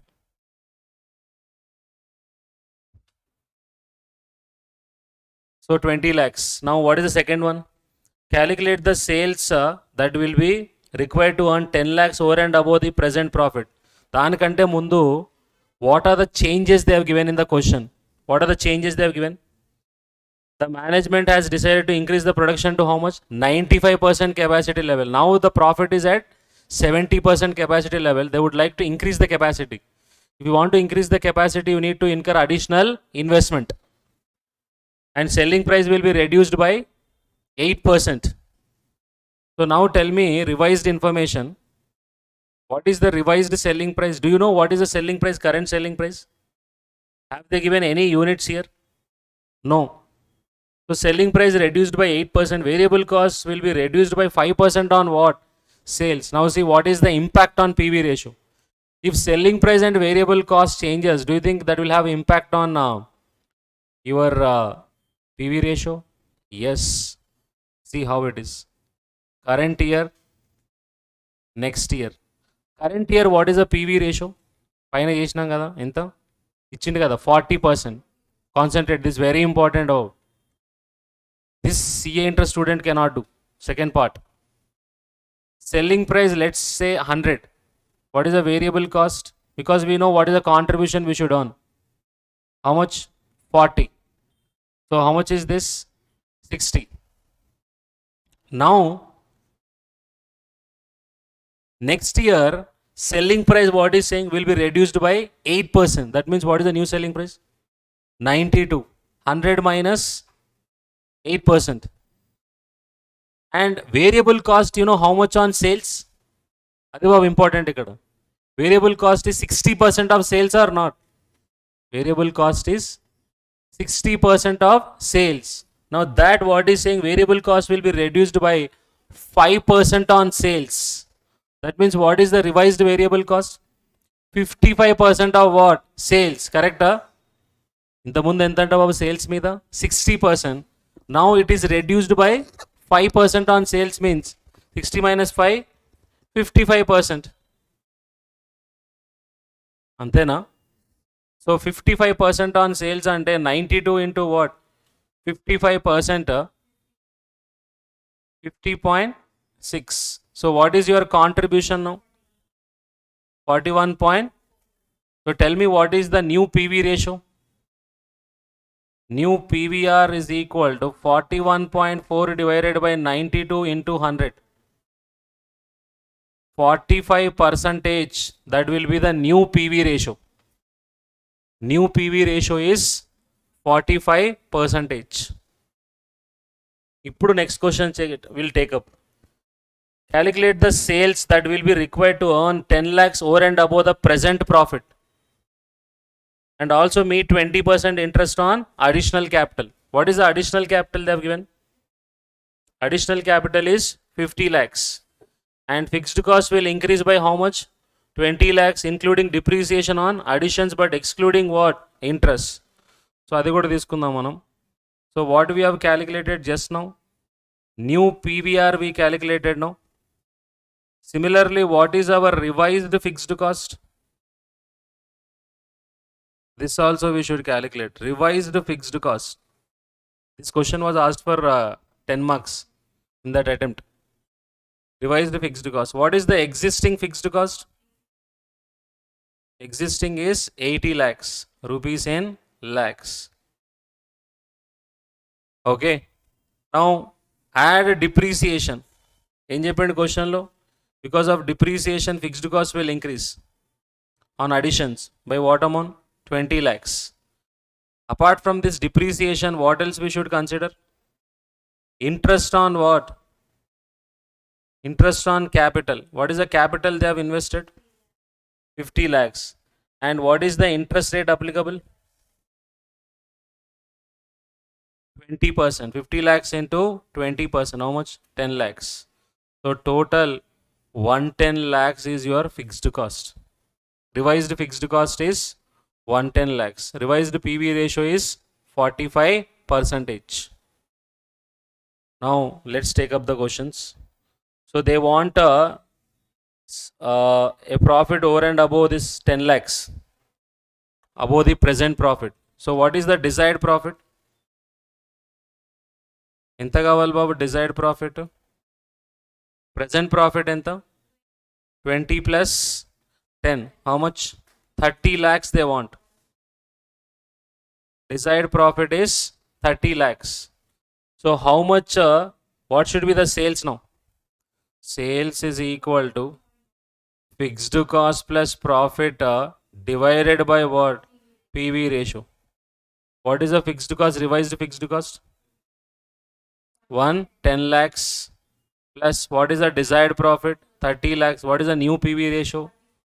45 percentage. So 140 divided by 45 percentage. 311.11 lakhs. That is the answer. Sales required to earn a profit over and above the present profit. So చెప్పండి ఎక్కడి వరకు రాశారు ఇది? ఇక్కడ ఫస్ట్ అయిపోయిందా? అందరిది fixed cost 80 lakhs existing fixed cost. తర్వాత టోటల్ సేల్స్ ఎంత అయింది? 250 అయింది. Profit is how much? 20 lakhs at what?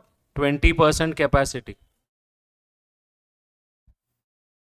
Now second question what they have asked is they want a profit of 10 lakhs above your present profit. Enta babu? 30 lakhs with the given changes. What are the changes? Selling price reduced by 8% and variable cost reduced by 5% on sales. Definitely PV ratio will change. PV ratio changed and even fixed cost also changed, no? So fixed cost, revised fixed cost, ఎలా వచ్చింది మనకి? Existing fixed cost plus depreciation plus what? Interest on additional capital. We got total fixed cost. So once we got this total fixed cost, then we can easily calculate what is the sales value to achieve the desired profit. Now third question, what is the revised break-even point? Revised BEP. What is the formula for BEP? Revised fixed cost divided by revised PV ratio, no? Correct? Revised PVR. So what is the revised fixed cost? 110 divided by 45 percentage. 244.44 lakhs. ఓవరాల్గా ఇది 10 marks కట్టిండు బో ఎగ్జామ్లో. December 21. 244.44 lakhs. Next, what will be the new margin of safety? New margin of safety. Margin of safety in rupees రావాలంటే formula ఏంటి? Total sales minus what? Break even sales. Total sales minus BEP sales. What is the total sales? 311.11 minus break even sales 244.44. 66.67 lakhs. That is your margin of safety.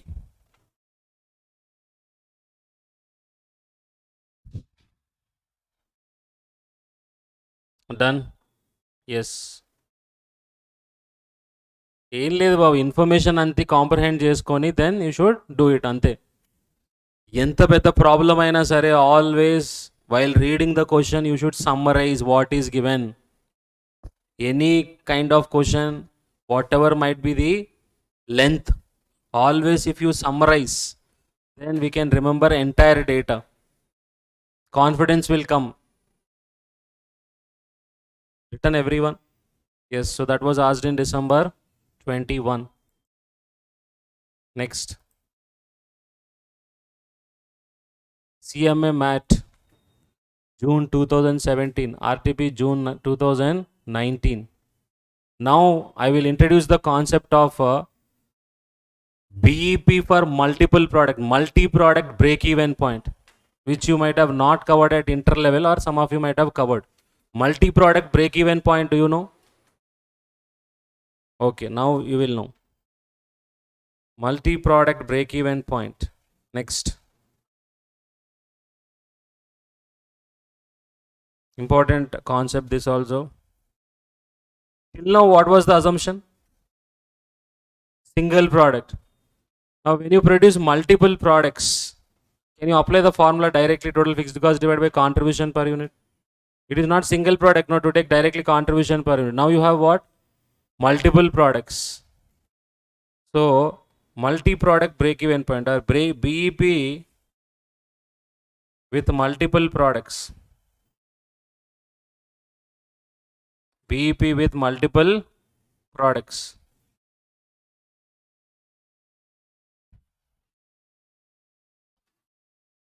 Now assume now an organization is producing two products, A and B. Selling price per unit is 50. This one 20. Less variable cost per unit is 30. Here it is 10. So what is the contribution per unit? 20 and 10. Okay. Now fixed cost in total 50,000. What is the total fixed cost? 50,000. Now if I ask you what is a break even point, can you take 50,000 divided by 20? No. Can you take 50,000 divided by 10? No. For a simple average jetama, that is also not correct, because you don't know out of the total sales how much is the portion of A, product A, how much is the portion of product B. That only we call it as sales mix. Which mix? Sales mix. What is sales mix? The proportion in which you are selling your products. The proportion in which you are selling your products, that is called as what? Sales mix. Given an option, which product you would like to produce more? A product which is giving you more contribution, that product only would like to produce and sell more or not? Yes. Now sales mix quantity. Sales mix quantity is, assume 2:1. Sales mix quantity is 2:1. Then what is the formula to calculate this? Calculate BEP product wise. Calculate BEP product wise. See how we can calculate this. First, total fixed cost divided by weighted average contribution per unit. Weighted average contribution per unit. How to get weighted average contribution per unit? See here. Weighted average contribution per unit.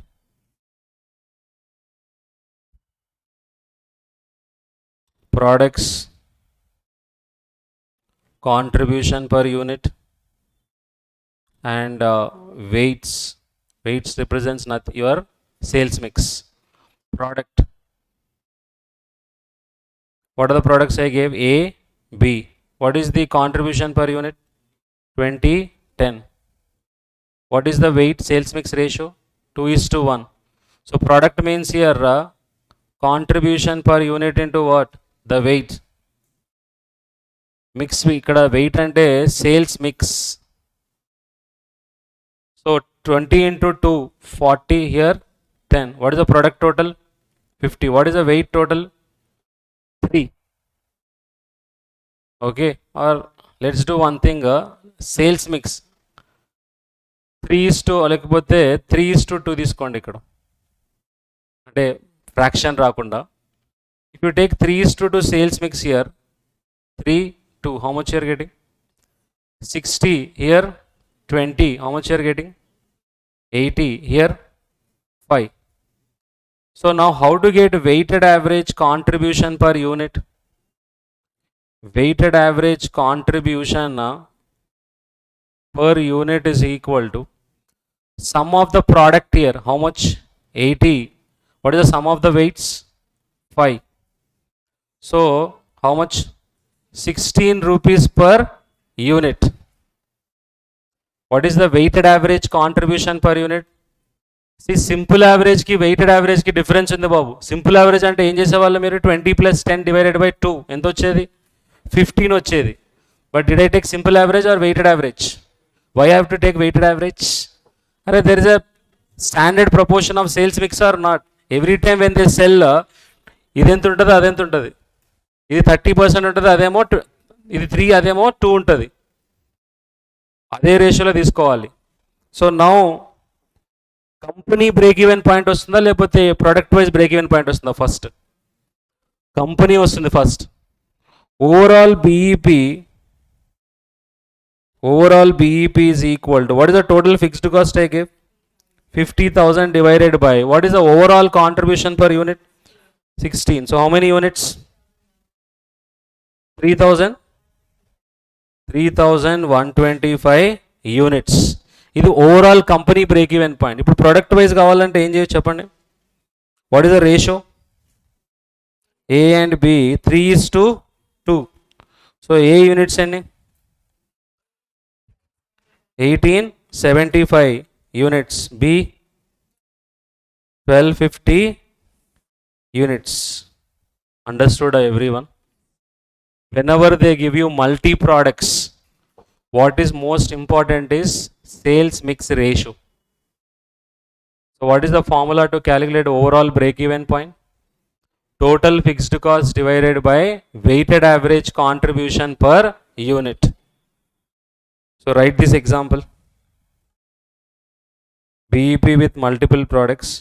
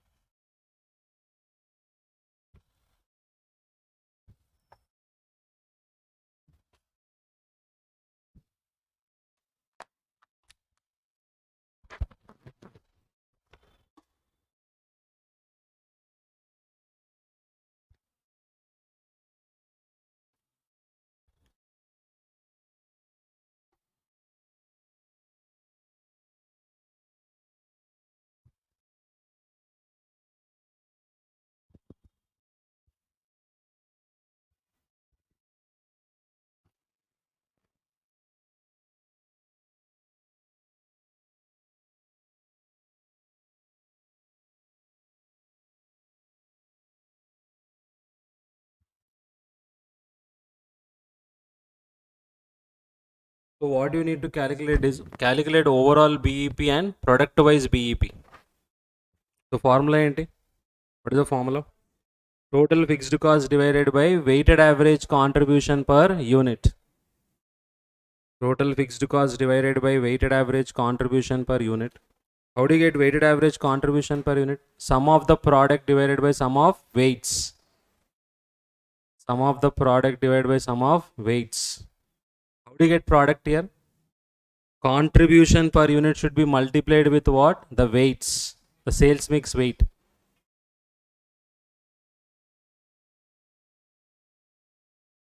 రాసేసారా?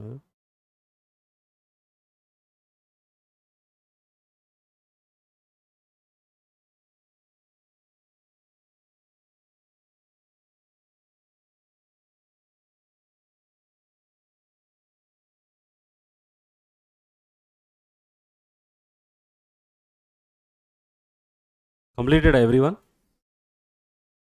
Okay. So 18751250. Shall we check whether the condition is satisfied? Break even point means what? Total contribution is equal to total fixed cost. Shall we check? How many units of A? 1875 into what is the contribution per unit of A? ఇచ్చిన కదా క్వశ్చన్లోనే. How much? 20. So 1875 into 20. How much? 37,500. B, what is the contribution per unit? 10. How much? 12,500. రెండు add చేయండి. What is our fixed cost? 50. సరిపోయిందా? Yes. Okay, అంతే బాబు. ఇప్పుడు sales mix అనేది quantity రేషియోనా వాల్యూ రేషియోనా? Quantity ratio. They can give you even what? Value ratio. They can give you value ratio. How to tackle that? See here. Another example when they give you sales mix ratio, value ratio.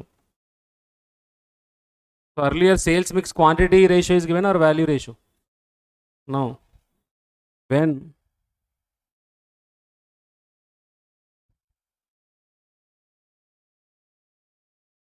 When sales mix value ratio is given,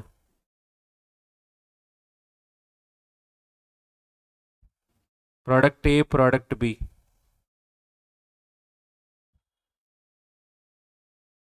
PV ratio 60%. This one is 40% PV ratio. PV ratio 60% and 40%. Sales mix ratio.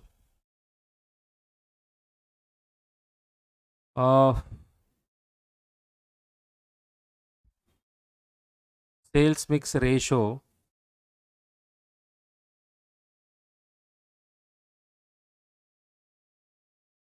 40% and or 40:60. Out of 100 rupees sales, how much is A sales and how much is B sales? 40 and 60.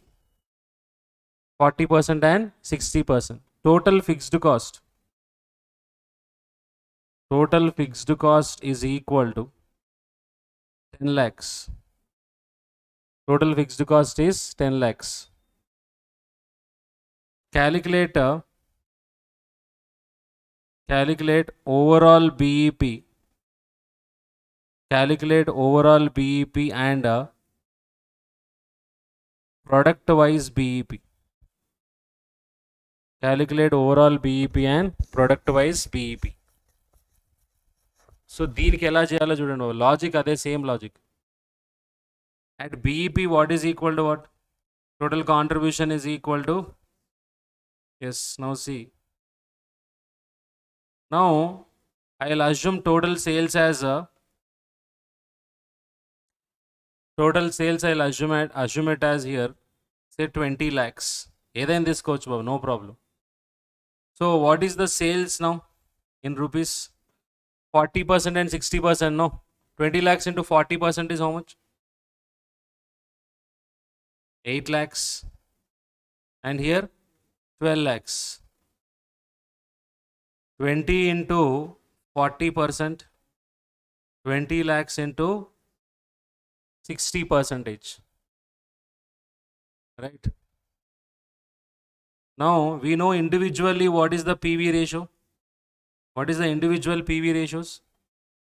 60% and 40%. So what is the total contribution now individually? How to get contribution? 8 lakhs into 60%. A into B. 4 lakh 80,000. 12 lakhs into 40%. 4 lakh 80.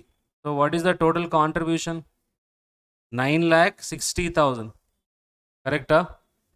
So what is the overall PV ratio? How to get overall PV ratio? Total contribution divided by total sales. So 9 lakh 60,000 divided by 20 lakhs. How much you are getting? 48% is your overall PV ratio. Overall PV ratio is 48%. Now can I get first overall BEP in rupees? Overall BEP in rupees, how to get that? Total contribution. Overall contribution divided by what? Overall total fixed cost divided by what? Overall PV ratio. What is the total fixed cost? I gave you in the question. 10 lakhs. 10 lakhs divided by what is the overall PV ratio? 48%. How much you are getting?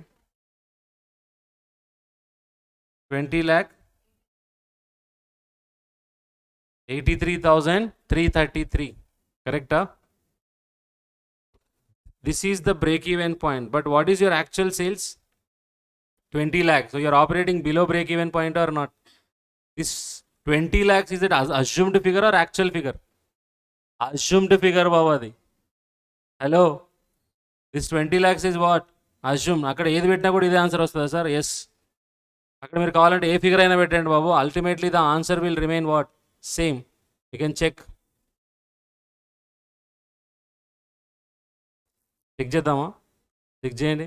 అక్కడ 1 lakh పెట్టండి. 1 lakh పెడితే ఎంత వస్తుంది అక్కడ? 1 lakh into 40%, 40,000 and 60,000. 40 into PV ratio 60% ఎంత? 24. And here 24. 24 plus 24, 48,000. 48,000 divided by 1 lakh, 48%. Same overall PV ratio, no? So fixed cost 10 lakhs divided by 48%, again you will get what? Same 20,83,333. So any figure you will get the same answer. Now, what is the product wise BEP? A, B. A how much? 40%, B 60%. How much? 20,83,333 into 40%. That is product A break-even point. Product B break-even point 60%. 12 lakh 50. 12 lakh 50,000.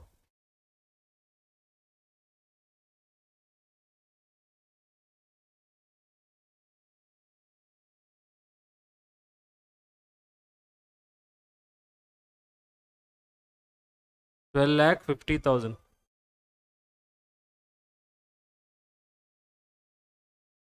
Done. Understood everyone? Both the cases. Multi-product, break-even point, when sales mix quantity ratio is given. Other one is why I was explaining that question. Now you will understand. See this question now. Question number 4. Accelerate Company Limited manufactures and sells how many types? 4 types of products under the brand name A, B, C and D. The sales mix in value. Sales mix in value comprises 33 1/3, 41 2/3, 41 2/3 and 8 1/3 of products A, B, C, D respectively. Sales mix value ratio is given. The total budgeted sales 100% is how much? 60,000 per month. Operating cost. Product A 60% of selling price. Product B 68% of selling price. Product C 80% of what? Selling price. Product D 40% of selling price. So they are referring to what? Variable cost. Operating cost means what? What happened?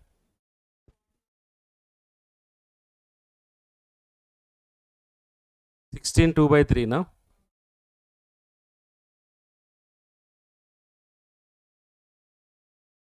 Second one 41 now. It is 16 now. So 33 1/3, 41 2/3, 16 2/3 and 33.33 plus how much is this? Plus plus 8. So it is equal to 100 only, no? Yes. Now operating cost, whatever they have given here, percentage enti bavanni? Variable cost, yes. Fixed cost, how much they have given? 14,700 per month. So what they asked you to calculate? Calculate the break-even point for the product on overall basis. Overall BEP. ఇప్పుడే చెప్పిన బాబు sales mix value ratio and ఇక్కడ assumption కూడా తీసుకోవాల్సిన అవసరం లేదు. Sales వాడే ఇచ్చేసిండు ఎంత? 60,000. ఆ 60,000 ఆ రేషియోలో ముందు విడగొడితే ఇండివిజువల్ సేల్స్ వస్తాయి బాబు. వాటిని దేంతో మల్టిప్లై చేయాలి? PV ratio. క్వశ్చన్లో పీవీ రేషియో ఇచ్చిండా? ఏ రేషియో ఇచ్చిండు? Variable cost ratio is given or not? So 100 minus variable cost ratio will get PV ratio only, no? So sales into PV ratio will get contribution. You will get overall PV ratio. Then you will get overall BEP. Our ratio is segregate just you will get even product wise also. But he asked only overall BEP. Second question. Also calculate break even point if the sales mix is changed as follows. 25, 40, 35. అది వేరేదా answer. చెప్పండి ఫాస్ట్గా చెప్పాలి నాకు. Energy లేదా అసలు? ఓవరా అయిపోయిందా బాబు? Gone. అదే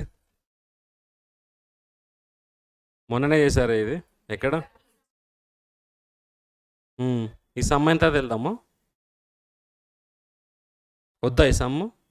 ఎందుకు? డిఫికల్ట్ అనిపిస్తుందా క్వశ్చన్? ఈజీగా ఉందా ఇది? రైట్. ఏం బాబు ఉందా ఎనర్జీ? లేదా? రైట్. సో రేపు కూడా లాంగ్ డే అవైటెడ్ బాబు. రేపు కూడా ఏం తక్కువేం ఉండదు. రేపు కూడా ఇదే same. So tomorrow we will cover new concepts ఏంటవి?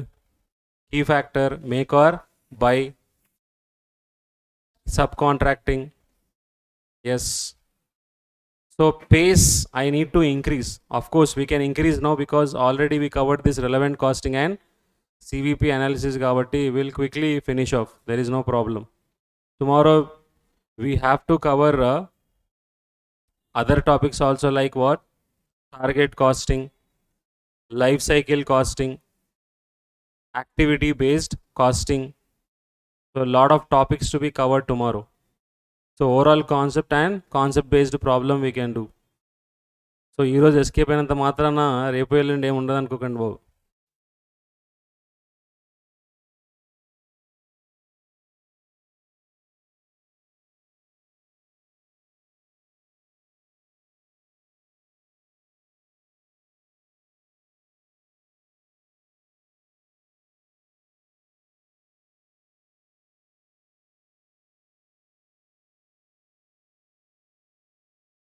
Yes, let's start from where we stopped yesterday. So what is the point at which we stopped yesterday?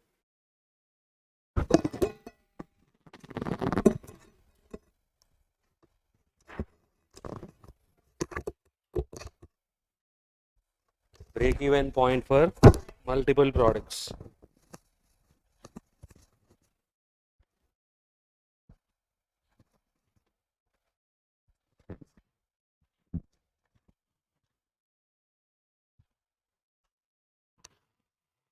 So tell me, how do you get a break even point, overall break even point? What is the formula to calculate overall break even point? Total fixed cost divided by weighted average contribution per unit. Isn't it? Yes.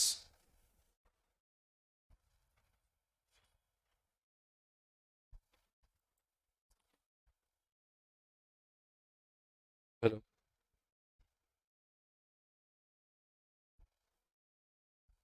So yesterday I've given examples. So let us do problems relating to that.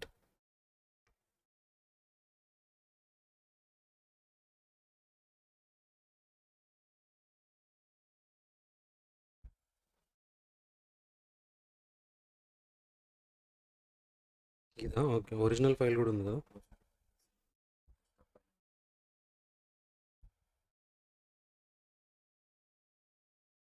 ఇదేనా?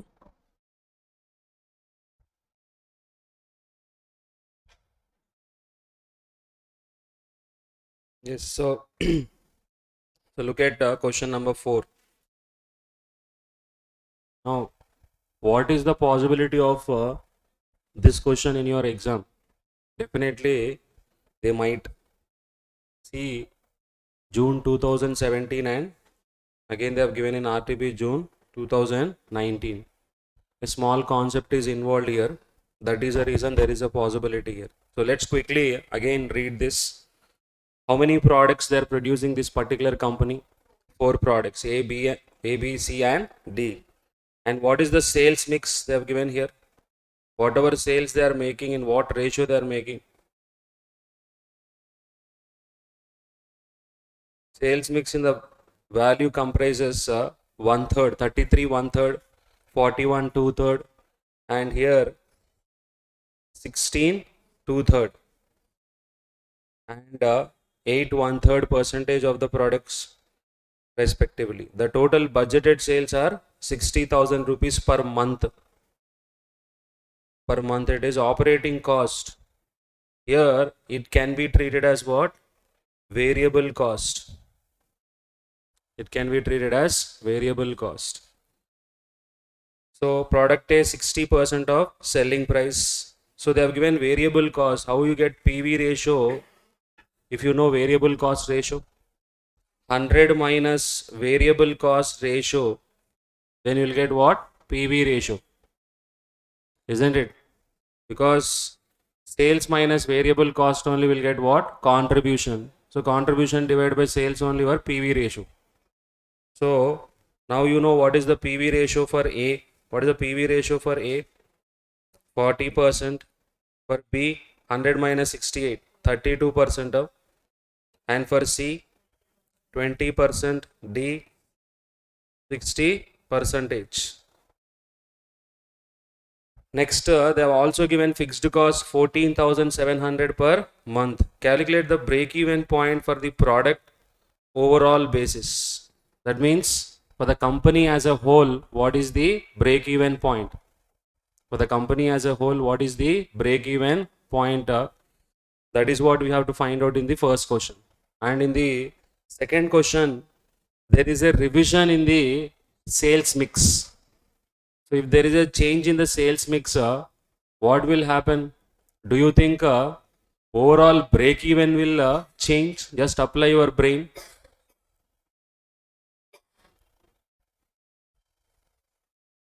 Overall break even. Do you think overall break even will change if there is a change in sales mix? Why? What is the reason? Technical reason. First of all, you tell me this, you should know it. When you have two products, which product you would like to sell more? With common sense, you can say. Assuming that there are two products, A, B. A's PV ratio is 60%, B's PV ratio is 40%. Which product quantity you would like to sell more? A only. Why? Because that will maximize your profit. So, when individual sales mix changes, that is going to affect your overall contribution or not? Overall contribution, it is going to get affected here. Overall PV ratio also will get affected by that. Yes or no? Yes. So there will be a change in what? Your overall break-even point. So let us first do the first part here. Calculation of overall break-even point.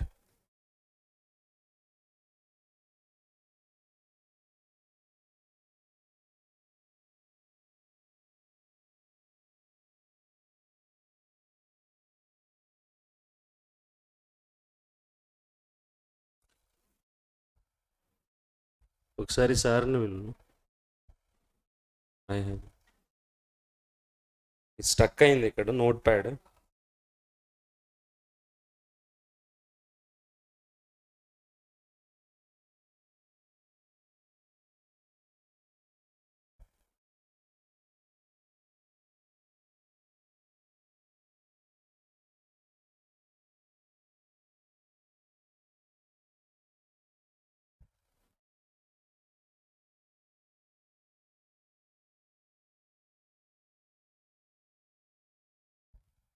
Right. So what is the question number? Question number 5, 4. Yes. So calculation of overall BEP.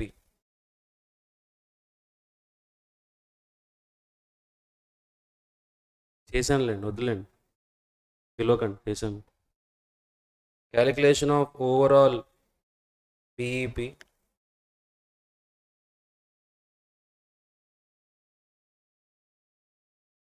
So what are the products here?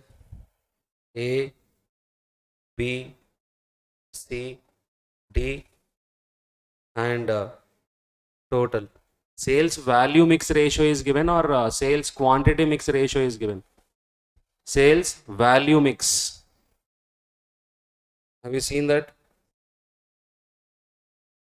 This mix, what? The sales mix in the value comprises. Yes.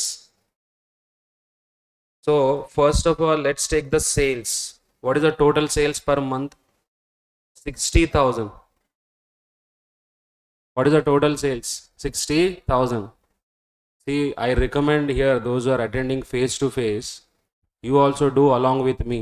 In fact, you should be, yes, little slightly ahead than me.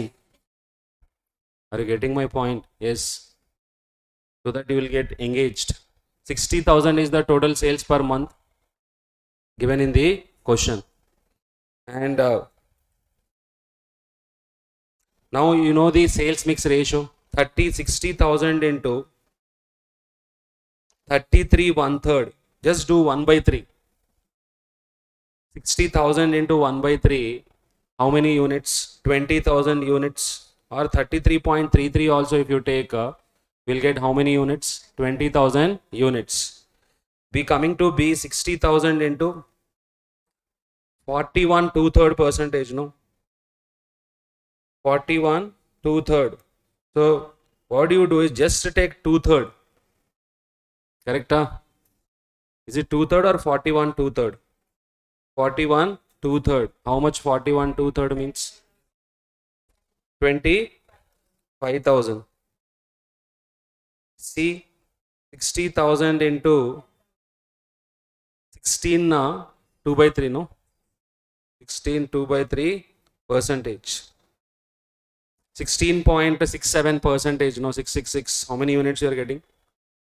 10,000 units. 10,000 rupees, not units, because 60,000 is rupees figure. Now last one as a balancing figure straight away you can take here. How much is that? 45 plus 10, 55. So 5,000 is the sales of product D. So given in the question. Now what else we know? Variable cost ratio we know.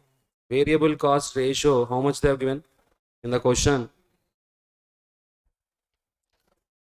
60%, 68%. You can refer to your CMA material also. 60%. How much? 68%. Next one, 80%. Last one, 40%. This is only variable cost ratio. Now how do you get PV ratio? 1 minus variable cost ratio. So 40%, 32%, 20%, 60%. Now we can calculate individual contribution. How do you get individual contribution? Yes, A into C. 20,000 into 40%, 8,000. 25,000 into 32%, 8,000. 10,000 into 20%, 2,000. 3,000. So this is 21,000.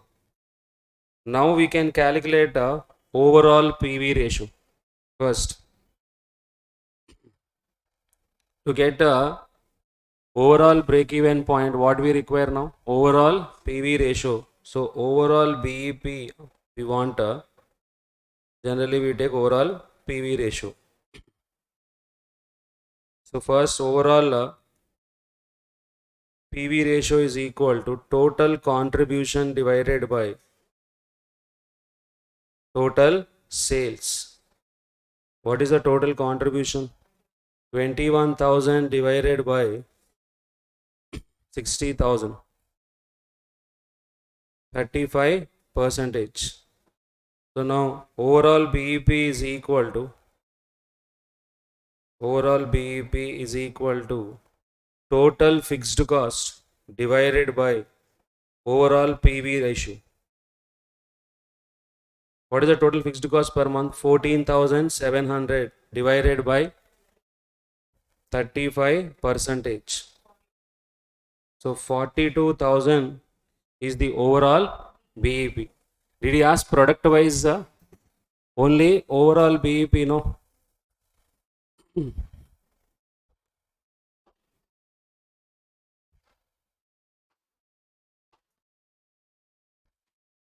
Calculate break-even point for the product on overall basis.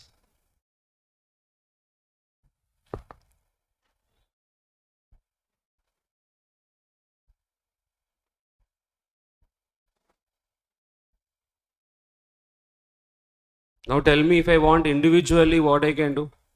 42,000. Segregate this 42,000 between A, B, C, D in the sales mix ratio. A, B, C, D. So A, how much? What is the percentage? 33 1/3. 33.33%. 42 into 1 by 3 you can do. 14,000. 42,000 into 41 2/3 means 41.666.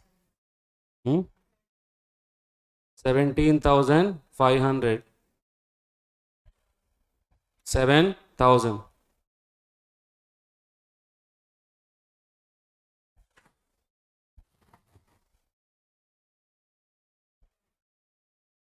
3,000.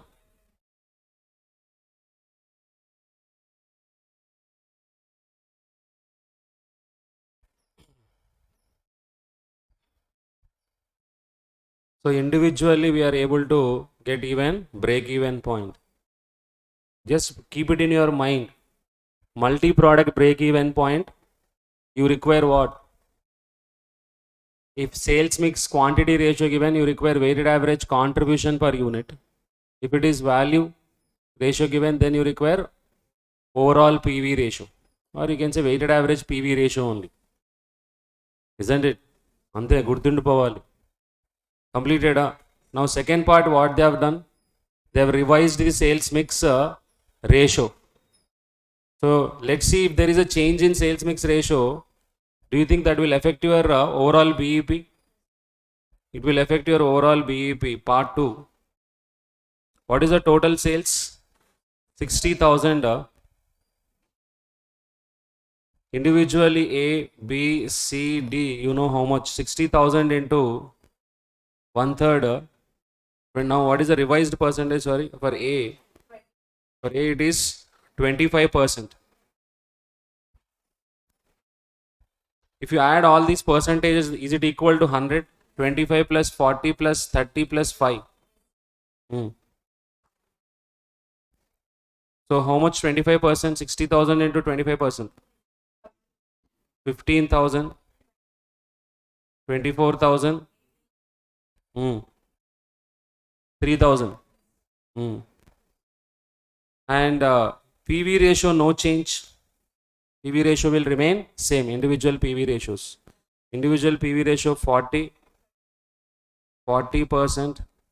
30%, 20%, and last one is 40, 32, 32, 20, and 60%. Get the contribution quickly. 15,000 into 40%, 6,000. 24,000 into 32%, 7,680. 3,600. 1,800. So add all this 1,800. That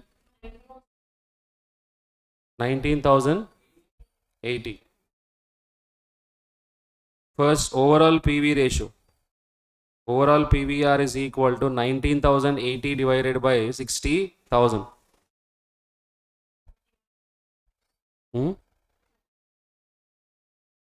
31.857. 18 exactly. Okay.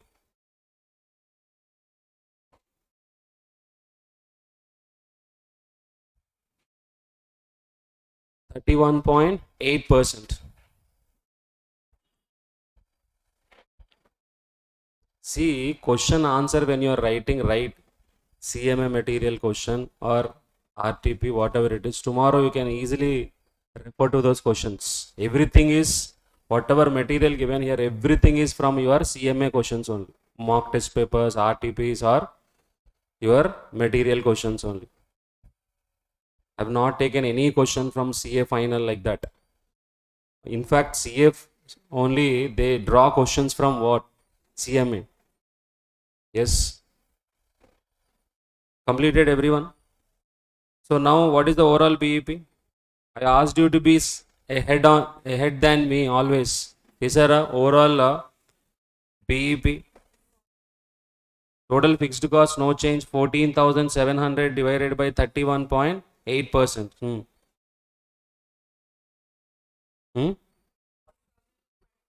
46,226. Earlier, what was the overall BEP? 42,000. Now increase in overall BEP. BEP పెరిగింది బాబు. కొంచెం టెక్నికల్గా analysis చేస్తే ఇక్కడ why do you think BEP increased? No change in fixed cost. No change in PV ratio. Then what changed? Only sales mix changed. That is what I was saying. అంటే ఏ ప్రోడక్ట్కి అయితే which ever product was giving you higher contribution, that product proportion might have been what? Reduced. Earlier, what is the proportion of a product B? 41 2/3 percentage. Now, how much is that? Reduced? Is it reduced? Check. Now it is 40% only. So when a higher contribution product proportion is reduced, that will have impact on contribution. అంతే కదా బాబు, ఎక్కువ contribution ఇచ్చే product proportion of sales తగ్గించామనుకోండి ఏమవుతుంది?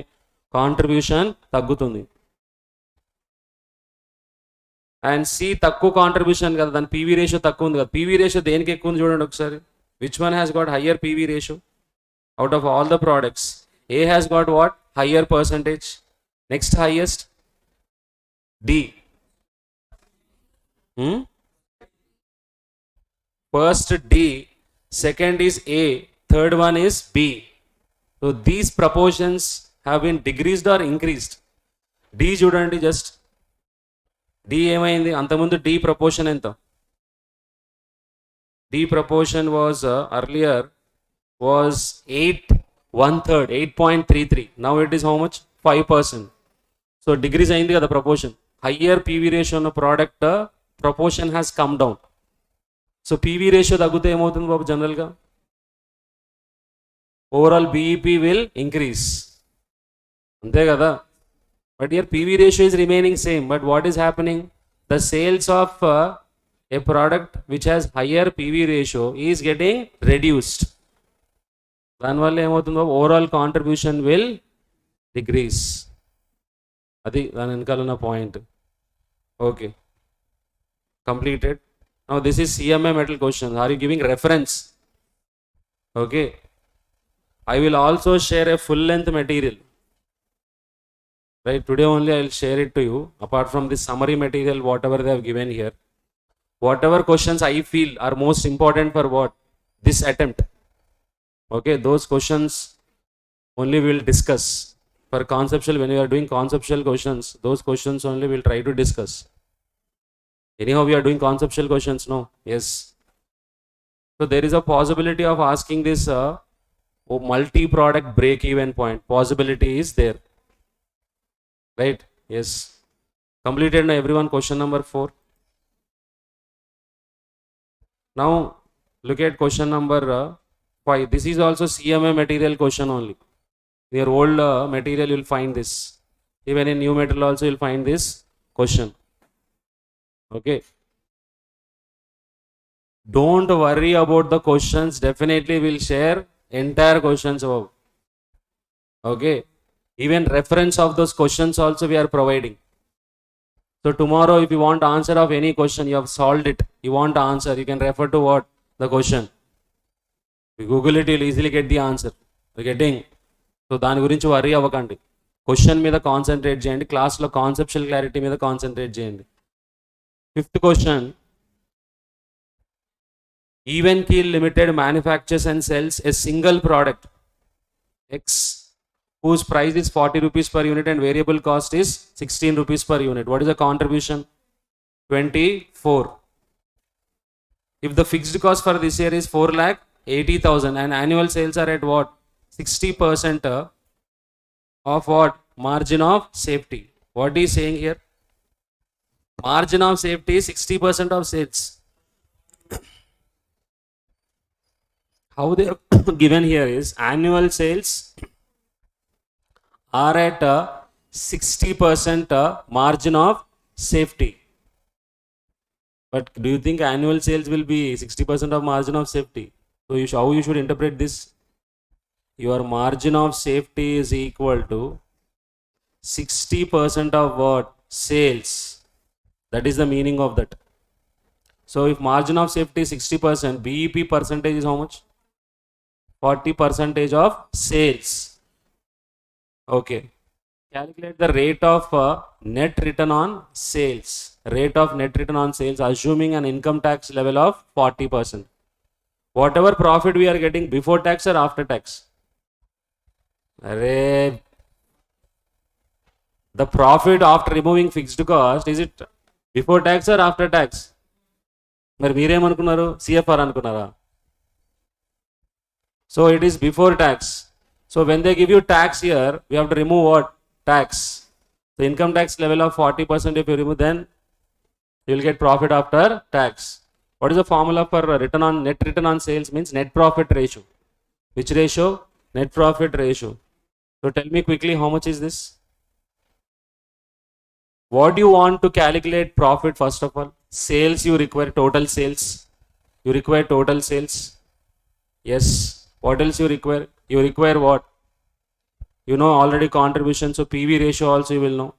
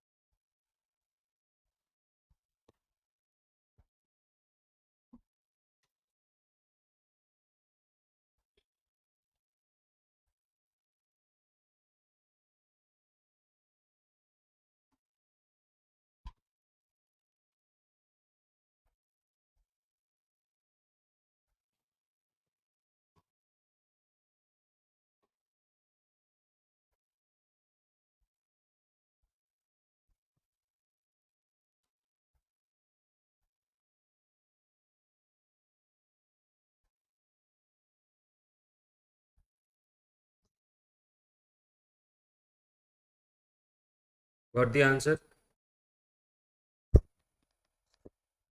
21.6. Everyone got the same.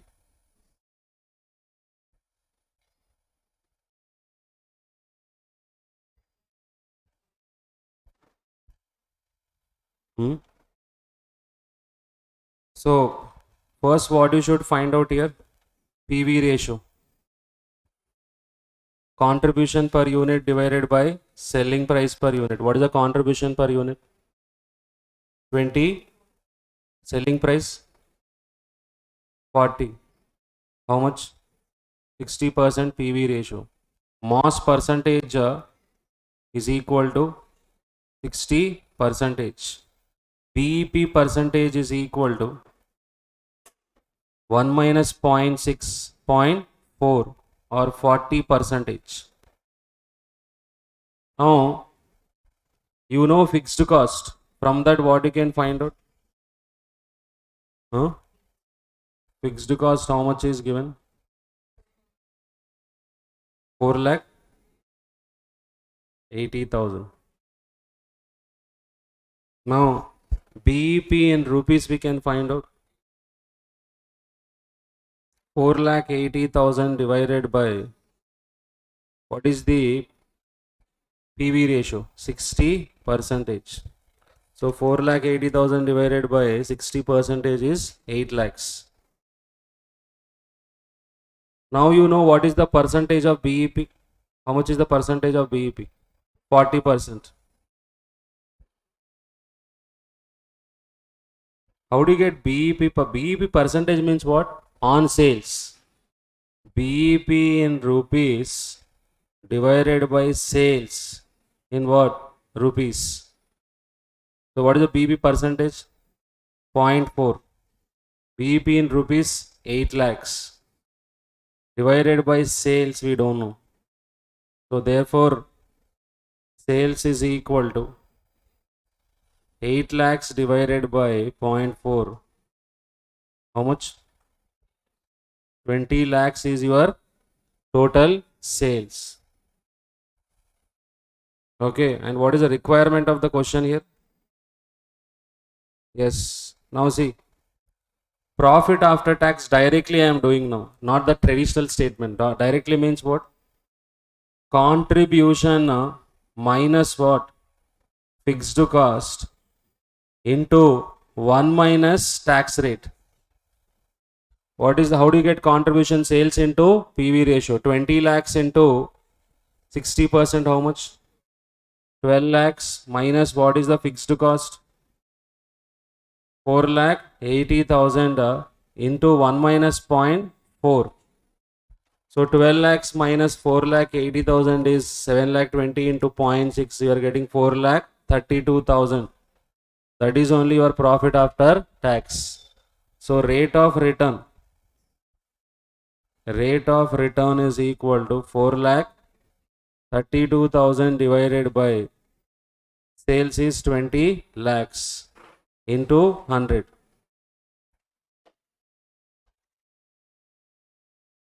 How much you are getting? 21.6. That is the first question answer. 21.6%.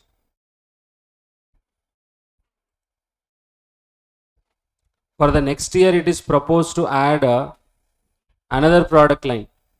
Now only single product company, no. Now they are adding another product Y whose selling price would be how much?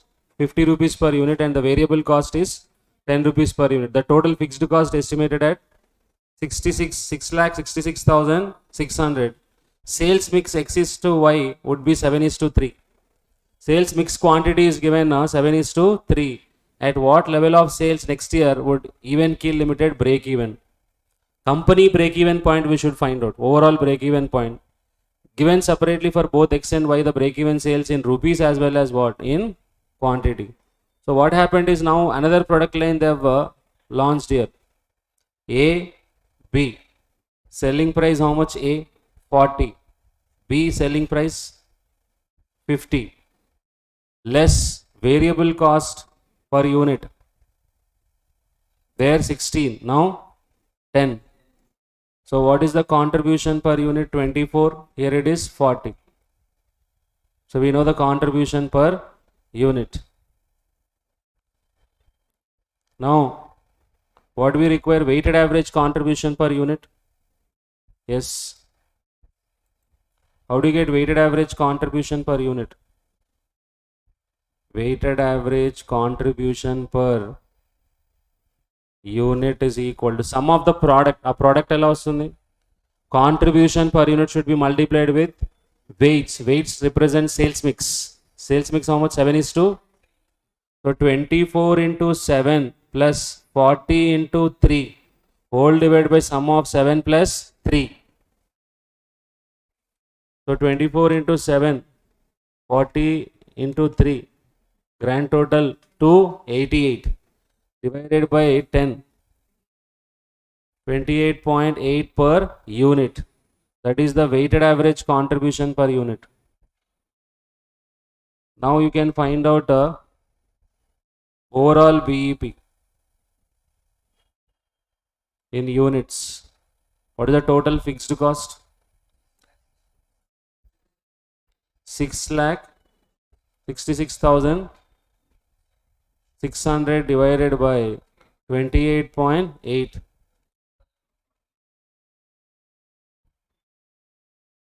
23,140, 145.8, so 146 units. Overall break even point this is. Product wise means now how do you get? See, product A, B, quantity, BEP quantity and rupees also we can find out. Quantity how do you get? 23, 146 into 7 by 10. B, total 23, 146. 6,944. If you want in rupees, 16,202 into multiply with selling price 40. Here 6,944 into selling price 50 into 40, 6 lakh 48,080 rupees. 6,48,080. Here 6,944. 3,47,200 I am getting. Correct? So both in quantity as well as in rupees also we found out.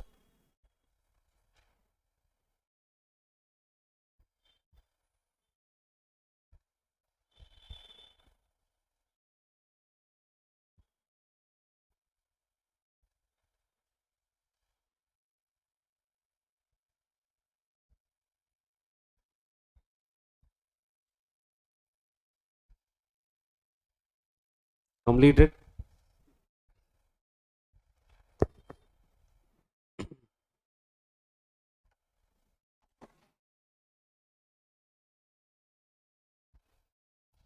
Can I proceed?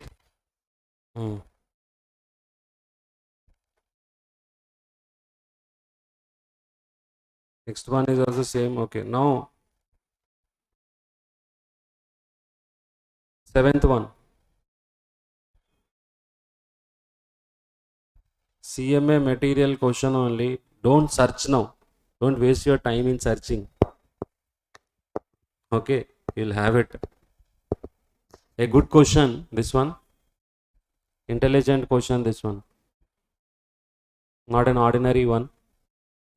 Ever Forward Limited is manufacturing and selling two products, Flash and Flash, at selling price of 3, 4 respectively. The following sales strategy has been outlined for the year. When I am saying important, you also do the same thing when you are taking the answer. Revise them before exams. At selling price of 3 rupees and 4 rupees respectively. The following sales strategy has been outlined for the year 2015. So strategy means for always for future only, no? So for 2015 means probably that is the future for them. Ante probably next year anamata valaki. What is the sales they have planned for this year? Sales planned for the year will be 7.2 lakhs in case of Splash and 3.5 lakhs in case of Flash. How much sales value? That is what is given, 7 lakh 20 and 3 lakh 50,000. Break even is planned at 60% of total sales of each product.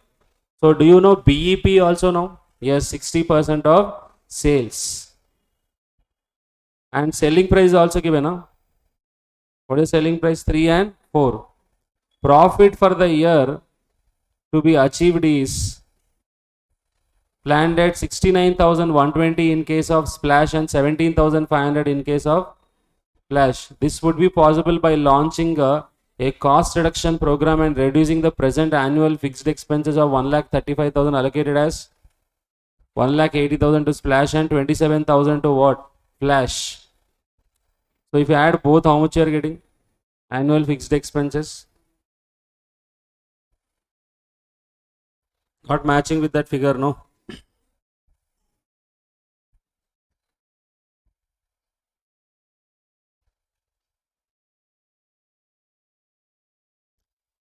That is 1,08,000. 1,08,000 Splash and 27,000 to what? Flash. The selling price of Splash and Flash will be reduced by 20% and 12.5% respectively to meet the competition. All this is for which year? 2015. That means original price is for which year? 2014. So now according to revised terms only we should calculate what? Selling price. Now tell me for the year 2015 what will be the selling price? SCF, what is the selling price? 3 minus 20%. 2.4. 4 minus 12.5%. 3 point. That is the new selling price per unit. Do you think PV ratio will get affected by that? Yes. When selling price changes, PV ratio also will change. You are required to present the proposal in financial terms, giving clearly the following information. Number of units to be sold of splash and flash to break even, as well as the total number of units of splash and flash to be sold during the year. How many units we should sell next year, that is 2015 in total, and also how many units we should sell to reach what break even point, and how much reduction in fixed cost you should achieve. So, okay, to have this target, what is the target here? Profit for the year is planned at how much? 69,120 in case of splash and 17,500 in case of flash. ఆ profit రావాలంటే ముందు ఇప్పుడు ఏం చేయాలి బాబు? Fixed expenses తగ్గించుకోవాలి ఉన్నదానికంటే.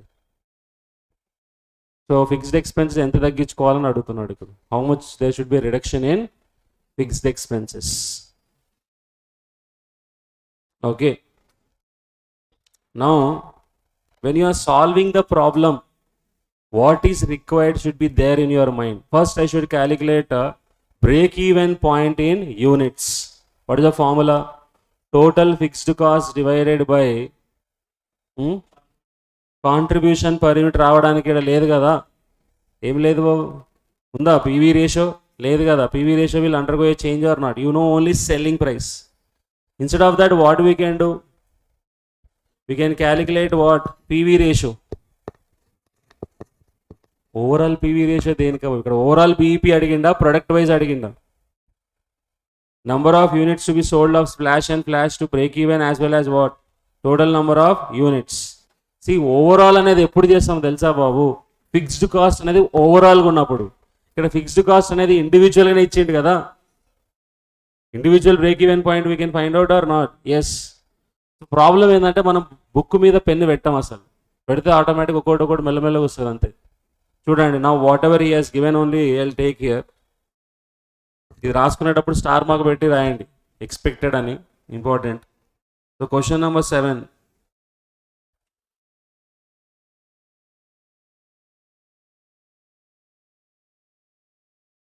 Question number 7 important, CMA material question.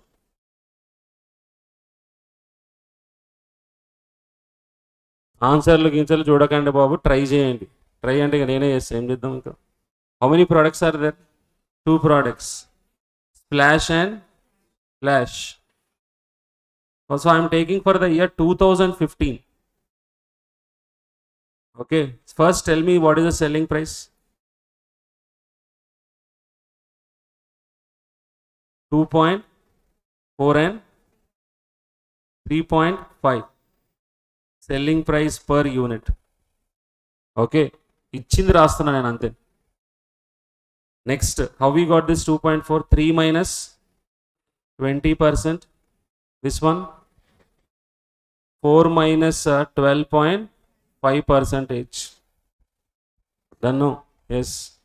Now, what is the sales they are envisaging for 2015? How much sales they are envisaging here? Sales in rupees. They have given sales how much they want for the next year. Clearly given 7,20,000 and 3,50,000. అది కూడా రాసుకోండి. 7,20,000 and 3,50,000 given in the question only. 7,20,000 and 3,50,000. So can we compute now number of units, sales units? వచ్చేసింది కదా బాబు number of sales units. ఎలా వస్తుంది number of sales unit ఇక్కడ? So 2 divided by 1, sales in rupees divided by what? Selling price per unit. 7,20,000 divided by 2.4, 3 lakhs here, 1 lakh.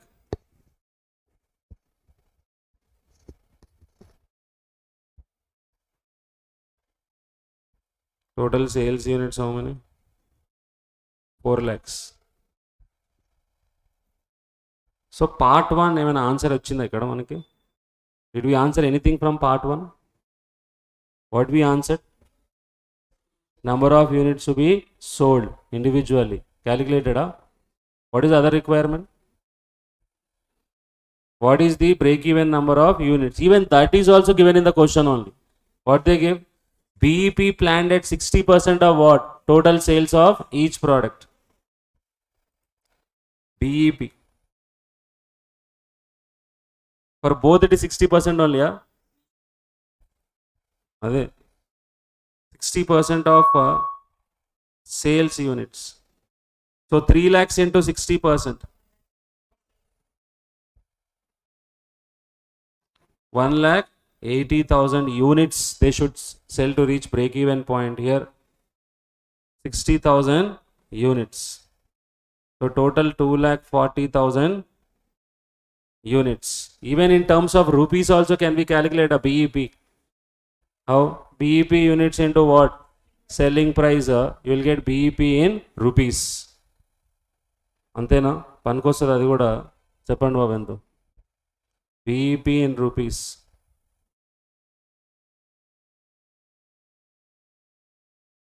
How to get BEP in rupees is BEP in units into selling price. 1,80,000 into how many units? Selling price how much? 2.4. 1,80,000 into 2.4, 4,32,000. 2,10,000. So what is the total break-even sales? 6,42,000. 6,42,000 total break-even sales. Yes. Done. Both. Now, what else we know here? Break-even percentage we know. What we can calculate now? Margin of safety percentage తెలుసా బాబు మనకి. BEP percentage 60% అయితే margin of safety percentage is 40%. Okay, can we calculate margin of safety sales? Sir, ఇవన్నీ ఎందుకు చేయాలి sir అసలు? Why we should do it? And what else is given? Profit is also given. So what is the margin of safety in rupees? How do you get margin of safety in rupees? Total sales minus BEP sales, you will get what? Margin of safety in rupees. So sales in rupees enta? 2 minus 5. 7,20,000 minus 4,32,000. 2,80,000. 88,000. 3,50,000 minus 2,10,000. 1,40,000. This is margin of safety. How much profit they want? That is also they have given. Planned. Profit planned. Profit planned is 69,120. In case of what? Splash, and for this 17,500. 69,120 and 17,500 is the profit what they have planned. Okay. Now what is the second question requirement? Okkasari chudandi. What is the requirement? They want you to find out how much reduction in fixed cost should happen. Reduction ante babu mundu present fixed cost. If you find out what is the present fixed cost, already given present fixed cost.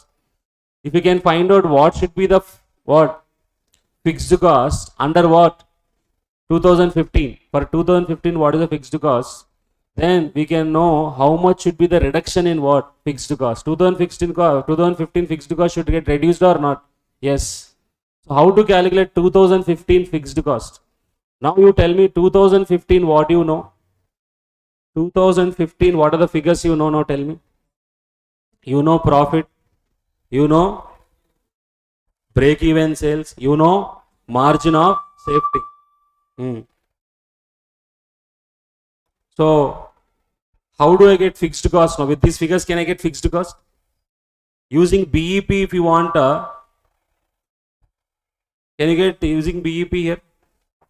If you want fixed cost, BEP, if you know in rupees, fixed cost divided by PV ratio, if you do, you will get what?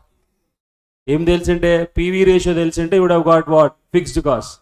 But you don't know PV ratio, you don't know what? What you don't know? Fixed cost, and for 2015 you don't know. 2014 you know. For 2015 you don't know. And PV ratio of 2015 also you don't know. Two things you don't know. But we can find out PV ratio of 2015 with the hints whatever we have written. Tell me what is that? How I can calculate PV ratio of 2015? Exactly. So we all know margin of safety in rupees formula and Babu. Profit divided by PV ratio. We know profit. We know margin of safety in rupees. So now PV ratio we can calculate. How? Profit divided by margin of safety in rupees. Can we do that? Yes. Some of you might be thinking, sir, BEP we know. Fixed cost also we know. No, that you know of previous year, not 2015. Yes. So profit divided by MOS in rupees. So profit is 69,120 divided by what is the margin of safety in rupees? 2,88,000 into 100. 24%. That is your PV ratio of yes. 17,500 divided by 1,40,000. 1,40,000 only, no? 12.5. Correct? So వచ్చేసింది బాబు మనకు PV ratio. So ఇప్పుడు కనుక్కోవచ్చు మన fixed cost. Can you find out fixed cost? ఎలా? Tell me. BEP into new BEP 2015 into PV ratio of 2015. Ninth one now, fixed cost. Fixed cost BEP in rupees of 2015 into PV ratio. So we know break even point for 2015 is 4,32,000 into 24%. How much you are getting? 1,03,680. This should be the new fixed cost. Okay, and here 2,10,000 into 12.5%. 2,36,000. 2,36,000 I am getting. 2,10,000 no BEP. 2,10,000 into 12 point. 26,250. Sorry, 26,250 is your fixed cost for 2015.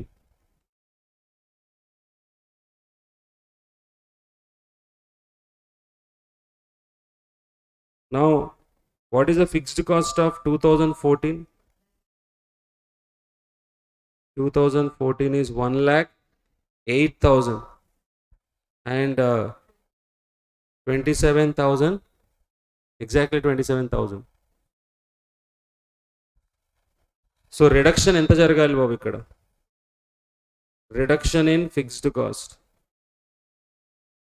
Reduction in fixed cost. 10 minus 9.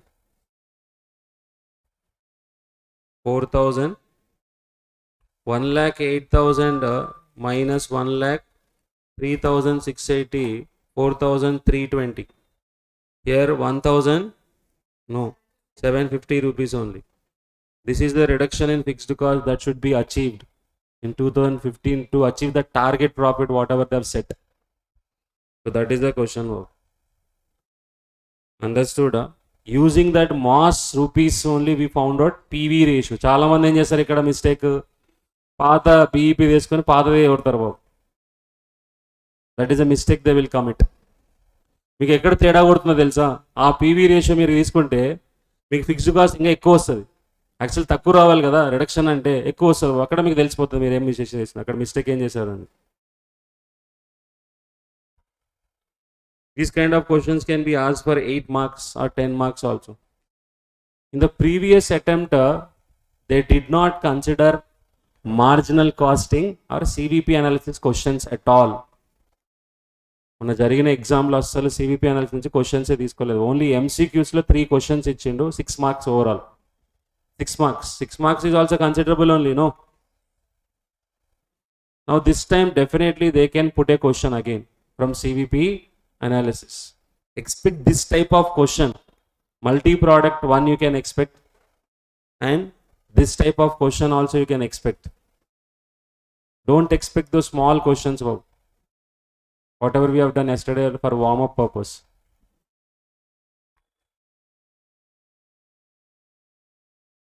Done, everyone?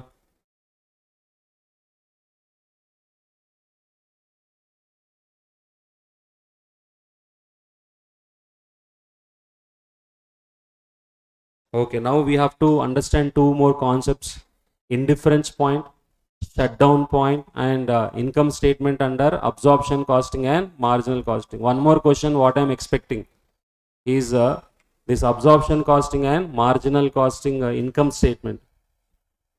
అందులో కూడా ఒక advanced problem recently ఎగ్జామ్లో అడిగిండు బాబు. So that we'll do it. Before we go to that, one more decision making question asked very recently. This one, June 2018.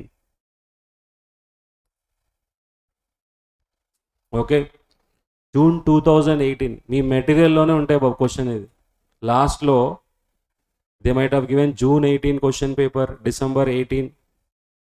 Okay, now see this. These sort of questions you can expect in the exam. Is an exam question only, right? See the question. Before we cover, now we have to cover 3 things now. Gurtu pettukondi entavi: indifference point, shutdown point, and income statement under absorption costing and marginal costing. Okay, that is what is left. The remaining thing, what we will do, make or buy, subcontracting, that we have taken as a separate topic now. Yes, there we'll do it. See this question now. Some of you are just listening as if it is another class for you. You know, in this marathon class, generally, the purpose, yesterday we talked about it, the purpose of this is to revise your entire concepts. We are going actually little slowly now. The speed at which I am going is very, very slow actually for the marathon. Marathon అంటే ఏంటి బాబు తెలుసు కదా అందరికీ. స్లోగా start చేసి, ఎప్పుడైనా marathon చూసారా అందరూ? ఎంత ఉంటుంది జనరల్గా మ్యారథాన్ అంటే? 20 kilometers, 40 kilometers, తెలుసా మీకు? సో వాడు మొదటి నుంచే ఫాస్ట్గా పరిగెడతాడా బాబు, లేకపోతే మెల్లగా వెళ్తాడు వాడు స్టార్టింగ్లో? Initially he will go slow. Not only initially, even throughout the sprint, normal only, at normal pace only will go. Probably last seconds ante babu, because that is a long distance, no, not a small distance. ఇదేమైనా 100 meters sprint బాబు ఫటాఫట్ అని పరిగెత్తడానికి. But anyhow, why I am going this slowly is here, whatever we are discussing, that should be what 100% clear. అంతే కదా, ఏదైతే important at least if you discuss that might help you in what exam. అది purpose బాబు, అంతే. నేనేదో ఆవేశంగా ఫటాఫట్ మొత్తము ఊరికే కాన్సెప్ట్ చెప్పేసుకుంటూ రివిజన్ చేసుకుంటూ పోతే అయిపోతుంది మ్యారథాన్. దానివల్ల పర్పస్ సాల్వ్ కాదు. Okay, yes, I think I can cover all the topics, whatever I told you yesterday. SCM I told you, and QT. SCM, what are the balance topics now? Quickly tell me. Decision making, what is left now? Key factor, make or buy, subcontracting, service costing. Okay, then life cycle costing, activity based costing, target costing, throughput accounting, backflush costing, just in time, total quality management, practical parts, transfer pricing, standard costing. ఇవి practical parts మిగిలిపోయింది బాబు. ఇవన్నీ cover చేస్తాం మనం. Okay, ఇవి కాకుండా already మీకు తెలిసిందే అందులో ఏమున్నాయి బాబు, ఇంకా క్యూటీలో అవన్నీ ఉన్నాయి. Learning curve, assignment, transportation, simulation, project management, ఇవి everything we will cover, but the thing is we'll cover slowly only with concepts, limited number of questions. అది మీరు దాన్ని చేసేటప్పుడు మీరు ఏం చేయాలంటే కాన్సన్ట్రేషన్ చేసి మీ పార్టిసిపేషన్ కూడా ఉందనుకోండి, మీకు హెల్ప్ఫుల్ అవుతుంది అంతే. This is June 2018 question, a very simple question this one. A regional audit firm offers audit, tax and consulting service. Yesterday I was telling you why they have given this name, subject name, strategic cost management. What I told you? Generally we take decision keeping a short term, always short term point of view. But strategic means what? Long term point of view. So you should understand the repercussions of taking decision even in what? Long term. So long term thinking ఉండాలి బాబు decision తీసుకునేటప్పుడు. And non financial long term అంటే meaning ఏంటి? Non financial factors కొన్ని మనం ఆలోచించాం short టర్మ్లో, కానీ long టర్మ్లో ఎఫెక్ట్ ఉంటాయి బాబు. సో అవి కూడా ఆలోచించాలి. అవి అడిగిన క్వశ్చన్ ఇది బాబు.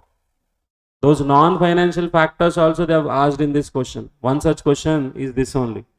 Let me see how many of you can answer non financial consideration where you have to apply your brain only. దానికి ఏం స్టాండర్డ్ ఏమి ఉండవు బాబు మెటీరియల్లో. So basically it is an audit firm.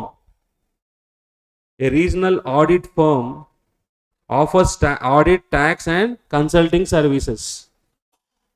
The segmented profit and loss position for the next year shows the following position. So segment wise they have given. Segment wise means what? Audit, consultancy, tax. What is the revenue they are generating? Audit 60,000 rupees, tax 1 lakh, consulting 1,20,000. Cost also they have taken here, service level cost, and basically operating cost anamata. Service level cost means what? Operating cost. Facility level cost you can understand as overheads. Overheads, what we do generally? We will apportion or not? Yes, they have apportioned it. So are they incurred individually or in total they will be incurred? Overheads in total. So you can see here how much they are getting, 60,000 total cost. So 60,000 minus 60,000, nil. So auditing segment నుంచి they are getting nil profit బాబు. కానీ కొంచెం brain పెట్టండి, ఈ cost అనేది అపోర్షన్డ్ cost కదా. ఏ cost ఇది? లేకపోతే యాక్చువల్గా ప్రాఫిట్ ఇస్తుంది కదా అది. How much? 60,000 minus 50,000, how much? 10,000. Positive contribution only it is giving or not? Yes. Tax, you can see profit 28,000, consulting 34,000. Partners are concerned about the profitability of their audit business and contemplate to close it down. So the decision pair ento telsa? Not shut down exactly. This is keep it or discontinue cheyala lekapothe continue cheyala ani ante. Shut down concept em ledhu indulo. Discontinue cheyala lekapothe continue cheyala ani. In the event of closure of audit service, it might more tax work అంటావు. అంటే కొంచెం English మీరు అర్థం చేసుకోవాలి. So obviously if you are putting less efforts auditing, that efforts will shift to which one? Another yes or no, field or not? What is that? Tax. If audit is discontinued, 50% of the facility cost associated with auditing would be what? Saved. Auditing సెగ్మెంట్కి మనం discontinue చేస్తే వాళ్ళ facility cost ఎంత? 10,000 rupees. ఇందులో 50% save అవుతుందంట. అంటే balance ఎంత బాబు? Only 5,000. అంతేనా? Yes. Then a more tax work would increase tax revenue by what? 45%. So tax revenue how much currently? 1 lakh. That will increase by how much? 45%. అంటే ఎంత అవుతుంది బాబు? అది 1,45,000 అవుతుంది. But Service level cost, tax service level cost would also increase by what? 45%. So obviously when you put more efforts, cost will be there. Resources you will engage. When you engage the resources, naturally salaries will go into it or not. So that led to 45% increase in what? Which cost? Service cost. The 60,000 plus how much? 45%. Yes. Required. Over. Required determine whether the firm should drop auditing service and impact on its closure of what? Profit. Assume that audit center facility level cost can be allocated to other centers based on revenue. What is the audit segment facility level cost now? Once you drop it, 5,000. ఆ 5,000ని మిగతా రెండింటికి ఎలా apportion చేయాలంటున్నాడు? Using what ratio? Revenue ratio. What is the new revenue for tax now? Tell me. 1,45,000 and consulting no change, 1,20,000. In that ratio you should apportion that 5,000. వాళ్ళకున్న ప్రస్తుతం ఏంది బాబు? Service level కాస్ట్తో పాటు facility level cost ఏవైతే ఉందో 12,000 plus 16,000. In addition to that, you should also share that 5,000 between these two segments. Compare profitability of tax and consulting services before and after the closure of what? Audit center. Already we know what is the profitability before what? Closure. Now what we should do? Tell me. Now if you discontinue what? Audit, what is the profit you should tell now for the firm? Tell me quickly. Use your calculators. And second question చెప్పినా కదా బాబు, ఇది overall 16 marks అడిగింది ఎగ్జామ్లో. First part 12 marks. Second part, what other considerations are important to drop auditing service? Drop అని చెప్పిండంటే obviously మనకి ఇప్పుడు ఏమవుతుంది బాబు? డిస్కంటిన్యూ చేయడం వల్ల ఇంకా ఎక్కువ ప్రాఫిట్ వస్తుంది definitely. Hint he gave indirectly. He is saying that first part answer would be dropping is only good. Yes. So ఇప్పుడు మనం డ్రాప్ చేయాలా వద్దా అనేది ఫైనాన్షియల్ కన్సిడరేషన్ తీసుకొని చేయాలా, లేకపోతే నాన్ ఫైనాన్షియల్ కన్సిడరేషన్ తీసుకొని చేయాలా? ఫైనాన్షియల్ కన్సిడరేషన్ అంటే profit we should calculate and then decide. Overall profit of the firm. What is the overall profit of the firm before discontinue? 34,000. My sincere request is don't ever see any answer suggested answer. మీకున్న పెద్ద రోగం ఏంటో తెలుసా? Question కంటే ముందు answer చేస్తారు బాబు. In your life never you can do in exams. ఎప్పుడు చేయలేం బాబు. క్వశ్చన్ చదివి whatever you are able to do it చేసిన తర్వాత ఫైనల్ వర్క్ కంప్లీట్ చేసుకున్న తర్వాత then you should compare with what answer. కొన్ని రోజులకి ఏమవుతుందంటే సింక్ అయిపోతుంది ఈ reading and how he ought to what he expected and what you are doing, that will match over a period of time, that will get improved. అలా కాకుండా ప్రతిసారి read the question, see the answer means never your brain ఎక్కడో చోట పోతూనే ఉంటుంది బాబు. Okay, so now if I drop auditing service, tell me what is the question number? Question number 13. Which attempt? June 2018. So statement showing calculation, roughly I am doing it first. Now what are the two segments that is left? Tax, other one is consultancy. These are the two segments left now total. What is the revenue now? Tax, what is the revenue? 1,45,000. Consultancy 1,20,000. What is the total? 2,65,000. Less, what are the costs we should consider here?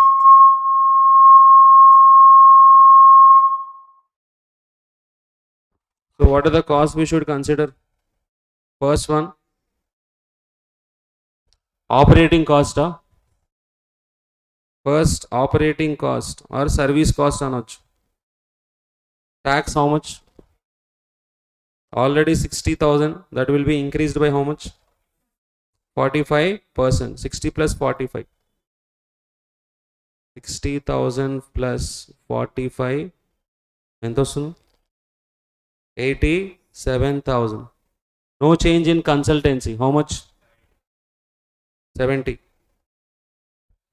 So 1,57,000. Correct? Now you should be careful when you are taking this facility level cost. Facility level cost. First, individual existing, how much? Existing already they have, no? 12,000 and 16,000. 12,000, 16,000, 28,000. Now, audit department, what cost? Apportion. What is the total audit department cost? 5,000 after savings. This 5,000 should be apportioned in the ratio of revenue. Okay. So 5,000 into 145 divided by 265. 272264. Now get the profit individually. 43,264. 31,736. So what is the total profit? 70. And add just the 75,000 now. Profit this is after discontinuing what? Audit division. Now what is the old profit? 62,000. What is the increase in profit? Increase in profit is 13,000. So purely on financial considerations, can we discontinue audit segment? Yes. Okay, that is what you can write. How many marks for this statement? 12 marks. Okay, adi babu CMA final eppudu aa jackpot untane untadu. Out of 100 marks, 60 marks will be 50 marks at least will be easy only, where below average student also can do 50 marks. Imagine if 50 marks are done correctly, you easily will get 40 marks. Problem is that only, that 50 also they don't do properly, accurately. ఎందుకో తెలుసా బాబు, మిగతా 50 గురించి ఆలోచిస్తూ ఉంటారు, అది problem. Human psychology అనమాట, అంతే. You take any paper attempts, you see whether 50 marks are easy or not, every attempt. Check, you find almost 40 to 50 marks easy only. So what is the heading you should write for this statement? Statement showing calculation of revised profit after discontinuing what? Audit segment. On రాయాలి heading దీనికి.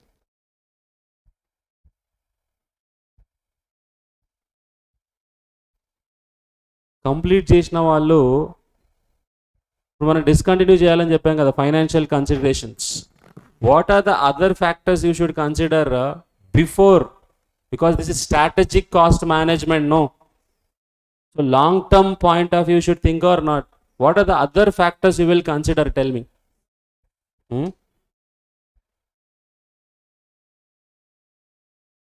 ఇక్కడ brain పెట్టాల్సిందే బాబు. ఇక్కడ తెలివి ఉన్నోడు మాత్రమే, అంటే ప్రతి ఒక్కరు లాంగ్ టర్మ్ ఆలోచించలేరు కదా. ఇక్కడ మీ బిజినెస్ నాలెడ్జ్, ప్రాక్టికల్ నాలెడ్జ్ ఎంత ఉందో తెలిసిపోతుంది వానికి. దీనికి ఎన్ని మార్కులు ఇచ్చిండు తెలుసా? ఎన్ని మార్క్స్ ఇచ్చిందో దీనికి? 4 మార్క్స్. చెప్పండి చూద్దాం.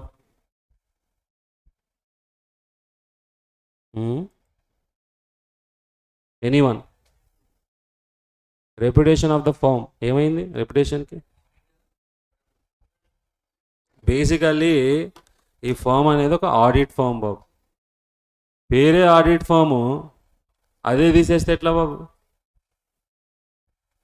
అంతే కదా. అంటే ఒక chartered accountant firm general is known for what? Audit. So if you remove audit, what will happen?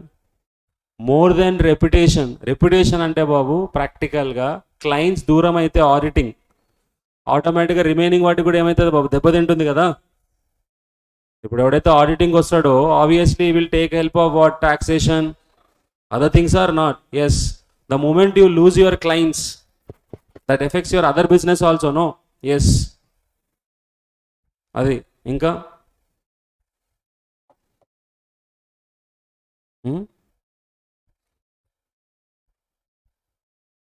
Fixed cost,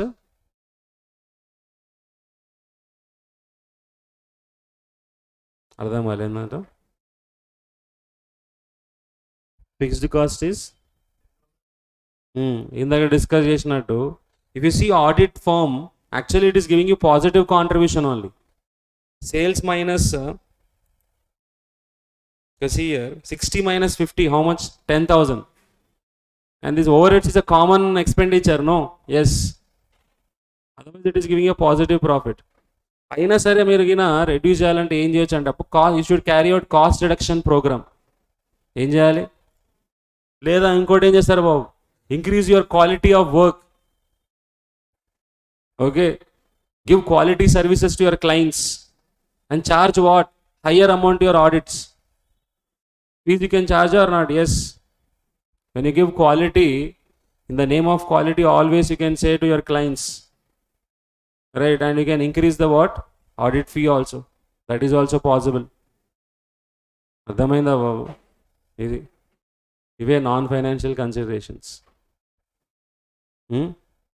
రాయండి. Completed a statement. First right conclusion. What is the conclusion you will write? First write conclusion on financial considerations. On financial considerations.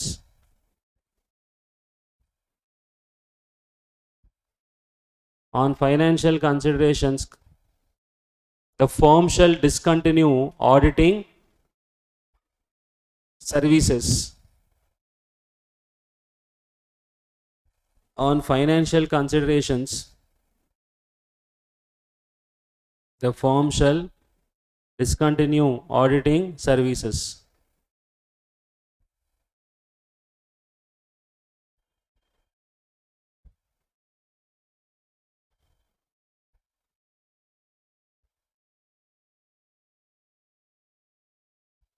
Completed? Now write other considerations, part 2. Other considerations. Other considerations. Other considerations, part 2.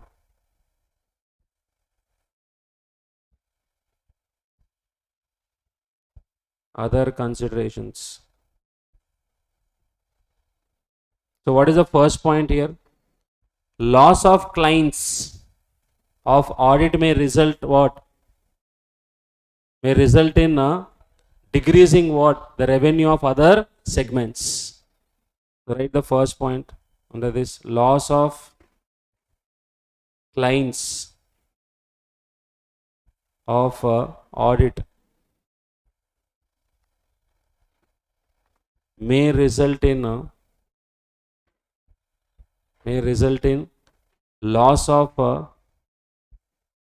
future business.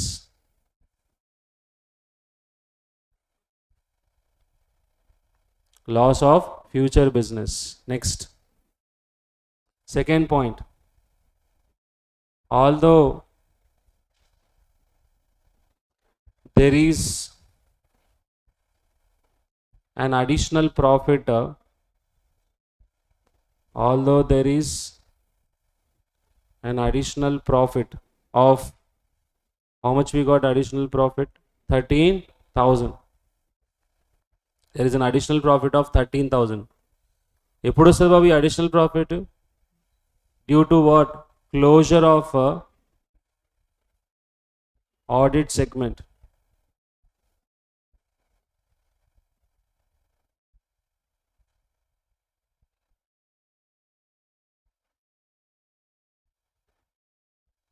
ఏంటి బాబు problem? The firm is an audit firm. Although there is an additional profit of 13,000 due to closure of audit segment, the firm is what? The firm is mainly recognized. The firm mainly recognized for what? Audit services. Mainly recognized for audit services. Yes. So identity crisis వస్తుంది బాబు, ఏమొస్తుంది? Identity crisis. It will affect the identity of firm.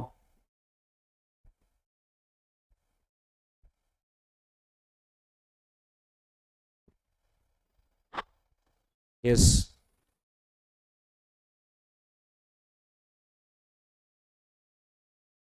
Third point. What is the other point we discussed here?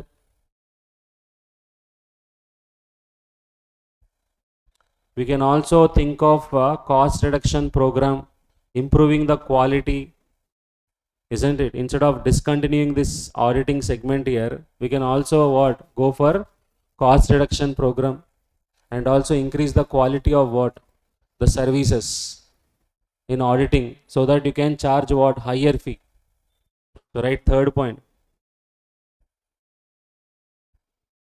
Firm can concentrate on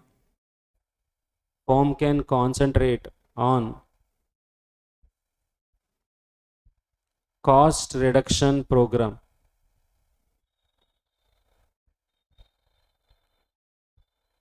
and increase in quality of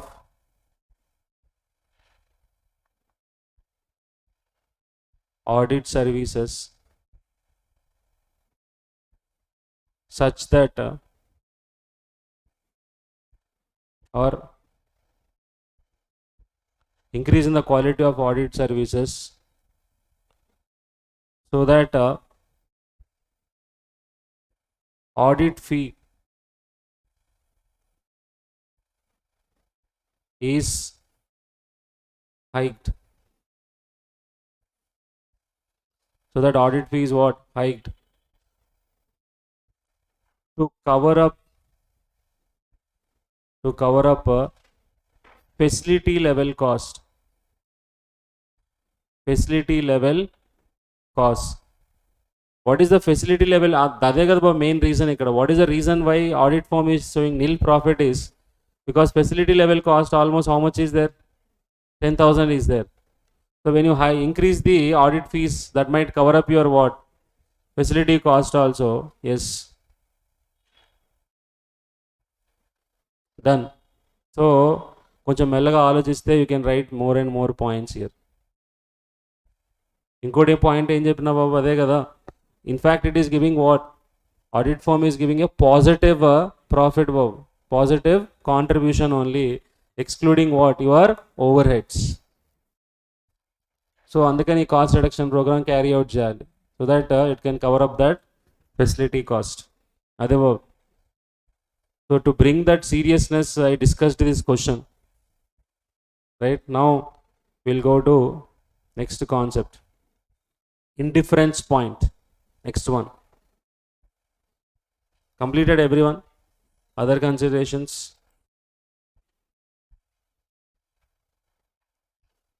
Indifference point.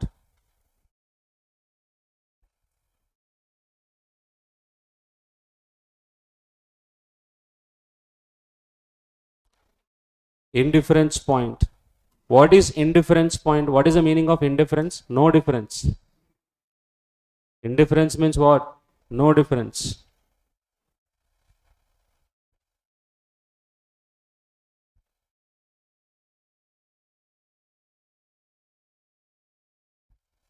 No difference, Bob.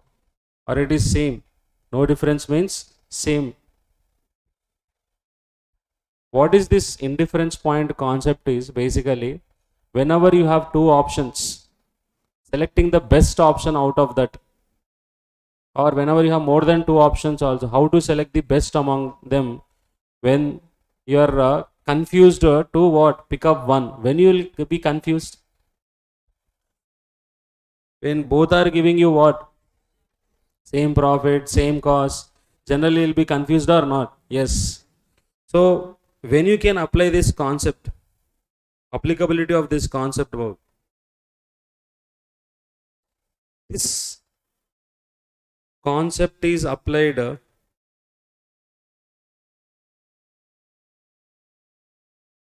in the first you should know in which case you can apply this concept. This concept is applied in the following scenario.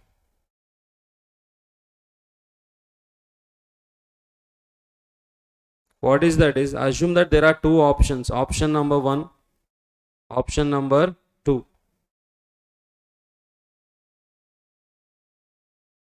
Fixed cost option number 1 is high.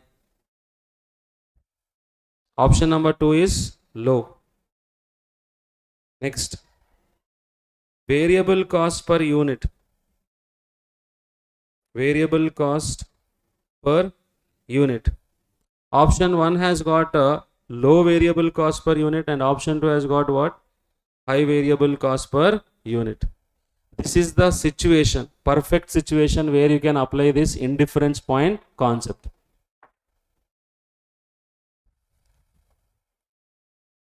So which option is better from fixed cost point of view? Option 2. Which option is better from variable cost point of view? Option 1. So we are not clear as to which option to be what? Selected. So how to crack this particular decision now? We are going to use what? This indifference point. So indifference point means no difference point you should calculate. No difference point means at that level of units, both options should give you what? Either same cost or what? Same profit. So you calculate that first. And then based on that we can what? Decide. So let's create that situation here. What is the meaning of indifference point? Now write meaning of indifference point. Second point, meaning.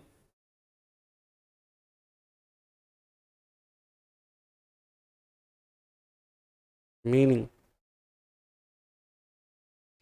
So what is how you can define indifference point? It is the level of activity at which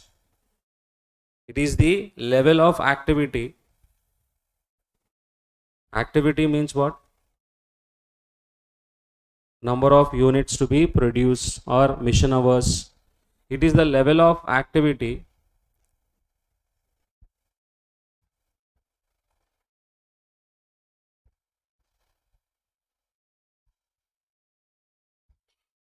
at which total cost of any two options is same. It is the level of activity at which total cost of any two options is same. This is called as cost indifference point. This is called as what? Cost indifference point. Because cost is same. Or profit of any two options is what?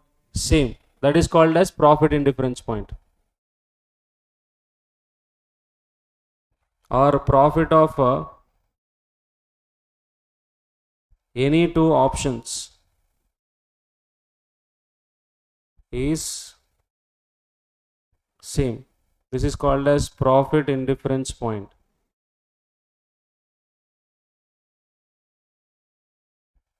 Profit indifference point. This is possible only when selling price is same. Understood, no? Meaning of this indifference point. So through example only we'll try to derive the formula here. Now what is the situation where you can apply this indifference point? Situation em cheppanu babu ikkada? High cost, low and high. Now you want to buy a machinery, babu. You want to buy a machinery. So you are looking at two options. Mission number 1, mission number 2. Fixed cost which includes depreciation, అంతే కదా బాబు. Fixed cost per annum of machine number 1 is 1 lakh. Fixed cost per annum of mission number 2 is 75,000. So in terms of fixed cost, which one is better? Mission 2. Variable cost per unit. For this it is 10 rupees per unit. For this is 5 rupees per unit. No, both same, no? What is the situation I give? See here. High variable cost or low variable cost I should take? Low variable cost. 10. This one is 15.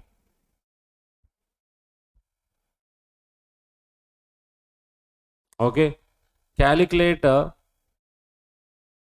first. Calculate indifference point. In exam, you know how they ask? The level of activity you are indifferent. The level of activity at which you are indifferent and adutadu exam lo. Calculate indifference point. First question. Okay. Also give a range. Range means here we are going to decide above that indifference point if you produce, then which option you should select. Okay, below that activity level, below indifference point if you produce, then which option you should select. Above it, below, why you are talking, sir? Because exactly at indifference point both will have what? Same cost or not? Anyone you can select, no. So what if you produce more than that indifference point? What if you produce less than that indifference point? Then only you should what? Decide. So conceptually what is indifference, cost indifference point? చెప్పండి బాబు, cost indifference point ఏంటి conceptually? At indifference point total cost of option 1 must be equal to what? Total cost of option 2. అదే కదా concept. How do you get total cost? Variable cost plus fixed cost, అంతేనా? So option 1 total cost రావాలంటే ఏం చేయాలి మనం? Indifference point X అనుకుందాం. Indifference point is X into variable cost per unit ఎంత? 10 rupees. So 10 rupees plus fixed cost is how much? 1 lakh is equal to what is the variable cost per unit? X into 15 rupees plus 75,000. So 10x minus 15x, 15x minus 10 ante 5x, antena babu. And 1 lakh minus what? 75,000, how much? Correct? So x is equal to 5,000 units. That means at 5,000 units, both options will give you what? Same cost. Okay. ఇప్పుడు చూడండి మా formula ఏం రాసాను తెలుసా ఇక్కడ? How we got this, you know? 1 lakh minus what? 75,000 divided by 15 minus what? 10. FC2 minus what? FC1 divided by VC2 minus what? VC1. Change అని నాకు కూడా తెలుస్తుంది. Okay, but you should know that profit in difference పాయింట్కి cost in difference point difference ఉంది బాబు. చూడండి, change in fixed cost, no doubt this is what? Change in fixed cost divide by change in variable cost per unit. But this is option to fixed cost, no? 1 lakh అనేది option 1, option 1 ఇది options. FC1 minus what? FC2 divided by 15 minus 10. So variable cost of option 2 minus what? Variable cost of option 1. So formula for indifference point ఏంటి బాబు? Change in fixed cost divided by change in variable cost per unit. If you want in what? Units. Rupees లో రావాలంటే change in variable cost ratio. Okay, now let's continue with this question. So 5,000 units దగ్గర రెండింటికి ఆప్షన్కి same cost ఉంది బాబు. Okay. Now what if you produce more than 5,000 units? Which option you should select? So decision making is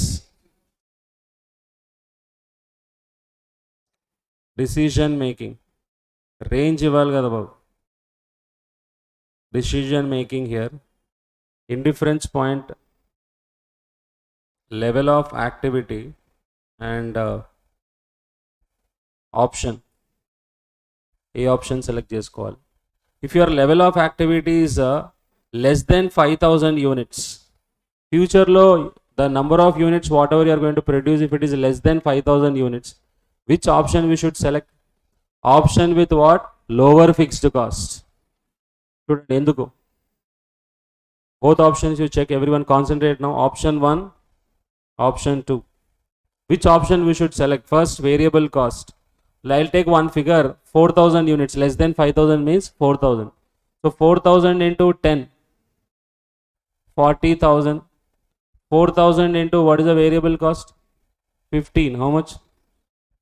60,000. Fixed cost. How much? Option 1. How much I gave? 1 lakh. And this one? 75,000. So get the total cost. 1,40,000. How much is this? 1,35,000. So which option total cost is lower here?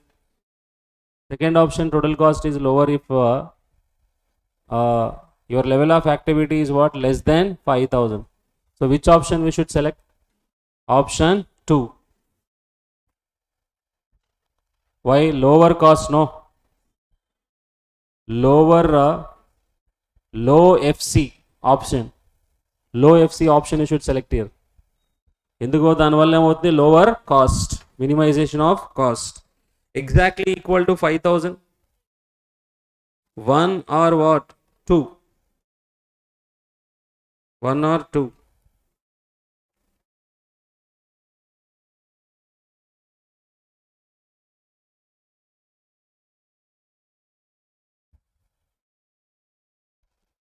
Greater than 5,000. Option 1. Now take any one figure and check. Above 5,000 you can take 6,000 units. 6,000 units you calculate total cost. Option 1 total cost only will be lower. Technical reason ఏంటో తెలుసా బాబు? Option 1 or 2 no? Option 1. It has high fixed cost, no? What is the reason? Technical reason. ఎందుకు బాబు? Why we are saying low fixed cost and high fixed cost? I have given proof also now, calculation proof. So what is the logic behind is that greater than 5,000 means at 5,000 already you recovered what? Total fixed cost or not? So above 5,000 if you produce, only which cost is applicable? Variable cost is applicable. So దేనికైతే తక్కువ variable cost ఉంటుందో cost will be lower or not? దేనికి తక్కువ ఉంటుంది బాబు? Option 1కే తక్కువ ఉంది కదా variable cost. So above 5,000 అయితే వేరియబుల్ కాస్ట్ ఈ ఆప్షన్కి తక్కువ ఉంది కాబట్టి you should go with what? Option number 1. Logic. And if it is less than 5,000 means you did not even recover your what? Fixed cost. So ఏ ఆప్షన్కి అయితే fixed cost తక్కువ ఉందో ఆప్షన్కి వెళ్తాం కదా. Yes, are getting the point? అది బాబు logic. Now one doubt you should get. What is that? నిన్న కూడా ఒక డౌట్ అడిగినావు. Relevant costing when we are doing yesterday, 3 approaches we have seen: total cost approach, incremental approach, and relevant costing approach. What if you have more than 2 options? More than 2 options. More than 2 options ఉన్నప్పుడు ఏం చేయాలి బాబు? For example 3 options ఉన్నాయి అనుకోండి, 1 2 2 3 and 1 3. Then you should give combined interpretation. That is what we should do whenever you have more than 2 options. Yes. రాశారు అందరు ఇక్కడ వరకు? So what is the formula now? Tell me. Indifference point in units. Indifference point in units formula is change in fixed cost divided by change in variable cost per unit. ఇది cost indifference point లేకపోతే profit indifference point? Cost indifference point. అదే profit indifference point formula ఏంటి? Profit indifference point is equal to change in fixed cost divided by Change in contribution per unit. Units lo.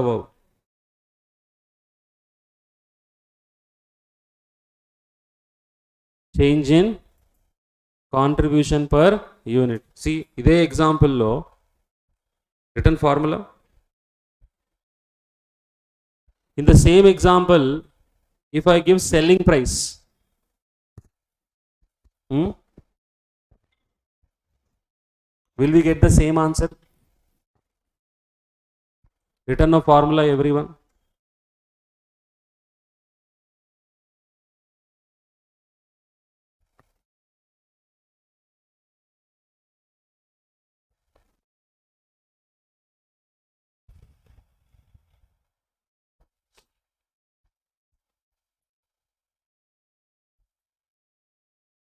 Completed a formula. Now see this in the example, profit indifference point. Now if I keep selling price of 2020, same selling price, then what is indifference point? It is the level of activity where the total profit of two options is what? Same. How do you get profit? Contribution minus fixed cost. Profit of option 1 is equal to profit of option 2. So contribution minus fixed cost is equal to contribution minus what? Fixed cost of option 1 and option 2. Contribution allows that indifference point into contribution per unit minus fixed cost. So appudu em vastundi babu? Change in fixed cost divided by em vastundi? Change in contribution per unit. Ide solve chesthe malli ilane kada. Ippudu ade formula isthe chudandi ikkada. What is the contribution per unit of option 1? 10 rupees. Option 2, so 10 minus mala difference enta babu? 5 rupees only. So condition em undali telsa? Same selling price undali. Profit indifference point ki selling price should remain what? Same. Now what if more than two options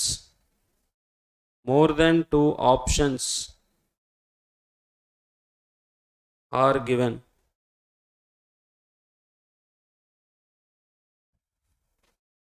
Assuming 3 options. Calculate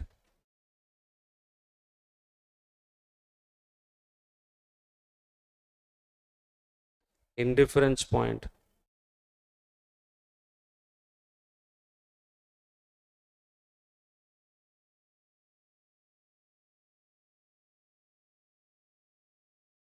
For option number 1 and 2, 2 and 3, 1 and 3, and then give combined interpretation.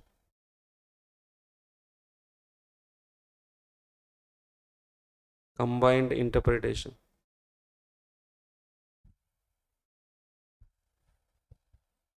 Then give combined interpretation. దీనికి ఒక short cut ఇస్తా బాబు నేను, follow that. What is the short cut is 3 options ఉన్నప్పుడు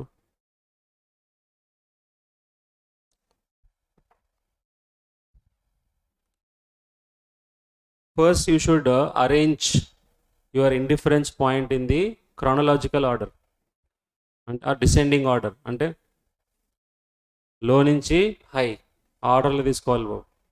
okay, so then left hand side least fixed cost option, high fixed cost option ఇక్కడ, middle fixed cost option ఇక్కడ రావాలి. ఓకే, indifference point 1, indifference point 2, 3 indifference point you will calculate, no? How many indifference point you will calculate? ఎన్ని వస్తాయి బాబు indifference పాయింట్లు? 3 వస్తాయి కదా మనకి. Okay, when we do those 3 problem you will know practically how to do it. Okay, just ఇంతవరకు రాయండి and then give combined interpretation వరకు రాయండి. I'll explain this probably with a practical example. You'll understand what I'm trying to say. So 3 options definitely they will give you in the exam, not 2 options. They will might give you what? 3 options. Done. Student, about diagrammatic also I will explain here. Easily you can understand that. Indifference point ante enti? It is the level of activity where total cost of 2 options is what? Same. అదే కదా, ఇది option 1 అనుకోండి బాబు. Okay, ఇది option 2 అనుకోండి. So this is what? Indifference point. Okay, indifference point తర్వాత ఏ line పైన ఉంది చూడండి. ఆప్షన్ 2 లైన్ పైన ఉందా లేకపోతే option 1? Option 2 line is above what? Option 1 line. So after indifference point, which, if your activity level is above indifference point, which one? Option 2. If your activity level is below indifference point, which line is above here? Option 1 line. Exactly same. So if you plot the figures here through diagram, whichever line is above after indifference point, before indifference point, based on that also we can say which plan to be selected or which option to be selected. Understood? నేను అదే figures తీసుకొని draw చేస్తా చూడండి. Understood this diagram? See the example only. In our example, what we have taken, activity level. What is the indifference point we got? 5,000 units. We got exactly 5,000 units. So say 2,500 units ఒకటి తీసుకుందాం బాబు. 2,500, 5,000, 7,500 units x-axis, and y-axis what we should take? Cost.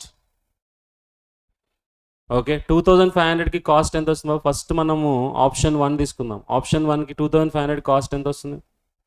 2,500 into 10, 25 plus fixed cost is how much? 1 lakh. Total 1,25,000. 5,000కి దేనికి బాబు మనం option 1 చేస్తున్నాం. 1 lakh ఎంత వచ్చింది? For option 1 we are getting. So ఇక్కడ ఎంత తీసుకోవాలి బాబు అమౌంట్స్? సో 1 lakh తీసుకుందాం margin. So let's take 1 lakh, తర్వాత 2 lakhs, then 3 lakhs. So 2,500 units first option 1. 2,500 into 10, 25 plus 1 lakh, 1,25,000. So somewhere here అనుకోండి బాబు. నెక్స్ట్ 5,000 యూనిట్స్కి ఆప్షన్ 1లోనే ఉన్నాయి. ఇంకా నేను 5,000 into 10 ఎంత? 50 plus 1 lakh ఎంత బాబు? 1,50,000. సో దీనిపైన ఉంటుంది కదా. 7,500కి 7,500 into 10, 75,000 plus 1 lakh. How much? 1,75,000. ఇది కొంచెం స్లైట్లీ దేనికైనా ఉంటుంది. So if I draw the line now, okay, which option this is? Option 1. Next option 2. Option 2, what is the variable cost? 15. 2,500 into 15. 37,500 plus fixed cost 75,000. How much? 1,12,500. అంతే కదా బాబు. So దీనికంటే కొంచెం కిందనే ఉంటుంది, అంతే కదా. 2,500కే కదా మనం వేసింది, కొంచెం కింద ఉంటుంది బాబు ఇంకా ఇక్కడ. నెక్స్ట్ 5,000కి సేమ్ ఇక్కడే క్రాష్ అవుతుంది కదా, రెండింటికి సేమ్ కాస్ట్ ఉంటుంది కదా. ఏ కాస్ట్? మనం వేసింది టోటల్ కాస్ట్ కదా. ఇది ఇక్కడే ఉంటుంది, ఆ పైన ఉంటుంది ఇప్పుడు వచ్చే పాయింట్. ఇది పైన ఉంటుంది కదా, 1 lakh పైన కదా నేను వేసింది ఇక్కడ. 1 lakh పైన అంటే మీనింగ్ ఏంటి? 1 lakh ప్లస్ వేరియబుల్ కాస్ట్ రెండు ఉన్నట్టే కదా అందులో. నేను ఎక్కడి నుంచి మొదలు పెడుతున్నా బాబు? ఇక్కడి నుంచి మొదలు పెట్టినా సరే ఎక్కడి నుంచి మనకి ఎక్కడి నుంచి మొదలవుతుంది బాబు? ఇక్కడి నుంచే కదా. ఇక్కడి నుంచి fixed cost line. Yes, but we know that here ఎక్కడి నుంచి బాబు స్టార్ట్ అయ్యేది మనకి? ఫిక్స్డ్ కాస్ట్ దగ్గర నుంచి స్టార్ట్ అవుతుంది కదా. Because without producing any units will incur what? Fixed cost. If you produce 2500 units, how much cost it will be? 1 lakh. అదైతే ప్లాటే కదా చేసింది అది. ఎస్. నా 5000కి సేమే కదా మళ్ళీ ప్లాట్ దానికి కూడా ఆప్షన్ 2కి. దానికి 7500కి ఎంత? 7500 ఇంటూ 15.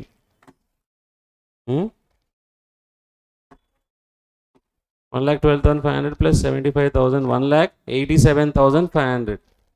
అంటే దీనిపైన కొంచెం ఎక్కువే. సో ఇక్కడ నుంచి స్టార్ట్ అవుతుంది మళ్ళీ. సో ఆప్షన్ 2 పైన ఉంటుందా కింద ఉంటుందా బాబు చెప్పండి దీని తర్వాత?